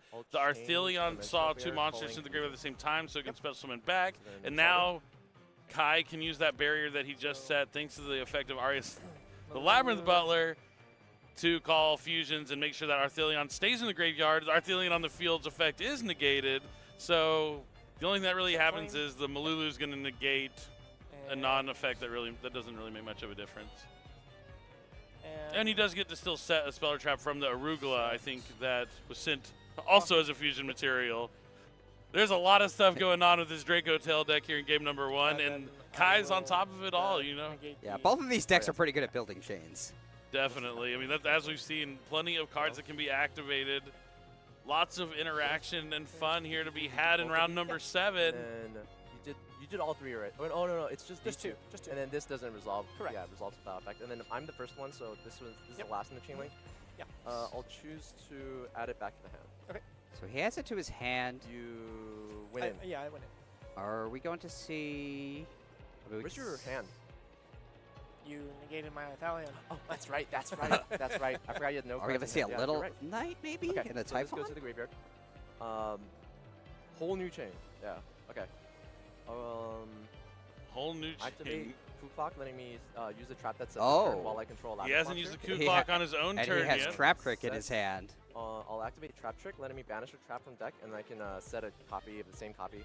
Also, he has a lot he can do. Yeah, I just love how many trap cards he's used, and like it hasn't been like the end of his first turn yet. Yeah. He used traps on Matthew's turn. Now he's using more traps on his turn thanks to the He was Arias. asking for The what? Trap Trick also is going to allow Welcome him to Labyrinth. activate a trap card as well. Going to banish a Welcome Labyrinth to set a Welcome Labyrinth. So and then it's going to be. Sorry. So he gets the welcome. I assume he's going to want Lady to set down the dimensional barrier again. No, that's illegal. I can't make that. Summon in this zone, please. No, I'm just kidding. Let's see my graveyard. Oh, I also don't know exactly what he lost with Pot of Extravagance. Go Yeah, there's an uncertain. Could have been 3 copies of Welcome a Labyrinth certain to summon card. from the deck. Yep.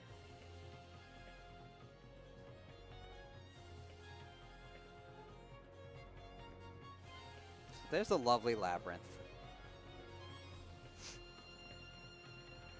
All right, getting more members of this Labyrinth onto We'll go the lovely field. target dimensional barrier to set back to the field. Going to use the effect to reset that dimensional barrier that he used, so he'll also have it on Matthew's turn because he knows he has that plethora of spell and trap set thanks to all those Draco Tail monsters that went to the graveyard as fusion materials for the fusion summons he conducted this turn. Doing what? Messing up the order? Yeah, thank you. Looks like he's looking at Muckraker. Yeah, I don't see a Little Knight in his extra deck. He may have lost it to the Muckraker of the Underworld. I'll go Chain Link 1 effect, targeting Muckraker my, is going to bring up Arias effect to summon to the field. Sure. You need Is to that discard, right? more than once It's per a sound turn? resolution. Okay. So discard. Absolute Jack summon back. out. Yep, gonna be able to Chain discard Link that 1 with effect the to look at top 3 Muckraker cards here. of my deck, and I can rearrange it. Yep. And then it has another effect that only on the opponent's turn I can banish it from the graveyard to excavate the top card. If it's a trap, I set it and it's activatable. Yep. Yeah. So then chain link 1. So in case you missed what you said there, on your own turn when it's sent, you get to look at the top 3, rearrange them, so you get to pick the trap you want. Oh. Doesn't look like there's No anything. traps. No traps, which is not what you want to see with Backjack. He's going to have to shuffle his deck and hope there's a random one on top. But during the opponent's turn, you can banish that Backjack and set the trap from the top. Does he have a way to shuffle his deck? He's going to need one. Definitely. Maybe not yet, but maybe he can find a way before he's going to need to shuffle his deck before he uses that Backjack if he's going to want to find a way to get to a trap card. Yeah. Well, he has the no. He used the welcome already, so yeah. He has the barrier face down. So it's at 29. All right, looks like the Lovely is going to attack over the Gulamel, taking it down. Main phase 2. I'm confused what the point of Muckraker really yeah, you was. do. It was bounced from the big welcome. I think it was just to get the Backjack into the graveyard. I guess so. And then he just got a little unlucky there, not finding a trap, just trying to get another layer of interaction if the dimensional barrier is not enough. And then last action, he's going to be able to put Typhon on the monster with the highest attack points on his side of the field to send that fusion back to the extra deck. And now Kai is going to have to rely on using that same dimensional barrier that he set again on Matthew's turn. Will it be enough? I mean, that's the tough thing is when you're playing like a pure strategy that only relies on one summoning condition. When a monster leaves the field by trap. It can be pretty strong. But yeah, just talking about how he has a way to get back to that welcome labyrinth. It can reset itself. Not the same turn that you use the effect on field, but that's something he's going to be looking to do. Yeah, it's only that copy that can't use it the same turn. Oh, so if you have two, if you have two, you can. But he banished one and only has one in the grave. I will pass my turn. I don't think I even realized it was just that specific copy. That's pretty cool. Comes up every so often. Oh, for sure. I can imagine. Yep. All right, play back to Matthew now. He's going to draw for his turn. He knows he's facing down the dimensional barrier. Find mana? And it looks like... Thinking. Oh, Not sure what effect he activated. One of them has an effect that returns another to the deck, and I think draws a card. Oh, it's Arugula. Is Arugula has that effect? Yep, targets is the spellcaster Dracotel. Oh, it adds the other to the hand. Activate Ketu. No response. All right, Ketu is going to be activated. Dimensional barriers called fusions. So Matthew's going to have to find a way to navigate this without any fusion monsters. And typically, the Dracotel deck is usually 13 to 15 fusion monsters. I don't know, how much he can do without fusion summoning. He's not going to give up just yet. He's going to normal summon Lucius, even though with a significant amount of time running down here in game number 1. Kai might have a problem too, because he doesn't have an immediate way to loop that dimensional barrier. Oh, that's right. Because the trap card in his hand, he'll have to set and then wait a turn to act. And he knows the top cards of his deck thanks to the Backjack too. Yeah. Because and he's not able to reset the welcome labyrinth unless a monster leaves the field by a trap, right? So. Oh man. He does have the Muckraker to bring back the lady potentially. Is that Muckraker going to survive the turn? I know it has like some built-in protection, but I don't know if it's for itself or just for other fiend monsters as well. Let's check that. And now a Typhon coming down here from Matthew. Oh, he has his own Typhon. Gonna summon that in the extra monster zone. So as I mentioned, usually 13 to 15, but at least one of those cards in Matthew's extra deck is Typhon.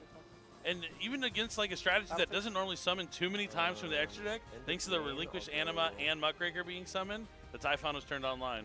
Yeah, Muckraker, I believe, can protect itself by tributing a fiend. So Arias effect to summon from hand or set a trap. Gonna activate Arias. So he can send from discard the something, hand also or tribute field. himself? Yeah, it's from field or hand. Got it. Yeah, no response. So he'll use the effect in the main phase and summon the Ariana effect to search for a Ariana. labyrinth card. No response. All right, and you know he's pretty safe. He's locked. Not only is Matthew locked out of fusions, he's locked out of summoning in general, thanks to Typhon's condition. Yeah, sometimes it's nice to see the Typhon, right? Because At least you know know at it's least their last action. At least they're done. Yeah. No more monsters will be summoned to the field. And the Ariana's going to add the Chandelier from the deck to the hand. Set a labyrinth spell or trap. It's a Ketu. So he's getting Chandelier, but he doesn't have a card to discard. So it needs won't be as useful just yet. If he had a card to discard a card for cost. If he had a card to discard, he could also bring back the battle? Clock. But more importantly, it shuffled his I'll deck. take. So he this knows is those gonna top 3 be cards that he had a are map. no longer there on top of his That deck. is true. So it did shuffle his deck.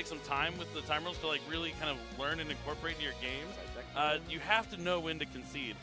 because that could really make or break you in a tournament if you have those extra 5 minutes.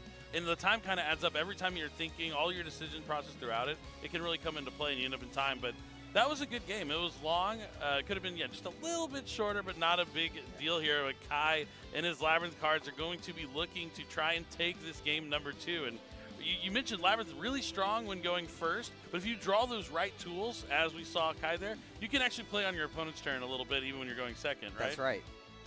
Yeah, talk to me about that. Is that something that happens often? Or you just have to kind of hope you draw the right combination? Like you need multiple cards to really have that play out for you, right? You really have to hope for it. I think the Charmies do help because at least, it'll either get you more cards that make it more likely for you to start activating trap cards on that turn, or at worst, you have more cards going into your next turn.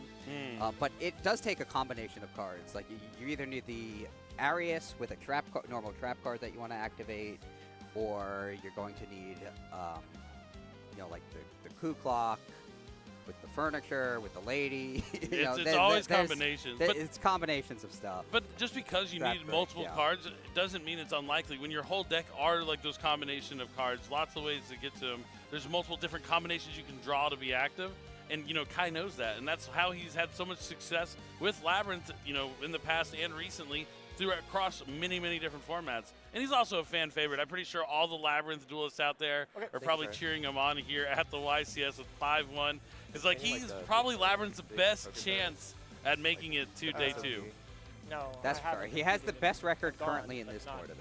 For the Labyrinth players. For the Labyrinth players, yes.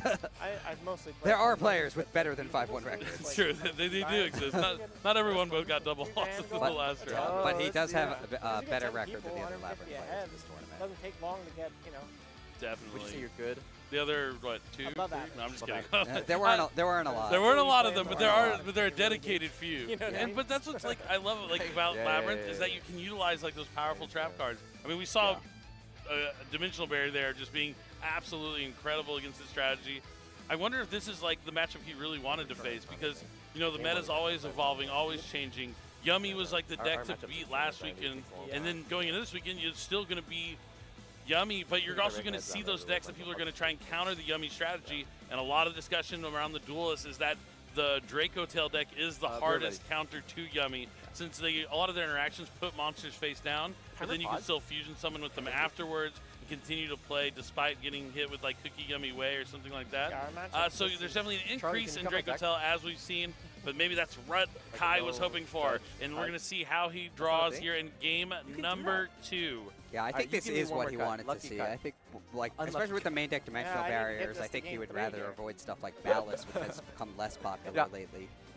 Good luck. Definitely. Your choice. Even though we did just see Malice last round, there's a lot of variety in this format. Even though there's a lot of opinions and decisions being made, I think it's still pretty wide open and a lot to be explored. Kai giving us a quick peek at his hands. It looks like a really good going first hand. We'll have to see how it's going to treat him when he's going second. Labyrinth always has a good going first hand. True, it's very rare they don't have the tools they need when they're going first. It's going second where things can get a little bit hairier. But Ketu Draco Tail is going to be activated here from Matthew, allowing them to add a Draco Tail. It's going to grab Draco Tail, find mana. I only got brief look, but it looks like Kai has the String Draglier, but does not have the Coup Clock to be able to actually play the card. So it's more just like an end phase kind of thing instead of trying to use it proactively? Yeah, so I don't think he has actual interaction. All right, and now since he has the 5 mana, you can only assume that the Draco Tail Lucius is already in the hand. It's going to be summoned to add the Draco Tail Arugula. Yep. Urgula. And a fusion summon. Going to activate the 5 mana to fuse Malulu and Arugula from the hand to summon Draco Tail. Yeah, okay. Arthilion. Now he's going to be able to add back 2 cards since he used 2 cards from the hand. Trigger 2. And he's also going to trigger those Draco Tail effects to set Draco Tail spells and traps. So you're getting those resources replenished and getting new cards that you didn't have previously.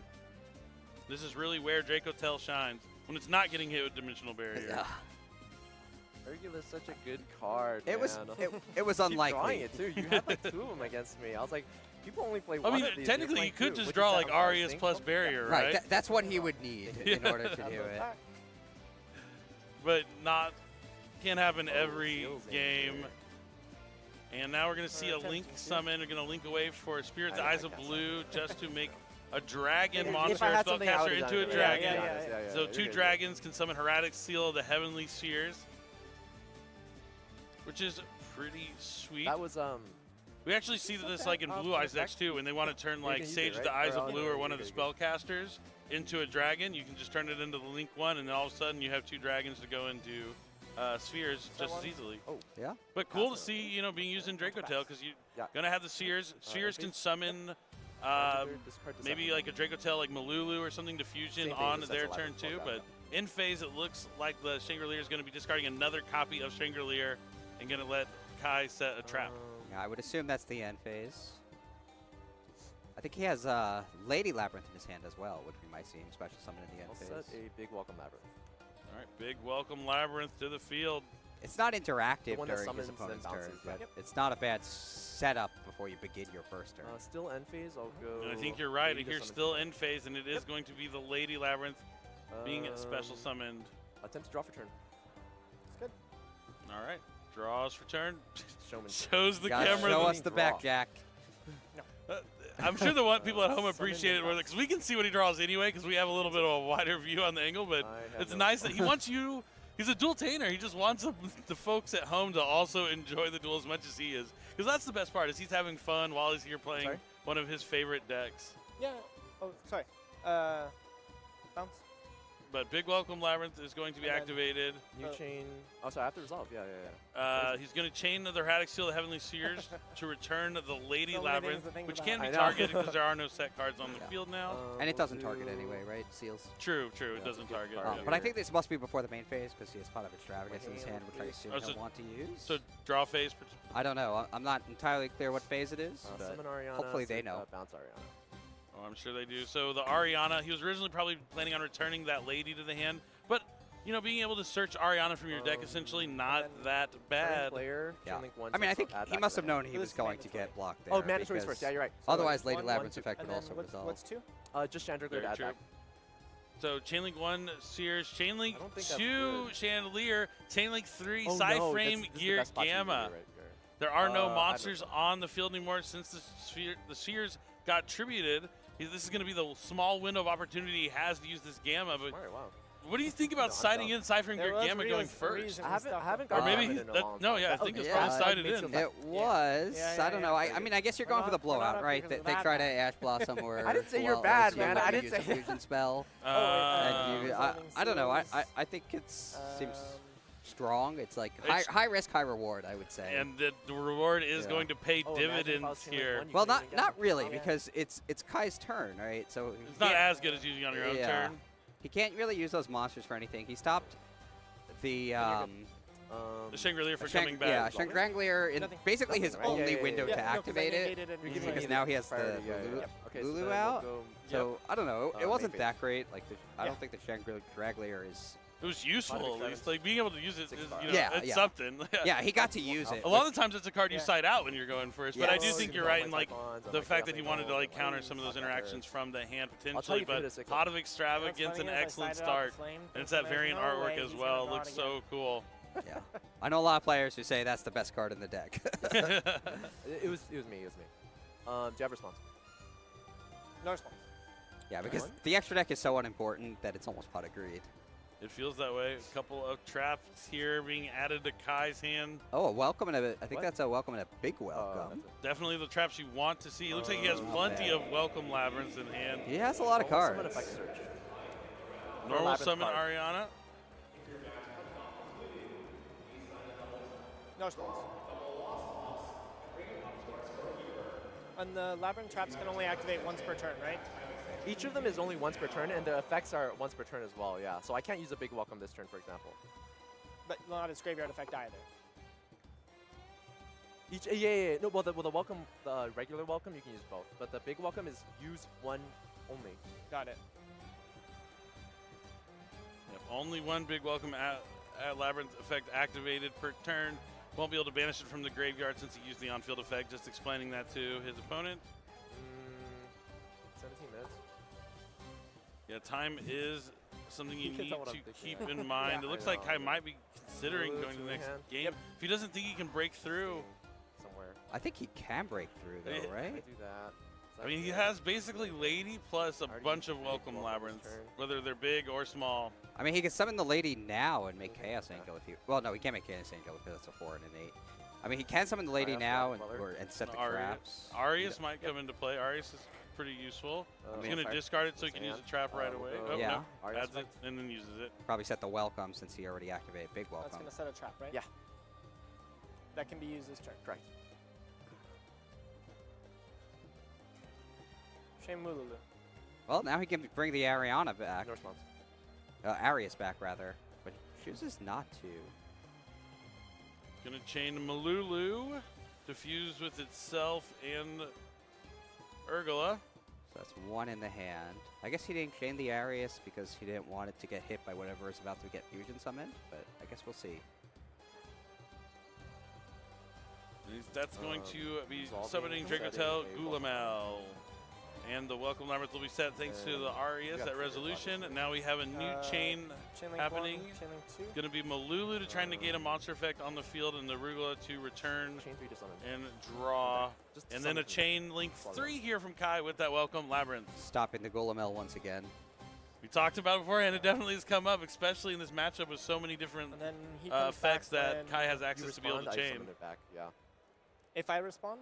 If you respond, I summon it back from the grave to a welcome card or a trap card. If I don't respond, then he stays. Okay. Yeah. Then yeah, we're good. you learned. Yeah. All right. Doesn't want to respond, explaining how Arius works. Doesn't want to let him summon that card back. I think he can do the math and knows that 6 + 4 = 10. So the longer he can keep that off the field, but it doesn't matter if it's coming from the graveyard because it's coming from the deck thanks to that Welcome Labyrinth. Yeah, I was wondering what he would take, but I guess Lovely really doesn't do enough here because he only has Welcome and Big Welcome in his grave. Yeah, and the Lady's what's going to give him access to the trap out of the deck, right? Which is what he's really looking to do, find a way to get through that dimensional barrier. But he can summon it. That should be it, right? Mm-hmm. Yeah. Okay. And then, do you have any? I have no quick effect. Okay. Here we'll go. Yeah, Matthew is not done just yet. And these players are running out of time. We'll go. Yeah, it's tough. I think Kai's going to need a 2-0 in order to be able to win the match in time. I think if he loses, they might just run out of time. It is the potential, and that's like kind of the dangerous game you play when you're bringing a deck that has so many interactions. And clearly, like, a lot of questions here from Matthew on how the cards work and interact. And Dracotel's another one of those decks that has a lot of effects that activate. Dracotel Sting's going to be activated with its targets, and then it looks like Kai is going to chain the Lady Labyrinth from the hand. It doesn't help also that Kai's cards are in German and his opponent can't read them. Yeah, might not have been the best decision to use German Labyrinth cards, but he hasn't had to like translate just too much in this match. But shuffle and then. So Sting's gonna resolve. Lady's on the field. Ketu's going to the bottom of the deck. Matthew gets to draw another card. Okay. Resolution. Then, yeah. Do you have anything here? I don't have any quick effects, if that's what you're asking. Yeah, no, you're good. Set. Gonna set the Big Welcome Labyrinth so he gets like that targeting protection for the Lady. And now it looks like he is considering synchro summoning.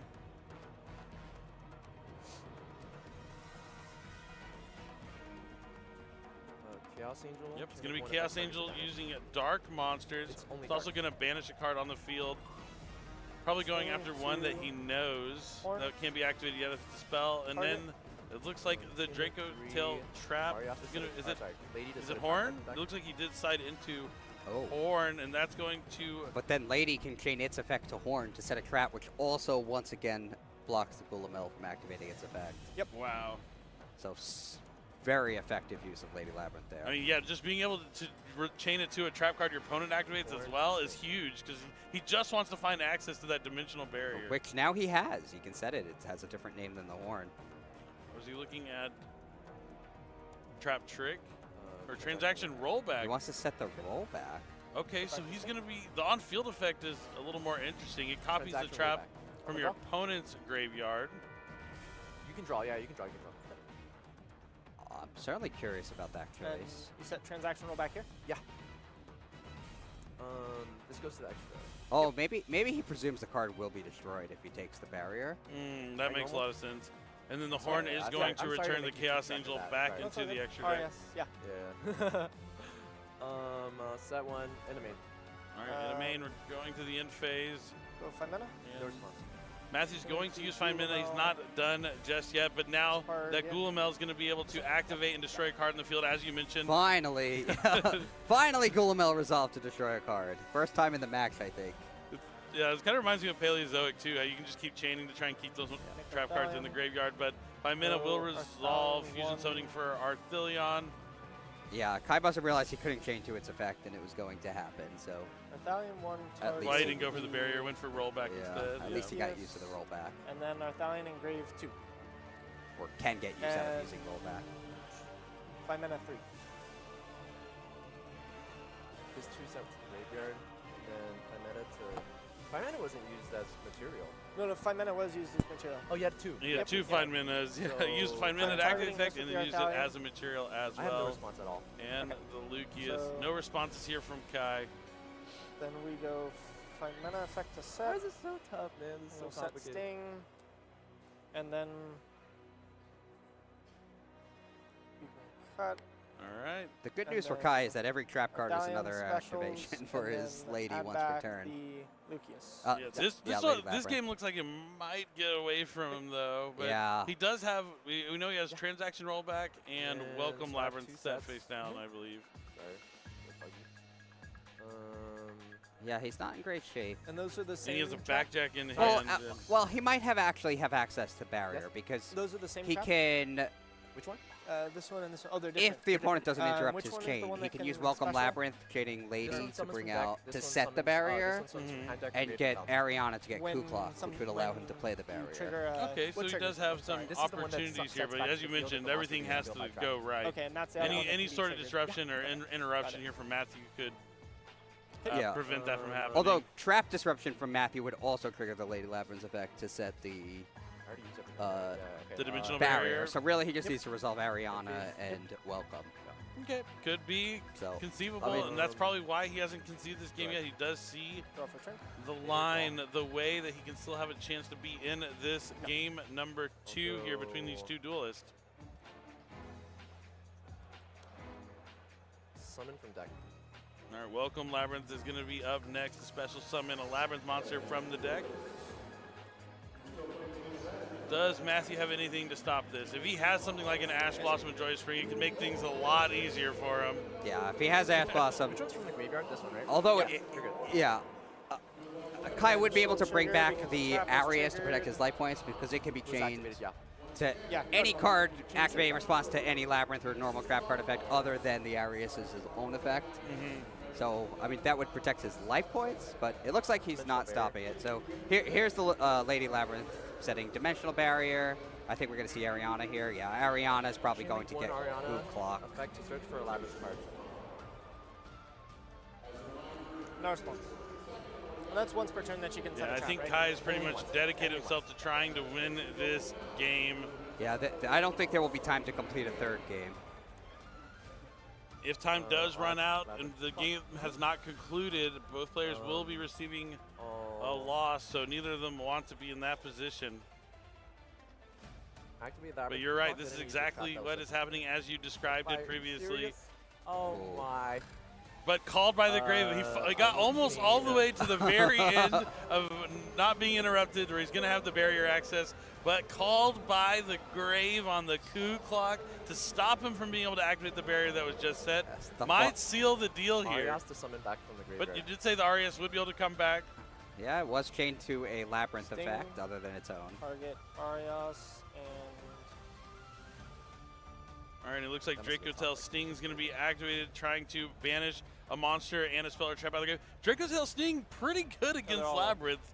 Like, banishing a monster and a spell and trap, usually getting something from one or either, but it kind of deals with 2 cards and Labyrinth at the same time. So tough. Yeah, I think that I think the call by the grave actually did him in. Yeah, I think that is going to What's our end time? this 7? duel. We'll go game. Yeah, he realized the call by the grave was too much. Even though there's not a lot of time left, they can play quickly and try to do their best. It was off the top? Yeah. Wow. I don't know if Matthew realizes what. Like, he's happy he won that game there, but you still got to win game 3. We making noise, alright. So he might need to lock in here. This is going so This is his 6th YCS, he said, but the first one with the new time rules. You can see Kai moving just a little bit quicker of a pace here, trying to just have an opportunity to finish game number 3. He definitely realizes he needs to finish. Yep. Yep, there's 50 minutes on the clock, but you do have to finish your round. Both players going to go quickly, side decking here. It's going to be tough. He's going to want to play extremely fast, not do anything too long and complicated. But I do think there is a world where Kai can wrap this up in under 5 minutes. If he's able to go first, do some Labyrinth stuff, maybe not a ton of interaction, flip up a dimensional barrier, and essentially make Matthew have to pass his turn back, and then put that damage on the field as quickly as possible to try and end the duel. It is possible. And honestly, if I'm Matthew, I'm not asking what any cards do. I'm just playing. Yeah. Because slowing it down is bad for both of them. Yeah, I just have to wonder, like, I just don't see the urgency in Matthew as he's signed it. I would be like moving as quick as I possibly can, but like Kai is. Yeah, it's different, but as long as they get there and get the game started, we're good to go. Time winding down. Just doing the slow pile shuffle. Yeah, you got to be careful too, because you take too long shuffling. Also, like the judges could give a slow play warning potentially, and that would add 3 more minutes to the clock. They might actually welcome that if it came. Welcome Labyrinth. Big welcome. Yep. They would big welcome it. They would big welcome a 3-minute extension at this point. Oh man. But yeah, Kai's going to hopefully find a way to get to that dimensional barrier to try and push it. But at the same time, if Kai doesn't have the right tools, Matthew could also finish this game quickly. He can. If there's a deck that can put out a lot of damage fast, Dracotel is certainly one of them. But he's going to have to play, even though both players played like at a moderate pace, I wouldn't say that they were playing like quickly per se. Well, Matthew, for sure, not knowing like a lot of the Labyrinth cards probably slowed them down just a little bit. But there was a lot of stop and go, unfortunately. Even with the new time rules, you just have to take it in consideration from the beginning of the match, and you got to play like time is about to wind down from the start. Yeah, no, they're good to go. Let them go, judges. They're about to draw their hands. Got to make sure we're good here with the live stream, but no, they are good to go. Let's jump into it. Don't wait unless we're going to add more time back on the clock for these people. Game number 3. It's time to duel. 4.5 minutes. There may have been time added to the There clock, might be. right? We'll find that out later. Yep. Potentially, but Other yeah. extravagance, banishing Kai is 6, going to be drop off 2. to start at a lightning fast pace. Wow. Matthew taking his time to look at his hand. 3 games with extravagance. That's pretty nice. Pretty solid. 4.5. Taking his time to even consider using Ash Blossom here, even though there are really good cards to Ash Blossom. You really want to hit extravagance, but I do see like the reason to consider to wait for something like Welcome Labyrinth. Moving at a quick pace here. He's going to send Shangri-La and the Pot of Extravagance to the graveyard to set another trap. Yep. Might as well. But you see the only pace activate is one just per turn. a little bit quicker here from him. Of course, as I say that, we slow down just a tad bit. Yeah, right. Guess he's thinking about what to set. I mean, I wonder if he's trying. I wonder if he's trying to get a slow play warning. I think he no, has. I don't advise doing that, but I don't think that's what he's doing, Billy. I mean, this is not. It could be the case. All right, he's going to. I think he's getting a big welcome, right? He has a welcome labyrinth in his hand. That's what I'm saying. Like, yeah. I know. Oh, look, see the judge saying something. He might get a slow play warning here, which would add 3 minutes to the clock potentially as a PE minor. Oh, he does have another option. You would think it's between the two, but he does side the Labyrinth pop-up. Labyrinth setup. Or setup. Setup, yeah. I knew it had a hyphenated word. Pop-up, setup, close. That's a card we don't see often. Definitely not. But if the Labyrinth Master Kai is playing it, it's probably needed. Yeah, it's in his side deck, and it lets him target 2 of his Labyrinth spells or traps that are banished or in the graveyard. Other than setup, shuffle them into deck, and then if he kills a Fiend, he can set non-Labyrinth normal traps with different names from his deck equal to the number shuffled. So it's a way to access Dimensional Barrier. Don't you love those? The dashes make it. Thank you. So I assume next we're going to see him use Stovey Torby's effect to discard the Welcome Labyrinth to get another trap card to set, and that will be the second trap that he can send back with setup. Oh, we're looking at a translation. He is looking to read what a card does right now. Probably. And it does look like the time has been paused, too, so they're giving an opportunity for the judges to give them the translation. All right. Good yeah. stuff there. That's probably setup he's reading. Yeah, because that is definitely a card, like, you'd have to look up. Yep. Stovey pitched aside from deck. But going to discard the last two remaining cards out of the hand to set a trap from the deck, and it's going to be big welcome. So Kai went first, down to two But cards. like you can't activate this turn, right? Nope. So But then they add back when? I think when he's they- going when, to big monster leaves welcome go by for. trap. Okay. And this trap does. Which one? This one? No, this one. Yeah, he'll probably big welcome for Kuklok. Bring back Stovey Torby, use Kuklok's effect, use the setup to set barrier, and just shoot off the barrier. Oh, that could be the game plan here. With only 2 cards, you can still find a way to cut off his opponent from being able to access the extra deck. And but another coming Ash Blossom. It's over. Yes, and not trying to run the clock down. Kai knows that he's beat and defeated. Doesn't even have to see if there's a Draco Tail there from Matthew, but he has plenty of starters, and Kai's going to concede the match knowing that he has lost. You know, absolute tons of respect there out to Kai for, you know, not trying to drag this game on and take them both down. And playing at the double Ash. It is literally the bane of Labyrinth's existence is Ash Blossom and Joyous Spring. I mean, I've seen it time and time again how and it's always 2 copies of Ash Blossom. You always stop the one on their turn, the one on your turn, and it's just over. Yeah, I see where he was going with that setup too. I like that. So like he definitely thought that through, and so I don't think he was slow playing. Oh no, definitely that was a joke. Yeah, that was a joke. yeah. It was a complicated play, a more complicated line for the deck because it's not one that the deck usually takes. But he did see a way to victory. But Ash Blossom just stopped it in its tracks. Just never was able to get started. Yeah, Ash Blossom, since Labyrinth has been released, has been just gatekeeping Labyrinth kind of like out of finishing or winning a lot of YCSs. It's just so strong against those welcome Labyrinths. And while the Labyrinth strategy can get a lot of trap cards, as you mentioned, lots of ways to get that dimensional barrier, even with just a couple cards, but you need that first welcome or big welcome to resolve to get to Lady, to be able to get to the trap card out of your deck. But if you never have that Lady access, it's stuck in the deck with that dimensional barrier. It's tough, but, you know, shout-outs to Matthew. You know, this is a tough matchup. You're 5-1. You're playing against Labyrinth, a strategy he wasn't, like, maybe a little familiar with, but hasn't probably played against it in months maybe years. I mean, it's been a while now for Labyrinth. It's not too popular. Not too popular, but you still run into it every now and then. Like, if you enter a tournament, you wouldn't be surprised if you played against Labyrinth. I think the deck has a lot of players who really like the deck. And those players stick with the deck. I played the deck a lot. I really like the deck. And I think the players that do dedicate themselves to it, they get the results. They get to pay dividends. Yes. Just knowing how to use your trap cards. And like you said, every time you only had 1 or 2 cards, you saw the line. You're like, oh, you can do bam, bam, bam, dimensional barrier, and they're in it. And it's very punishing against players who are not familiar with the deck because they don't know where to chain the right cards. So it does have that as well. And also being able to catch them off guard, like, oh, you use a trap? Well, I get a trap from my deck now. Lots of cool stuff like that. But Matthew is our winner. He's standing by with Jackie, so let's hear from them and how it feels to take on Labyrinth this late in the tournament. Take it away, Jackie. Thank you so much, casters. And right now I am with Matthew.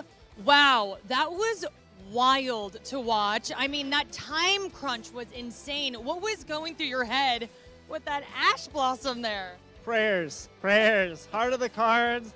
Give it to me off the top. Oh my god, I love it. Heart of the cards. I love when people say that. Okay, we were talking about the Call by the Grave too. Yeah, again, I got so lucky. Kai was amazing and obviously the most skilled Labyrinth player I've ever encountered, and he's just incredible. So getting a little bit of luck on my side definitely helped me overcome the expert over there. Okay, so let's talk about that lineup with Labyrinth and the branded Draco tail. Sorry. I know, right? But I wanted to know what were you thinking when you guys were lining up? Time is going to be an issue. I knew neither of us kill fast. I know we're both going to be going turn after turn after turn. So I knew I had to play fast and had to scoop, you know, when I didn't think I was in a winning position. And we got down to, what, 3 minutes? It was wild. It was definitely a roller coaster ride. How did you stay focused? Instinct. I mean, at this point, you know, your decision fatigue starts to set in. You've practiced with the deck a bunch, so you just hope that you do all those things by heart because you've done it so many times. Okay, awesome. And then you guys had a big crowd watching you. Is there anything you want to say to everyone watching at home? thanks for watching. That was my first time. Appreciate the support, and you know, the game has just gotten better and better. Konami's doing a lot of things right, and I think it shows by the turnout. All right, thank you so much, Matthew. We'll send it back to our casters. All right, thank you so much, Jackie. Great to hear from Matthew and that he's having a great time. And, he brings up a good thing. It is later in the day that mental fatigue starts to set in. And, yeah, I couldn't agree more with just let instincts take over. Like, you've played so many times, you kind of just have to go with the flow and turn off the thinking cap sometimes and just let your hands decide. But we're going to have 2 more rounds of Swiss coming up very shortly. But before we go to our next round, we want to talk about something that you should really know about at home, and that's going to be the Yu-Gi-Oh! Early Days Collection, now 40% off during the Steam Autumn Sale. That's right, the Yu-Gi-Oh! Early Days Collection is packed with Yu-Gi-Oh! Video games from the very early days of dueling, and like I said, you can get it on sale, 40% off. It is full of a ton of awesome games from the earliest days of Yu-Gi-Oh! Some of the games only came out in Japan. Now you can finally play them here as well. I think my favorite game to play on the Early Days Collection is going to be Dungeon Dice Monsters. I played that a ton when I was a kid, and being able to play it on my Switch is really fantastic. They've also added online play for some of the games in there as well, so you can play against other players from around the world in some of those older Yu-Gi-Oh! Games, featuring some really, like the heart of the game where it kind of first started out. I love the Early Days Collection, and now you can get it more affordable than ever. All right, we're going to go just for a short while, but of course we're not going to leave you alone. We're going to have some awesome Genesis matches that you can check out from our public events that we have for the Invitational. That's going to take place tomorrow, and then we'll be back around for our 8th round of Swiss here at YCS Anaheim. So stay tuned. We still got a couple more rounds of dueling to do today. Don't go anywhere.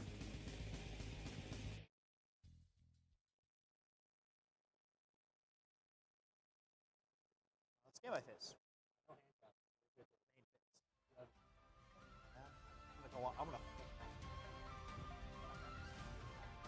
activate Anubis. Sweet. 4 total. 5 total what? Yeah, generally. Yeah, in this format. Yeah. Let's just do a man with a mark. Almost someone mound. Effective. Pressure. I'll activate set.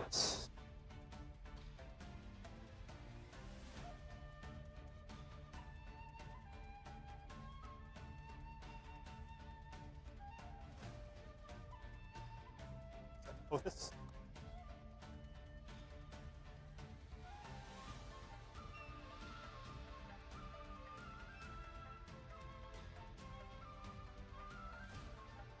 One, two, I'll set 3.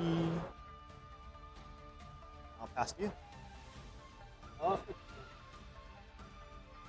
a standby phase. I'm gonna activate. Oh, does that one do it? It'll summon itself and then set a potion that can be activated this turn.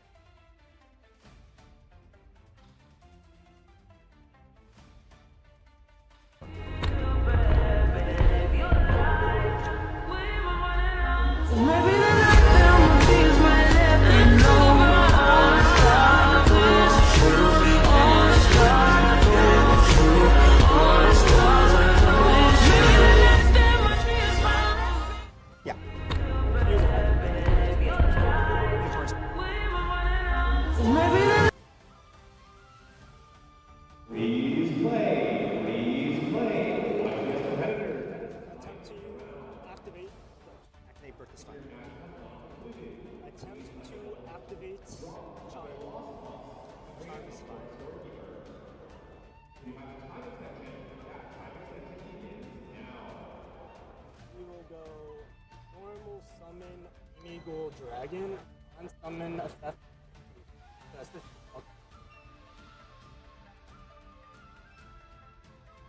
Dragon's fine. Gimme Ghoul Maker.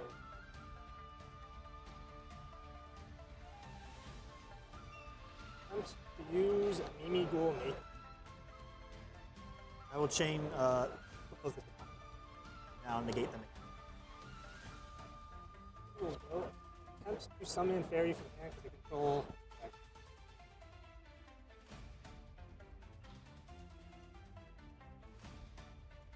Yeah, that's fine. On this.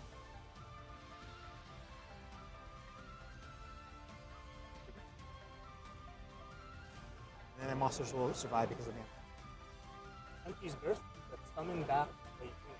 Fine. Reveal Archfiend, but summon your. To my You will. Draw card.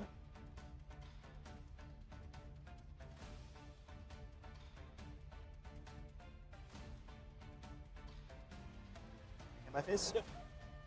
Thanks. Yep. And recharm. Yeah. Once per chain during the main phase, if Mirago's flipped, On my field. deal a random card from the action.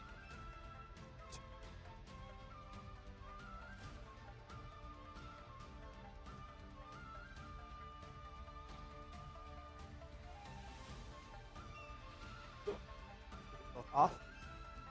Summon Divine Serpent Apothis. Unsummon. That's a Mimigo Maker. The Force Flip. Is vanishing from. I discard, you draw. Yep.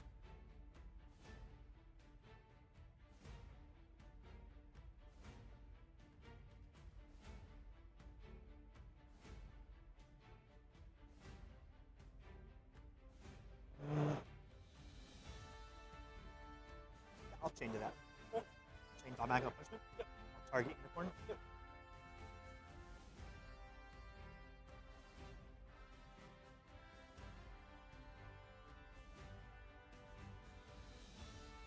Send Entis. Pop the Unicorn. I'll resolve. I'll call the effect of Yeah. Archfiend. So- Discard is first, right? Yeah, the order first. I'll discard Lich the Golden Lord. Oh no, it's a. Draw card. But we have to choose chain order now. Oh. That's mandatory chain Yeah, one. chain link 1. You have anything else? No response. Chain 2. I apologize. Go ahead. That's the one that. Steals from extra deck. Yeah, that randomly.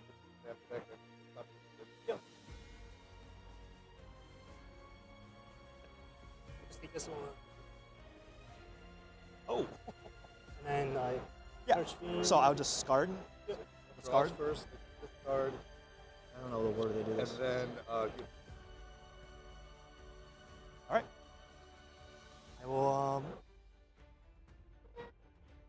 activate the effect of Divine Serpent Apothis. I can't summon it. It must be special summoned by attributing the. Oh, it must be summoned by its own Yes. effect. It'd be good to read these cards one day. I know, right? If it wasn't, banish it. All right, cool. I'll call the effect of Divine Serpent Apothis. I'll target the 2 Apothis cards in my graveyard and set them. And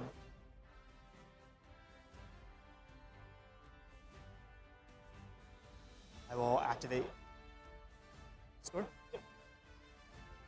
I'll call Divine Serpent Apothis since it's a trap. I can target card on the field and destroy it. I will target Birth to Destroy. I'll use the effect of Lich Golden Lord. And summon it.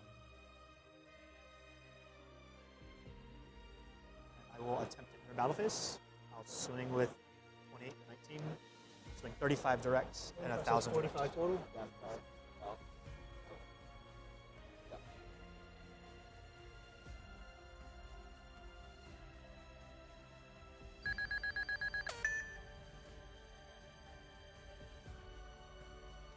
H2.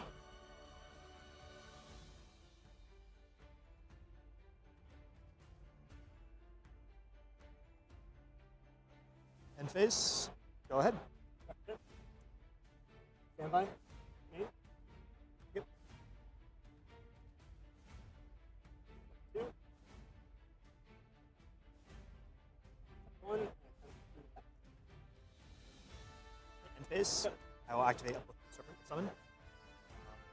I will not set. And I will trigger the effect of Divine Sprint of Pothos. I will target this card. Phase, I'll activate Arrow effect. He scores effect. Yep. So, Elixir of the Glorious Cold.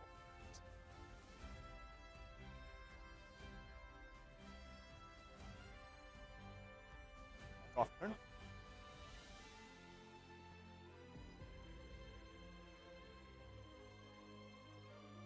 I'll just flip the Elixir up. To no effect, just active. Cool. Effect the Divine Serpent of Pothos. Target. Attempting to chain room. I'll chain a Pothos. So I will negate. I think. Yeah. I'm holding Lava Golem and I drew Pot, so I could. I think I had game last turn. I should have summoned the Anubis. Swing for extra 3k, and I make. That. Yeah.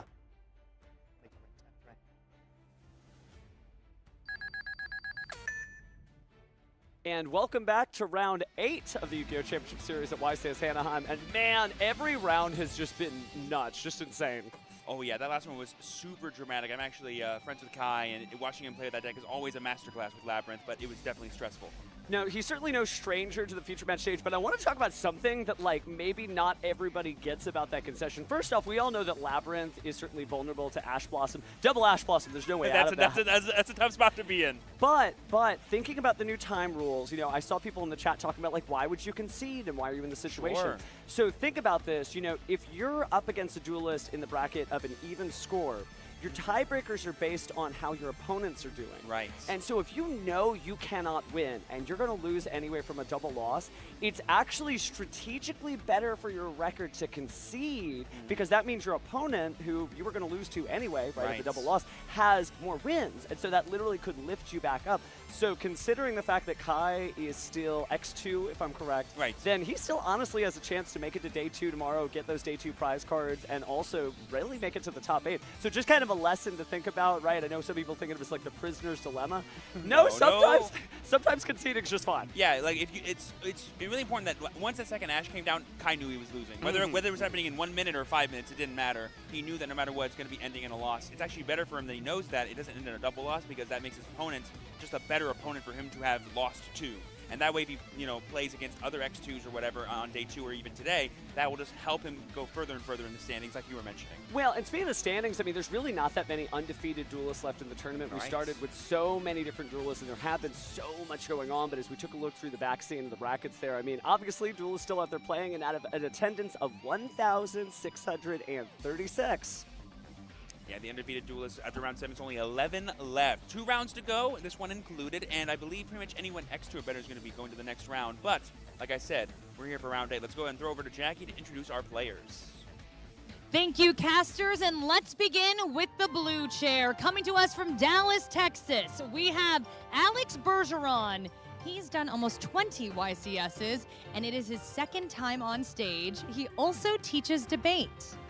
Now to the red chair, hailing all the way from Copenhagen, Denmark, we have Chris Nielsen. He's been playing 15 years, finished top 8 in 2017 for the EUWCQ. But what will happen today? Casters, take it away.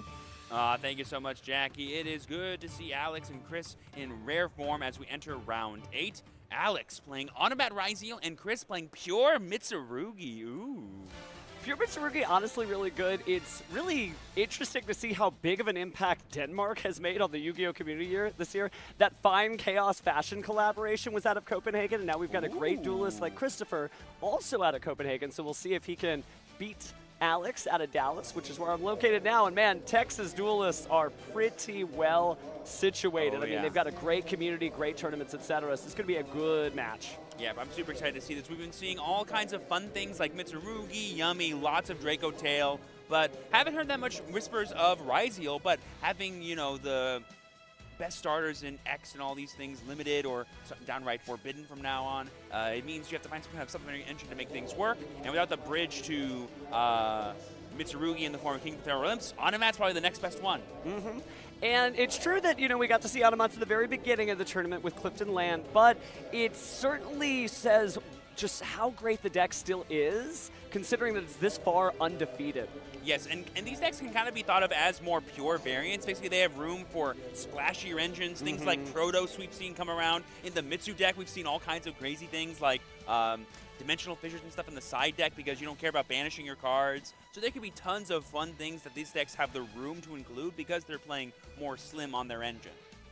Well, we'll see whose pure deck is able to conquer the others, but it's nice to see that you can just play decks from previous formats. Some people think of the game sometimes it's a little too fast, all these new cards are coming out.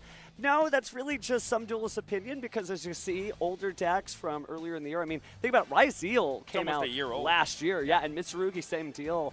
And you can just play whatever you want. You can still rock out your favorites, so I don't think you have to see a Genesis match for that. You can be here in the advanced format with the same deal. Also, you know me, and not only am I a Joey fanboy, I'm also a Yuma fanboy. So whenever the Black Cards XD monsters come out, I'm always happy.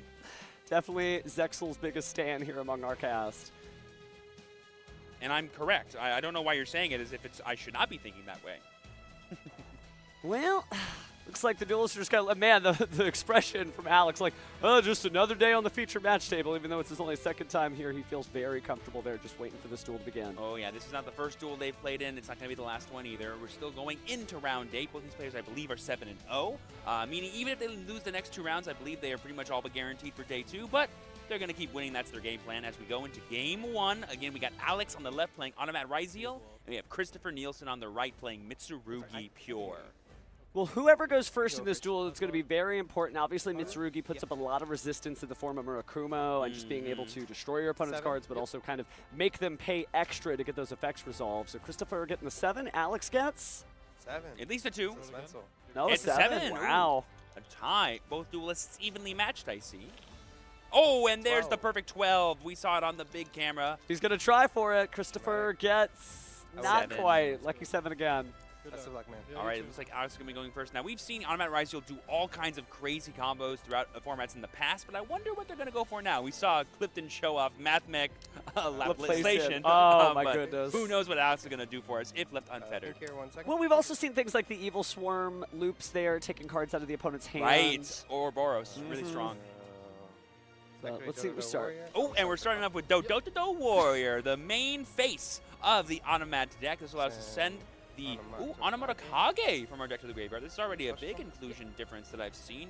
Not all Ryzeal decks play that version of the card. This will then summon it to the field. Tell me we're not going to play the game where we try to pronounce each one of these silly card names different each time, are we? Probably not. Okay, good. Let's spare the chat. but check in with my speech impediment. We'll see what happens. Oh, goodness. When I control so I believe we're activating the effect of Onomata Kage in the graveyard. I can special summon to this summon itself back out. From my graveyard. It banishes when it leaves the field. Oh, no, we're just explaining how it can work. I believe that the banish Xyz monsters to... Anything on resolution? It allows you to reshuffle your Xyz monsters from the graveyard back into your extra deck, I believe. And it's so interesting, by the way, the point he made about Onomata Kage, it's banished when it leaves the field. This is an Xyz deck. It's never going to leave the field, right? We learned that way back in the day that Xyz materials don't leave the field. They just kind of, they're somewhere. Yep, and thanks to Do Warrior's ability, he's now a level 4 monster. So we can automatically go into a rank 4 right now if we wanted to. All right, let's build the overlay network. I don't think we're going straight to Baguska there. I saw it there on the top of the stack. Instead... Oh, going for that second part of the deck, the Ryzeal cards with Duo Drive. This will allow us to access the Ryzeal part of our deck if we don't already have any cards in our hand. Oh, but it actually allows us to special summon this Sword Ryzeal from our hand because now we control a Ryzeal monster. Now, what an interesting heads-up play. Not trying to bait out the Ash Blossom and Joyous Spring by using the Duo Drive. If there is an Ash Blossom, it may have already been used, but then using Sword to say anytime you try to stop one of my cards, you're just letting Duo Drive go through, so it's almost like a threat. It kind of allows him to play around Nibiru without needing the Duo Drive to actually resolve, because essentially now if he goes for it and we get like Ash Blossoms or something, we can still play around it by guaranteeing that X in our hand as follow-up. We'll send Duo Drive. So there we see this X that was added to our hand, sending off a Duo Drive to summon itself to the field. You don't see this order of operations that often, but effectively using the Ryzeal Duo Drive, go to the graveyard as an extra material, perhaps, for the effect of Ryzeal Detonator. Also helps having the Xyz Monster in the graveyard, of course, for things like Node Ryzeal, but I feel like we're going to see that Duo Drive picked up pretty fast. Could also give you another name to use with Cross to draw a card. All kinds of things useful out of getting certain things from the extra deck placed in the grave. Here we see the next Xyz summon. Ooh, Infernal Flame Banshee. We joked about it earlier. I like to call this almost Australian Ryzeal, only because there was that great YCS Sydney where so many of the top cut were using this Ryzeal strategy, combining Infernal Banshee and then using it to get the actual package that kind of terrifies everybody. Yeah, this is going to get us the Nemesis flag, and as we all know, Arch Nemesis Pronos is right around the corner. But we currently only have 2 attributes in the graveyard. I'll activate Duo Drive. Fire and Light. Yeah. Gonna need to get some different ones in there if we want to actually summon that bad boy. Hey, Onomatakage is dark right there, so that gets that 3rd attribute. Yep, and here we're seeing the really cool interaction of Duo Drive removing a material from the Banshee rather than just 2 from itself. Well, it makes sense because you're not really going to use it for too much. I mean, it might end up being an Xyz material for a card like Eclipse Twins. So just great sequencing here, and I really still love seeing this deck played. I know not everybody loves Ryzeal, but, well, I'm sorry, I still love it myself. And so far, no interaction from Christopher.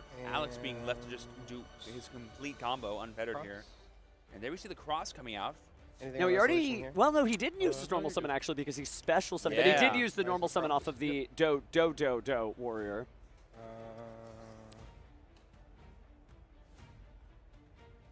Normal summon. Oh, no, he didn't. You're right. Oh, wow. Yeah, because Do warrior summons itself with its effect. That's right, that's right.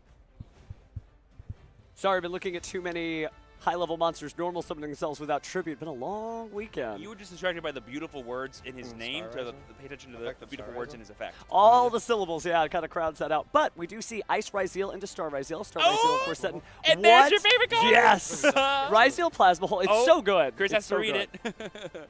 It's basically a Mega Icarus attack for every single, I believe, Ryzeal XYZ monster. Yes, yes. And it doesn't matter if their effects are negated, which has been really, really funny. But you can also banish it from the graveyard to perform an Xyz summon, and that's good for doing things like making Eclipse Twins during the battle phase. Oh, yes, or summoning Baguska during your opponent's turn. That too. Like, that's actually a pretty epic thing you could do, too. Like, surprise. But now, I feel like Alex is just, okay, where do I go from here? Because now we have the protection from Cross, the follow-up in Plasma Hole. It's like a full hand of 5 cards. I guess we're just going to keep going? Yeah, it is true that without things like Abyss Dweller, it's hard to just kind of like find the right next Xyz summon to make. Baguska obviously very tempting, but that's only when the plans go wrong. Right now things are going just fine, so we'll have to see what he pulls out next. Yep, here we see the activation of Cross here to return our 2 main deck names and Sword and X to the bottom to draw an extra card. A little mini Pot of Avarice. Don't mind if we do.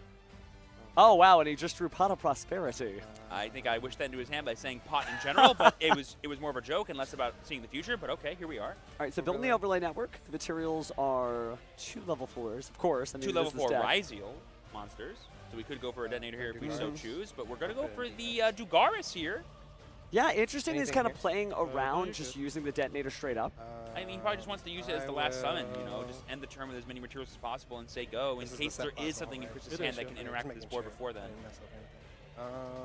Because he has access to some more level 4s in that node that's in his hand, so. All right, let's draw 2 and discard 1.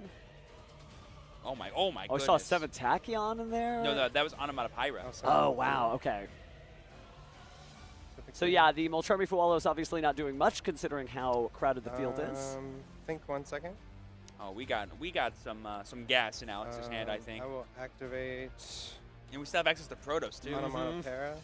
All right, so there's the Pyra that was mentioned. We're going to go ahead and discard a card and then add 2 of any Bokugo, Gagaga, Zubababa, and Dododo. Yeah, try saying that a few times fast. That's hard to even type. Many names on the. But the bullet points make it easy. Be like any of these things right here. Yeah, you're good. All right, so let's see what names we grab out of the deck. Obviously, a lot of new support came out for this in Duelists Advance. I think like, we're probably going to go for Gagaga Gambara Knight and maybe, if I had to guess, Subaba Bancho maybe? Yep. Yeah, Subaba Bancho would be really good right now, being able to special summon itself and then grab another name out of the graveyard. Or can you not grab both of those because they're both Gagaga monsters? You're right, because it's Zubaba Bancho Gagaga Coat. Right. So yeah, so there's the Gambara Knight. That's basically just like another level 4 summon, which is great. But it is a Gagaga Gambara Knight, so that does crowd out Zubaba Bancho Gagaga Coat.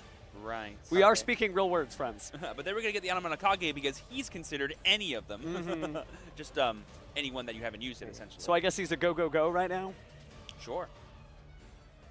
Or I just Zubaba, started whatever with he's Fuwa, feeling right, like when I- today. yeah, yeah. I feel like Achacha doesn't get enough love. No. making sure. But you discarded Achacha this Chanbara one is pretty cool. with this one, Yeah. All right, so we still have a gigantic hand, by the way, considering how many cards have already been committed to the field and have already hit the graveyard. Yep, and one of them's a known Yeah, node and a 7, known 7 nemesis, hands. so we still have Protoss plus Detonator whenever we want. It's just a matter of how we use the resources we already have in play as Alex. Well, we're kind of going blind here, so I'm not really sure what you would do with the Protoss. I'm going to activate Gambara. That's true. Chris has revealed nothing so far to his opponent as to what attributes he may or may not be on. If you had to pick an attribute right now, I think maybe Light is the most scary because of the Thinking yummy on decks, who but else I wanna summon with Dark it. can hit a lot of just random things sometimes. If you get Dark, you're almost pre-calling things like Malice, Mitsurugi, which is Yes, very popular, very but that's also why the yummy Mitsurugi deck has done historically so well, because you stop one, you can't stop the other side. We hard drew the Activate Zubaba both to Bancho, so summon we didn't it's even like need a to search fire. for it because now Gambara Knight just summons it straight to the field. Perfect. And then Bancho will bring out another one. So now we have 3 level 4s just ready to be stacked on top of each other. Overlay. Ooh, and being stacked on top of each other, they will. This might be the Ouroboros line if I had to guess. Oh, and look at that. Chris is already setting up his hand. Oh, wow. He knew what was up here. Alrighty, here comes the random hand rip. We're going to go for that one. It's a Triple Tenix Talent. That's huge. That would have been very huge. And then we see the effect of Gambara Knight after being detached to go ahead and search. That's the cool thing about the automat cards is like they have value by just being Xyz material. Being detached and being able to search off of that detached, that's just incredible card advantage. All right, and we have Go Go Go Goblinberg being searched. This has got to be an Eclipse Twins in order to set up for a second Ouroboros detach. Oh, in there theory, it is. I'm pretty sure in theory Alex can summon Ouroboros a 3rd time. But here we see the node first. That'll be our way of getting the Eclipse in the perfect. graveyard. Yep. While also summoning back the level 4 Star Ryziel. That'll then give us access to the detonator that I was talking about earlier. But first we're going to resolve Eclipse Twins being sent to the graveyard to bring back Ouroboros and attach the, if I had to guess, the Banshee back to it. It's the most useless card in his graveyard right now. I feel like this is the latest detonator ever, right? It's like he got the party invite wrong by an hour. I mean, like, when do you need the detonator? At the very end. I Yeah, don't need no, him of yet. course. What's he doing on my turn? Nothing. He's doing everything on your turn, though. That's just great. And you get a little bit of a read on your opponent, so now you know to call Dark, having seen the Mitsurugi Ritual hit the graveyard. That's very true. That information from Ouroboros is so huge. Detonator. All right, and there's the detonator that we've all been talking about. The man, the myth, the legend himself. You got to get Eclipse Twins, right? Yeah, get that in the rotation so you can attach it during your opponent's turn and get another rank 4. It's kind of absurd how much is being done here. And here we're going to use the effect of Anamanakage, Kage. it looks like, to shuffle maybe back. return some Xyz monsters. Banshee. Yeah, Duo we've got the Drive for Banshee extra. and the Duo Drive going back into the deck. The extra deck, I should say. Which is and huge then I'll because it special means summon you've got Nemesis so Flag much by more shuffling this extension back. later. Yep, and there we see the flag by returning the Anamanakage, now allowing us to search for Arch Nemesis Protoss. Ooh, my goodness. And Too now good. because of all the automat cards in the grave, we have plenty of Earths. And oh, Chris is just like writing on the wall. I don't want to have 2 cards in my hand facing down to Protoss, plus a full detonator, plus a cross, plus a plasma hole. Plus Not no working. dark monsters. Plus What's no he dark supposed to do at that monsters? point? Yeah, So I really really do love this great deck. work from Alex there, showcasing the skill levels of everybody down in Texas. But Christopher obviously got here all the way from Copenhagen, Denmark, and to this stage by playing his deck. So he'll get a chance to go first, and I think he will be able to come back before we know it. Oh yeah, and Automat Ryzo has always been one of those just like blatantly powerful decks if left unfettered and not stymied at all because, I mean, being able to loop Ouroboros, summon Detonator, activate Cross is just so much interactions and just straight up disadvantage for your opponent that it can sometimes feel unwinnable in some cases, and Christopher agrees. It doesn't really have a lot of natural predators in the format in the fact that no one card slows it down completely. Right. You can't just like, oh, I Ash Blossomed one of your cards, so that means the rest of your combo stops. No, that's really just like the bait, right? I've done this, you've stopped that, so now it's time for me to really show up in the duel. And there's not really a lot of cards I could I mean, obviously a well-timed Nibiru the Primal Being, but Ryziel duelists know what to do. You get up the Ryziel cross beforehand, and then you're good to go. Yep, and there's all kinds of like other neat things. Like I've seen pure Mitsu decks play things like Thrust into D-Barrier or Super Poly in the side or main deck, just that way you can like fuse off the things of the same attributes with different types or similar names with different types. But even those are kind of awkward to line into because all the rises are different types and attributes to each other sometimes. Well, we've seen Ryzeal win YCSs before, but never quite like the stack of cards that Alex is running. We haven't seen one of those do-do-do cards go all the way. Yes. But it would be nice to see it, for sure. I know a lot of Zexal stands are supportive of it, but even if you're just somebody who sees the cards for their effects alone, it's really good deck building. It's really able to just pull off these powerful loops with the Evil Swarm cards. So maybe this is the event for it. It's still early. I mean, if you're playing a rank 4 deck, you can't get better than, oh, how many rank 4s can I summon in one turn? All right, that works. Yeah, all of them. As many as I can. Several times. In fact, my rank 4s are just materials for my rank 4s.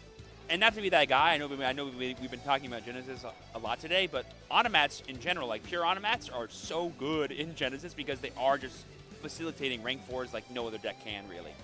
I was trying to build Ryzeal Automat in Genesis, and it's so weird because if I remember right, Ryzeal X is 25 points, and all the other major Ryzeal you'd want to run, Sword, Ice, Detonator, Duo Driver at 20 points. So the question is, do you cut one so you can have X Ryzeal, or do you cut X Ryzeal and just have like 2 Ices or 2 Duo Drives? And that's okay. And that makes it even harder to summon things like Detonator because you need Ryzeal names specifically to summon that one.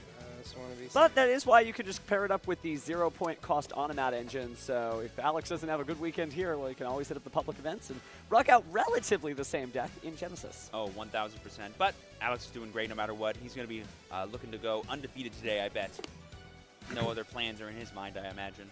And these are some of the few remaining undefeated duelists left in the tournament, but both of them likely to make day 2. They're pretty much locked in, so they'll definitely get one of those cool prize card packs tomorrow. But none of them are playing for just a single card, especially somebody who has to take a long plane flight like Christopher. He is here to be our YCS champion, and Alex is just the same. He has no plans on going home early, and he's going to do his best to break this swerve that Alex is on as we go into game 2. It's hopefully going to be maybe in his favor, depending on whether he decides to go first or second. We're just waiting on the judges to make sure everyone's ready to go. All players know how much time they have. They can communicate. Game 2. Round 8. YCS Anaheim underway. Can you believe it's already round 8 of day 1? Yes. Yes. We've seen so much Yu-Gi-Oh being played of different formats too. We love it. Hold on. Okay, no, we're good. You're good, yeah? Also, shoutouts to Gold Prime. weird. It's nice to see those sleeves actually being rocked out on the feature match stage. Oh yeah, Jerome McHale's So, over draw by first. the Genesis tables passing out goodies, but I know he's smiling right now. And here we're starting out with Ameno Habakiri no Mitsurugi. Yes. Using the once per duel effect to go ahead and get the engine started for Mitsu here. It's raining here in the village. Snakes everywhere, so we're going to go ahead and tribute Saji immediately there. There's snakes in their I do, decks. Oh, but there's the Ash Blossom on the Saji effect that they're being tributed. Is that a maximum gold Ash Blossom? Yes. The correct one. It is one of my favorite rarities. It's not very popular, but there's something about just the gold on gold. Yes. The gold pride with the gold bears. Oh, that's Oh, cute. yeah, you're right. That's you're cute. right. That's cute. All right, staying focused. Looks like now that was negated, Christopher off to his next move. He's going to special some of the Aramasa. Yep. That'll also get him access to some more of the monsters. But I'm not sure if he has access to any ritual spells yet. It depends on what his hand is. So there we see the Kusanagi. Did I see what I thought I saw in the spell section of his main deck? Yes, but I'm also seeing a Droll and Lockbird being activated right now in response to this Aramasa's effect resolving. But because of that, we have access to Thrust now, which is not searching, it is setting. I can't believe how popular Dimensional Fissure has become, though, in Mitsurugi decks. Makes perfect sense. We saw it on the feature match stage before, but word got out, so Banishment is back. Yeah, exactly. And when a deck just doesn't care like pure Mitsu does, it can line up really well into this format right now because so many decks are relying on their graveyard. Gonna set that purification. Alongside that barrier, I that's the believe, the dimensional barrier. I can flip it in a minute so you can see. Yeah. So this is Yep, it barrier. was dimensional barrier. Then an unknown card, Being yeah. set off the And thrust you added, there. I'm sorry, the name. Which can allow us to maybe Kusanagi. buy a turn Kusanagi, here, but you're the Alex one that non-engine from did Banished put a Grave. stop I to had pretty that much from my hand. Chris's entire That was Mitsurugi with this combo. effect, That was the dad effect, yeah. Habakiri was the first interaction to do Sachi. You activated Ash. Yep. Summon that, you change role, and I activated that. Cool, yeah? Yep. Both tools doing great, paying we'll try to attention. leave my Yep, turn. making sure they understand how we got to this position that we're in. We're going to enter the end phase and pass turn over to Alex. Stand by. He's going to start off in his draw phase. he has to play through a Purification and a Barrier, which for the all rank 4 deck might be a little tricky. Activate Do Warrior in hand. But it all starts off with this Do Warrior. Let's see what we can do with this. So pretty much the same play here. I guess your plan is just to force out the dimensional barrier and then just kind of battle phase your way through it. I don't believe this version of Dodo reduces his attack points, so I believe he's still 21 or 23. So he's able to attack over the Aramasa and get the tribute fodder off the board, if that matters. But we're going to have the barrier activated in Chainlink 2 to Anamanakage's effect to summon. Alex saying, sure, in a way that almost expressed surprise, but still getting the Kage, or should be Anamanakage in attack mode. Oh, and there we see the normal summon of Nemesis Flag. We have 2 different attributes already in our graveyard. Wind and fire. All we need to do is get one of these. Oh my gosh, are we going to crash the Nemesis Flag? No, then we'd have 2 fires, so that wouldn't work. But we could, like, I believe, crash the Anamanakage's right there. That's why it's in attack mode. I believe he's 1100 attack, but I'm pretty sure Aramasa's like 1800 attack, I think? I've never attacked with it before, but I'm pretty sure it's got higher attack than that. Good enough to get it to the graveyard. Yeah. I'm actually intrigued here. Or I guess I should say poor enough to get to the graveyard, right? Weak enough. Sorry, Anamanakage. You're just a little guy. Oh, and you can just banish it from the field. I forgot about that. I forgot about that. Yeah. It is field or graveyard. Protoss is just that good. And now we can call Dark and just get rid of Aramasa to turn off Purification. Wow. So you lock me out of my main mechanic. I'm going to lock you out of your entire deck. And now we're just going to go Battle Phase, attack with Nemesis Flag, attack with Do Warrior, and attack with Protoss. I believe that's at least 3,000, 5,000 damage, maybe? Put you to 51. Yeah, I think at least. I'm at 26. After the Protoss. Yeah, you're good. Christopher already taking all the damage, knows he doesn't really have much to do won't there. be able to summon either special summon, right? Correct. Oh, Dark. wow. This could be the end of the road 25. here. He should be at 26. This Purification is not going to be enough for Christopher. It's 5,400. And I called Dark, correct? Yeah, you did. You did. Right. Your turn. All right, so pass turn. Oh boy, here he goes to Christopher, drawing that Deep Fisher for turn, and we're just gonna see the concession. He reveals his hand full of dark monsters. Oh my goodness! Oh, okay, you had a good hand. You had a good hand. Christopher certainly prepared for a day 2 appearance, given his score so far, but Alex clinching it out, showing exactly how he got as far as he did. I don't have any Xyz monsters, no problem. Here's Arc Nemesis Protoss, just hard drawn, he's that good. He is just built different, folks. Wow. That was honestly a clinic he just put on right there. Both him and Clifton today showing the power of this Automat Rise-Seal deck. Really exciting to see. And of course, we know Christopher, like we said earlier, is guaranteed for day 2. We're going to see a lot more of him. His trip all the way here to California is not going to be in vain. I just think he got in the way of Alex drawing and playing like an absolute master. That's so wild how well the Crossover Breakers decks are still doing after all this time, right? Because YCS Anaheim was the first event that Crossover Breakers was legal, and here we are a year later, and we're seeing Malice, Rise-Seal, and I know there's no Ryuge out there, but you know, you can hope. Oh yeah, we love our big Rise-Seal robot boys. Definitely gadgets in another form. But really good stuff. It shows you the power of the deck, and it's not like this deck wasn't doing numbers recently. It just got hit a lot. It did, but we saw this deck appear several times in the World's Qualifying Point Playoff earlier this summer for the NAWCQ. So being able to use, you know, the double up of the Evil Swarm Ouroboros, that's crazy. But man, using that Eclipse Twins to go ahead and recycle the Infernal Banshee, etc., just good stuff. And yeah, Arc Nemesis Protoss is still a scary card. It's kind of like we were mentioning earlier with the Malice deck. Like right now, feels like a really good time to be playing Automat Rise-Seal because all the hate cards that are lined up for the format deal with other decks that aren't specifically what you're doing. And you can line up really well into them. Like the Pure Mitsu deck just doesn't have the gas to compete with the gas of the Rise-Seal Mitsu deck. Wow.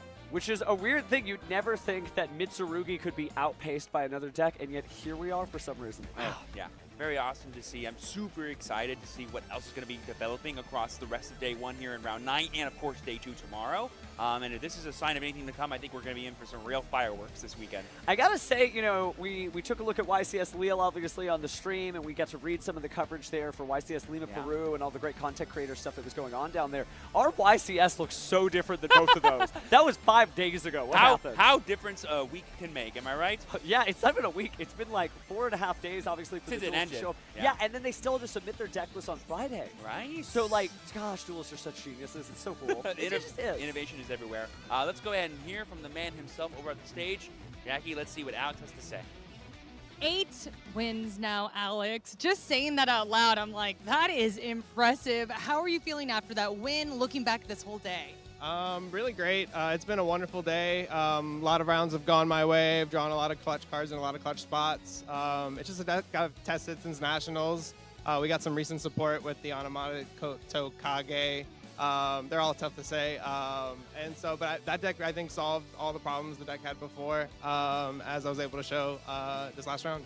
So you were just believing in the heart of the cards and going with the flow for this one? Yeah, I just kind of trusted the way the format was shaping up and some of the deck choices that I was able to make and like fit in to this list. I think they really shined throughout the tournament so far today. It was definitely a swift victory. So how are you staying in this winning mindset, and how do you want to transfer that for the rest of the day? It's just taking it one round at a time, just not letting anything get to my head over at any point, and just try to play my best each and every round. Okay, I do want to ask you why Ryzeal. We are seeing less of that deck recently. Yeah, like I mentioned, they just got a new support card that really helped give the deck like 3 different effects that it has, and so it helped, like, I feel like, kind of just cover its holes that it had before. And then a lot of people are just switching to board breakers, so just a lot of people are just letting me play through my full combo, and then at that point it's probably too late for them. Okay, and do you have a lot of familiarity with it? Yeah, I've played it since Nationals this past season. So you're comfy with it too. All right. And I saw you waving to some people out there. Do you want to give any shout out?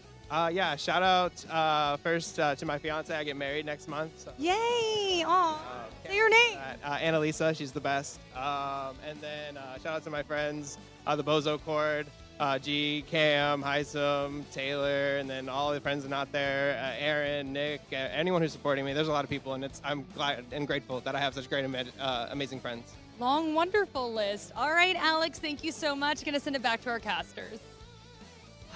Find you somebody that loves you enough to let you hang out here all day with us. That's Annalisa. Thank you, Annalisa. A month before your wedding, like crunch time before your wedding. Yeah, that's actually a pretty love that. lively time there. No, really good stuff, and again, it shows you that, like, he's not up there by himself.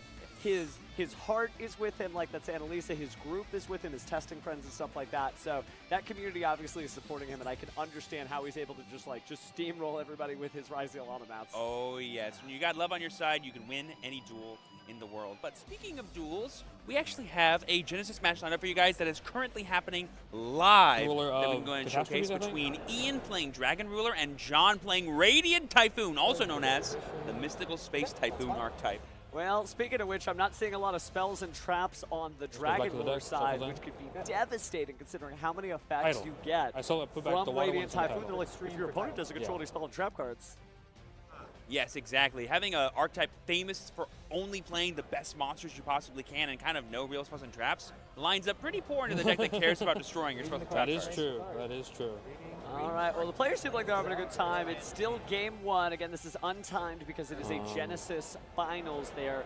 If you're trying to figure out what's going on, remember our brand new format is going to have multiple invitationals, multiple qualifiers for the invitational tomorrow, and this is the finals for one of these. Both these duelists are going to make it, but only one of them is going to get to rifle their fingers through that Kaiba Core briefcase full of Starlight Rares and claim one for their own. Yep, and like I said, guys, we're dropping a little bit in the middle of this game. I can already tell you a really cool, exciting thing here is that because the Dragon Rulers themselves cost a lot of points, it can be hard to put in really powerful engine staples or things that can make your deck more powerful. So instead, we're seeing things like Armed Dragon Lightning support in here to be extra attributes and extra dragons that get effects when you discard them.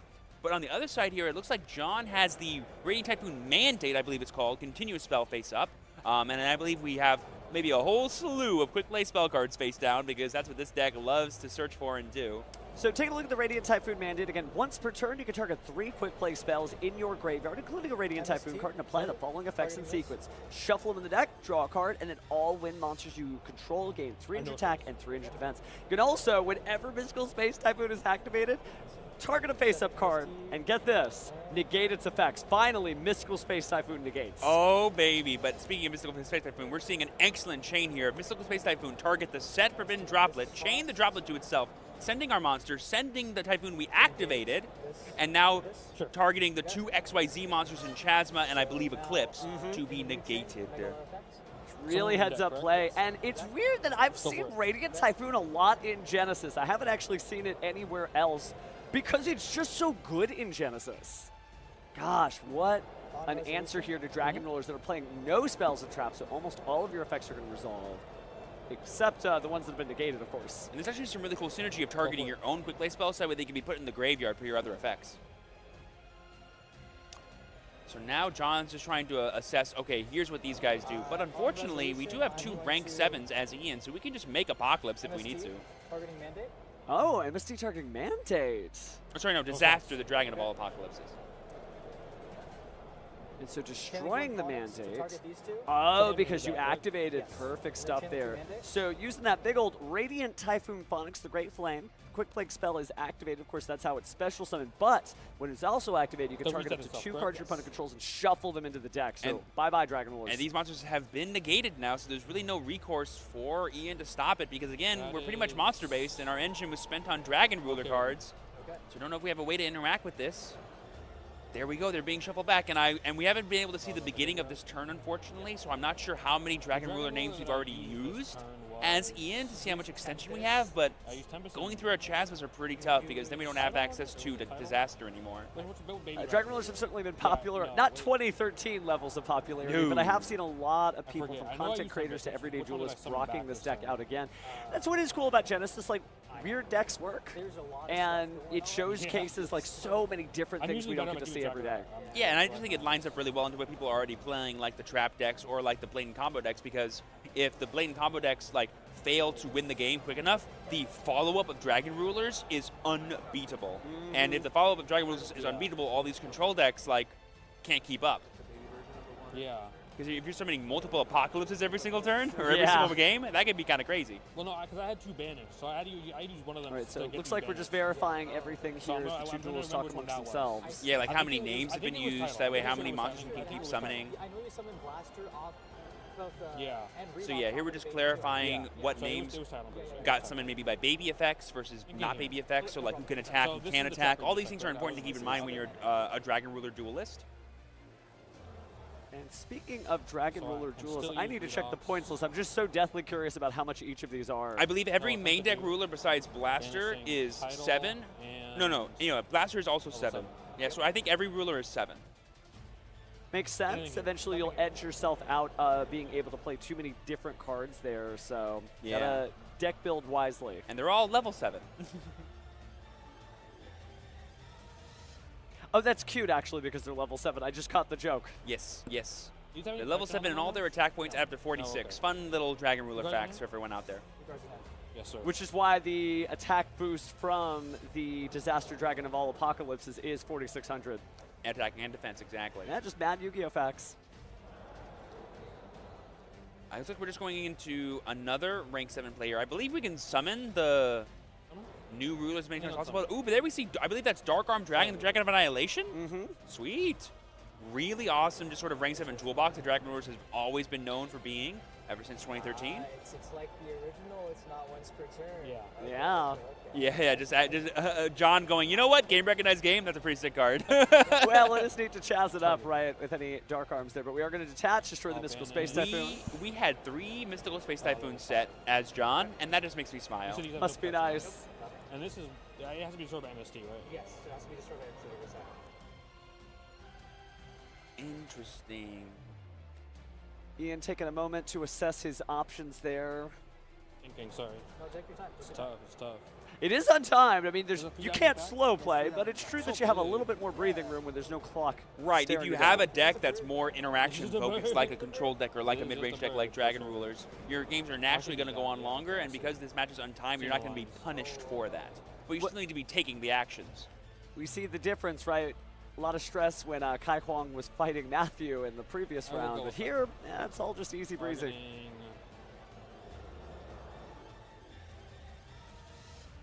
Ian going to consider his options. Do we go for Phonics? Or do we go for the defense position Meghala. So we're just going to go for the face down. Yeah, the mandate that was reset this turn, so that way it can't be chained in response or activated later. It makes a lot of sense. Activate. Switching black. Ooh, and there we see the effect of Nebula discarding another Dragon Ruler to summon back 2 of the banished rulers. Anything here. That's going to be pretty huge if Ian's trying to get the damage he needs to go for game this turn, because we still have Blaster. I'm not sure if that Blaster can attack this turn, but because he's not Xyzing with it, it probably can. Usually you use the ruler, summon off the babies to go into your XYZ plays, and then you attack with those XYZ monsters. Well, speaking of Xyz plays, we're actually going for number 11 Big Eye. We're just doing it, the classic. I mean, doesn't Wunax have like 3k attack or something? Yeah. I mean, that's just damage right there. And while you can't attack with number 11 Big Eye, you certainly can rock things out with Wunax. Anything here? Well, I'm pretty sure Disaster only needs 2 rank 7 monsters. I don't think it cares what monsters You're they right. are, right? So you can use Dark Arm Dragon, Dragon Revelation, and Big Eye to summon it, right? Or am I wrong? Let me check that just to be sure. I'm going to pull up Yu-Gi-Oh! Neuron here. I'm pretty sure it's just 2 rank 7 monsters, but I could be incorrect about this. If it is, that might be check and mate. Now, if you use monsters that aren't the Light and the Dark XYZ, he won't get the full effect because he won't have all 6 attributes in there. That's the reason why you maybe don't want to do it, but that's true because he would need a different rank 7. I think he's making that now. So we're making the Eclipse here. Interesting. Yeah, because you do need all 6 attributes. But I don't believe we used any actual Eclipse effects. They were all negated before, so you can still use it to summon more Dragon Rulers if you need to. Might have fired off a little too fast, but you really don't want to risk it, so I certainly understand John's approach here, but seems like Ian is just kind of breaking the board and passing turn. Oh, that was all. Was that all main phase 2? That was main phase 2, I guess. Oh. Yeah. We did drop in the middle of the duel. Don't feel too bad. That's true. That's true. We were catching up. Get the activation and banish it. Sure. So we're going to use the Eclipse's effects here to detach 2 materials and negate. I believe that is Radiant Typhoon Manifestation? Yeah. No, that was Radiant Typhoon Chant. Well, we're not saying the Sacred Chant this time, then. Oh, no, sorry. It was Radiant Typhoon Vision. It was Radiant Typhoon Vision. Oh, you're right. You're right. And this is another copy of Vision that's being activated that we just had. So for those unfamiliar, again, you can, of course, activate one of these effects. And it's pretty wild. You're either going to draw 2 cards, and if you have a Radiant Typhoon card or a Quick Play spell card in your hand, discard one of them. Or if you don't, discard your entire hand. And then you can add Mystical Space Typhoon from your deck or graveyard to your hand. But remember, you got to pick one of those effects, and you can't use. You can only use each of them once per turn, so you can activate multiple copies in a single turn, one for each of the effects. But unfortunately, because the first one was negated, I don't believe John's actually able to activate the second one here, and he already drew by accident. That is correct, because use includes negated activation. Exactly. So unfortunately, he was not actually able to use this effect at all. Man, the card art is so gorgeous in this deck. This resolves, I can play the game. But I think we're having a discussion about that right now. About whether or not he can activate this card. I believe he's not allowed to. He can activate the other effect of it. But I don't think... he may not be trying to do that, though. He may just be trying to repeat the same effect, which he cannot Exactly. Do. I believe he said activate to draw, and he's like, oh, negate with Eclipse. He's like, okay, activate a second one, which you can do, but he wanted to do the same effect and just automatically drew. No, you'd have to get a Mystical Space Typhoon. So yeah, he's just going to go ahead and concede that game. Okay. And that makes sense. I mean, if he could not activate that effect, beyond the fact that he got the PE minor for the illegal activation, he's still not winning that duel. I mean, look at that field. That he had a single copy of Eclipse in his hand. He lost his most powerful monster. He has no follow-up, no nothing. You know what, though? He's having a good time. Oh, I mean, that's only game 1. Untimed finals. They have plenty of time, and it looked like we dropped in the middle of him having a pretty impressive board. But like you said, his deck kind of lines up very poorly against the what appears to be all monsters Dragon Ruler deck. He does have to destroy his own cards. Like, you get the benefit of the fact that your opponent does 70 spells and traps, but then you have to destroy your own spell and traps to be able to do anything. Yeah, that's not what you want to see if you're John playing this deck. You want to see all the Odeon decks, the Eldritch decks. That's what you're playing this deck for, to get the big positive advantage matchup into. Well, it kind of brings to the point what you said earlier about it being not like a paper, scissors, rock format, but a natural cycle rotation. He's looking for control decks to pick on, and instead he found a combo deck as an opponent. Yes, what matters in Genesis is less about building the best deck you possibly can in a vacuum and more like going, well, hold on a second. What are the decks people are choosing to play? Can I build a deck that can compete or match up well into those? And can I be right? That's what matters more than anything else. The other effect, yeah, they're discussing exactly what we talked about. John learning now and confirming with the judge, yes, you can activate it, the other effect. So we could have searched the Mystical Space Typhoon and then conceded. Yeah, so it's like less about an illegal activation, more about just like an illegal action. Yeah, because you shouldn't have drawn any cards, correct. Exactly. Battle phase, Mitsurugi Magatama. Good stuff, though. Both duelists getting back and locked in. Love the community fan sleeves there of a corgi in a hat. Adorable, adorable, adorable. And a bow tie, I think. I think he's graduating. Oh, he is well, congratulations to that corgi. Now, is it college or high school? And if so, what degree would a corgi have? Cuteness studies? Maybe it's just like a business corgi. Business corgi. It could just be in like business management. That must have been rough. All right, enough of us. Time for the dueling. More like woof. All right, here we go. John, now do you choose to go? You got to go first with the Radiant Typhoon deck. You got to have something to do. We love being able to activate Mystical Space Typhoon on our opponent's turn. Special summon effect. Ooh, there we see Sen, I believe. Oh, sorry, Swen. The gentleman who is on the brand new playmat for this regional season for Human Dimensions. Gorgeous. But there we see the Visions being added to hand, and there we see the Droll and Lockbird, 5 points being used on Resolution. Dragon Rulers cost a bit of points, but not enough. Does get to chain it, though, of course, so he's going to try to get that draw, too. That's right, because it's already in your hand, and it happens on Resolution, so we'll be able to draw 2. Grab 2 cards. And it's kind of like Allure of Darkness. You have to discard a Quick Play spell or a Radiant Typhoon card, otherwise you lose the entire hand. Looking at the hand, I feel like Mystical Space Typhoon may be the way to go, but instead looks like we're going to get rid of another one of those Radiants. I think that's Manifestation. No, I think that's Chance. Oh, you're so right. That's just sideways Chance. It's just a beautiful, beautiful ultra rare, I believe. All right, so going to set a card there. So we know he has Book of Eclipse, we know he has Mystical Space Typhoon. Book of Eclipse lines up pretty well into the Dragon Rulers to deny some XYZ plays. I think you need to wait till at least there's 2 level 7s on the field, so it doesn't make a rank 7. I guess if John probably doesn't have any outs to disaster, right? Level 3 for cost. Wouldn't imagine so. Ooh, we're discarding the Armed Dragon Lightning there, along to this stream to go ahead and get out Tidal.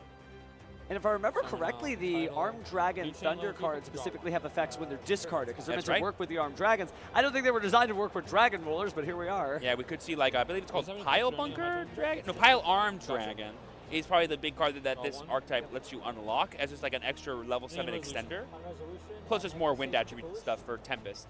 I'll read it really quick. So we're going to go ahead and bring out the Manifestation again here. So looks like we're either going to send a Radiant Typhoon monster from the deck to the grave or add Mystical Space Typhoon from the deck or graveyard to the hand. Exciting. So then we're going to go ahead and send, I believe, that is Phonics. Yep, looks like Big Ol' Bird. And it can't special summon itself from the graveyard, so we're only a quick play spell card away from it showing back up. And we know we have the Book of Eclipse, so that's guaranteed pretty much. Okay. It's such an interesting card. If you really read Phonics, it's the same effect twice on the card, but just written slightly different ways. Right. Be like, it's so nice, I wanted to do it twice, but they would get mad at me if I tried to do it twice. Space Typhoon, summon from hand. Space Typhoon, summon from grave. Normal summon Rockthrower's effect to search for a card that mentions Black Rose Dragon. Oh, is that? Really? That's Rock's Rose Dragon. Yeah, that might be the first time I've seen that, like, ever played by any duelist. That's amazing. It just allows you to unlock more Dragon-type monsters, which this deck cares about. I believe the one he's going to go for is maybe, if I had to guess, like Red Rose Dragon? Maybe White Rose? I'm not sure. Probably Red Rose. Probably Red Rose. Well, I was complaining behind the scenes that we didn't see enough Rose Dragon support, but here it is. Are we going to pop the Eclipse now? Now might be a bit early. It depends on how afraid of Chasma, I suppose he is.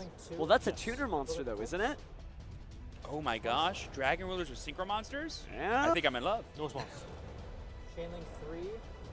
So Chainlink 2 is going to be droplets to negate the Rock's Rose Dragon. Oh, that's smart. And then it gets flipped face down. Great sequencing. Yes. And that was our normal summon too. So now we need even more extenders from the hand because none of our graveyard has rulers in there yet. And I think I only see 2 burners in hand. Chainlink 2, Book of Eclipse, Chainlink 3, droplets, negated. Judge confirming we're all on the same page here. I guess the question is if it gets booked as Chainlink 1, because Rock's Rose is Chainlink 1, because it's booked, will the effect resolve? No, it because shouldn't. Oh, actually, now that I think about it, yeah. Droplet does follow you to the graveyard, but it doesn't follow you if the effects get taken away from you by being booked face down. No, I was it's like the overthinking that one. You're absolutely right. Yeah, classic Impermanent Book of Moons interaction here. Okay. So it looks like we're going in. It seemed like it was too good to be true, and it was. To be fair, though, the monsters being booked probably makes this whatever Rose Dragon we're getting probably not good enough to keep going. We definitely need rulers right now if we want to start extending. Yeah, but it does mean that unfortunately the Forbidden Droplet could have been saved for a later play. Yes, it definitely was wasted. So I will add Red Rose Dragon. Again, it's been about 12 hours since the venue opened up for many of these duelists waking up bright and early in the morning. So stuff happens. Yu-Gi-Oh's a marathon, not a sprint. But speaking of sprinting, let's go ahead and discard Redox there. And we did have a ruler in hand, so that's pretty huge because now we have a guaranteed level 7 play here. This is going to be difficult. He is going to wish he saved that.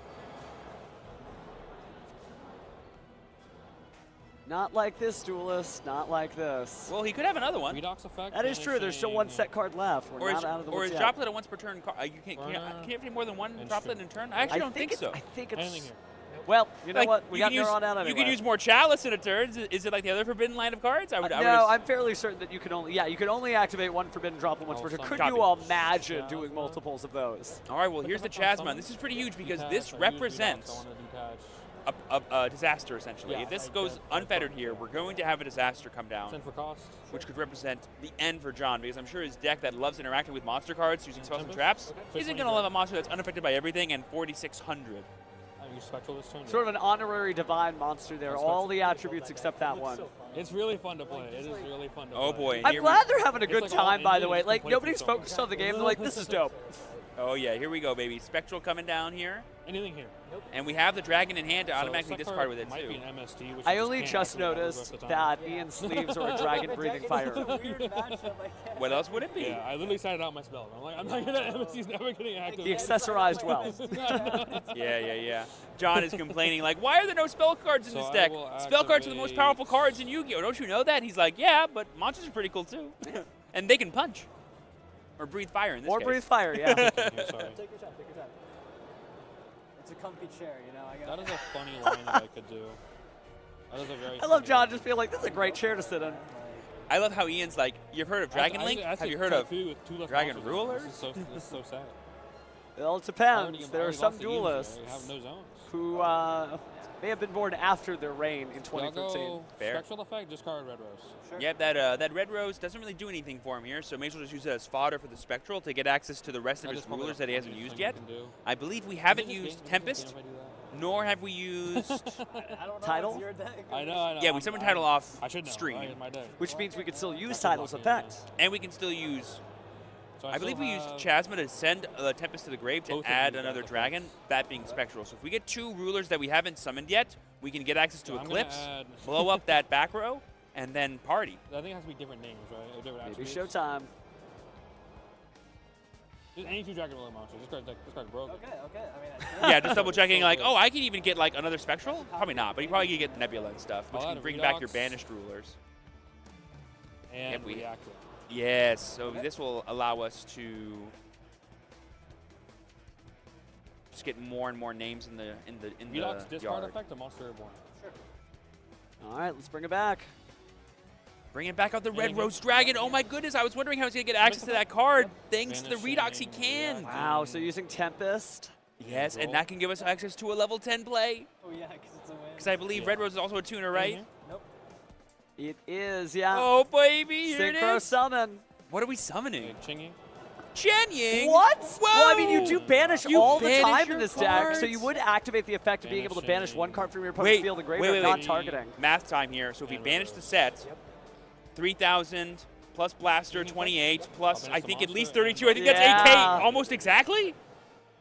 If we don't have any response here, we're going to banish that one from the graveyard using Changing. 28 to the face, 3,000, and then 33 to space type. There's the handshake. Oh my goodness, and there it is. It turns out MST is only good against spells and traps, and Ian's like, what are those? The Sword Soul Supreme Sovereign makes a guest appearance with the Dragon Roller deck in order to bring it home.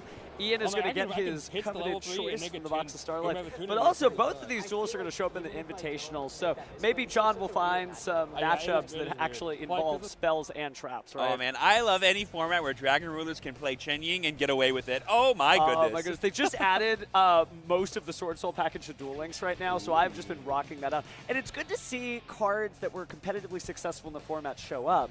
But speaking of digital dueling, Duel Links is not the only way to play online. You can also play Yu-Gi-Oh! Master Duel. Oh, I've heard of that And one. Have you really? Oh, and I've definitely heard of this monster. Ally Kotaku Administer is added in the brand new selection pack, Regeneration of Stars. You know what else is in Regeneration of Stars? What? Regenesis. Ooh. It's honestly a really, really fun package to use in a lot of different decks, and I have been having a great time with there. Now, I know some Master Duelists are worried about Malice, right? The Rise of Cyber is very powerful, but they did just have a new Forbidden Limited list announced. Right. Of course, I believe Malice P. Dormouse going to 1. Yes. So there's a lot of other stuff like, again, Regenesis for you to use in that. So I'm excited. Honestly, this is going to be a good format for Master Duel, especially with the new stuff coming out, too. Oh, I know, and I know for one that after these long days of commentating a lot of Yu-Gi-Oh!, I just want to actually start playing Yu-Gi-Oh!, but everyone else is always so tired after the event's over. But I'm like, fine, I guess I'll boot up Master Duel and play for hours before the next day. Absolutely the way to go.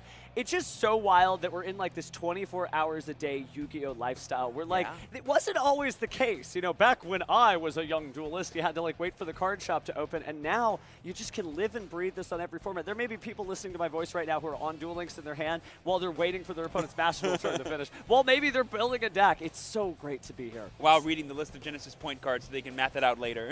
That is true. They can do it. They can do it. But gotta say, heck of a tournament so far, right? We've had 8 incredible rounds. But, man, we still have 1 more round left and then 6 more rounds of Swiss tomorrow. Ooh, how exciting. Oh, my goodness. So, anything you're looking forward to that maybe we haven't seen yet? I think I honestly, I mentioned this earlier, like this day started with me playing Flame Swordsman, with watching Malice and some of my favorite decks ever being played, like Draco Tail, at the highest level of competitive play possible, and a lot of Genesis format. I'm happy as a camper. I gotta say the same thing too. I know the Genesis format can feel like a little bit of whiplash, right? You're looking at the advanced format, you're looking at Genesis, etc. But there's so much great Yu-Gi-Oh! To play. So speaking of which, we still have 1 more round of Swiss. So don't go away. We'll be back right after this.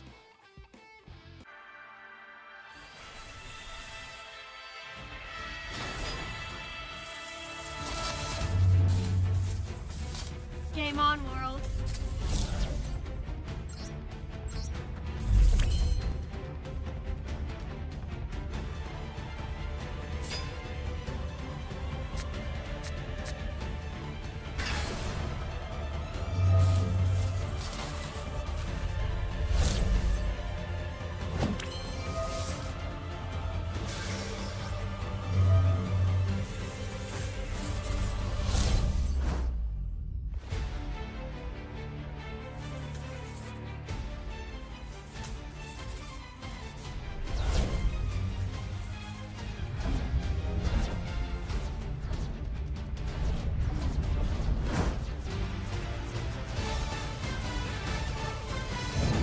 Another game, world? We're here at YCS Anaheim, and I'm with the reigning, undisputed Yu-Gi-Oh! TCG World Champion. Julian, how's it feel? It feels great. Like, Worlds and everything was a great experience. Also, like, the support I received from everyone in the community, like, after winning was just incredible. Like, my phone would not stop blowing up, and that was awesome. Yeah, I imagine just everyone trying to give you congratulations. So let's go back to last time I talked to you, it was the end of day 1 at the World Championship. We went back to the hotel, did like the quick top 8 interview. I asked you what you thought your chances were. You said pretty good, and it turns out you were right. Talk to me about that whole experience at the World Championship, being in France. Like, what was all the whole journey like? So Worlds itself is already like such a great event. Like, I feel like Konami went crazy with this one. Like, just the stage, like, you know, if you were watching the stream from like, like just the energy at the championship, and then also just the fact of like being French and being in France, like it really felt like the crowd was like fully like supporting me and backing me up. Like, they were screaming my name, and just like it's funny because when you're on stream, you have the headphones so that you can't hear anything. Yeah. However, like when they were screaming my name, I could hear that. Like they were It was really cool experience to be a part of, yeah. That was crazy, yeah. So just the whole thing was just insane. Yeah, it was just insane. It was like literally as I was lifting up the trophy in my head, I could not stop like thinking this is not real. This is not real. Like no joke. Yeah, like no joke. That was like just running through my mind. It was unbelievable. Yeah. Okay, so now it's like been some time. Maybe it's time to like digest that. Does it feel a little more real now that you're kind of a little further away from it? It's still insane. Like I'm still having a hard time grasping it fully, but it's awesome. So like talking about like the difference, have you been to like Yu-Gi-Oh tournaments like since you became a world champion? I've been to locals. Yeah. Does it feel any different? Do you feel like no? I mean it's just I'm still the same guy. Like still just going to locals. Yes.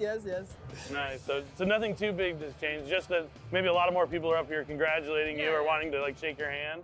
Yeah, it's very nice. And then also just like it feels good to be able to like prove that like how I practice like works. And so the validation and it just like, just reaffirms that like what I'm doing works and that I'm just gonna keep doing it. And then there's always, even when you win, there's like room for improvement, right?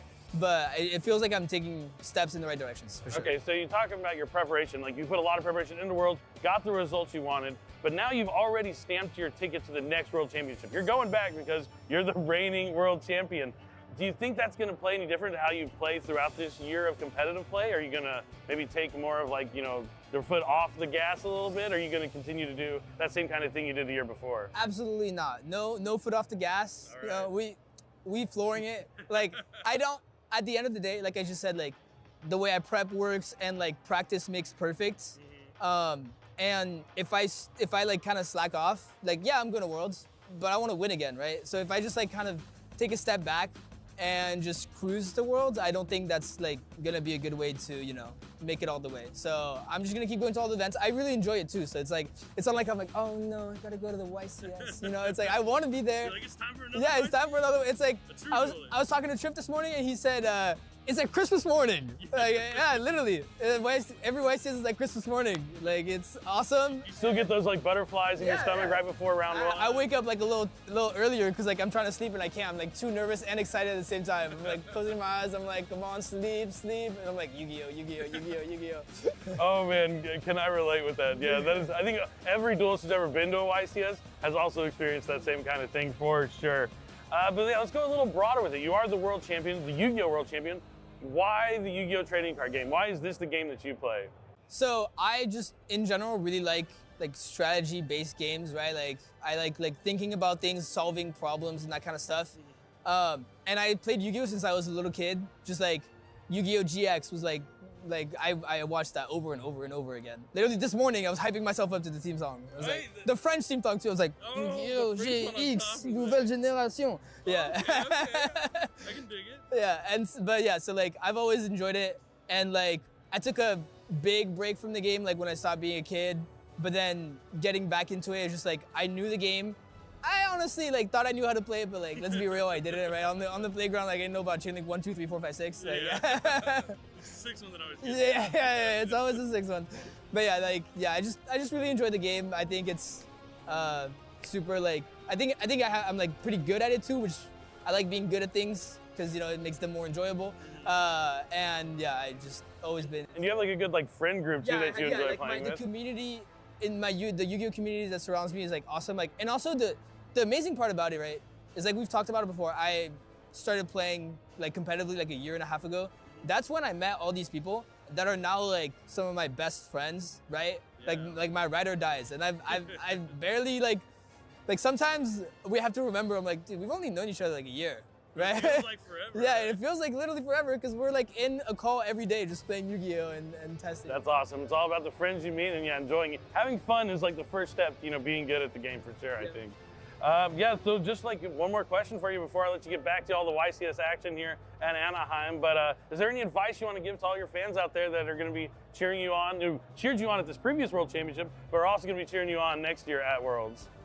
Just honestly, like if you want to do well at Yu-Gi-Oh, you got to play Yu-Gi-Oh. Like at the end of the day, it's like a cycle. Right? You play, you make mistakes, you learn.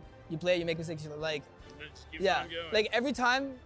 I've made a bunch of mistakes on my journey here, and every mistake, you're mad at first, because you're mad at yourself, like, why did I do this? And then you just gotta step back, and just appreciate that at least you learn something from it. Like always try to move forward, improve, and learn from what you do. Sounds like excellent advice, Julian. All right. Well, thank you for sitting here and taking the time out to talk to me. I'm going to let you get back to the YCS. I know you want to become a YCS champion now, too. We'll have to see at the end of the weekend if it's going to be you or someone else. Stay tuned for more awesome, exciting duels to come here at YCS Anaheim.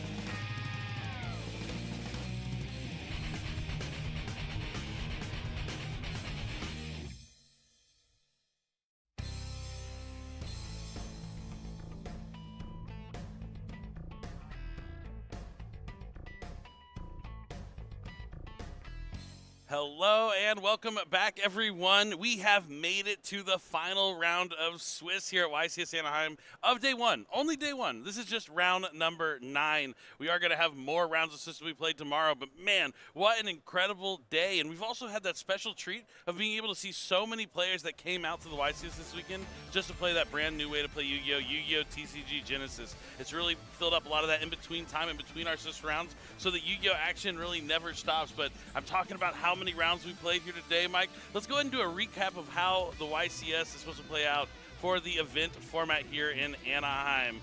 Tell me about it, Mike. All right, so as you can see, we have 9 Swiss rounds in day 1, the final one of which we are currently about to start. In day 2, which is tomorrow, there will be 5 additional Swiss rounds, 50 minutes each, followed by the top 8, top 4, and finals. The top 8, the top 4, and the finals will all be untimed. There is no time limit. Players can take as long as it takes to complete the match. Each match will be best of 3. They are still required to play at a reasonable pace. Yep, definitely. Going to be exciting to see how that top 8 breaks down. I mean, that's the biggest difference from this tournament than the YCSs we're used to. Normally, in the past, it's been 9 rounds of Swiss, maybe a couple more the next day, but 5 more rounds to play before that top 8 cutoff. There's going to be so much more Yu-Gi-Oh! To be watched and seen and duel tomorrow. I just can't wait. I mean, we're going to be able to have a whole nother day of dueling on top of that. That's why the YCSs are just so amazing. If you hadn't had the opportunity to go to a YCS and you're watching at home, I highly recommend that you grab your friends and go to that YCS if it's coming near you, especially the 300th that's coming up in February. Go to Yu-Gi-Oh! Card.com to find out about a YCS coming to you. But we're here in Anaheim at the YCS now, and who's also here are 10 bounty duelists. At the start of the tournament, we picked 10 players. Some players, you know, that did well at the World Championship or just competed at the World Championship, some YCS winners, and then they're able to compete for more booster packs, and if their opponents beat them, they get to take their booster packs away from them. The bounty system is something really cool that you can only experience at a Yu-Gi-Oh! Championship series. So Mike, talk to me about how these duelists have been doing today. So we have Aditya with 18 points, Steven T with 24 points, currently undefeated, going into the final Swiss round of the day. Stephen K with 12 points, Stephen L with 21 points, a strong record with a good chance of making it into the top 8 tomorrow if he keeps it up. Elise has 15 points, Forbes has 15 points, Wilfredo, a fan favorite, has 21 points with a strong 7-1 record as well. Charlie Fuchs has 15 points, Lewis C has 21 points, another strong record for trying to make the top 8 tomorrow, and then Sebastian has 9 points, which got him some packs as a bounty duelist. Definitely. Unfortunately there for Charlie, Elise, and Forbes with 15 points, already taking those 3 losses before the final round. That means they are probably pretty much going to be eliminated from competition, because in order to make it to day 2 to play those 5 additional rounds of Swiss, you really can only have 2 losses. It's going to be 21 points or more, so you have to win 7 rounds. There are no draws anymore, so you don't have to worry about any of those kind of things really tripping things up or making things complicated. It's just pure, you win 7 rounds on day 1, you're going to make it back to day 2 to compete and try and get to that top 8 cutoff. But even if you don't make the top 8 cutoff, we have prizes that go all the way down to top 32. You have that Card Trooper prize card, the Effect Veiler prize card, game mats, dice, sleeves. Then if you make it to top 8, you get even more on top of that. And first place walks away with so much incredible stuff that you can win here at a Yu-Gi-Oh! Championship Series. But the biggest thing they want is the glory. Of course, but even day 2 gets the card, right? Oh, gets yeah, gets a card. So I almost forget. There's so many prizes that we added, I almost sometimes forget about it. But yeah, even just making day 2, you get that promo pack where you can receive one of 10 different cards, and it's going to be a rare, but you can only get that version of the card with that cool YCS stamp on it for making it day 2 at a YCS. So any player with 7 wins will be coming back tomorrow and already winning a prize. Very good to point out, but we're just talking about it. There is that Card Trooper, that Effect Veiler, and of course the first place prize card. There's the dice. They're really cool. If you haven't got to get your hands on there, the OLED Steam Deck that first place will be able to walk away with, and of course the trophy and the title. That's what a lot of players want. They want to be called a YCS champion. Even our current reigning undisputed world champion, he doesn't have that title of YCS champion just yet. So he was a player that was out there trying to get it. I don't think he's going to make it. Oh, no, I think the last time I checked on him, he had 2 losses. So he is going to have to win the rest of his rounds to make it in. We're going to have to check back in and see how he's doing. But let's go ahead and talk about how many players we had that actually competed at YCS Anaheim. We had 1,635 players at the end of it all, and they were competing through 8 rounds so far with 1 more round to go, and we only have 6 undefeated duelists remaining, and that number is going to keep going in half. And since there's so many Swiss rounds, it's not unlikely that we could finish the tournament with 0 undefeated duelists, because we have 5 more rounds to play tomorrow. But first, we have to finish the last round of day 1 here. It's round 9. Let's go ahead and meet our players for our final feature match of day 1. Jackie, take it away. Thank you, casters, and we begin with the blue chair. Coming from North Hollywood, California, we have Luis Cabrera. He has competed in 5 YCSs. It is his first time on stage, and he wanted to say hi to his Arizona friends. Now to the red chair, hailing from Chino Hills, California, we have Noah Cerna. He has gone to 3 YCSs. It's also his first time on stage, and he wanted to shout out his dad and friends. Last round of the day, everybody. Take it away, casters. Thank you so much, Jackie. I think Lewis is one of our bounty duelists that we just looked at. He has the badge. He has packs at stake here. So he's a little more on the line than usual in the feature match, because this is that final round of Swiss. So let's say he took his loss early. He could be banking a lot of those packs throughout the day. There could be a lot of booster packs that one of these players is going to end up walking away with after this match is said and done. And his opponent also is going to be Noah, who really wants those booster packs, but he's going to be on the Yummy strategy, which we haven't seen a ton of today, but they're definitely out there. And he's taking on a pure canine strategy with Lewis and his interesting deck. We've seen a lot of pure canine popping up ever since that last Forbidden Limited list. Vanquish Soul took a few hard hits there, getting Vanquish Soul just Stake Your Soul and Vanquish Soul Rosin limited to 1 was tough to the consistency of that deck. And so a lot of the players that were playing Canine VS have kind of just either changed to a different deck that uses a Canine, but we've seen the uprising of the pure Canine strategy, and that's also on top of the release of the newest set, Doom of Dimensions. It brought that K9 Noir into the fold, giving them some more tools. It gives them an actual monster they want to normal summon. A lot of the times with VS, you're always using your normal summon on the Rosin, but if you only have Vanquish Soul cards, being able to normal summon that Noroi is huge. Yeah, K9 is a powerful archetype on its own, but usually we had been seeing it mixed with something else. Definitely. But we're going to have to see what it can do on its own. It gives you a lot more room to play some of those interactions from the hand as well. That's going to come into play against the Yummy strategy, which is a deck that's really known for being able to play through multiple interactions from the hand, or if you don't have them at the right time, once they get that Yummy Snatchy on the field, they're able to dodge any sort of effect negation that's like targeting down from the hand, like things like Effect Veiler, Infinite Permanence, being able to chain the Yummy Snatchy effect to synchro the card you want to resolve off the field. So we're going to have to see how it's going to play out for both of these duelists here in the final round of Swiss. Yeah, I find that Yummy decks are hard to navigate against because they have so many points of interaction. Yeah, definitely. I mean, because also once they get to like that first synchro monster, like just naturally built in, you don't need a Yummy Snatchy to dodge the effect negation. Right. All of the Yummy Way synchro monsters have the effect if your opponent activates a card or effect, you can return them back to the extra deck, special summon back 2 Yummy monsters from your graveyard. So naturally, if you on summon, let's say you summon Cupsy Yummy Way, and you want to add 2 cards from your deck to your hand, and then send 1 to the graveyard. If your opponent chains Infinite Permanence, you're just going to send it right back to the extra deck as a cost, and it's still going to resolve. So tons of way to dodge that disruption. Yeah, that complexity, I think, really rewards skill on both sides of the table. It really does, because it's one of the Yummy's just one of those decks that has so much in terms of interaction during the opponent's turn, but when you look at it, it doesn't like appear. It's not quite so obvious. They're going to have to summon a monster from their graveyard, and like Cookie Yummy, that's going to be able to take out a monster. They also have to synchro on your turn for like a Cookie Yummy Way to put monsters face down. And then they have even more advanced stuff. Like, I don't know, there's something I haven't seen in a lot of Yummy decks here in the TCG, but I know a lot of players in the OCG did like a play with the Star Ham during the opponent's turn to go until Silvera hamster into a wolf. It's something I want to see. Not so popular here in the TCG, but this is the Star Ham. The Star Ham. Look. It's all caps if you haven't checked it out. Yeah. And we're going to go ahead and jump into it to game number 1. The die roll, an 11 from Luis. That's huge. And then a 10. I would rather roll Snake Eyes. I don't want to be close. I don't want to be close. I don't want to even think about it. Good luck. But it looks like Lewis is going to be starting things off with his pure K9 strategy. Stand by. Yep. Main. Yep. I will do Joko, reveal, Izuna.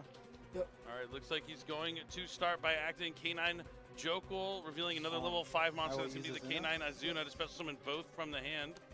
Azuna's effect activates. I think we're probably going to see Lupus sent to the graveyard.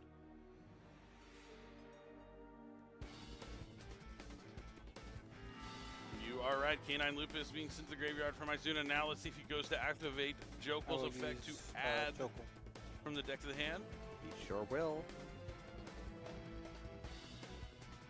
All right, let's see. It looks like he is going to add the Naroi. He still has his normal summon available to him since he did just special summon both those monsters from the hand with that K9 Jokul. And here comes that normal summon of Naroi. It's a powerful new addition from Doom of Dimensions. It really is. It's similar to like Tour Guide from the Underworld, but for level 5s. It does have a small drawback on it. He's going to summon Lantern. The small drawback is as long as that monster you summon from the deck is on the field, you can only summon K9 Xyz monsters, I believe. But once it's not there... Is that a drawback? Not really too much. That's why you're laughing. Not too much of a drawback, but a small limitation. But that Lantern's going to add the case for K9 next, and then the case for K9 is going to add another copy of the Lantern to the hand. I will use Naroi to look at your hand. All right, now Naroi is going to send the case for K9 to take a peek at what Noah is working with. We see Yummy Surprise, Sky Striker Mobilize Engage, Cupsy Yummy, Yummy Amusement, Croaky, and Triple Tactics Thrust. So now Lewis is operating with perfect knowledge. The K9s are on the case. They sniffed out the interactions, or lack of in this case here from Noah, and they're going to be able to continue their plays here. I'll summon Ripper. Is there anyone else you'd rather summon than I'll Ripper? use the fucking if it didn't have that drawback? I mean, I can think of ones that are recently forbidden that you might want to summon Paradise Smasher or something like that. But yeah, K9 Ripper is definitely your go-to with the monster that you summoned out that Naroi. And then he's going to add a copy of the K9 X-Forced release from the deck to the hands, looking to upgrade that Ripper on the opponent's turn into a werewolf. Now he can Ixie summon any rank 5s now that Naroi is off the field. Indeed he can. So let's see what rank 5 Lewis is going to look at next. River Stormer. It's going to be Storm. Okay. The Infinite Track rank 5 is going to send down. Maybe this is just Crystron K9? Regulus. Oh no, he's just going to grab Therion King Regulus. I love Regulus. It's a good one. It offers that kind of like an Omni negate, meaning they can negate monster effect, spell, or trap, and just for pretty much free. Yeah, I played it in Cyber Dragon. It's definitely a good deck. Did you use the same kind of thing to search it out with the Infinite Track, or you just happened to like find a way to like access it to the hand? No, I don't think I did, but I should have. It's a good rank 5. It's a great idea. And it's going to special summon that Regulus, equipping the Naroi from the graveyard. Convenient, Naroi's a machine. I will do. It is quite Lantern, convenient target indeed. Lupus. And now the Lantern effect is going to activate the special summon from the hand and special summon back a level 5 monster. The Lupus is going to come back, not by his own effect, but the Lantern's is going to drag him out of the graveyard. And now we're going to see an Xyz summon for Nash Knight.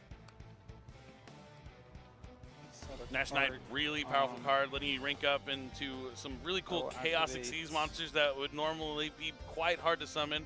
Also being able to take those opponent's monsters along the way.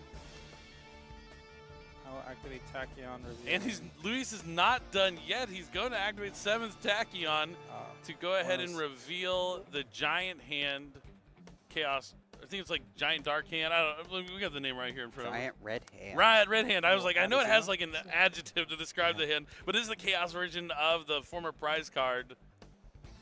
So all that to get is Zuna, he's adding? Yeah, it looks like he's just going to trade. There's a card in his hand that he doesn't care about so much, so he's going to trade that for an Izuna to be able to use as an interaction during Noah's turn in case things go sideways. I will pass. Sure. But he knows all the cards in Noah's hand, so Noah's gonna have to believe in the heart of the cards here to find something off the top of the deck for his Yummy strategy and these beautiful Black Rose Dragon sleeves that Noah is wielding. And I see it looks like he Cupsy Yummy. Cupsy Yummy. Not the worst card in the world, but he does have Triple Tactics Thrust in his hand, and Luis is going to have to remember that because if there's any card that can break boards, Triple Tactics Thrust is going to be one of those key cards you're going to need. That's for sure. He might need to use Engage the Regulus' effect to stop that. Yeah, he has plenty of interaction. He has the Force Release to go into the Werewolf. The Nash Knight is a form of interaction. The Regulus can negate cards. Plenty of options here for Lewis to stop Noah in his tracks, but Noah can see.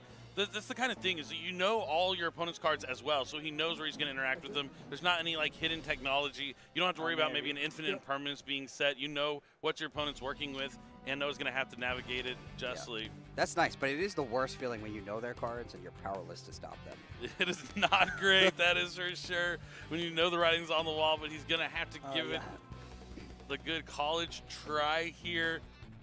So he's going to activate Yumi, Amusement, Akroki. Next up is going to be the Sky Striker Hornet Drone. That is good.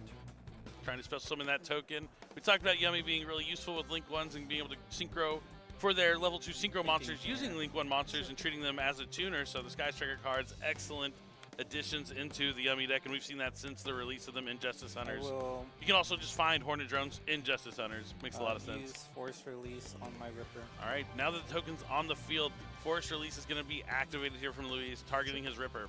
So he wants to cut off access to the snack key, so it looks like he's probably going to destroy the token. I will pop the token. You see the full moon rises, and the Ripper transforms into Werewolf. So the thrust is now online, but the Regulus is capable of negating it.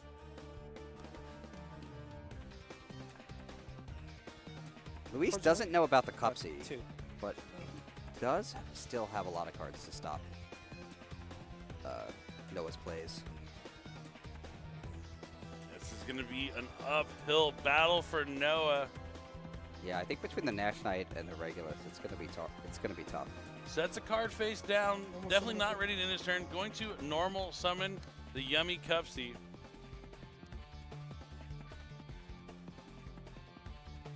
I may read Cupsy. Luis just wanting to make sure exactly what it does and figure out which kind of response he wants to have to it.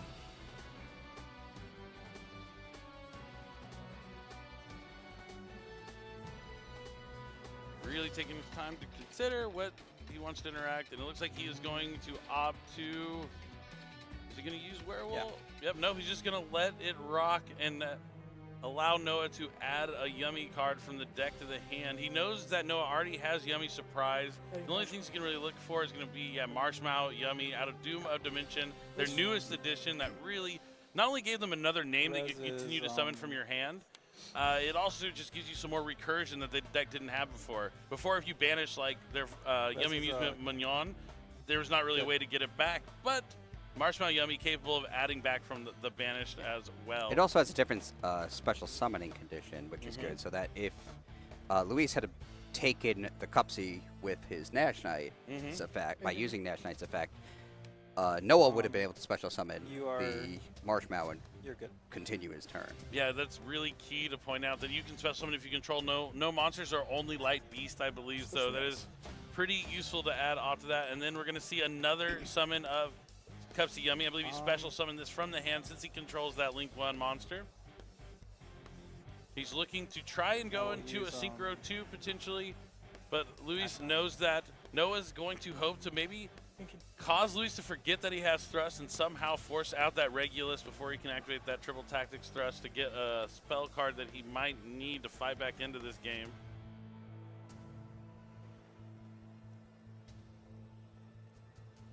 Looks like Luis is thinking about what he, or no, maybe Noah's thinking about a response to the Nash Knight. He's going to chain the Yummy Surprise, targeting his 2 Yummy monsters to try and return 2 cards on Luis' side of the field back to the hand. This is smart stuff because he can go after that Regulus, and if he doesn't negate it, it's going to be gone anyway, so it's a good way to force it out and rely on that Triple Tactics Thrust. And if he can get these monsters off the field, which if the Yummy Surprise resolves, he will, I mean, Triple Tactics Thrust gets you to the all-powerful Obedience School, which can push through a lot of interruptions, potentially. Yeah, that's great use of the Yummy Surprise. It does force the Regulus to activate. Target these 2 and these 2? Yeah, this and this. And Luis knows that.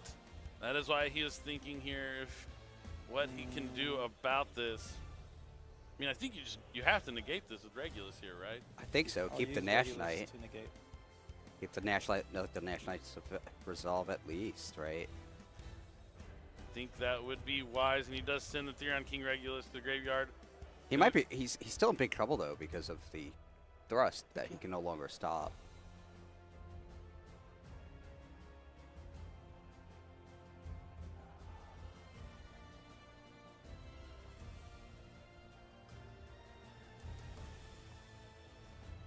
It's like Noah's thinking about whether he has anything to chain, and he is going to pay the 100 life points and chain Snacky's effect.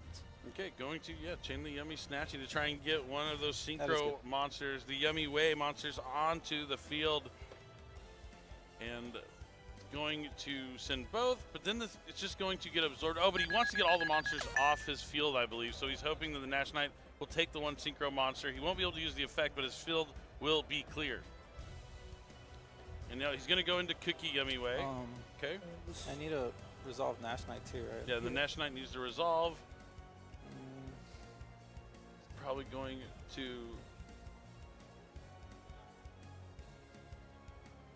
Looks like he's considering his options about who he wants to use from this extra deck.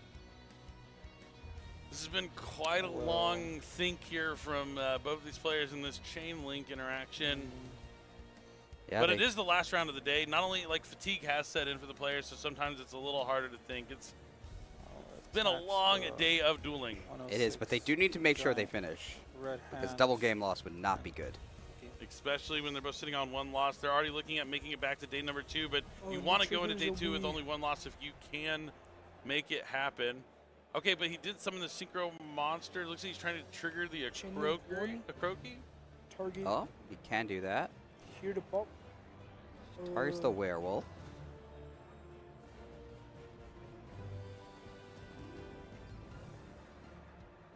Chain link to the summon from deck. Oh, he's trying to summon from deck with the Akroki.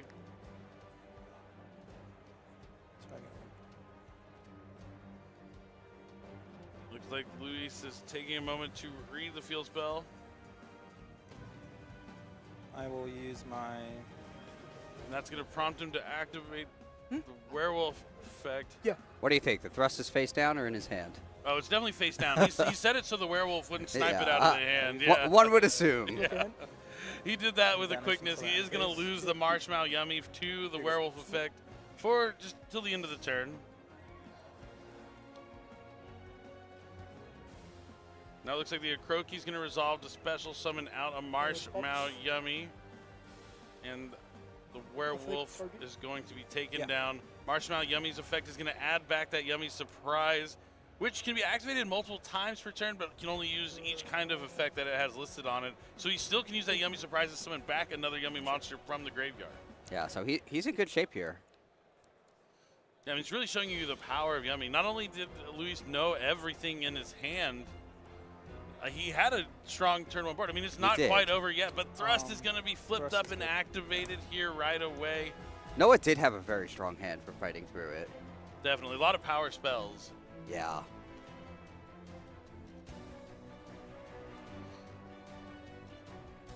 See what he gets with the thrust.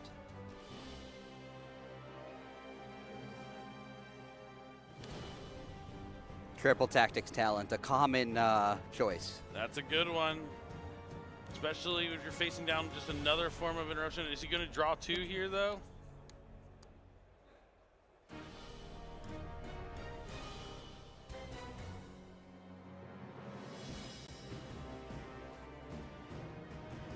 Looks like that is exactly what Noah is deciding. If he needs to draw 2 cards, does he have the opportunity to try and take that Nash Knight from Luis? Might be able to go that route. Look at my hand. Yep. No, he's going to take a hand. He wants to look at the hand and take the Izuna out of the hand.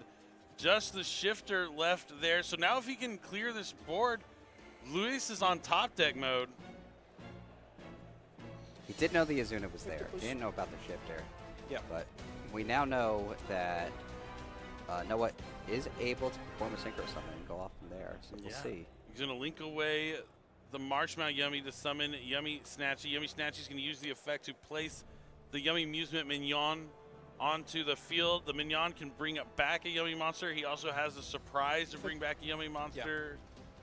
plenty of ways to keep summoning these yummy monsters onto the field. Marshmallow back on. And now a synchro summon will be performed between Snatchy and Marshmallow for probably Cups the Yummy way. Yeah, now he's off. Now he gets to get 2 more cards and discard 1 from his hand. And now he knows that Luis has no interaction, Yeah, from so the- he can do whatever he wants. A croaky. Yeah. Yeah, I'm wondering, I had the same kind of question about the Akroki. I think they're talking about it. Does he get to trigger the Akroki because he summoned the Synchro Monster?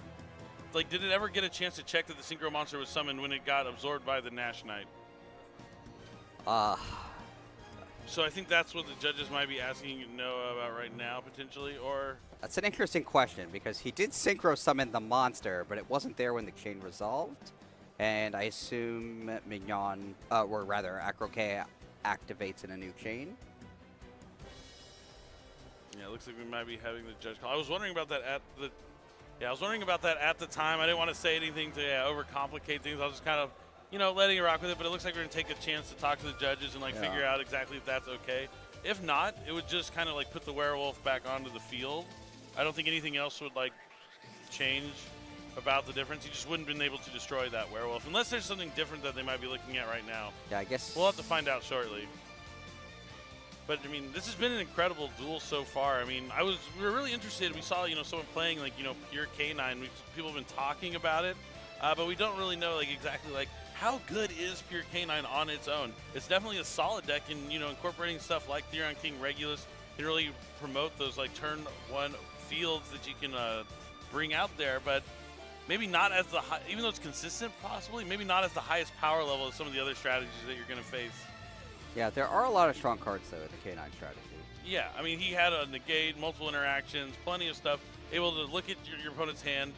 Once he goes from Ripper into Werewolf, take a card out of the hand to the end of the turn with that Marshmallow Yummy. There's plenty of interaction, but I don't know.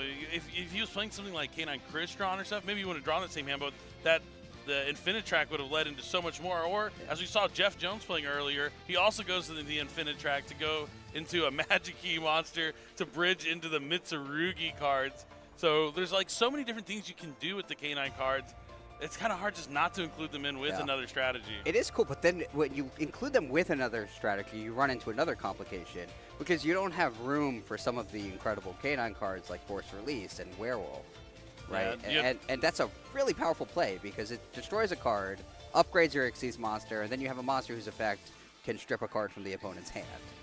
So you know, you're losing out on that if you don't have room for it, which sometimes happens when you combine K9 with another strategy.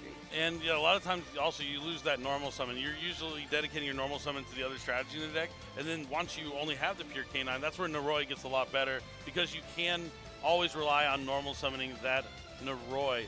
But now that, you know, Noah has less than 2 cards in hand, that normal summoning these level 5 monsters not as easy if they have 2 or fewer cards in your hand. Even though when you go first, it's almost always guaranteed you're going to be able to summon those cards as if they were level 4 monsters. But man, yeah, it's been an incredible day so far. Genesis has been awesome. I know, like, a lot of the players have been having so much fun in the public events, trying to qualify for that invitational tournament tomorrow that we're going to have. It's going to be a single elimination tournament where someone can walk away with an ultra rare copy of Dark Dragon. But the main event, we have 9 rounds of Swiss today. This is the first time here in North America that we're having this live stream event where we're going to have 5 more Swiss rounds on day number 2. So if you've been enjoying the Swiss rounds so far, we have so much more to come tomorrow.